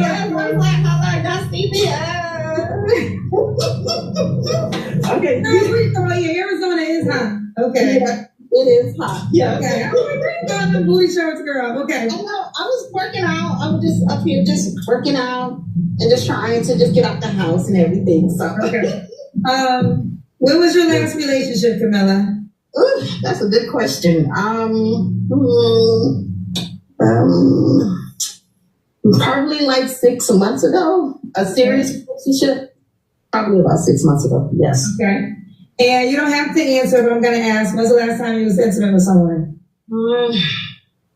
I think it's been about 4 months now. 4 or 5 months. Yes, like 4 months. 3 flaws you have to work on. Being on time, being honest, and being not sabotaging the relationship. I need to work on those things. Okay. And why would a man be likely to be with you? I think I'm just golden. I think I'm a good person. I think I'm a lovable person. I love to cook. I love to clean. I'm very submissive. I need to learn on how to listen to as well. That's one thing I need to work on. I'm just the cherry on the top. So she's the cherry on the top. All right. Cherry on the top of what? A poop cake? Hey, what are we talking about? On the poop emoji? It's like a cherry on top of the poop emoji. Okay. I love it. They don't mind hyping themselves up. I'm the bee's knees. I'm perfect. I'm the cherry on top. Like I said, of what? We don't even want to know. Are you getting the cherry on top result? I'm tired of hearing them talk. Okay, also, let me say this. Since I've been Kendra G. Singh, person. I think I'm a lovable person. I love to cook. I love to clean. I'm very submissive. I need to learn on how to listen to as well. That's one thing I need to work on. I'm just the cherry on the top. So she's the cherry on the top. All right. So we got Camilla, Arizona, 37, Leo, works in a law firm, also in law school, mom to 3 kids, married twice, divorced twice, and you do want to get married again. Absolutely, correct. Absolutely. Are you on the Kendra G Singles dating app? No, I'm not. No. Okay, so you got to download the dating app, create your profile. You have an iPhone? Yes. Go to the App Store, type in Kendra G Singles, create your profile, and that's how the guy can reach out to you. Okay, perfect. Okay, well, thank you. Please, Kendra, find my man, find my husband. Just told you what to do, girl. Okay. And also, let me say this. Since you really want your husband, also, do you go, you work in a law firm. Do you have, I'm assuming you're around lawyers. They have any friends? Well, yes, they do. There's somebody that is interested in me. He is dropping hints. What's the problem with him? I never dated, someone that I work with at a law firm. I never dated. Well, yeah, I don't know if a coworker is a good idea. He's your coworker? Stop. No, he's more of the, Don't know. The CEO. So the CEO of the law firm wants to date you? Mm-hmm. So you don't want to date him? Mm-hmm. Is he attractive? Yeah, he is. He's actually attractive. He's an attractive man. Like, he's my type. Does he seriously want to date you, or does he just want to sleep with you? No, I think he seriously wants to date me. Like, oh my God. Stop lying. Why you lying, ho? Stop Lying. Stop lying. Stop. Here we are. So the CEO of the law firm, the guy who signs everybody's checks, he wants this baby mama of 3, 2-time divorcee. He want her. And he handsome. And he got the bread. And he a CEO, or they ain't no CEO, no law firm, a partner. Ain't no, is there such thing as a CEO of a law firm? I don't know, but I heard partner, junior partner, senior partner.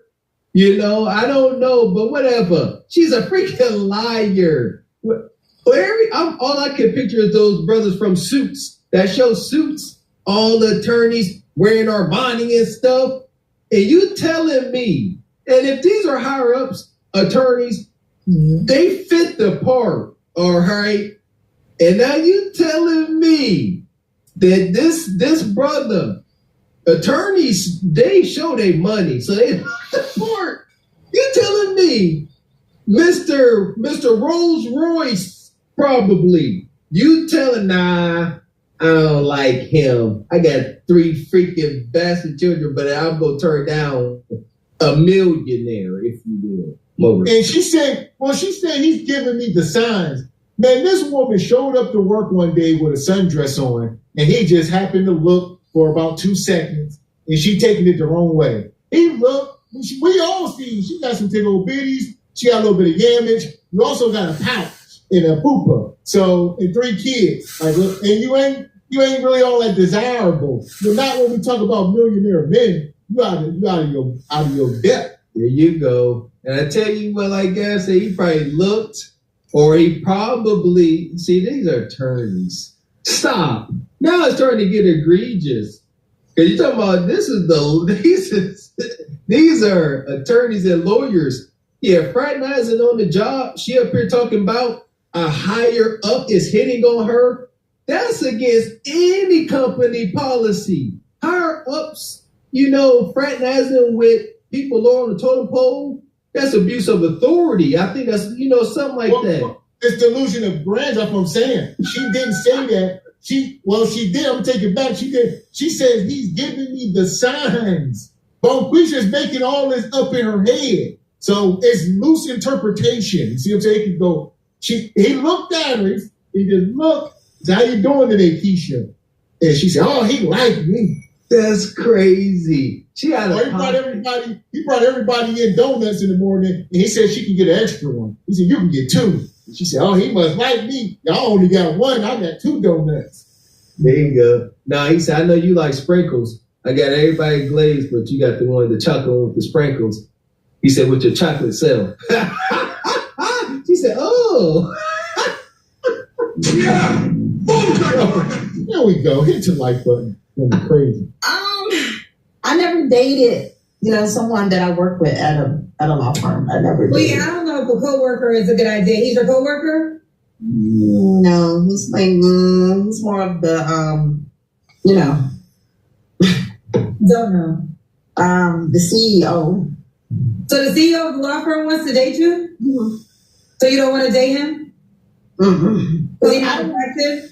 Yeah, he is. He's actually attractive. He's an attractive man. Like he's my type. Does he seriously want to date you, or does he just want to sleep with you? No, I think he seriously wants to date me. Like he seriously wants to date me. So the CEO of a law firm wants to date you, which I'm assuming is a man that makes a certain amount of money, and he's handsome, but you don't want to date him. I know. I just don't want to mix business with pleasure. Do you work at a law firm? No, we work at the same law firm all together. Correct. Well, here's what I will say. I get it. I get it. But wives, they be done quit that job and get their husband. You got to kind of listen. And I'm not telling you what to do, but I will tell you what younger women do. Like they get in those positions to find their husbands. Okay. They go to colleges to find their husbands. So I'm not telling you what to do. We is, Kendra. If it's true what you saying, Bonquisha, like Kendra saying, Becky and them, Marisol and Maria, they would quit that damn job and they would be looking forward to that being their husband. Like you ain't trying to date the boss. You trying to, you see, people said they go to school, they go to college to find husbands. Y'all go to college so y'all can get this job and be a boss, and y'all ain't looking for no man. Y'all foolish. And Kendra ain't lying. The proof is in the pudding. She 3 for whatever, been divorced, been out acting foolish, and at this ripe old age, the best thing she could have did was go back to law school.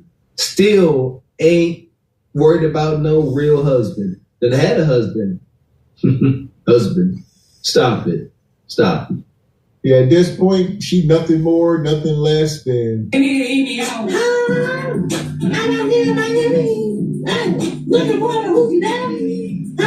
And for some reason, I feel like she was walking around the office doing that. And they were all just looking at her crazy. Like, they like me. Look how they looking at me.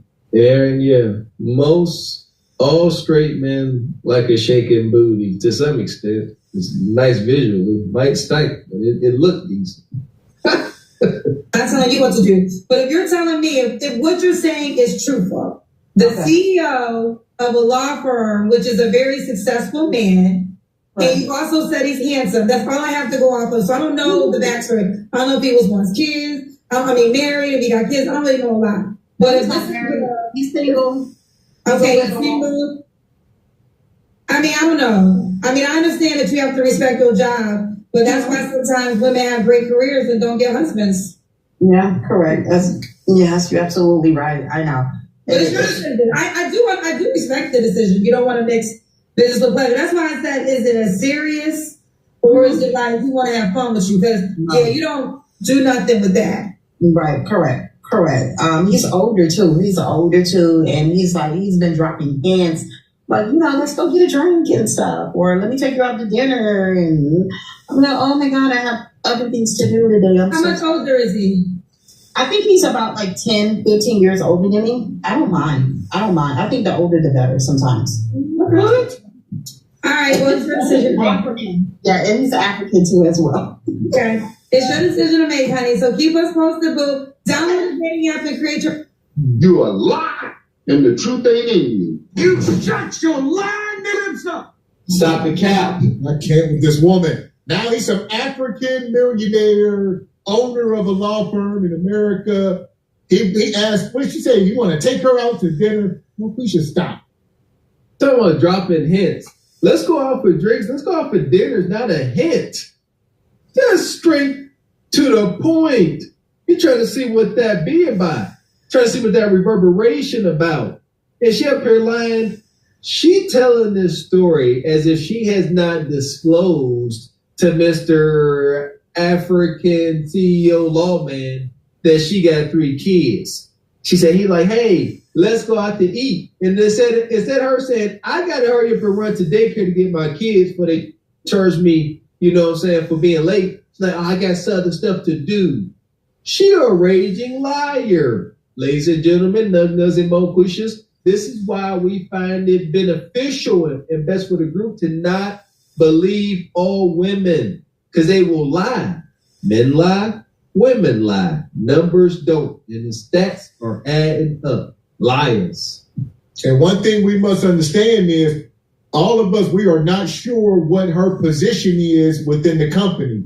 She says she works at a law firm. So chances are, just listening and looking at her, she probably is like a janitor, and she got hired on through some temp agency. Like she does not work for the company at all. And the CEO, he seen her in there cleaning the toilets, and he was walking past, and he just... See, that's what I'm talking. Virginer. Give me some of that virginer. I know what it be. I done seen it. They be in the office, and in them office environments, if she like a secretary or the lady at the front desk just receiving calls, they are really nice to the secretaries. You know what I mean? They invite you to the Christmas party, and they treat them real nice. They want to keep them around. And like you said, it's a strong probability she taking just their kindness and their gentleman demeanor as flirting and interest. Relax. Yeah, that part. So with that being said, to the pit, sister. Yeah, you're your millionaire African CEO, man. Fuck is you talking about? This is Sparta! You got to know when to hold 'em, know when to fold 'em, know when to walk away, know when to hide. You gotta count your blessings. You're sitting at the table, yeah. Ooh, talking to the bride.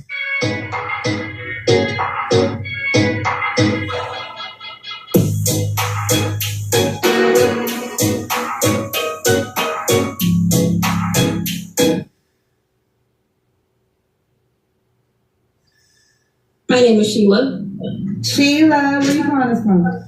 I'm calling from Tampa, Florida. Tampa, Florida. How old are you? I'm 38. 38. What do you do for a living? I'm a customer service representative. Customer service representative. Do you have any kids? Yes, I have 8. You have what? I have 8. You have 8 kids. Okay, how old are your kids? 21, 17, 16, 12, 8, 6, 3, and 1. Are they all by the same man?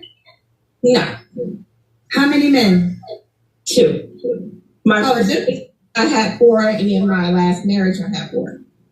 You have a 1-year-old though, so what happened with that one? That's the man that I married, it is over. Are you married right now? We're separated. When are you going to be divorced? When he signs the papers, right now he's stalling. So you're legally married? Yes. So I have a rule with that, but let's see if you pass the test to proceed. So how long have you been separated for? We've been separated for over a year. Like right when my baby was born, we separated. And all that matters is, and why won't he sign the paperwork? Well, it's about my money and how much I make. He doesn't work. So I took care of everything. So he wants that same lifestyle. So he won't sign because what does he ask you for? Child support? Yes. Okay, and you're not agreeing? So how long is this going to take? Because when a man meets you, he has to accept that, you do have 8 children, and he has to also accept that you're legally married. So what would you say to the guy that's cautious because of those 2 things? Honestly, I would really tell that person, really not to worry about it because eventually he will sign. We go, she down. City boys up. City boy, city boy. Oh man, this is rough. So she got 8 of them things, all right, and man, this is rough. Is that a 8-piece spicy? Is that a family bucket? That's a spicy.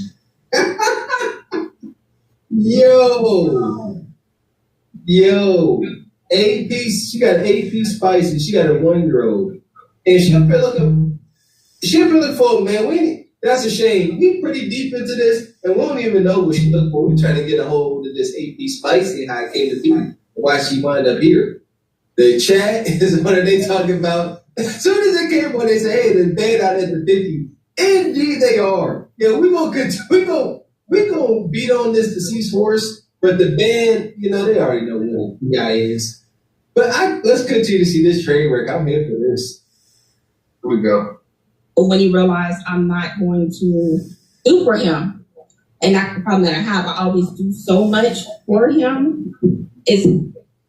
Oh no, I see we had some super chats come in. Shout out to my guy Project Leroy. Money. Say her kids' ages are like the Powerball number. Yeah. This ain't the first time. We had the one woman come up here. She was laying down. I got about a 14. Give me a 7. I'll just be straight. Maybe one that come up here. Some 48. And y'all hear what she's saying. She giving y'all the context of these marriages. The most unholiest of matrimonies. She said, Marla, he didn't work. He didn't work. I paid for everything. And now he still want that same lifestyle. You know what? Let's go. We should know the rules. She said, I'm completely and utterly blown out. He said, I know I got to pay to play. What else do you know, Quisha? So shout out to my guy Don Jeter here. Says she ran from her deal breakers because she knows people are aware. It's what we say. It's what she recently been through. So she didn't want to expose herself. So yeah, she was camouflaging. But I mean, look at her. She can't deflect. She had 8 kids. Yeah, ain't that much deflection in the world. She got 8 kids, and y'all see what's on that. As much deflection, the solar eclipse. That's about it. All right. So here we go. Shout out to my guy Eric Jordan. He said that's a huge yeah. Yes, it is. Here we go, man. Not used to me telling him no. So that situation right there, the next guy I don't have to worry about. Okay, what's your zodiac sign? I'm a Taurus. When's your birthday? May 4th. Okay, I'm May 7th. We 3 days apart. Let's see it. So this is Sheila, Tampa, Florida, 38. Yeah, y'all, 3 days. And Kendra, she about 6 or 7 years younger than you. It's unfortunate, but holy cow! You know what? That tacky ass king with that tacky king and queen sticker on the bottom of her, he just know. Manifestation madness. All right, that's what that is. King and queen. Now listen, that's that bull jab. I'm sorry. Hey, there I don't see. I ain't gonna get it. I ain't gonna fit it, man. There we go. Shout out to my guy, B.Y. He said, homie from Drumline with the tight white hat ready for the queue. Oh, man. Yo, rough. They ready. They hyped up. They done turned their hat to the back. After doing tricks, they so ready.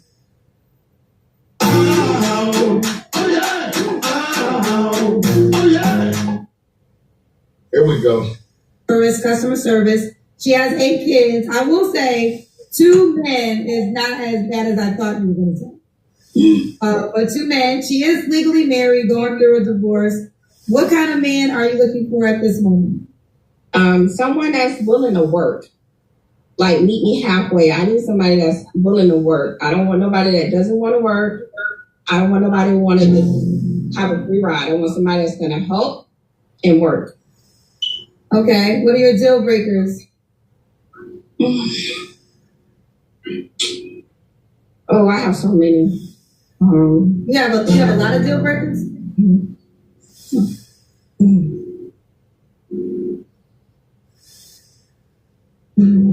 Can I skip that one? No. I mean, you have a lot, so why can't you name 1 or 2? Because I don't want to be like, I don't want to be rude about it. I'm curious. I want to hear.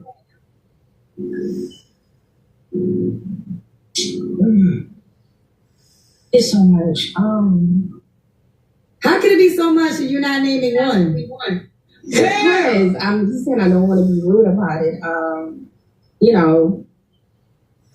God damn me, man. I don't want somebody that's gonna be.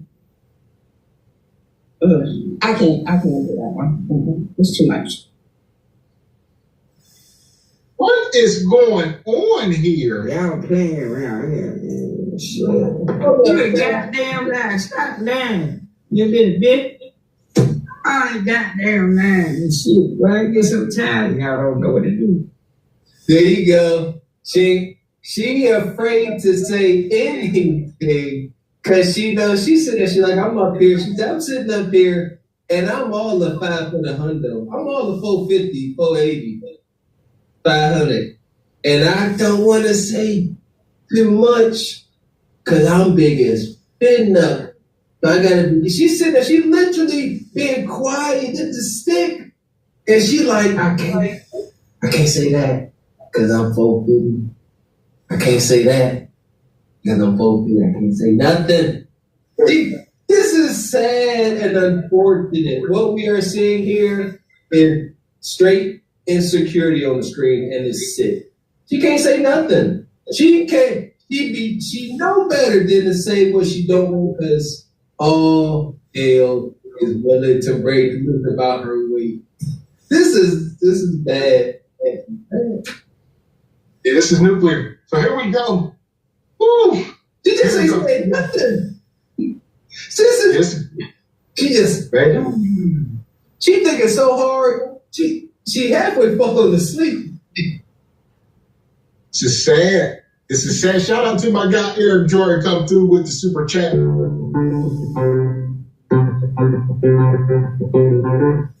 He say, who in the flying funk is going to date this huge BI? Kids, 2 nug-nugs, not even eligible for Goodwill free clearance rack prices. Nug-nug is winning. Yes. Told City Boys is up. This is terrible. As the show evolved, we're gonna start having different segments where we're gonna, be standing up, and we're gonna have visual aids to show y'all what kind of nug these women qualify for. This one here, she qualifies for the legendary God level couch Negro. This Negro, you know what I'm saying? He only changes his clothes every couple, once a week. He will wild. He still might smoke crack every now and again. Sometimes, he real bad. He real bad. He only qualify for the worst couch Negro. This is bad. Oh, sister. All right, she rough. She said she the man come in. I'm in a bind, Nate. Some other time.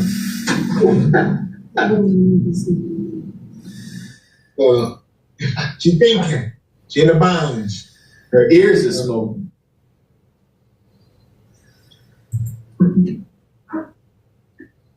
You have to answer the deal breaker question. You don't gotta name every single one, but you gotta name 1, 2, at least 2 deal breakers. You said you have a lot. We have to hear it, honey.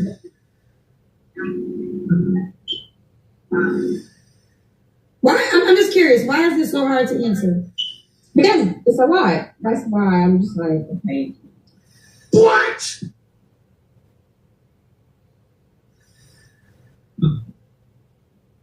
God damn me, man. Oh. Did you leave?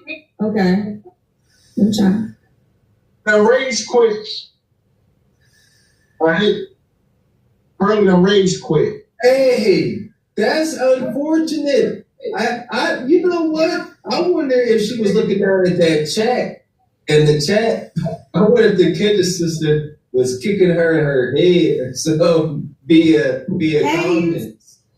Oh yeah. Your big Pearly rage quit apparently, huh? She said, there you go. And that's when we try to stop these sisters from winding up in them situations. Why did I see how awkward that was? That poor sister couldn't even.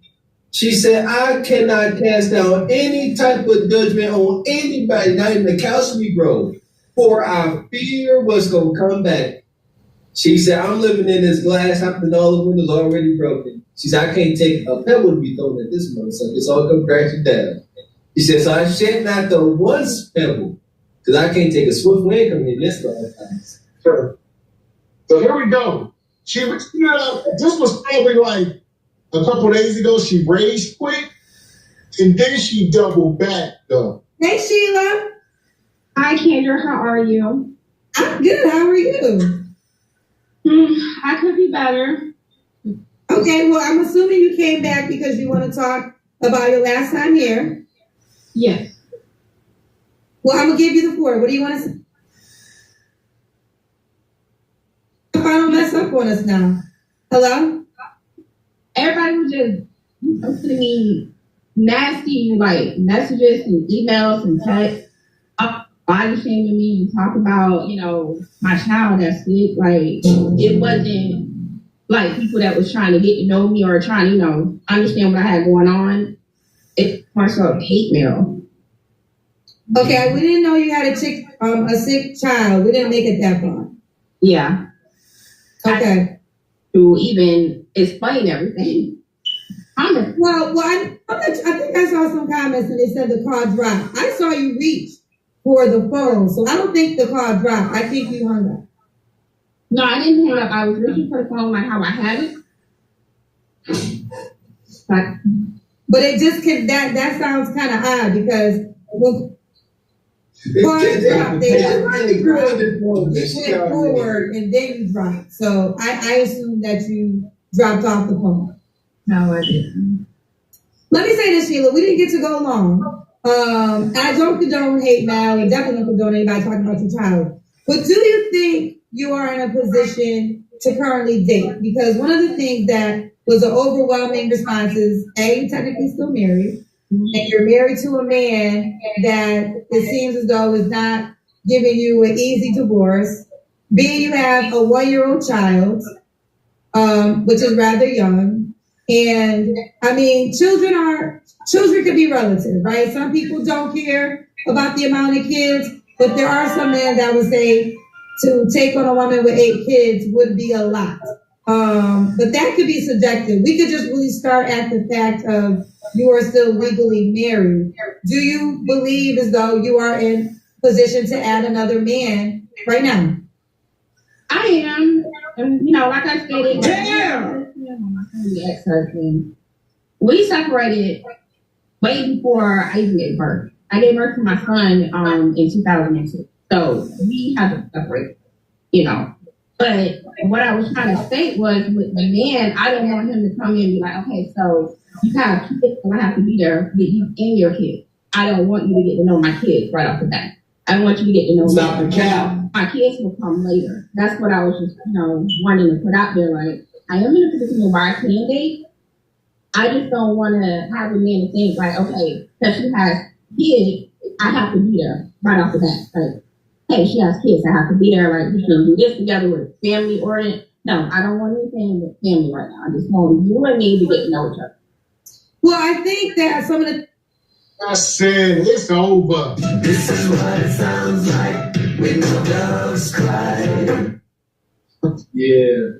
This ain't a dating show no more, man. It's just not.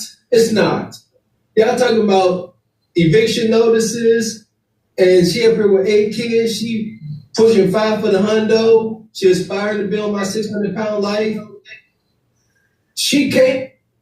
I don't care if she said she want a man that can fog up a mirror and she still want too much. That's real bad. This is terminal. That with nuclear, this is just terminal. This is bad. Yeah. Someone please call 911. And look, listen here. Why is it so bad she this big? She got 8 kids. She ain't gonna be around too much longer for her kids. She got a 1-year-old right now at this weight. I don't know how she did that. But come on, y'all. If she was to, God forbid, but if she was to, pass away anytime soon, you'll be surprised. Come on. Stop. It's just bad. Looks like another love TKO. Yeah. She rage quit and the band, they got let down, but she back. Here we go, Mr. Walker. Bring the band out. We're going to move off of her. This is sad. Here we go.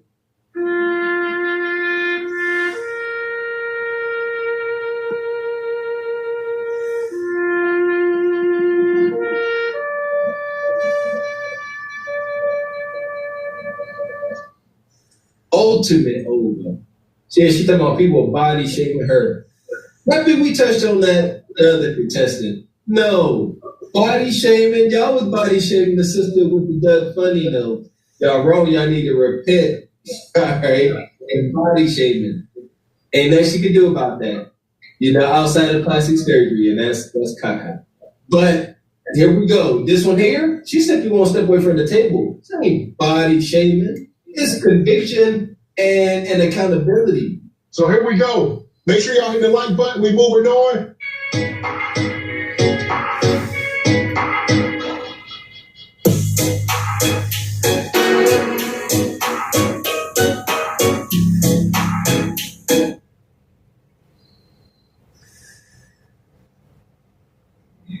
So this is Maya, Newark, New Jersey, 31 is a Cancer.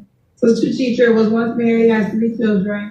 Is a Cancer. What kind of man are you looking for? Wait 8 seconds. Okay, I'm just looking for a man who knows what he wants out of life, has his stuff together, maybe graduate from college, that sort of thing. Okay. What are your deal breakers? Not being honest is really a deal breaker. Maybe like anything dealing with like domestic violence, just not into that type of thing. That's pretty much it. Yeah. Does he have to look a certain way, and does he have to make a certain amount of money? I would like him to be tall because I'm kind of a tall girl. So I would like for him to be at least like 6'3", 6'4". That's I like tall men. Preferably dark skin if possible. And as far as the money is concerned, I mean, I live in Jersey, it's pretty expensive, so yeah, he has to make a decent amount.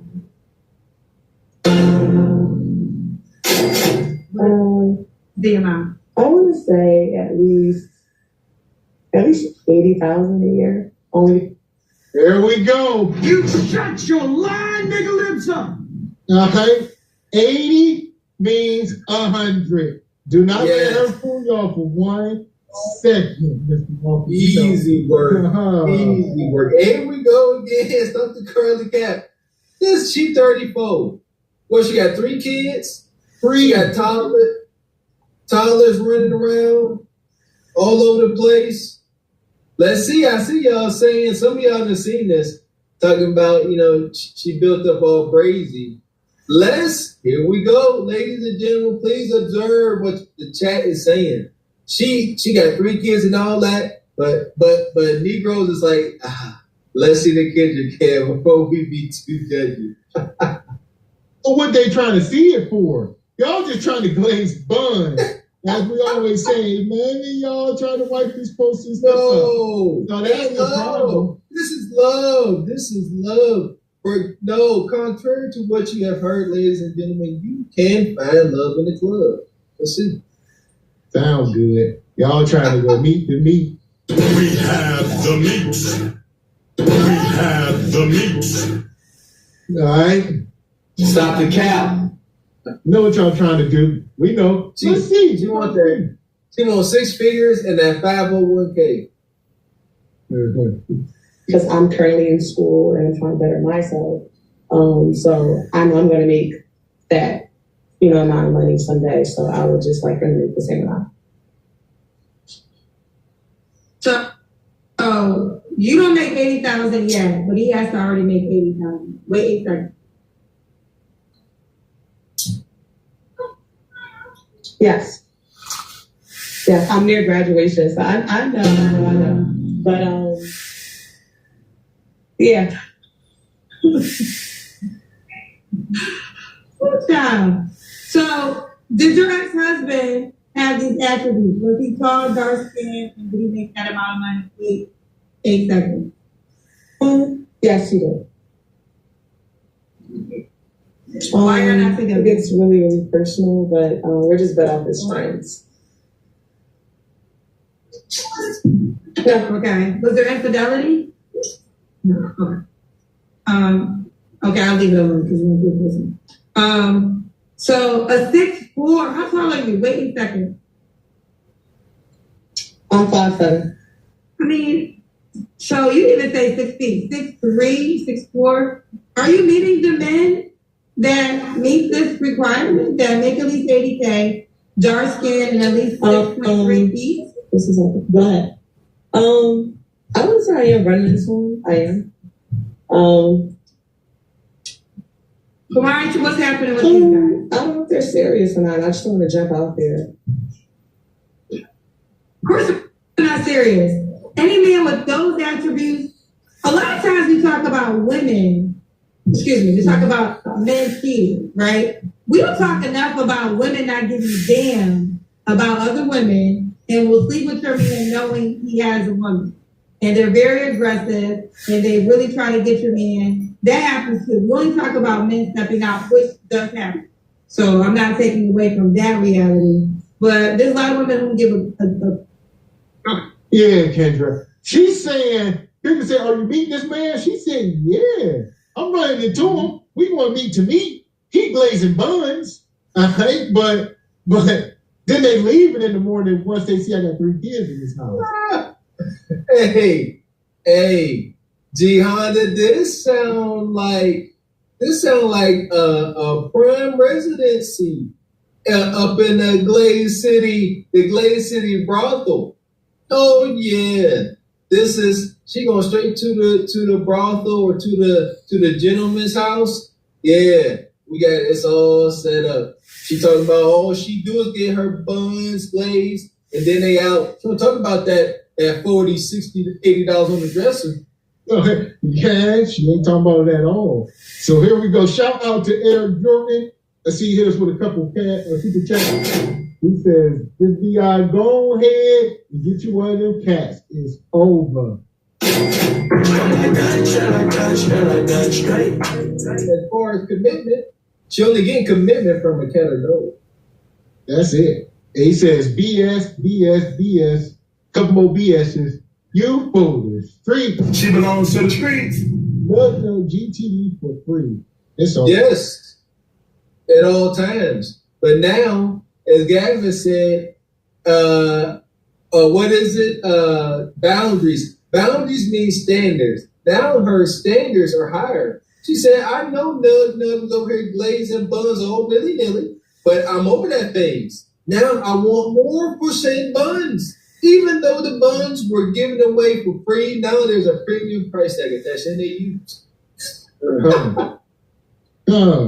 So here we go. Shout out to my guy Project Leroy. He says she don't qualify for the man that she wants. That's all. For more than one night. Like you said, I guess it gotta be so crazy for a woman. Because for men don't work like that, man. Like for a woman, y'all can meet this man that you desire and he will possibly sleep with you. And then he don't want to do with you. A man can rarely get that opportunity to sleep with the woman that he absolutely desires. Like absolutely everything. Built like this, all this.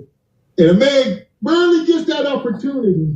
But a woman can get that opportunity time and time again, but can't hold on tight to him. Keep slipping out. There you go. Very well said. Message. Grab a lot of other women, and they will sleep with your man in a heartbeat. And the man that you described is the most described man on my team. Over 6 feet. You didn't say 6 feet, child. You said 6'3". Dark skin, and you didn't say 100, but 80 is close to it. So, and you want obviously to be monogamous, correct?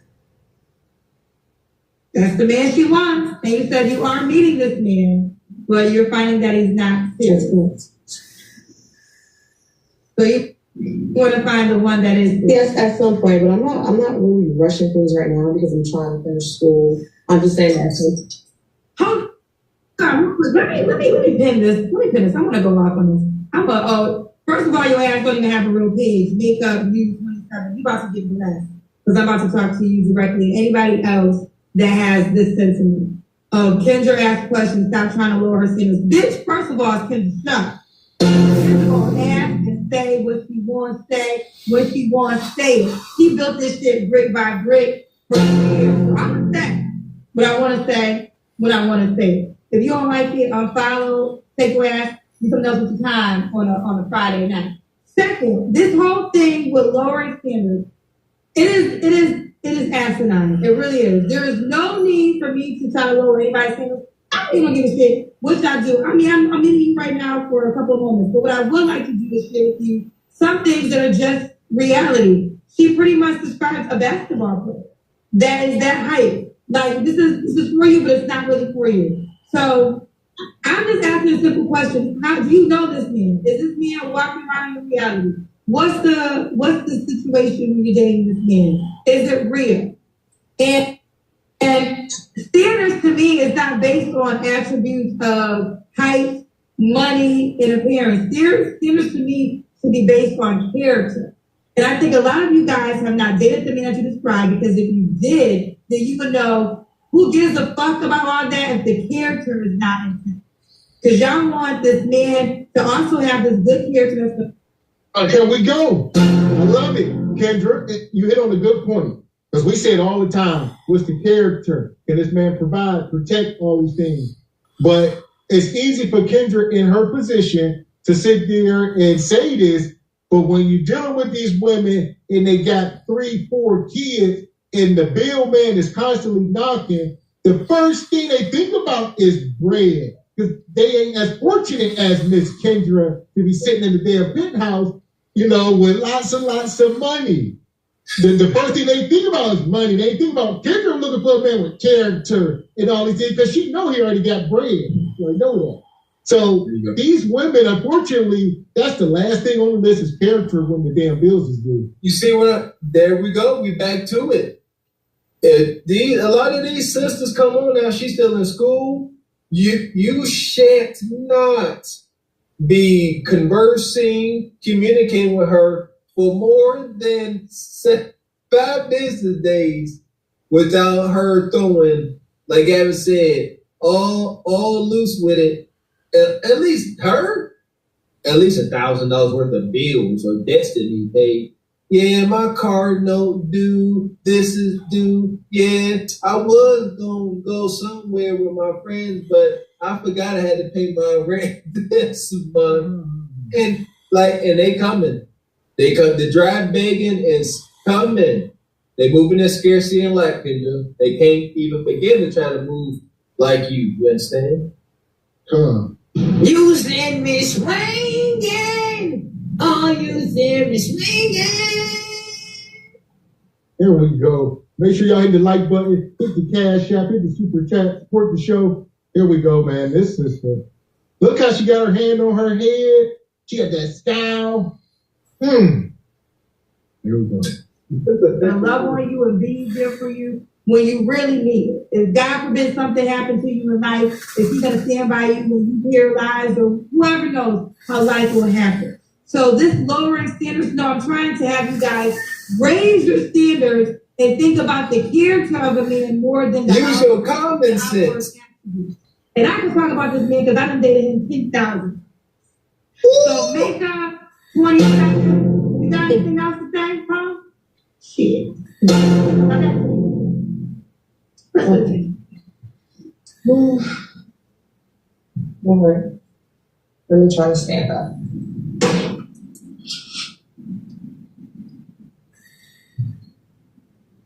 Okay. Oh, you got the. So here we go. You got the. It's this body we hearing about. She got like that video vixen body. All right, we know what this is. It's that dark hoodoo body. She got 3 kids, man. Y'all know what that box look like. Chip ham, if you don't know. Kev said it best.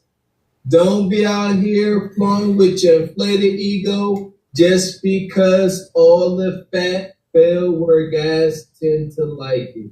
But it still is what it is. It's undisciplined. It's combativeness. It's modern mercenary madness. That's what it is. Man, so I get it. We've been saying it on the show. She gonna have a man trying to beat. But as far as anything sustainable, fulfilling, right? Y'all like to be happy and all that. Hey, she can get a man 6'3" to come up in there and beat that box 7 days a week. Yes. Yes. Every day. Non-stop. Coming through. What? She could have, listen here, Mr. Six Figures be pulling up, looking, driving, smelling just the way she desired. And then he out the door. Trying to tell y'all. She done had $80 thrown at her forehead as Mr. Six Figures had left a couple times.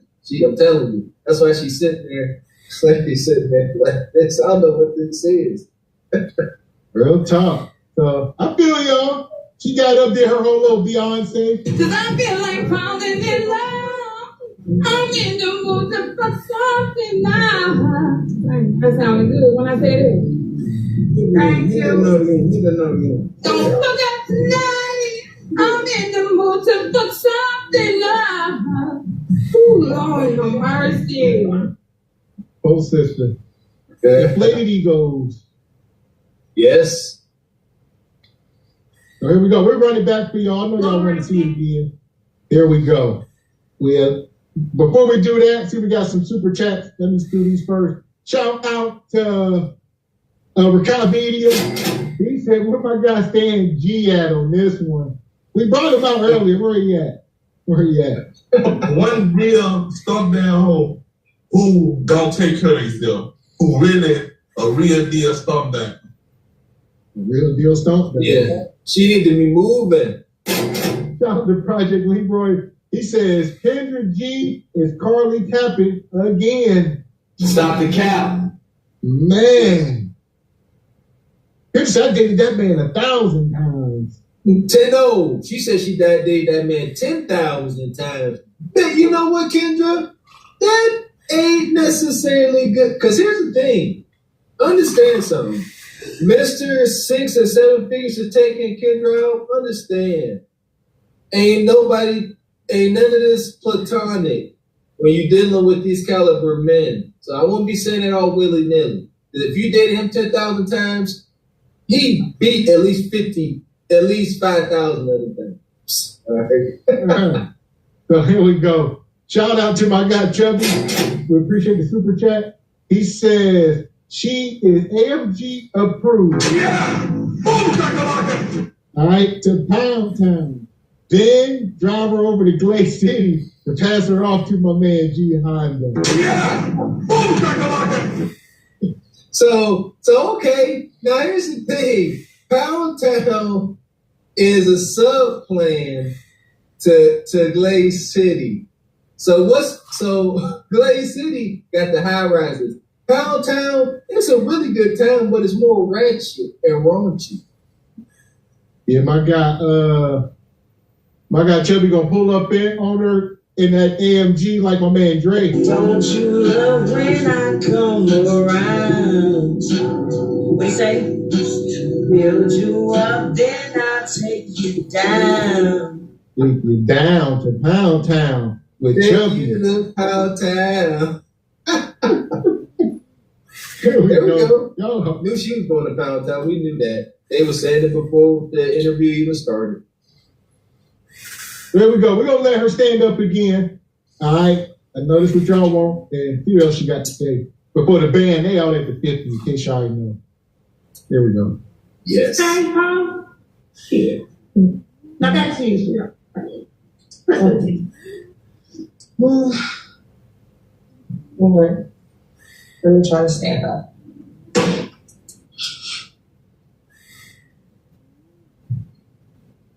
Okay. Oh, you got the body. You got the body.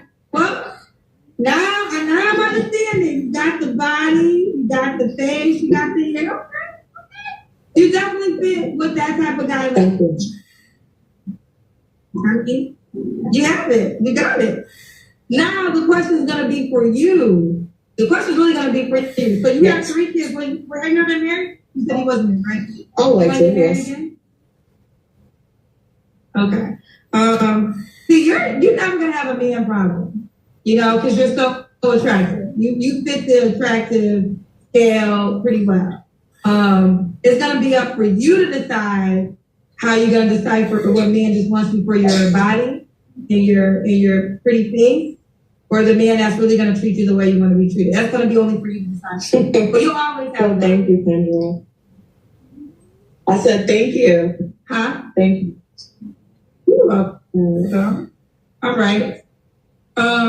So why do you think you're single? Well, I think I'm single because I just don't want to make the same mistakes again and again and again. I feel like when I got married, I was 22. Just had my first child. I was just really young. I just wanted to get married because, he wanted to marry me. And, I grew up in a church household where it was just like, oh, have to be married and you have to do everything the right way. I didn't really know what marriage entailed. And I just learned along the way that I should have took my time. Not trying to say anything bad about my ex. Me and him are currently, we're good friends, we're cool. But I just didn't take my time. And now that I'm 31 and now that I'm getting to, growing to myself and doing my life, I just want to choose wisely this time, that's all. Okay. Here we go. Another one. To just acting like you're this and acting like your dad and acting like you're this and acting like your dad. Bitch, if you ain't out there living with the multiple guilties, you can't be doing that shit. So she's saying this. It's another one of these women come up here. She's 31 with 3 kids. And she said, now this light bulb went on. And I finally know my worth, Kendra. And now I want a high value man. Because when my ex, and I didn't know, and my family was forcing it, even though we had 3 kids. I had 3 kids. Now I know my worth. Because after that 3rd kid, Kendra, my hips got a little bit more broad. That thing start thanging. And now when I go to the gas station, I know my worth been elevated because Nug and Couch Negroes and D-Boys and the like, they won't shut up about me. Kendra, I can't leave the house without getting a compliment. My value done went up since I had these 3 kids. It's time to level up. I'm ready for Mr. Six Figures. I'm sorry, Mr. 80K. I'm ready. Come take me away like Calgon.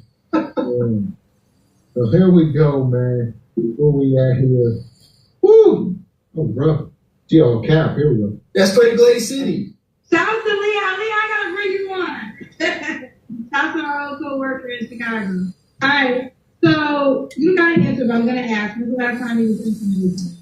It's been maybe a month ago. Hey, what's up with that guy? He's cool again.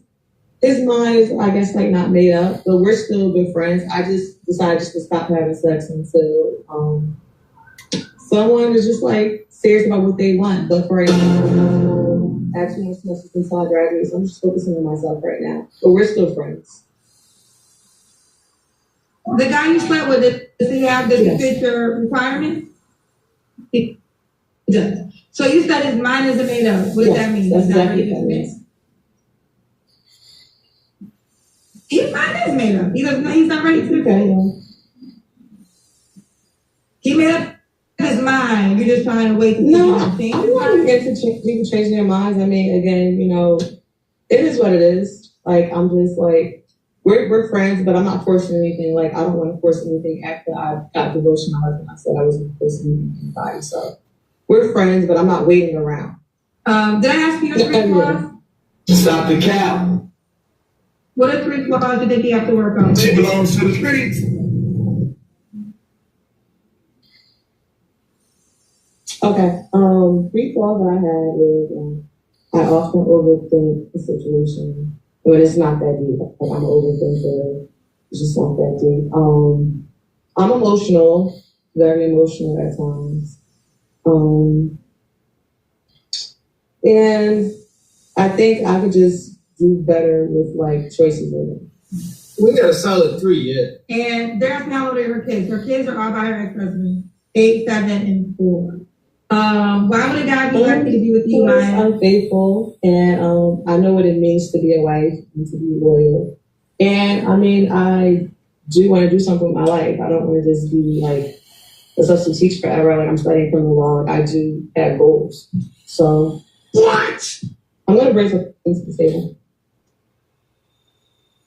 Okay, she's attractive. She got that body, child. She got that body. They do like that body, child. They do like that body. This is Maya, Newark, New Jersey, 31, cancer, substitute teacher. Not really, but I'm open to it if me and my both financially stable. Okay. And could the guy have kids already? Okay. And does he have to be in Newark, New Jersey? No. All right, we keep you posted how it goes, baby. There you go. Kendra had to inflate her ego at the end, her body. And like I said, y'all been saying it in the chat. It's unfortunate, sister, when you got 3 kids and you, like I said, you can still sleep with the man that you desire. That got to be like living in, oh man, the wildest form of purgatory. That's tough. She can go and deal with this guy, and she's learned that they don't get nowhere. It goes nowhere beyond the meats. After the meats and the sheets and the skeets, it's over. You see? So after the meat between the sheets and their skeets, there they go. So here we go. Shout out to my guy, Project Leroy. He says, withholding sex until marriage after having 3 kids, expecting to hold men hostage, for you never worked. You are not wife material.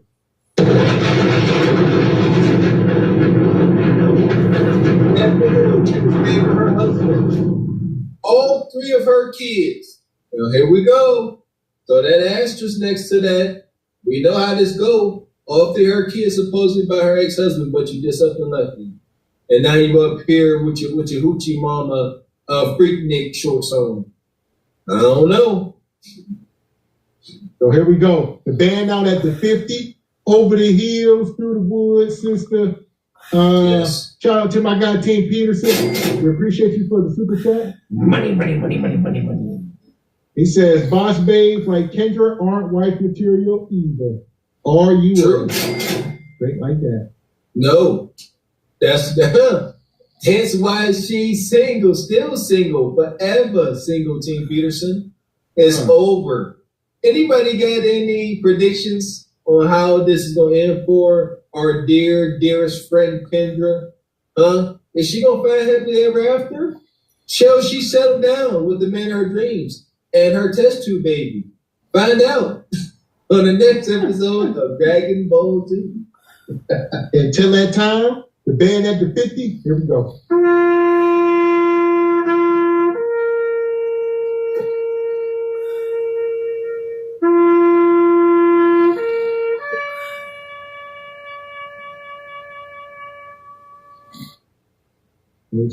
Out of there.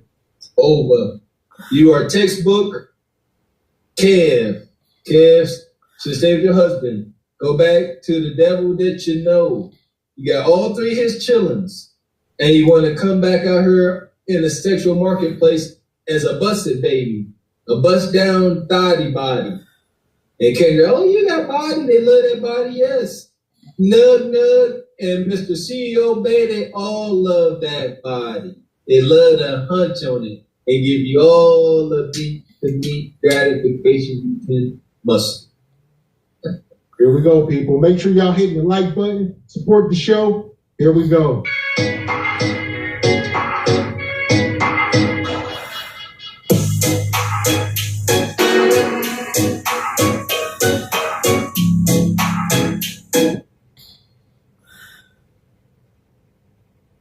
Okay, Sabrina, where are you calling us from? From Inland Empire, California.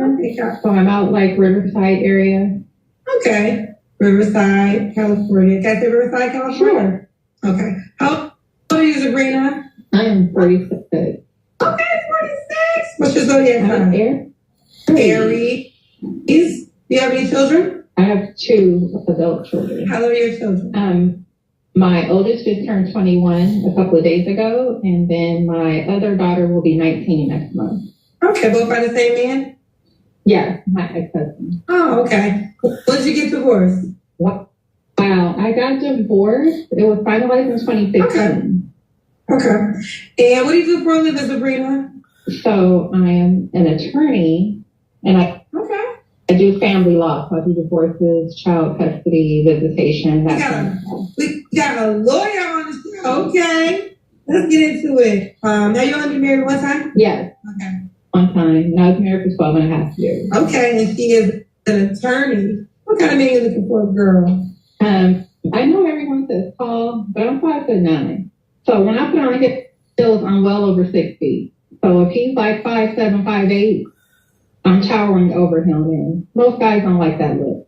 But like the last guy that said he was tall, dark, and handsome, educated, well spoken. There's nothing like a man that speaks well. That turns me on, honestly. A well spoken man. I'm assuming your ex-husband was tall, dark, and handsome.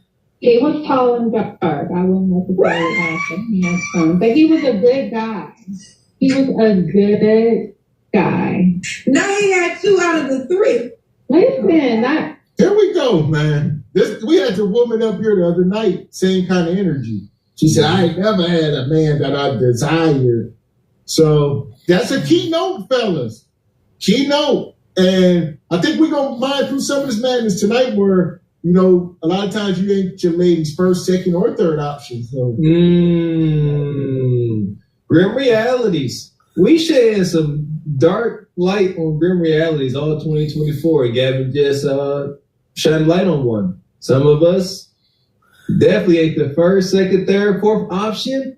You don't want to be a guy on her radar. She just looking. She's like, I didn't hunch and had kids with a guy that was nice, good character, but I need something that's gonna get this little man in the boat wound up for once in my lifetime when I'm all right. That's funny. She 46, they almost 50. So they in between 45 and 50. And now they like, look, man, the wall is crashing down. I just want the man I always wanted. One last dance. Okay, and that can happen, but there's stipulations. You know, you got to do things like a replay hip, you know, pay to play, these kind of things. No one's perfect. I'm not perfect.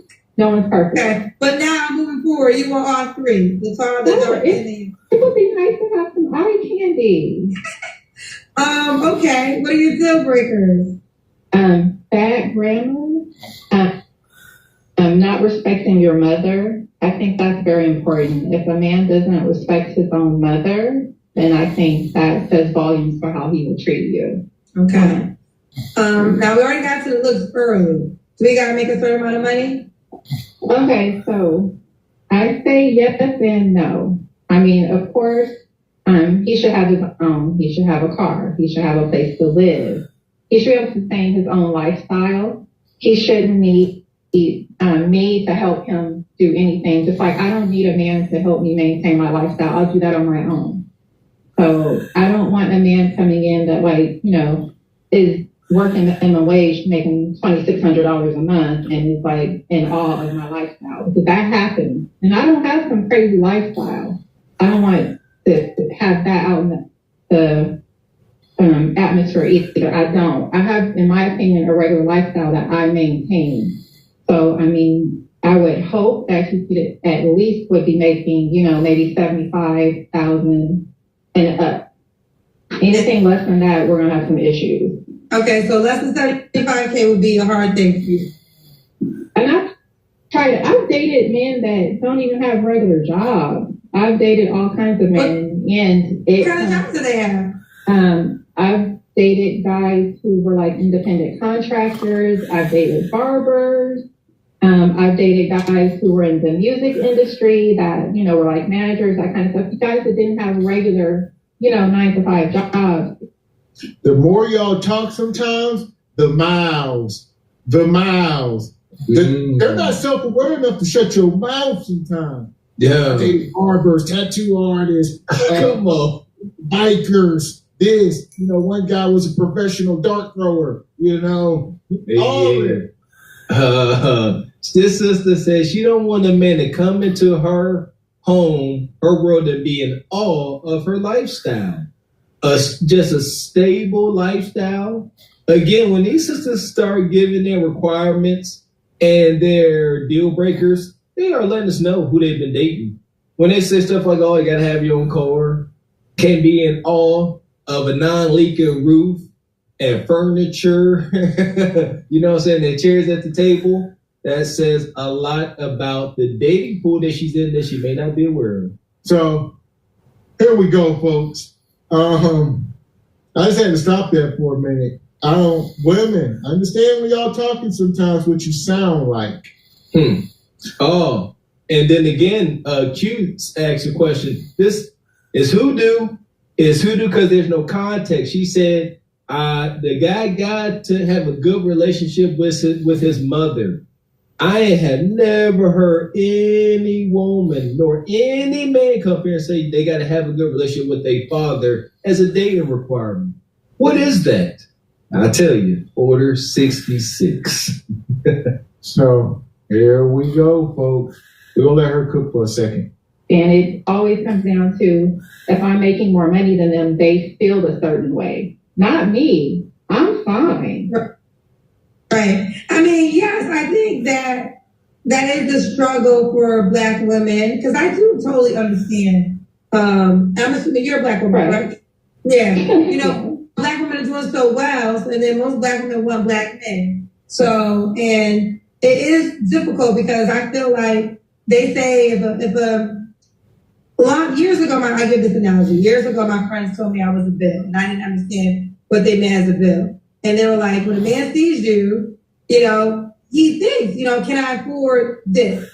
You know, so I do understand the challenge that Black women have when it comes to dating, because then the question becomes, is there enough Black men to go around that make the dollar amount for every Black woman that is requesting it? That then we get to that math equation. But okay, but it seems like you said 75K minimum, but when you kind of named all different ranges of what you did, like barber, music, so it seems like the money you would be willing to work with if it wasn't as much as you desired. Right. No? Right. As long as you're like, this is a series, like, this really happened to me. I have someone that cleans my house, but I just don't have the time to do it. And I had one guy like, oh, you're crazy. You pay somebody to clean your house. You can't even clean your own house. And I'm like, what? I didn't know that was such a big deal. He's like, you're wasting money on that. You could be doing something else with that money. And I'm just like, wow. It just blew me out of the water. Like, he's looking down on me because I paid someone to help me out. I think that's smart. Right. No, I mean, he never seen the lifestyle. Because there are people that can't relate. Like, there's people that do think, you know, oh my God, you have somebody cleaning for you. Oh my God, you have somebody cooking for you. Because they don't understand your lifestyle. So, okay, I get it. So, you want someone. I don't know. Y'all women, let's bring the men in. All right. She got somebody clean her house. Not attractive. I'm like, we done got to the point in history where everybody's like a damn Kardashian. Like, no, that's understood for certain people, obviously, but it gotta make sense. If it makes, here we go. It gotta make monetary sense. So we say, I'm gonna hire a maid because my time is more valuable elsewhere.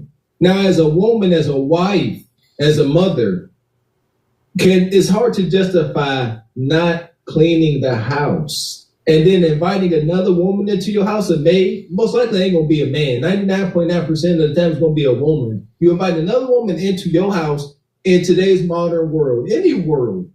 Good luck. That's all I'm saying. To just do you. Somebody said in the chat, what y'all think? Arnold Schwarzenegger was getting nasty with his maid, and she was home leave, but she was there. You see what I'm saying? Do you see? They had a whole kid by her. I'm about to say it though. And my thing is, this was almost trippy. If you was like, if not single, a single woman is completely unattractive. It only makes sense if you like, you know, you're married, y'all got small kids in the house, and you really need to keep the damn house clean because kids don't keep the house dirty. There you go. You're a single woman. What you mean? And y'all resourceful. It makes business sense to have some kind of maid help here, you know. But nevertheless, and you know, all in all, not a good look. It's just not. Just saying. Come through says continue to expose these delusional hyenas. Yes, sir. We will. Here we go. Kendrick Cam. There we go. That will be able to understand your lifestyle if they don't make as much as you. It won't judge you for how you maintain your lifestyle. Yeah. Okay. All right, Sabrina, let's do the Kendrick Cam. All right, I'm trying to find a good spot for this, and I don't know where to set my phone up. I'm tall and slim. Okay, you must say you like Aaron Grace Day. I don't work out. This is by the grace of God. I need to work out. I would be amazing if I worked out. I always say that. So you're 46. What's the age range you would date? 36 to 50. 50. Okay, 36 to 50. See? You see? Yeah. You see? Here. Come on, she did it. Listen here, this auntie, I get it. I hate when they put their arms in like that. They be looking like that. They go monkey off a Jungle Book. They do that. But she half a hundo. Okay, we gonna get specific since we're doing this. She 46. She said she'll date a guy that's 35. This sister said she would date a guy that's 11 years her junior. 11. What she want? 30. She want a guy younger than me, and she 50. All right. So she trying to get her bones dusted, trying to get her backbone completely out. That's it. That's what this is. It's safe to say that they never sister after these marriages, long marriages, 2, 3, 4, 5 kids, and they come back out here. They just want hunch. They want fulfilling need-to-meet endeavors, nothing less. And that's all they get. So, man. But she passed the fitness, though. I'll give her that. She fit. She is fit, but she look like a prude. Yeah, she said, I'll work out. I'll really be knocking them out. She said 36 years old. That's where I want to get my pushback. You 50. You're looking for a 36-year-old man. Quit playing yourself. 35. It's the age range really. 80K, what she said? You know what? I ain't gonna hold you. I didn't catch the income requirement. Did anybody catch her income requirement? Because I did not. Yeah, she playing though. 10, 12 years your junior, you playing, old lady. Yes. So here we go. Okay, you must say you ain't there in great shape. I don't work out. This is by the grace of God. I need to work out. I would be amazing if I worked out. I always say that. So you're 46. What's the age range you would date? 36 to 50. 50. Okay, 36 to 50. When was your last relationship, Sabrina? Wow. Last relationship was probably last year. Last year. You don't have to answer, but I'm gonna ask. When's the last time you was intimate with someone? I'm not gonna answer. Don't worry. Nasty. In true attorney fashion. What are 3 flaws you have to work on? I don't have patience. I'm really working on that. I don't have patience. I also need to work on, I listen so much to my clients' problems that when I have people that come to me with problems, that are my friends, sometimes I'm in and out of the conversation. I need to get better at that. I will really honestly be like, what did you say? And they're like, you weren't listening to me? And I'm like, oh, I'm sorry, I was listening. I just, there's a lot of things that happen in my professional life. And I try to keep the drama out of my regular life because my clients have all the drama. So, so a lot of times when people come to me with my friends come to me with their drama, I have to tell myself to calm down and to be present for them. So I'm really working on that. And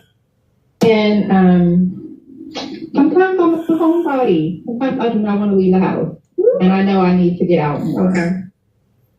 And you don't mind if the guy has kids already, I'm assuming? I want you to have kids and not want any more because this factory is shut down.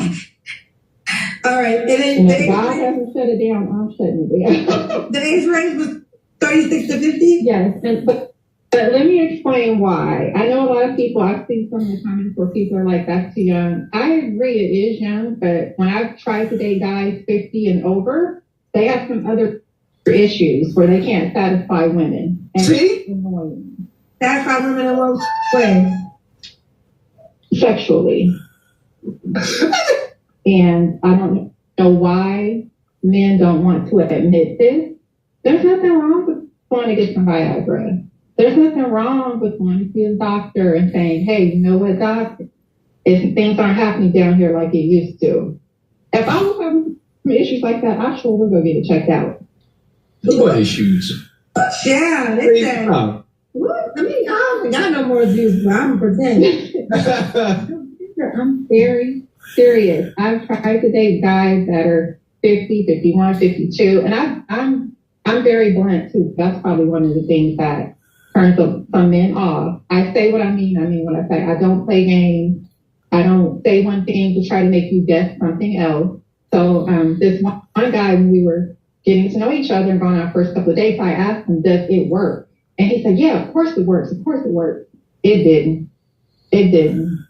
It was a gelatinous mess. And yes, that is the word I use to describe it. Gelatinous.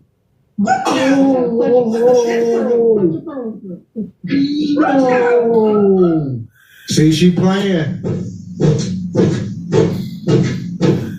That's all she cared about. Cannon, pump, and pump. Cannon, pump, and pump. We ain't never wrong. At 50, Mr. Walker, we never wrong. Look, there's so much to take from this. Break out your notebooks, break out your Kindle Fires. Here we go. They keep Cooper saying it. As Gavin X said, we ain't never off base, and that's a shame.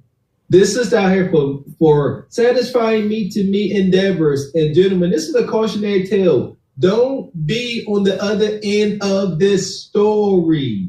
I'm going to hold you. I pride myself in using, complex words and all that and being descriptive. This sister said this man's meat was gelatinous. Gelatinous meats. You can't come back from gelatinous meats. I don't appreciate that because that's a heavy word. Yeah, like gelatinous. Gelatinous is exactly what it sounds like. Like, what's gelatinous? Jello, congealed blood plasma. That's gelatinous. It ain't even really got no shape. I should do my.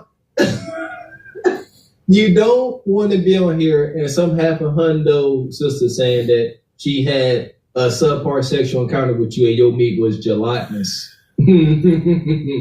See, do better. Health is wealth. Get up off the sodas. No pop, no soda all 2024. Cut down on the red meats and go for a walk so your meat can work. Listen. Shout out to my guy G Honda.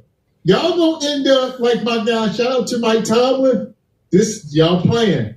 This how you gonna end up in the bedroom, right? Once she see that gelatinous meat, she gonna look at you. All right. Bitch, I can eat my own Coca-Cola and it tastes good. Can you do the same? Can you eat your own groceries? Huh? Can you eat your own groceries? No. You just gonna walk out the bedroom. She gonna look at you. You just gonna get up and walk out. You just gonna walk out, brother. Hey. Yeah.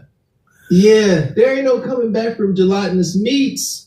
These are warnings, man. Gelatinous meat. She razor blades and lemon juice. All this attorney got for y'all if y'all ain't satisfying her. There we go. Finish what you said, sister. Well, it's not pearls, but we'll pretend for the moment. I want to say this. So this is why you want to go 10 years younger. Because I'm still in the part in my life where I want to be sexually active, and that's very hard to do with a man that doesn't admit he has an issue and is not willing to work on it. Okay. And then what about this? So now, do you want something serious or do you want something fun? Seriously fun. I think you can have both. I think that's when it's like something that keeps you interested and makes you want more. When you can have moments when you're serious and then moments where it's just fun. Ooh, yeah. Okay. Okay. We got her. We don't talk. You know what? It's funny because it's not something. That's the first woman around. Like, you're not 50. You're 46. But I had other women older that have said these things before too. So all you fellas out there who think y'all King Kong and all those type of things, women are coming forward saying, well, when you get to a certain age demographic, are you still really King Kong? Sabrina Child, Why would a guy be lucky to be with you? A guy would be lucky to be with me because I'm honestly very supportive. Like if you are building, I'm here to build with you as I would want you to build with me. You don't have to guess what I'm thinking, what I'm feeling. I'm honest about it. I don't want to say play games, but I don't say one thing to try to get a reaction out of you or try to see what your reaction is going to be. I'm just straight up, as my friend likes to say, straight, no chaser. Straight, no chaser. Do you want to get married again, Sabrina? I wouldn't mind for the right person, but I don't feel it's necessary. I feel like you can commit yourself without having to have that paper, that marriage license. Considering how many divorces I do a year. Can I ask you a question since this is your profession? What's the number one reason people get divorced? Honestly, I honestly feel like they grow apart and they no longer have the same goals and that same connection. Or sometimes I feel like they never really had it in the first place and they were just hoping things would work out. And then when it comes down to it, you get tired. It's not always cheating like people think. It's not. Okay, fair enough. That was some insight for us. Let's do it. Sabrina, California, to the man being Cali. I travel. I have no problem with traveling. Okay. I actually used to exclusively only date men out of state, believe it or not. It was fun. But you over that? I still do it. It's fun. Like I said, I'm looking for something seriously fun. So. The people like you, Sabrina. So she is a lawyer. She's 46, Aries, mom of two by her ex-husband. Her children are older, 21 and 19. So they 36 to 50. Yes, she would go 10 years younger. And she gave the reason why I'm trying to just tune in. You're going to rewind the tape. Because Sabrina said, some men 50 and up can't get it up. And because of that, she has to go 10 years potentially younger because she still wants it to get up. So, yeah, there you go. All right, Sabrina. For the man that can keep up with you, literally, how can he reach out to you?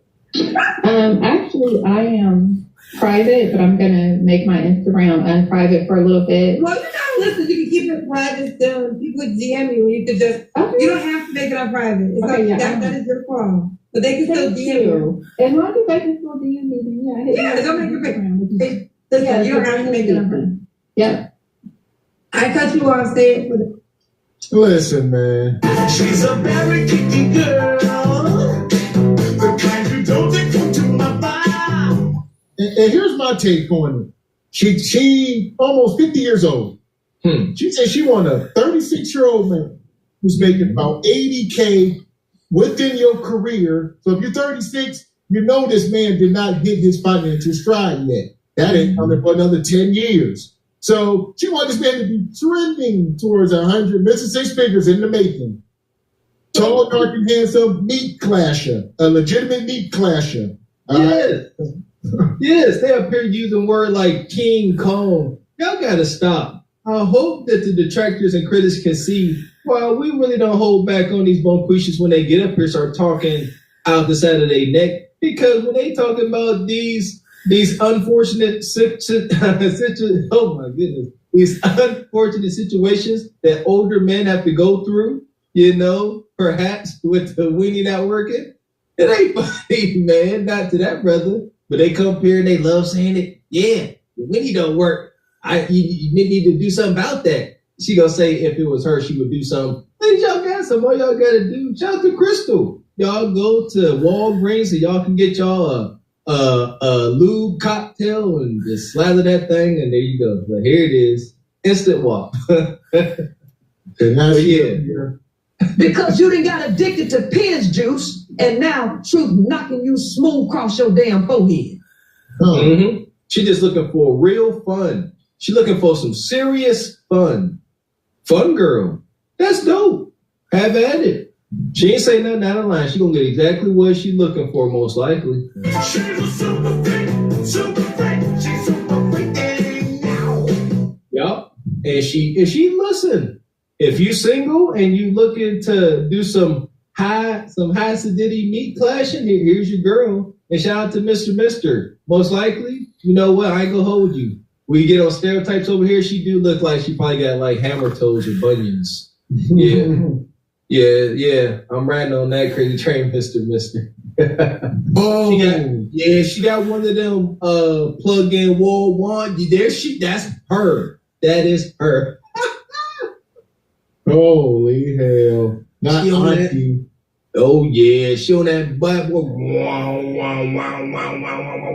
She owned that thing. That thing got an adapter and a power converter. Man.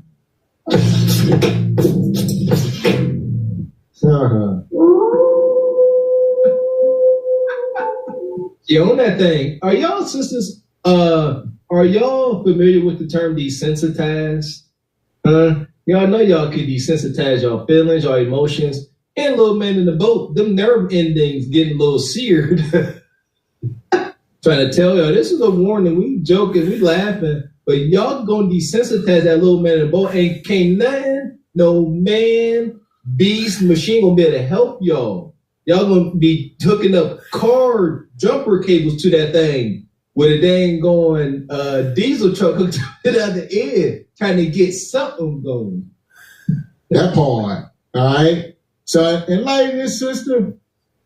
Rest in peace to the Godfather. And then we gotta bring him in the room at this point. Yes, this is big bad work. This is me clashing indefinitely. There you go. Hit the like button, y'all.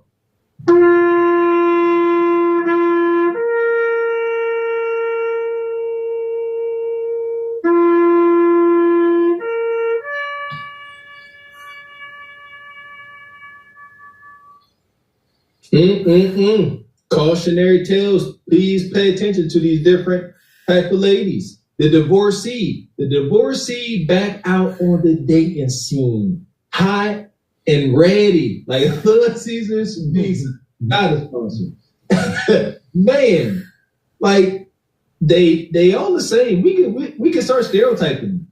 Divorce, lose some weight. Y'all know she when they get divorced and lose weight. That weight that they husband begged them to lose, then they lose it, and they be back on the marketplace thinking a better man gonna come, and they just end up getting weenie trauma.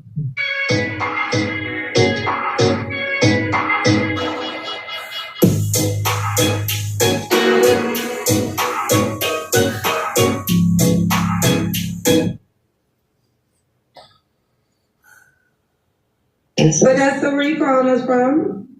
I live in Houston. Houston, how old are you? I'm 29.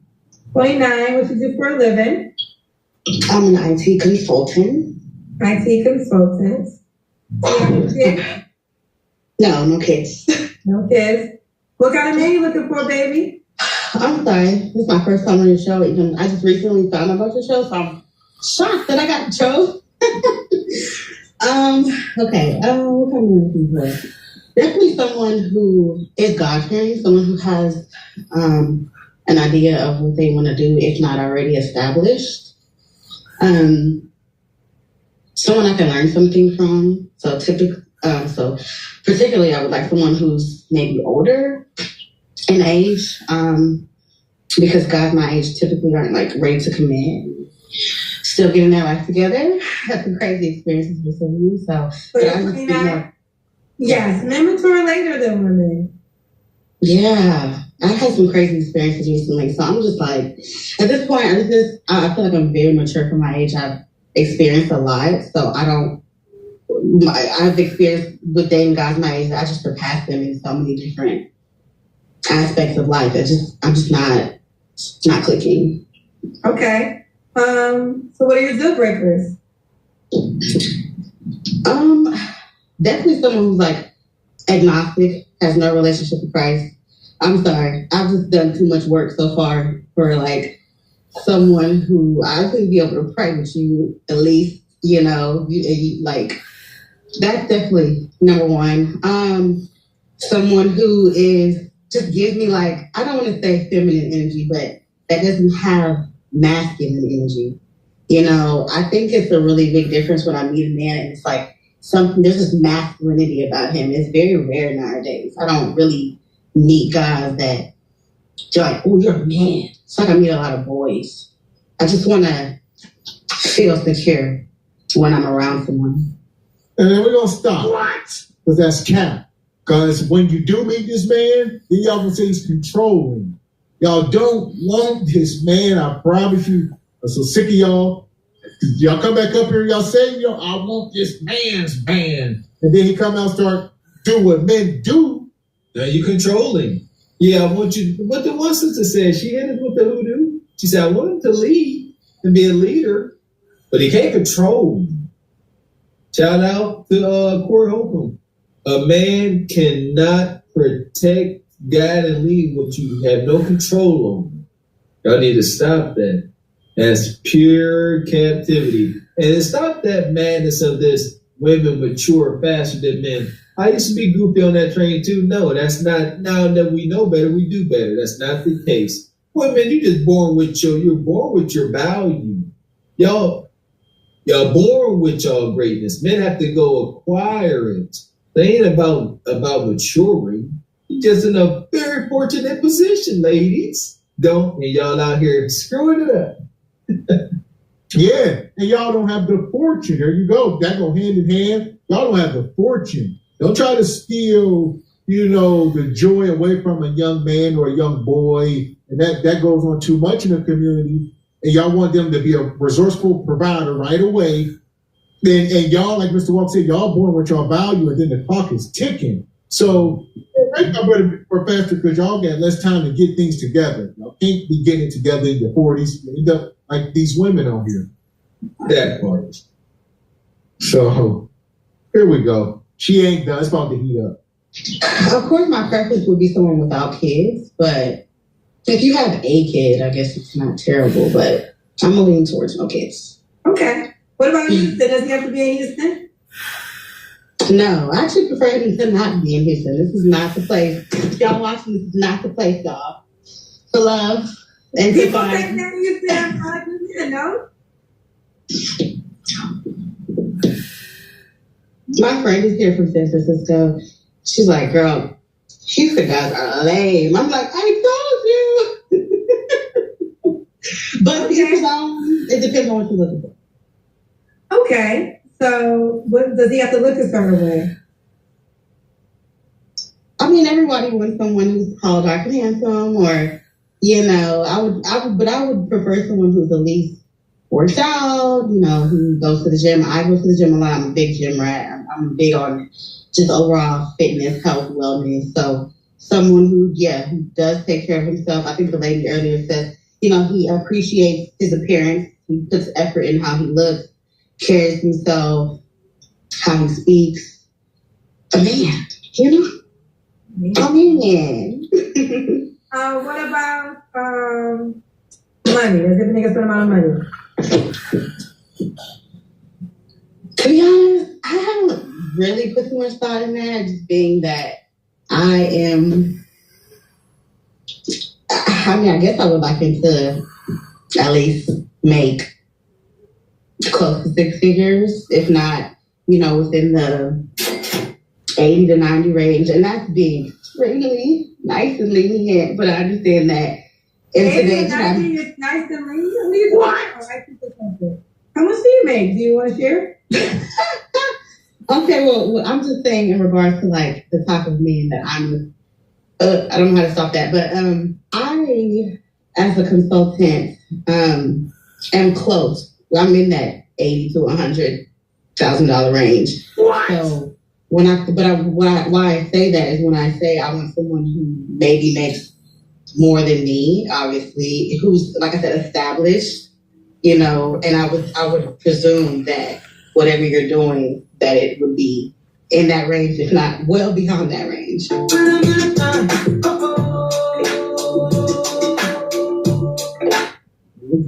Hypergamy. It's a real thing, man. Like what Leon saying is not realistic. True. That's a hell of a statement. It's not realistic, but it is real. It's very much so. Yes, it is. So this is fine. This sister, she said she a gym rat, so I'm going to imagine she about got a 6-pack, because words mean things. God dang it. So she said she big into the gym. She all about health and fitness. She said she's a gym rat. So I'm going to assume you being a gym rat that you are obsessed with the gym and you are fit as a fiddle. Okay. other than that, she got no kids. Yeah, kids you can. All right. She's 29, no kids. She just entered the danger zone. Let's see what she look like. And if she can respect the fact that her man may be 45, 50, she got a shot. Yeah, the Godfather. You call it the finesse capital of the world. It's like the new Atlanta. All people from Atlanta going to Houston. And they bring in STDs and all with them. So.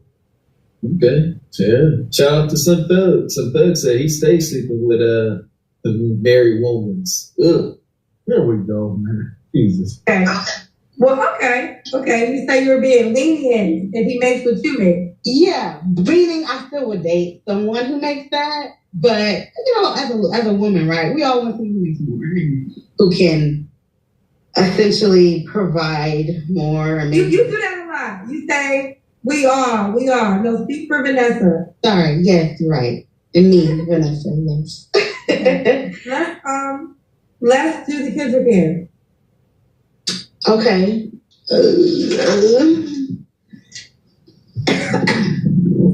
Well, you say you work out all the time, so we waiting to see this body child. Well, when I first got on, I saw the comment saying, "Don't forget the brown lady." So, yeah. What's this? Something 30.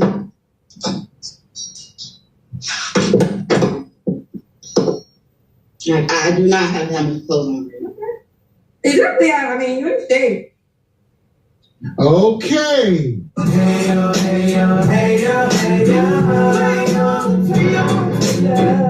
This is the second time tonight we done got to the fork in the road, I would say. The other woman was 42. She's 29. 13 is her senior or junior, Here's the thing. Let's get critical here. This is a 29-year-old kid. She's looking for him like per usual. She wants the usual.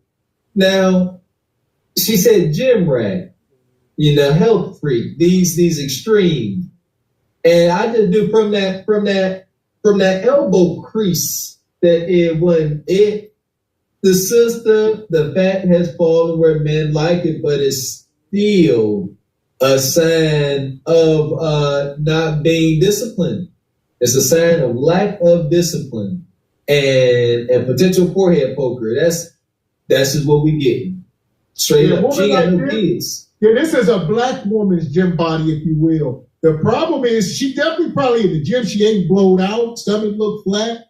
For a woman with thighs like that. The problem is y'all don't have trainers. Y'all just go to the gym and do what y'all want to do. Then y'all leave the gym and eat what y'all want to eat. So she telling the half truth. If you're going to be in the gym trying to get results, you probably need a trainer or some type of regimen that they'll go and just they'll wing it for an hour, do some stuff. Then they're going to leave and eat, a bunch of ranch. There you go. And here's the thing. This is why I'm calling cap on these body builds. Because it's my understanding that whenever you losing weight or getting in shape, you're going to first lose fat and excess weight in your face, neck, arms, legs, thighs. The last place that excess fat is going to leave is going to be your midsection and gut because it's there for emergency storage. But these is compared with no emergency storage around their midsection and all this fat on their arms and shoulders, and it's I'm calling cap, man. So I'm going with the chat. I'm gonna say a little BBL and a little lipo action going on here. Well, I'll tell you what, with my newfound wisdom, I'm gonna say this is a top 5 contestant all day. This is top 5. Oh, absolutely. This woman ain't got no kids. The fat fell where 99.9% of men like.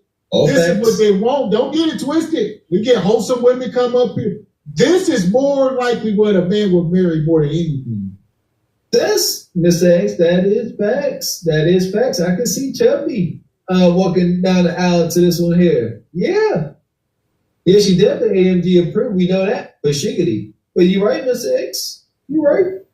So yeah, shout out to my girl Pick Me. She been saying it for a while, you know, and my guy Beans. Men love 304s. They love this body type.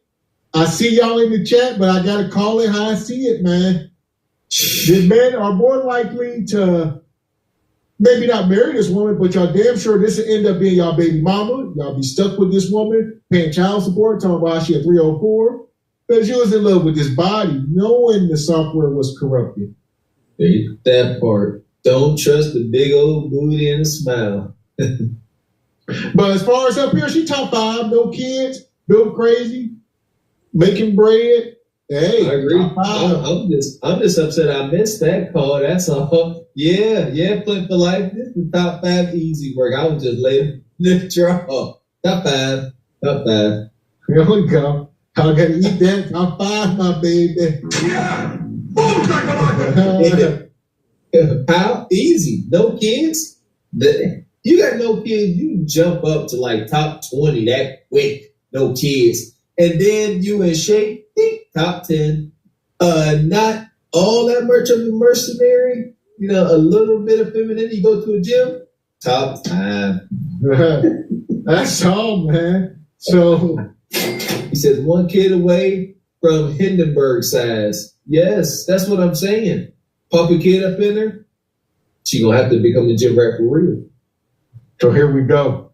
I see y'all all roused up in the chat. That's fine.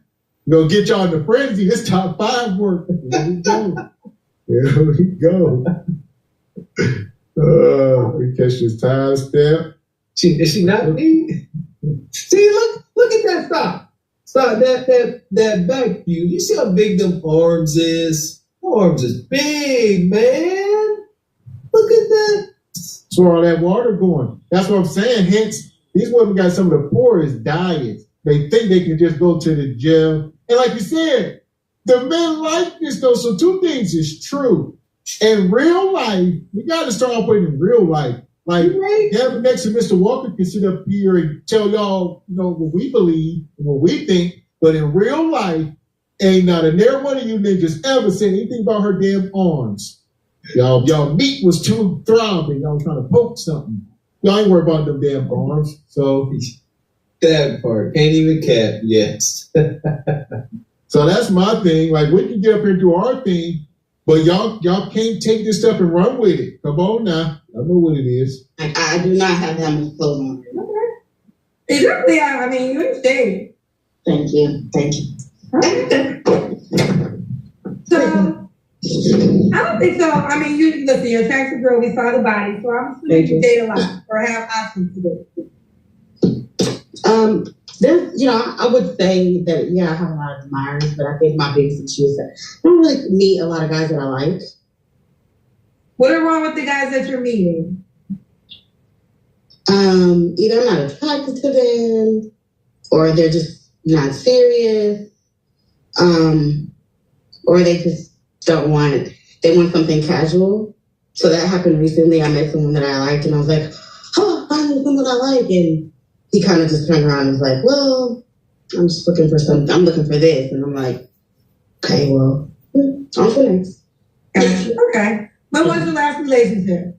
It's been a long time since I can say. I honestly can't tell you. It's like, I'm still kind of honestly in one of those situations where like your ex is still kind of around because what you spoke to me earlier, because you was talking about that.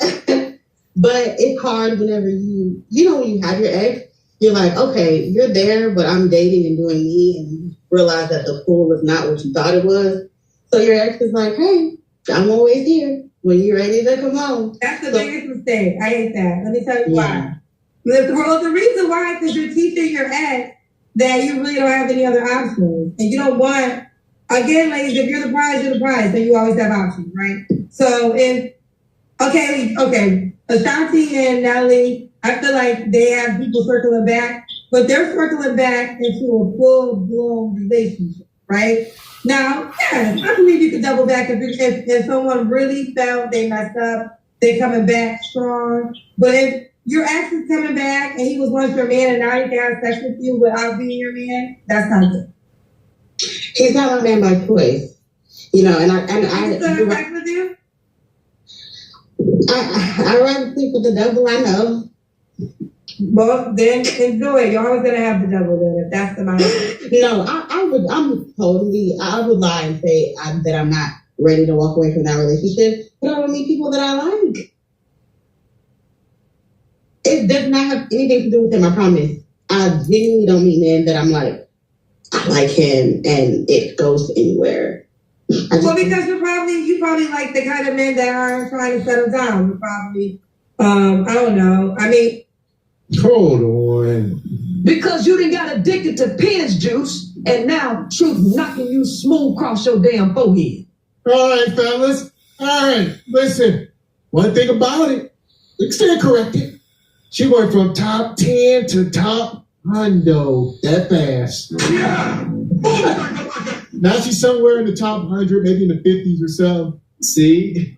Yeah, she's laying around the 50s with that one comment about her ex can always come and clap cheeks. You belong to him. That's your man forever. That's foul. She out on dates. Yeah, listen here. This is manifestation madness. You got this dude back in the wing, the ex, and you out on dates with these guys, and they ain't as charming as your ex. You know, they don't do the thing that your ex do. You're like, you know what? This was nice, John. I appreciate the date. I'm just gonna go home. Then on the way home, they send that text. You up? You up, big head? And here come the ex come through in the Challenger. Just to, hey, his job got all winded down, and Nug come through and glazed cheeks. Yeah, you done fed her, you done took her out, got her drinks, made that $300 tab. She gave you a forehead, she gave you a kiss on your cheek, told you how you so sweet, and she got a text from the guy that's gonna pipe her down at night. She's gonna go there all loose. She walked in the house with that cheesecake to go, sat on the counter, Nug came in, ate it, and did his thing. You know what I'm saying? Y'all don't get it. Yeah, when she told you she had to order a to-go for her sister, she said, my sister wanted a cheeseburger and some fries too. You're like, all right, you think you get brownie points. All right, I'm gonna buy your sister something too. Bet. I know I'm in here like swimwear. Nah, you don't even know that burger you just ordered is for Nug, the guy about the beat. You need to replenish. You fueling up Nug. So you fueling up Nug.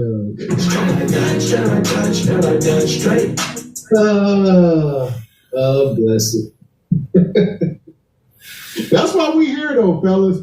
One thing about it, listen, we're gonna save some of y'all. Wait till we start consulting stuff. We're gonna save y'all. God put us here. He has placed us here for a reason, folks.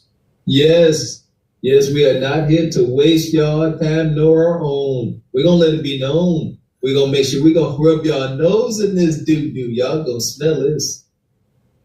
You know what I'm saying? They say Nug mad the fries are cold. Y'all don't get how to do it, man. You see what I'm saying? He's like, why don't you hurry home? Huh? Did you get that nigga song? All my fries cold. What was y'all doing? Talking too much? Go in the room. Stop playing with me, girl. Appreciate the $5 super chat. He says, can we bring out Mr. 40 Hours for this lady? You know what? Yes. Let's not get it misunderstood. We know and believe that a woman like this should be smitten to lock down a solid Mr. 40 Hours. She should be smitten. But we ain't going to tell Mr. 40 Hours to go through this and ingest these black pills she got waiting. No, we won't. You see what I'm saying? Because he going to end up, y'all know the game. My bitch runs the street at night, and I can't sleep. I can't sleep. I'm saying my bitch runs the street at night. No sleep. And no sleep. You don't ever recommend Mr. 40 for these type of situations. Never. Right? That's called out-punting the coverage. You don't want to out-punch your coverage. All right. Straight black dudes. There we go. A lot of men don't get relationships because they don't have to, because they either have money, they're attractive, they're fun, they have swag, and they have a lot of women that will have sex with them without being in a relationship, so they have no desire to get into it. So what you gotta decide is what you want. You gotta learn your pool of options. You have a nice body, you're an attractive girl, you're gonna get men that's gonna want to have sex with you. Now, you gotta decide what I don't wanna make it seem like a prostitute or whatever the case may be, but you should say, what is your price tag to have sex with you? And let me be clear. Price tag, I'm using price tag to make a point, but I'm not meaning price tag as in it's $10,000 to sleep with me. I'm talking about how much does it cost to take you off the show. So if a man can sleep with you without being your man, that's on you. That's not on him. You gotta decide if you really want a relationship and you want to be serious, you should only entertain the men who also want the same. And what's gonna happen is maybe they're not gonna be as swagged out, or they're gonna lack something. Because the men who usually don't settle down because they don't have to. Right. You're right. I mean, I'm not forcing anyone to. I really honestly just feel like if someone is truly interested, they will, pursue you heavily. And I don't know, maybe I'm delulu for feeling like I could still have some kind of fairy tale, relationship where someone just does show that effort and does show kind of sweep me off my feet and I don't have to really you have to be asking yourself, you're not requiring it. So you don't know. Like you just said, now, okay, you told me you've been in a relationship a long time, right? Right. You don't have to answer this question. When's the last time you was intimate with someone? Probably a few weeks ago. Okay. So you haven't been in a relationship a long time, but you still are allowing yourself to be intimate. Now, I hear women some other time, but Kendra, I have needs. I get it. I know you have needs. I get it. You're a woman, you're human. I get it. But it still is an example of it's like men say to me, why should I buy the cow the milk for free? Or why should I buy the cow if the other man gets the cow for free? So your ex or whoever you slept with a couple of weeks ago is not your man, because you told me you've been single for a while, but he still got to have sex with you. But now you want another man to come into your life and rise to this full occasion to have sex with you. But it's like you just let somebody else have sex with you for whatever. Why do I gotta do all these things? But is it not different? What do you mean it's not different? Like, if I was to sleep with my ex versus someone who... That to me is the worst. I think that's the worst mistake you can ever make. Because to me it's like, because he has the best of both worlds. When he was your man, there was a rule, right? You can't sleep with nobody else. So I don't know what happened, but my assumption is he cheated, y'all broke up, time went by, you didn't find a way to replace him, so now you still sleep with him. But now you can't even say anything. Shit, if you was going to do that, you should never broke up with him. You should Let me tell you something. Okay. So real quick, here's the deal, ladies. I'm going to give you free game right here. If you know that you're not going to leave your man after you learn he cheated on you, play dumb. I would rather him think you really don't know he out here than to know that he knows he out there, but you ain't going nowhere. Woo! Yeah! Boom, Kendra, you snooping around over here, Kendra. I don't know. Hey, what did Kendra say that was wrong? She gave it to him flat, Jack. She said, hey, you ain't gonna leave that man. It is in your interest to act this play dumb. And because if he know that you know and you sticking around, then most likely gonna open up some floodgates. Your best bet is to play dumb. As Kev would say, if it ain't in your face, you ain't being disrespected. And you got this man. And you got this man that you and all your peers desire and lust after, you might want to take it easy or not do what you want to do. You go back to your ex that's getting the yams for the free. How about that? Why would a man pay for the cow, this guy getting it for free? And she gonna say, ain't that different? And I think she about to double down on this, y'all. Pay attention. So have a conversation with yourself. Y'all gotta start being more strategic in these things, because if you have a boyfriend and you break up with him and then time goes by, you let him hit 5 months later, he got a name, because now you can't even check him because he's no longer your man. So until you understand what you're going to do in this relationship, if you're going to leave, if you're going to leave, then leave, right? But if you know you ain't going to really leave, then figure out your plan first, because you don't want no man to think you're just going to tolerate anything, because then you're going to have less respect for you.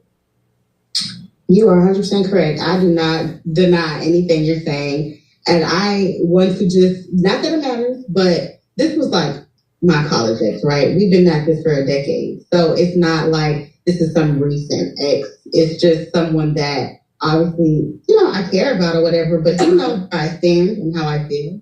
And that's why I date still. And I periodically may sleep with him. We're not just going at it it's not that. But what you still said is valid, and I agree. He is definitely still getting to reap the benefits. And I guess it's just convenient for me since I'm not really dating anyone on a serious level. You just gotta, again, I think women get so mad when I say this, but I love this because you get to know who's serious or not. What are your real options? Your ex is not a real option if you think you want something real. So you need to figure out a way to detox him from your spirit, because I've tried.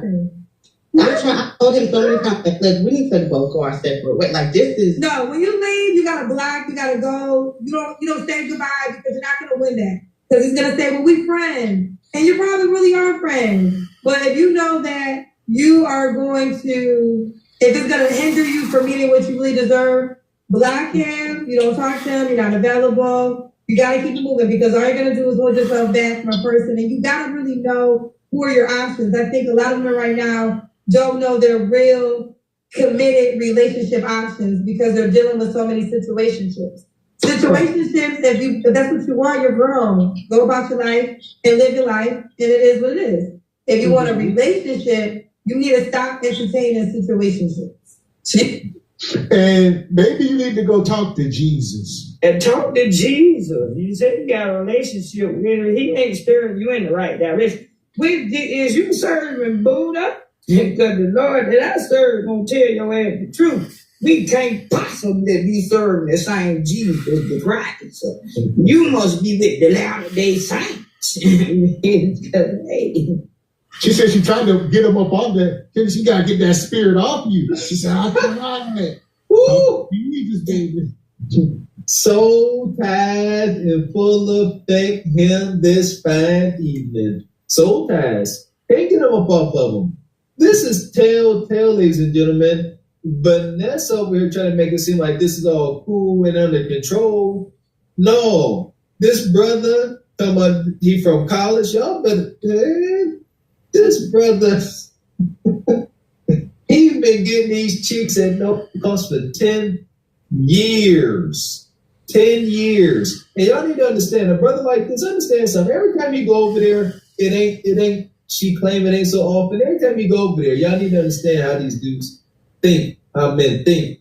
He going over there and he looking to give an awesome performance every time. Every time. If he only get it like once a month, twice a month, all right? Every time you go over there, he's like, I'm going over here, I'm grabbing me some gas station honey. I'm going to make sure she loopy when I leave.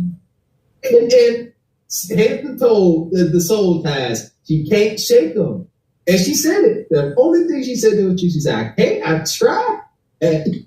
Man, if my guy be up in there. That's all she cared about. Cannon, pumping, pumping. Cannon, pumping, pumping. That's all, humping and pumping. That's it. That's all she cared about. You can really know your real pool of options. True. But pool still has piss in it. But you're right, and thank you. But the pool has piss in it, you're pissy. You're not in a pissy pool without being pissy yourself. People say this all the time. Right. You're pissy if you're in a pissy pool. Sorry, people. You don't want to be pissy. So figure out the way to get the piss off of you so you get into a better pool. All right. Thank you for that. I appreciate it. I just think there's so many. Listen, y'all gotta start learning the man that y'all say y'all want mindset more. Like the man that y'all say y'all want mindset more. Because, a lot of times men don't want to put women to a high standard because women don't put themselves to high standards. They haven't met the woman that is gonna walk away for real when they disrespect her. He know he fine. He know he got money. He know you ain't going nowhere. No, show him something different. Show him that his money, his looks can't keep you if the disrespect is out of line. And be going for real. Right. Don't speak about it, be about it. Right. But let's keep going. We gotta keep going. Okay. What 3 flaws you have to work on, Vanessa? Well, I didn't mention I'm notorious, so I can do a little temper. Sometimes a little temper, maybe a little stubborn. I seem to have talk smack, you know what I'm saying? So definitely need to work on that. That would be the biggest thing, I think. I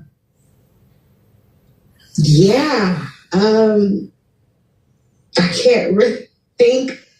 Just overall, I think I can be just a lot for some men. That's just a lot. Like I guess I could consider myself a tough cookie, in a sense. So, which is why I feel like I would want like a man. I feel like I'll eat a little boy up because I'm just too much. I've been so independent and just kind of like just grown, and I don't tolerate a lot of BS. And I know that in reference to my ex, I know you said that that's one thing, but when it comes to other men, I'm just very no nonsense, and I feel like once you do something that I don't like or that So how come your ex doesn't get those rules?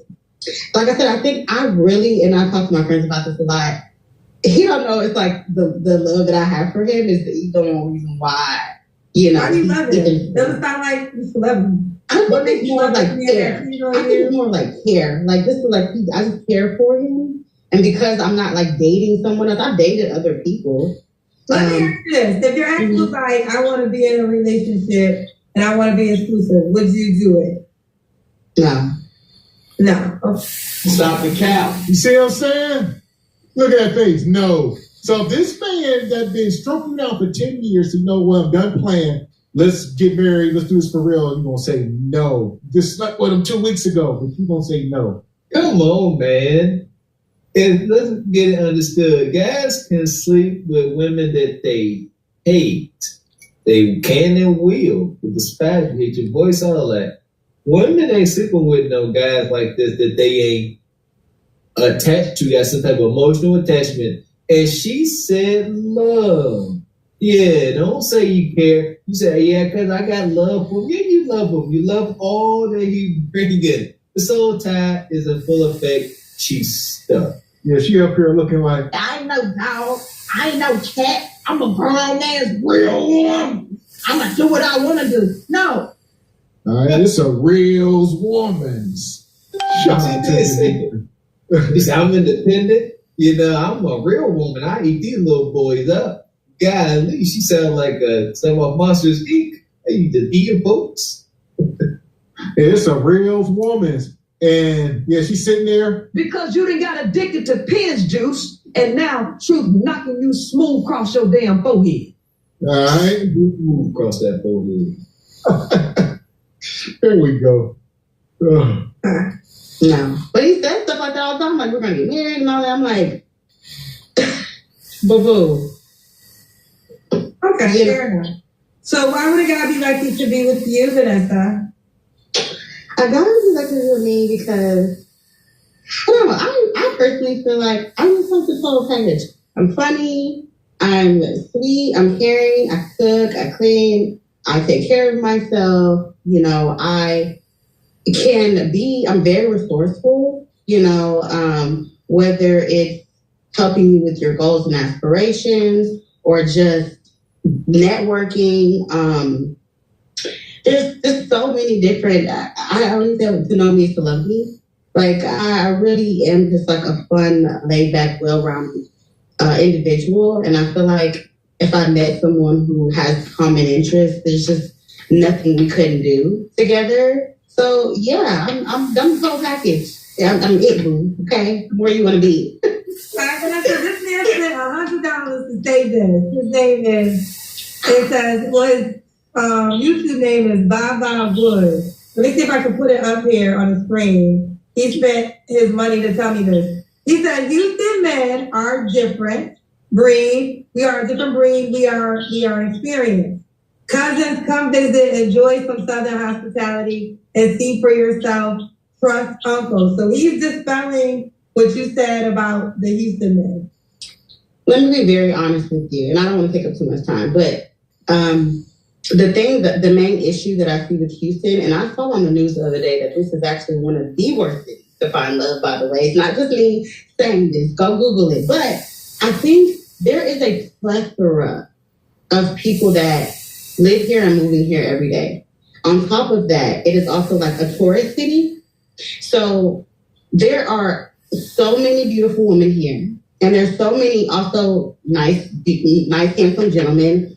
And everyone, I feel like, is very googly-eyed.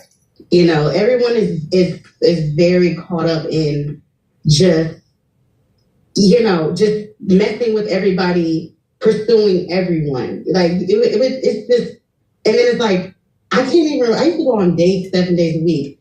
I can't remember the last time a guy really wanted to take me on a date. It's like they want to take you to smoke hookah, get drinks, take you to a lounge, which that's fine. Hell to the no. To the no. Hell to the no. It's making sense. She used to go on dates 7 days a week. I.e., she used to have men in her phone as lunch, dinner, and at this point in history, men just ain't dating no more. Shout out to the men. Somebody used to go on dates 7 days a week just using men. Now they won't let me use them no more. Where they at? Here's the thing. Because if you went on 7 dates in a week and you ain't give nobody no cootie cat, you're wrong. If you went on 7 dates in a week and you gave half them guys cootie cat, you're wrong again. You can't win in this situation. It's just, it's funky, however you cut it. Ugh. So, yeah, she talking about Houston got pissed in the pool. You in the pool. You sleeping with, you go meet, I mean, come on now. You a sneaky link.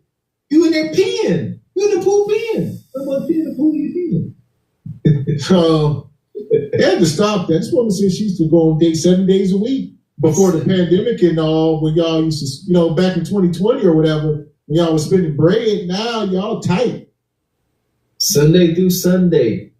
I would love to see that 7 day line of all these jokers. That'll go viral. That 7 day lineup. Woo. She flexing hard. I used to date 7 days a week, Kendra. But as an icebreaker, but they don't really court women. I want to be courted. I'm very traditional. I'm very old school. Like, yes, I was born in 94, but I have very traditional values about me where it's like, where's the men at? Houston is just not, everyone really just wants to get in your pants, but they're really not trying to put the effort in. I really feel like they really truly aren't. And that's the truth. I would not try to take that away from the men here. That is the truth. So each his own. That's my experience. My friend who just moved here, that you wouldn't believe her experiences. Like some girls like, yeah, let me come cook for you. Come over to my house. Like, what? That's the feedback. It's crazy. I can go on and on, but I'll stop there. I don't want to be the dead horse. We're gonna go after this. But it's like, if the guy watching this, it goes back to the analogy that I said earlier about you're saying you want to be courted, you want to do all these things, but then you also say your ex is still in it. And he ain't courting you. He's not doing the things that you're requiring. So it's like, a man watching is going to be like, I'm not going to work harder than what you're making another man work. You're not making another man work at all. You want me to work hard. No, I'm not going to do it. But how can you compare it? This is someone, I get what you're saying. I'm just saying that. I don't got time to think about comparing. Like, if I meet someone else tomorrow, who is my ex? He's irrelevant. He's cut off. He's not, you know what I'm saying? I really want you to get this. I think I really want all ladies to get this because you got to understand the guy's mindset. So basically what you're saying is your ex can still get your cookies. You say you a tough cookie, but you're giving your ex still your cookies when time happens, right? But he messed up. He didn't treat you right. And yeah, he's not even your man. He can still hit. Now you want another man to come in and put you on a pedestal just to eventually get your cookies. Why would he work that hard when you're giving it away for free? He don't know that though. You know now? She belongs to the streets. See? Oh, I got beans and belonging. it's all fun and games. Playing and joking, joking and playing. You must be 30 years old, sister. Kendra can laugh. Kendra got her man. And she ain't moving like this, all right? She teacher. Holy cow. Shout out to Kendra. Kendra, good job, Kendra. Well, be careful, sister, that you gave some stern pushback. She's been working on her talking points. Good go. And look at this sister laughing. Just laughing about it. And you doomed. She laughing at her own doom. Kendra just told you. Doomed. You want this man, but you done just told the whole world and all your potential mates that you got this dude from back 10 years ago back in college that's well acquainted with your innards. He well acquainted. He know all your spots. And he know your spots at no cost. All right. And this new guy got to come in, pay all the costs, in hopes to get what this guy's getting for the free. Yeah. So at some point in your time, and at some point in life, you got to sit here and understand, man, that everything ain't just fun and he, motherfucking he. Yeah. All right. Like, come on now, sister. All right. I see you got a couple super chats. We won't let them land this plane. He says, good news. Can't remember where, but I saw a recent stat that 1 in 4 men have changed their dating behavior due to men's content. Keep up the work, single by choices. Okay. Absolutely. You got these beautiful women. I seen a panel the other day, and there was a large discussion. And there's beautiful women like her, or women that look better than her, right? And they're saying they're not being approached by men. And they're like upset about it. They're like, men just ain't doing it. Like, they would rather holler at the 4s and the 5s and low-hanging fruit or whatever. But they learn it through this content. I'm not about to, these women are out to use men. And then the one guy was saying, you guys, y'all just scared. And I say 2 things. I mean, it's a double-edged sword. Like, I would say a man is smart. I would say there are a segment of men obviously are intimidated by women, but the men that they want ain't scared. They just don't want to deal with you. There you go. And it's something as simple as being out in public, and me and Gavin have experienced it in our daily travels. Just a smile. Seriously, ladies, just a smile. Simple. You muted, Gavin. I was going to say, when you got women on here talking about $10,000 purses, that messes it up for the group. Y'all don't understand. Y'all think that's just one bad apple, right? Y'all, well, it's more than one, but let's just say her. And that's why men will look at women that might look like her. They won't even waste their time. Because I heard how y'all talk and act. There you go. Y'all fall victim to you fit the description. Says she's calling dude right at, man, I'm telling you, she calling though. She's sad. Come through. Make me happy. All right. Right after the show. Sure. So, yeah. Mm-hmm. Yeah, we know that how sick this guy thinks. Shout out to the Krista or Lamb. They said these sisters will come here and they will give us these details, but they're not giving full detail. So as bad as it sounds, her keep hunching on this dude, it's actually much worse. And this woman here? That's what I see. I see a prideful, egotistical narcissist. I said it, let me say it again for the people in the back. I see a prideful, egotistical narcissist. Yeah. That's so redundant. The narcissist is just redundant. Shout out to Down, the land of nonsensicals. Oh my God. That's not the case. As I stated before, we don't have that kind of relationship. If I meet my ex, girl, you can push back for receiving this or not, but you're going to keep going in the same circle. And I think that this is the problem. Let me tell you something, women, and black women in particular. You have all the game. What happens is you just don't want to receive it. Like, men are telling you every single day. It is so simple. Like, to me, I actually honestly love, well, first of all, I don't know why I get mad about these podcasters, because these podcasters don't want to be husbands. Like, I don't deep dive into those, but I don't see why women get so emotional connected with these men. They are speaking as they should. They're single men who don't want to be husbands. So who cares what they say? I would keep it moving. You shut your lying nigga lips up. Here we are, Kendra. On the contrary, Mrs. Kendra G. All right. Over here at Single by Choices, we's a married men's, Kendra. So I would say our word carries that much more weight. So granted, most men that do this, but no, Kendra. She should watch this and consider what we are saying. We's bees married, Kendra G. Get that understood. Yes. Yeah, heard you, Kendra. Heard you. All those single guys, they ain't trying to be married. That's not true. No. After observing this space with my simple self, all the data we have collected, you're wrong, Kendra. And I was being a married man. 12 years of marriage. Before observing this space, I had no idea how significant that was for our generation. Being married this long, happily married, that is so wild, wicked, intimateless marriage. No, Kendra. No, we here. The guys y'all keep asking for, they do exist in grand fashion. Stop the cat. So there we go. Yeah, Kendra. Our word over here goes much further than yours, Kendra. With all due respect, you are a single woman. We are married men. You can host a show, but the weight we carry when we up here talking, you can't hold our jock straps. All right. That part. Here we go. But they're telling you what men like, and they're telling you what turns it off. And instead, you want to sit and argue and jump over and say, no, it needs to be this way. And that's the challenge you're having. I feel like right now is the best time. Men have revealed themselves so much. You have the whole entire hand. You know they hand. You really, I'm not condoning this, but you can play men so well because they tell you so much. But yet, y'all sit and y'all argue and you say, don't be this way, don't be this way, don't be this way. And they're telling you exactly what it is.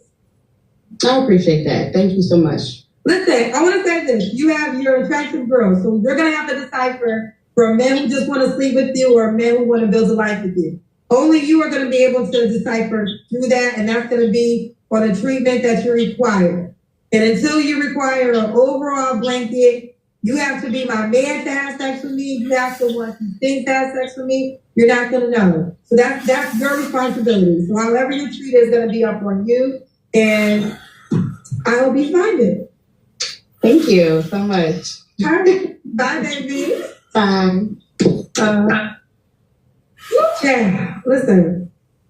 But let's keep going. This is the easy stuff. The other girl. She disgusted. That sister is disgusted. She was not trying to hear none of that. Just thank you, Kendra. I appreciate it. When I tell you that nigga don't speak the how, or he en route, or again, this was another attempt to try to make him jealous.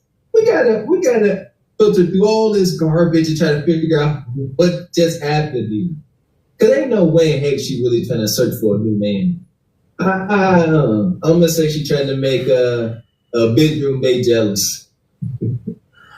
So yeah, this is bad. This is bad, sister.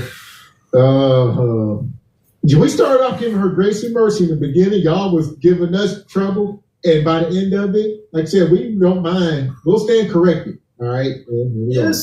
Yes, we will stand corrected, but we will stand. Yes, that's fine. That's all. That is fine. Yeah, we thought she was top 5. Now she she about, she ranked like number 47. That's all. He's somewhere in there, potential, but go to the guy that you mentioned, Yeah, he winning. Yeah, that brother winning. Like, yeah, look at him. It is what it is. Look like a good time, and he getting all that squeeze, no cost. Hey, City Boys is up. Glory. City Boy! The rocket's fueled up. Yeah. She went from top 5 to the damn rocket. See that? It's by opening your mouth and exposing that. I understand the rocket is, though. This is Glazed Galaxy. So this is a place we sending them. We send her where she wants to be, you know. There you go. We got us the gun line. Tell them about the gun line, boss. We may not know which way to go. Oh Lord, see, this shit is gonna be dangerous. So dark me dark shit. Let's get it dangerous. I play the fool for the fool. Everybody plays the fool sometime. No exception to the rule. Listen, baby, you hear me? I played the fool for a fool. Okay. Yes, she did. She played the fool for a fool. For a fool.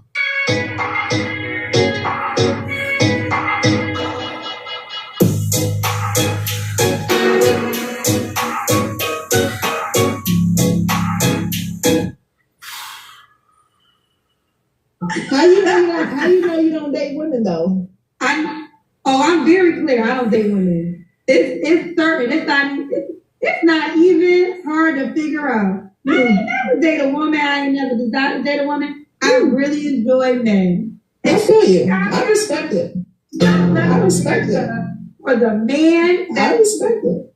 I love men too. I mean, you know, my thing is, you know what? I was at the bar the other day and this little 20-year-old was trying to talk to me or whatnot. And I'm like, boy, like for real. But my thing is this: like, if I want to date a man, I have to really be in a position. That's what women be trying to do. Y'all be trying on the slide. That's great women. Nah, you wasn't born with the right body part for me, honey. You got the same body part. You can't say what you don't know. You can't say what if you've never experienced it. You can't say. 44 years old. I think I would know by now. No, you don't. Okay, how the hell you know at 5 that I can't know at 5? Because you can't judge something if you haven't experienced it. Every woman out there has been straight. It has to be a designer. I just don't think that people are just straight. I think that you got it in you, and if he was, you know, I don't know. This your show. Absolutely, we're human beings. Like we can connect. You know what I'm saying? Now you miss me with that. And he said everybody got a little bit in them. You shut your lying lips up. Stop the cap. I mean, Why does the alphabet community have such a strong desire for everyone to be just alphabetical as well? How old are you? 45. Take this off. I'm working. Whew. 45. What do you do for a living? I am a event coordinator. Event coordinator. Do you have any kids? I have 3. Yep, I have 3. All my kids are grown. 19, 25, and 27. Okay. All by the same man? No, 2 by my ex-husband. 2 by your ex-husband. Okay. Yeah. When did you get divorced? It's been 14 years now. It's been a minute. Okay. Tomoko. Tomoko. All right, but what kind of man are you looking for? I'm either way. I can do a female or a guy. What? Have you been that way your whole life? I have since I was 5. So in your marriage, did you date women at times? No, I was married to a preacher, and I. See what I'm saying? She started off already. Stop the cap. No bullshit. No bullshit. No bullshit. I'm here for it. Listen, I love when the Kendra contestant come in here, get in the car, rip the brakes out, and put both feet on the gas and say, I'm here for the big rap, baby. She said, listen here, Kendra, as of today, I could take a crew cannon or a sausage, and my ex-husband was a preacher. Keep asking me questions, and I'm going to keep blowing your mind. She said, I didn't find this out till after the marriage. Come on. Stop the cap. That's all, huh? That's all. So I'm open to anything. Got the short hair. I think we in full hoop, people. Sit back. She got the eyelashes. women at times? No, I was married to a preacher, and I didn't even really know that it was a real thing that I could actually date women. I was scared to death, but I tried it and never went back again. So after my divorce, I just decided not to sleep with men and try women, and then it just been a thing for like the past 15 years. You was the first lady? Well, I wouldn't say all that, but close Well, to. you're married to a preacher, isn't that the first lady? Well, he wasn't the pastor of the church; he was the co-pastor. Oh, okay. So, and that was before you dealing with women? Well, I hadn't started dealing with women until like after the divorce. So it wasn't like until my late, like really when I came to California 15 years ago. I thought you said you was dealing with women since you was 5. Well, I knew that I liked women, but I just didn't know that I can actually act on it because of religion and like other things like that. So like, I just had to come to Stop the cow. So I got married, had kids, did the traditional thing and whatnot. But then after the divorce, I just decided to see it if I would, like dating women. And that's pretty much all I've dated is women for the past 15 years. However, I just realized that women play just as many games as men. So now I'm just looking for compatibility, So yeah, that's what I'm on right now. Hey. Oh man, already? What you doing, Eric Jordan? Come on, man. Who out there? Hold on now. Where y'all? Somebody gotta hit the rewind button. Come on, don't let Eric Jordan do this. She was just getting quicker. Oh, yeah, don't get scared now. Yeah, come on, hey, Jordan. No, you're gonna hear about this coulda kinda looking first lady. Yeah. Appreciate the super chat. So there we go. To you, Mr. Eric Jordan. Come on now. Skip. Oh man. I definitely want to hear what she had to say. Yeah, she got, with that haircut, talking about preacher, whole arm sleeve tattoos, lesbian Osh. Come on, man. She got a lot to say. Woo! There we go. My man Eric Jordan said, skip, skippity, skip. All right. He said, diamond drop this DI.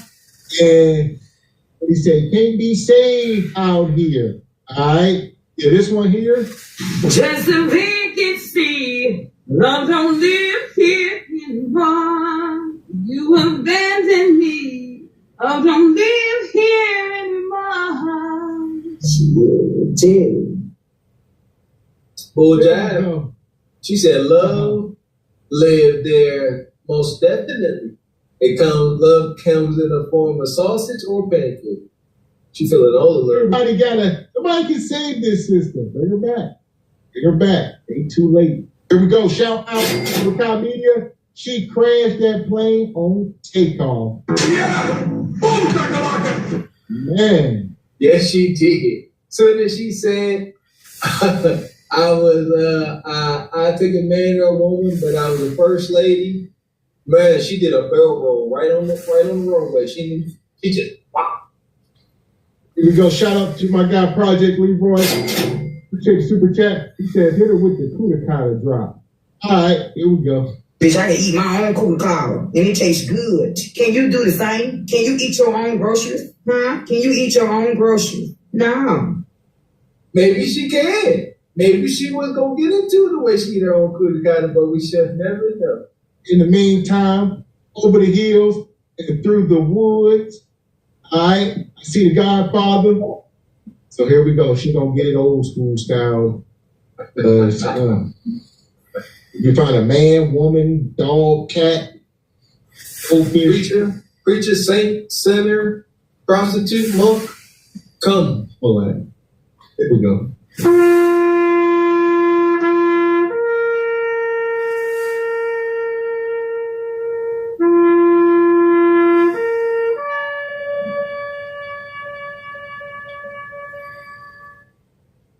A few moments later. Here we go. We got some developments taking place here. Shout out to my guy, Project Leroy. Project Leroy is a people.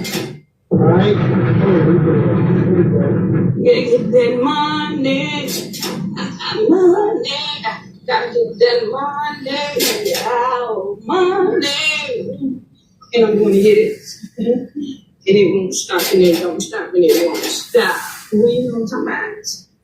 Well, here we go. You got my girl back? He hit us with a $20 cash app here. Project Leroy says, bring back the bald head scallywag, baby. Yeah! Boom, shakalaka! So, there you go. Her and Kendra about to go at it. Shout out to Project Leroy.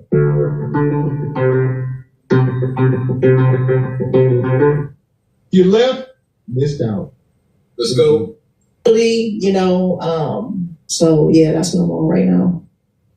Okay. All right.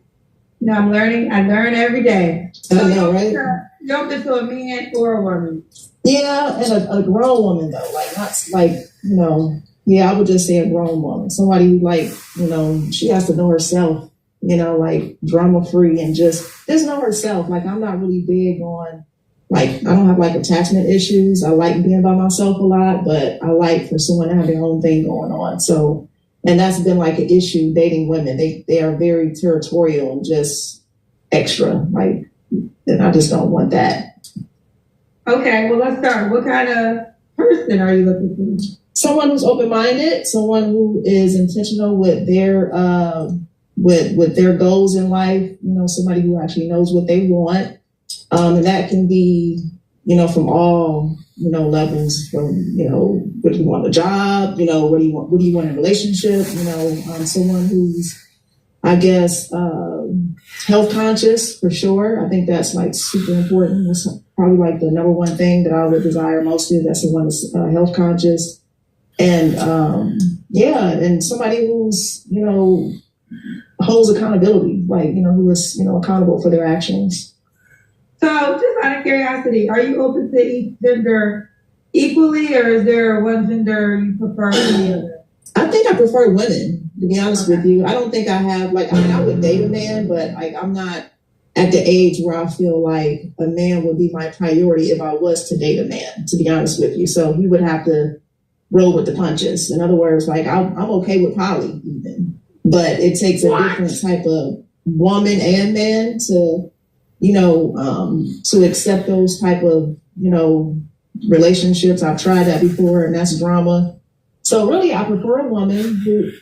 Listen, at this point, she is up here with a damn Lego set in front of her, and she just built a little man's. I'm gonna build a woman's, and I'm gonna build what? Where we at? I'm gonna build a damn nug Keisha-tron. All right, I'm just gonna build some man's and women's and some nug Keisha-trons and whatever. I'm with it all, Kendra. I'm with it. Yeah.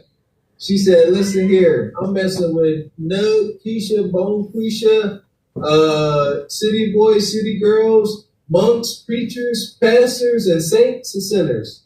It don't matter. As long as they can get on my page, we can go meet the meat all night long, all day long, definitely. Well, here we go. Shout out to my guy, Theo Coop. Theo says, why would a guy sign up for this? The man that would sign up for this would be a beta cut. It's just that simple. Yes. One man that's going into this under this hyena's rule. She's going to cook you. She's going to cook you, very much so. Yes, a male hyena will go in here for this female hyena. Same thing that will work. And a male hyena is, you know, they the smallest. So shout out to my guy Angry Man. The male hyena, he eats last. The women and children eat first. He's normally smaller than the women because they eat before him. He gets the scraps. So the women all big. What this sound like, y'all? Women, children, big women. You know, what this sound like? Black community? Huh? Come on. She's strong. She's strong. She's a handsome boy. Not necessarily her in particular, just wide back community. She don't look like she's real big, but sisters in the community are pure hyenas. She a big hyena, if you will. She's still a three kids. Three kids talking about with low here we go. Is open to being, you know, with the idea, like if we choose to bring a man, and that's fine, but he doesn't have to be involved. Okay. What are your deal breakers? Deal breakers are, I don't want to say crazy people, but crazy people who just like to play games. Like, the deal breakers are instability. It's kind of hard to say. I think we as human beings, we know what healthy looks like, I think, but I think for the most part, someone who's not about drama, and got their own thing going on. My kids are grown. I have grandkids. Like I'm happy in what I have going on, and so I just want somebody who's happy, and health and wellness is definitely important. You don't have to be a vegan. You don't have to be like super extra, but like, I think if a woman is 20 pounds overweight, I think that's too much, so I'm not really willing to like wait to see if she's gonna work out. You gotta work out. Wait, that was ironic. You said if a woman is 20 pounds overweight, it won't work out, and you're not gonna wait to see. No. You see what I'm saying? And I don't disagree with her. But if a man said that, they will take you out to the state. She said, woman, 20 pounds overweight, I won't deal with it. Y'all, I ain't having it. Yeah. There you go. This ain't no step still here. You can't teach people things. Like either that's what you want or not. Like I don't want to have to do that. I was married for a long time. I did the, work with my partner. I just want to be compatible with who I'm with. We can go out, we can enjoy the same food or not, but as long as you on your thing, I'm on my thing, be happy. Because with women, they sometimes get jealous of how you look or what you look like. And I just want her to be comfortable and confident on what she's on. And I'm comfortable, confident, and, that's how it goes. Good job. That's a lot. But have a gym pass. That's what our job. Not even so much a gym pass. You can just eat clean. I don't go to the gym. I just eat clean. I played tennis today for the first time since COVID. So I'm just saying, like, it don't take a whole lot. I just want someone who's consistent in their lifestyle. All right. That's about money.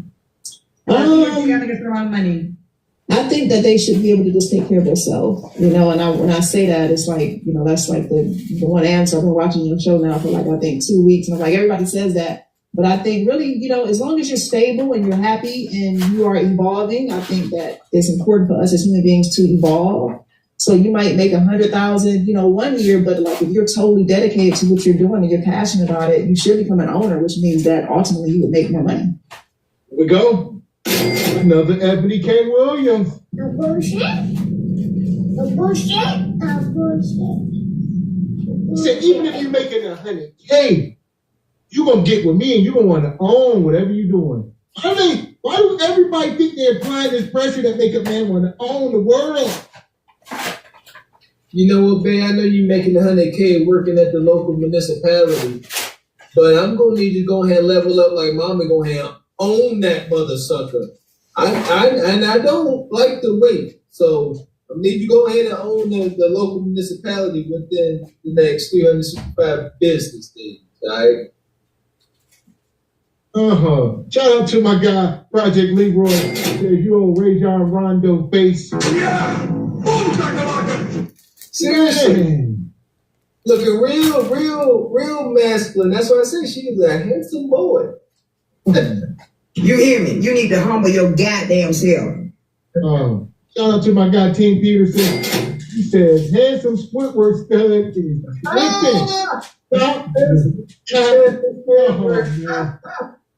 Hey, handsome Squidward. Stop the cow.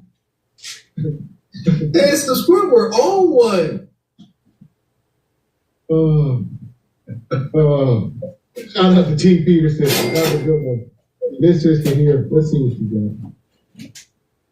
I think it's a no-brainer. It's a no-brainer to her. All right, let's do the Kendrick and Ty. You was talking to Justin. It's rather not be overweight. It's rather not be 20 pounds overweight for your height. No, I'm not. I'm not over. Let me see. Hold on. Wait a minute. Let me see. I'll get it. I get it in the mirror. Hold on. I can't believe you answered here. Girl, I get on here one time, 2 minutes. Are you lucky? That never happens, they say. Okay, hold on. Oh my God, I ain't even dressed. Okay, don't judge me. I don't want these people asking me questions of what I got on. I want that girl to have a fupa. No, I ain't got none of that. Hold on a second. Let me move this. Get a cam, child. Let me turn the camera around. Chill with that Spice Adams laugh. Let me turn the camera around. Girl, on this. Oh, yeah. Okay, wait a minute. Hold on. Oh, you want to right there. about it? She did all that for this. All right? All that for this, people. Here we go. Was that a hallway? She went out to a lobby hallway. She in a hotel. Yeah. Okay. She live in some kind of condo or something, or she in a hotel? Something like that. Either or. Yeah, I would say condo. That's a fancy mirror there. But there we go. There's a person. Not bad. No. Not bad at all. She up here, man, women, animal, machine. She with it. She fit and she talking crap. Complete sexual liberation. There we go. So she definitely can make it to Pound Town. Ain't too many people too good for Pound Town. Let's get that understood. Now, Glaze City, we don't know. That's for the more upscale bonquishas. So maybe she fits. I can see her in Glaze City. I can see it. Ish. But you trying to go meat to meat. She don't care if you got a sausage or, you know what I mean? Yeah. I don't, or what y'all ladies got, a gyro or something? I don't know. Pancake. Yeah, there you go. She trying to rub up on something. She trying to scissor. Trying to do something. All right. Just trying to rub up on something. There you go. Not bad, sister. You talking a lot. Let's see. Now it's about, I think her and kids are about to have at it. Here we go.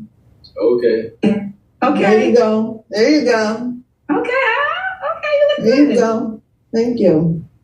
There you go. She said, that's all you had to do from the jump. Oh, okay. Well, sure. It was kind of dark in there. I've been working, so I'm planning an event here in Woodland Hills, so I just been, Okay. Tomoko, right? Yeah. Tomoko, does the woman have to be in LA?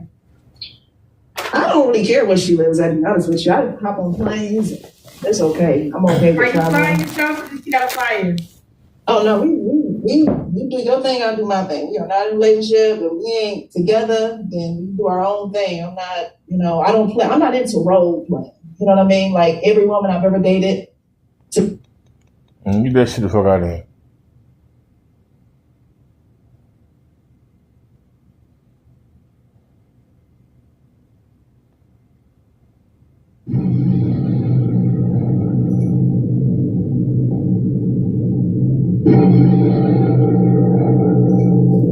Oh my God.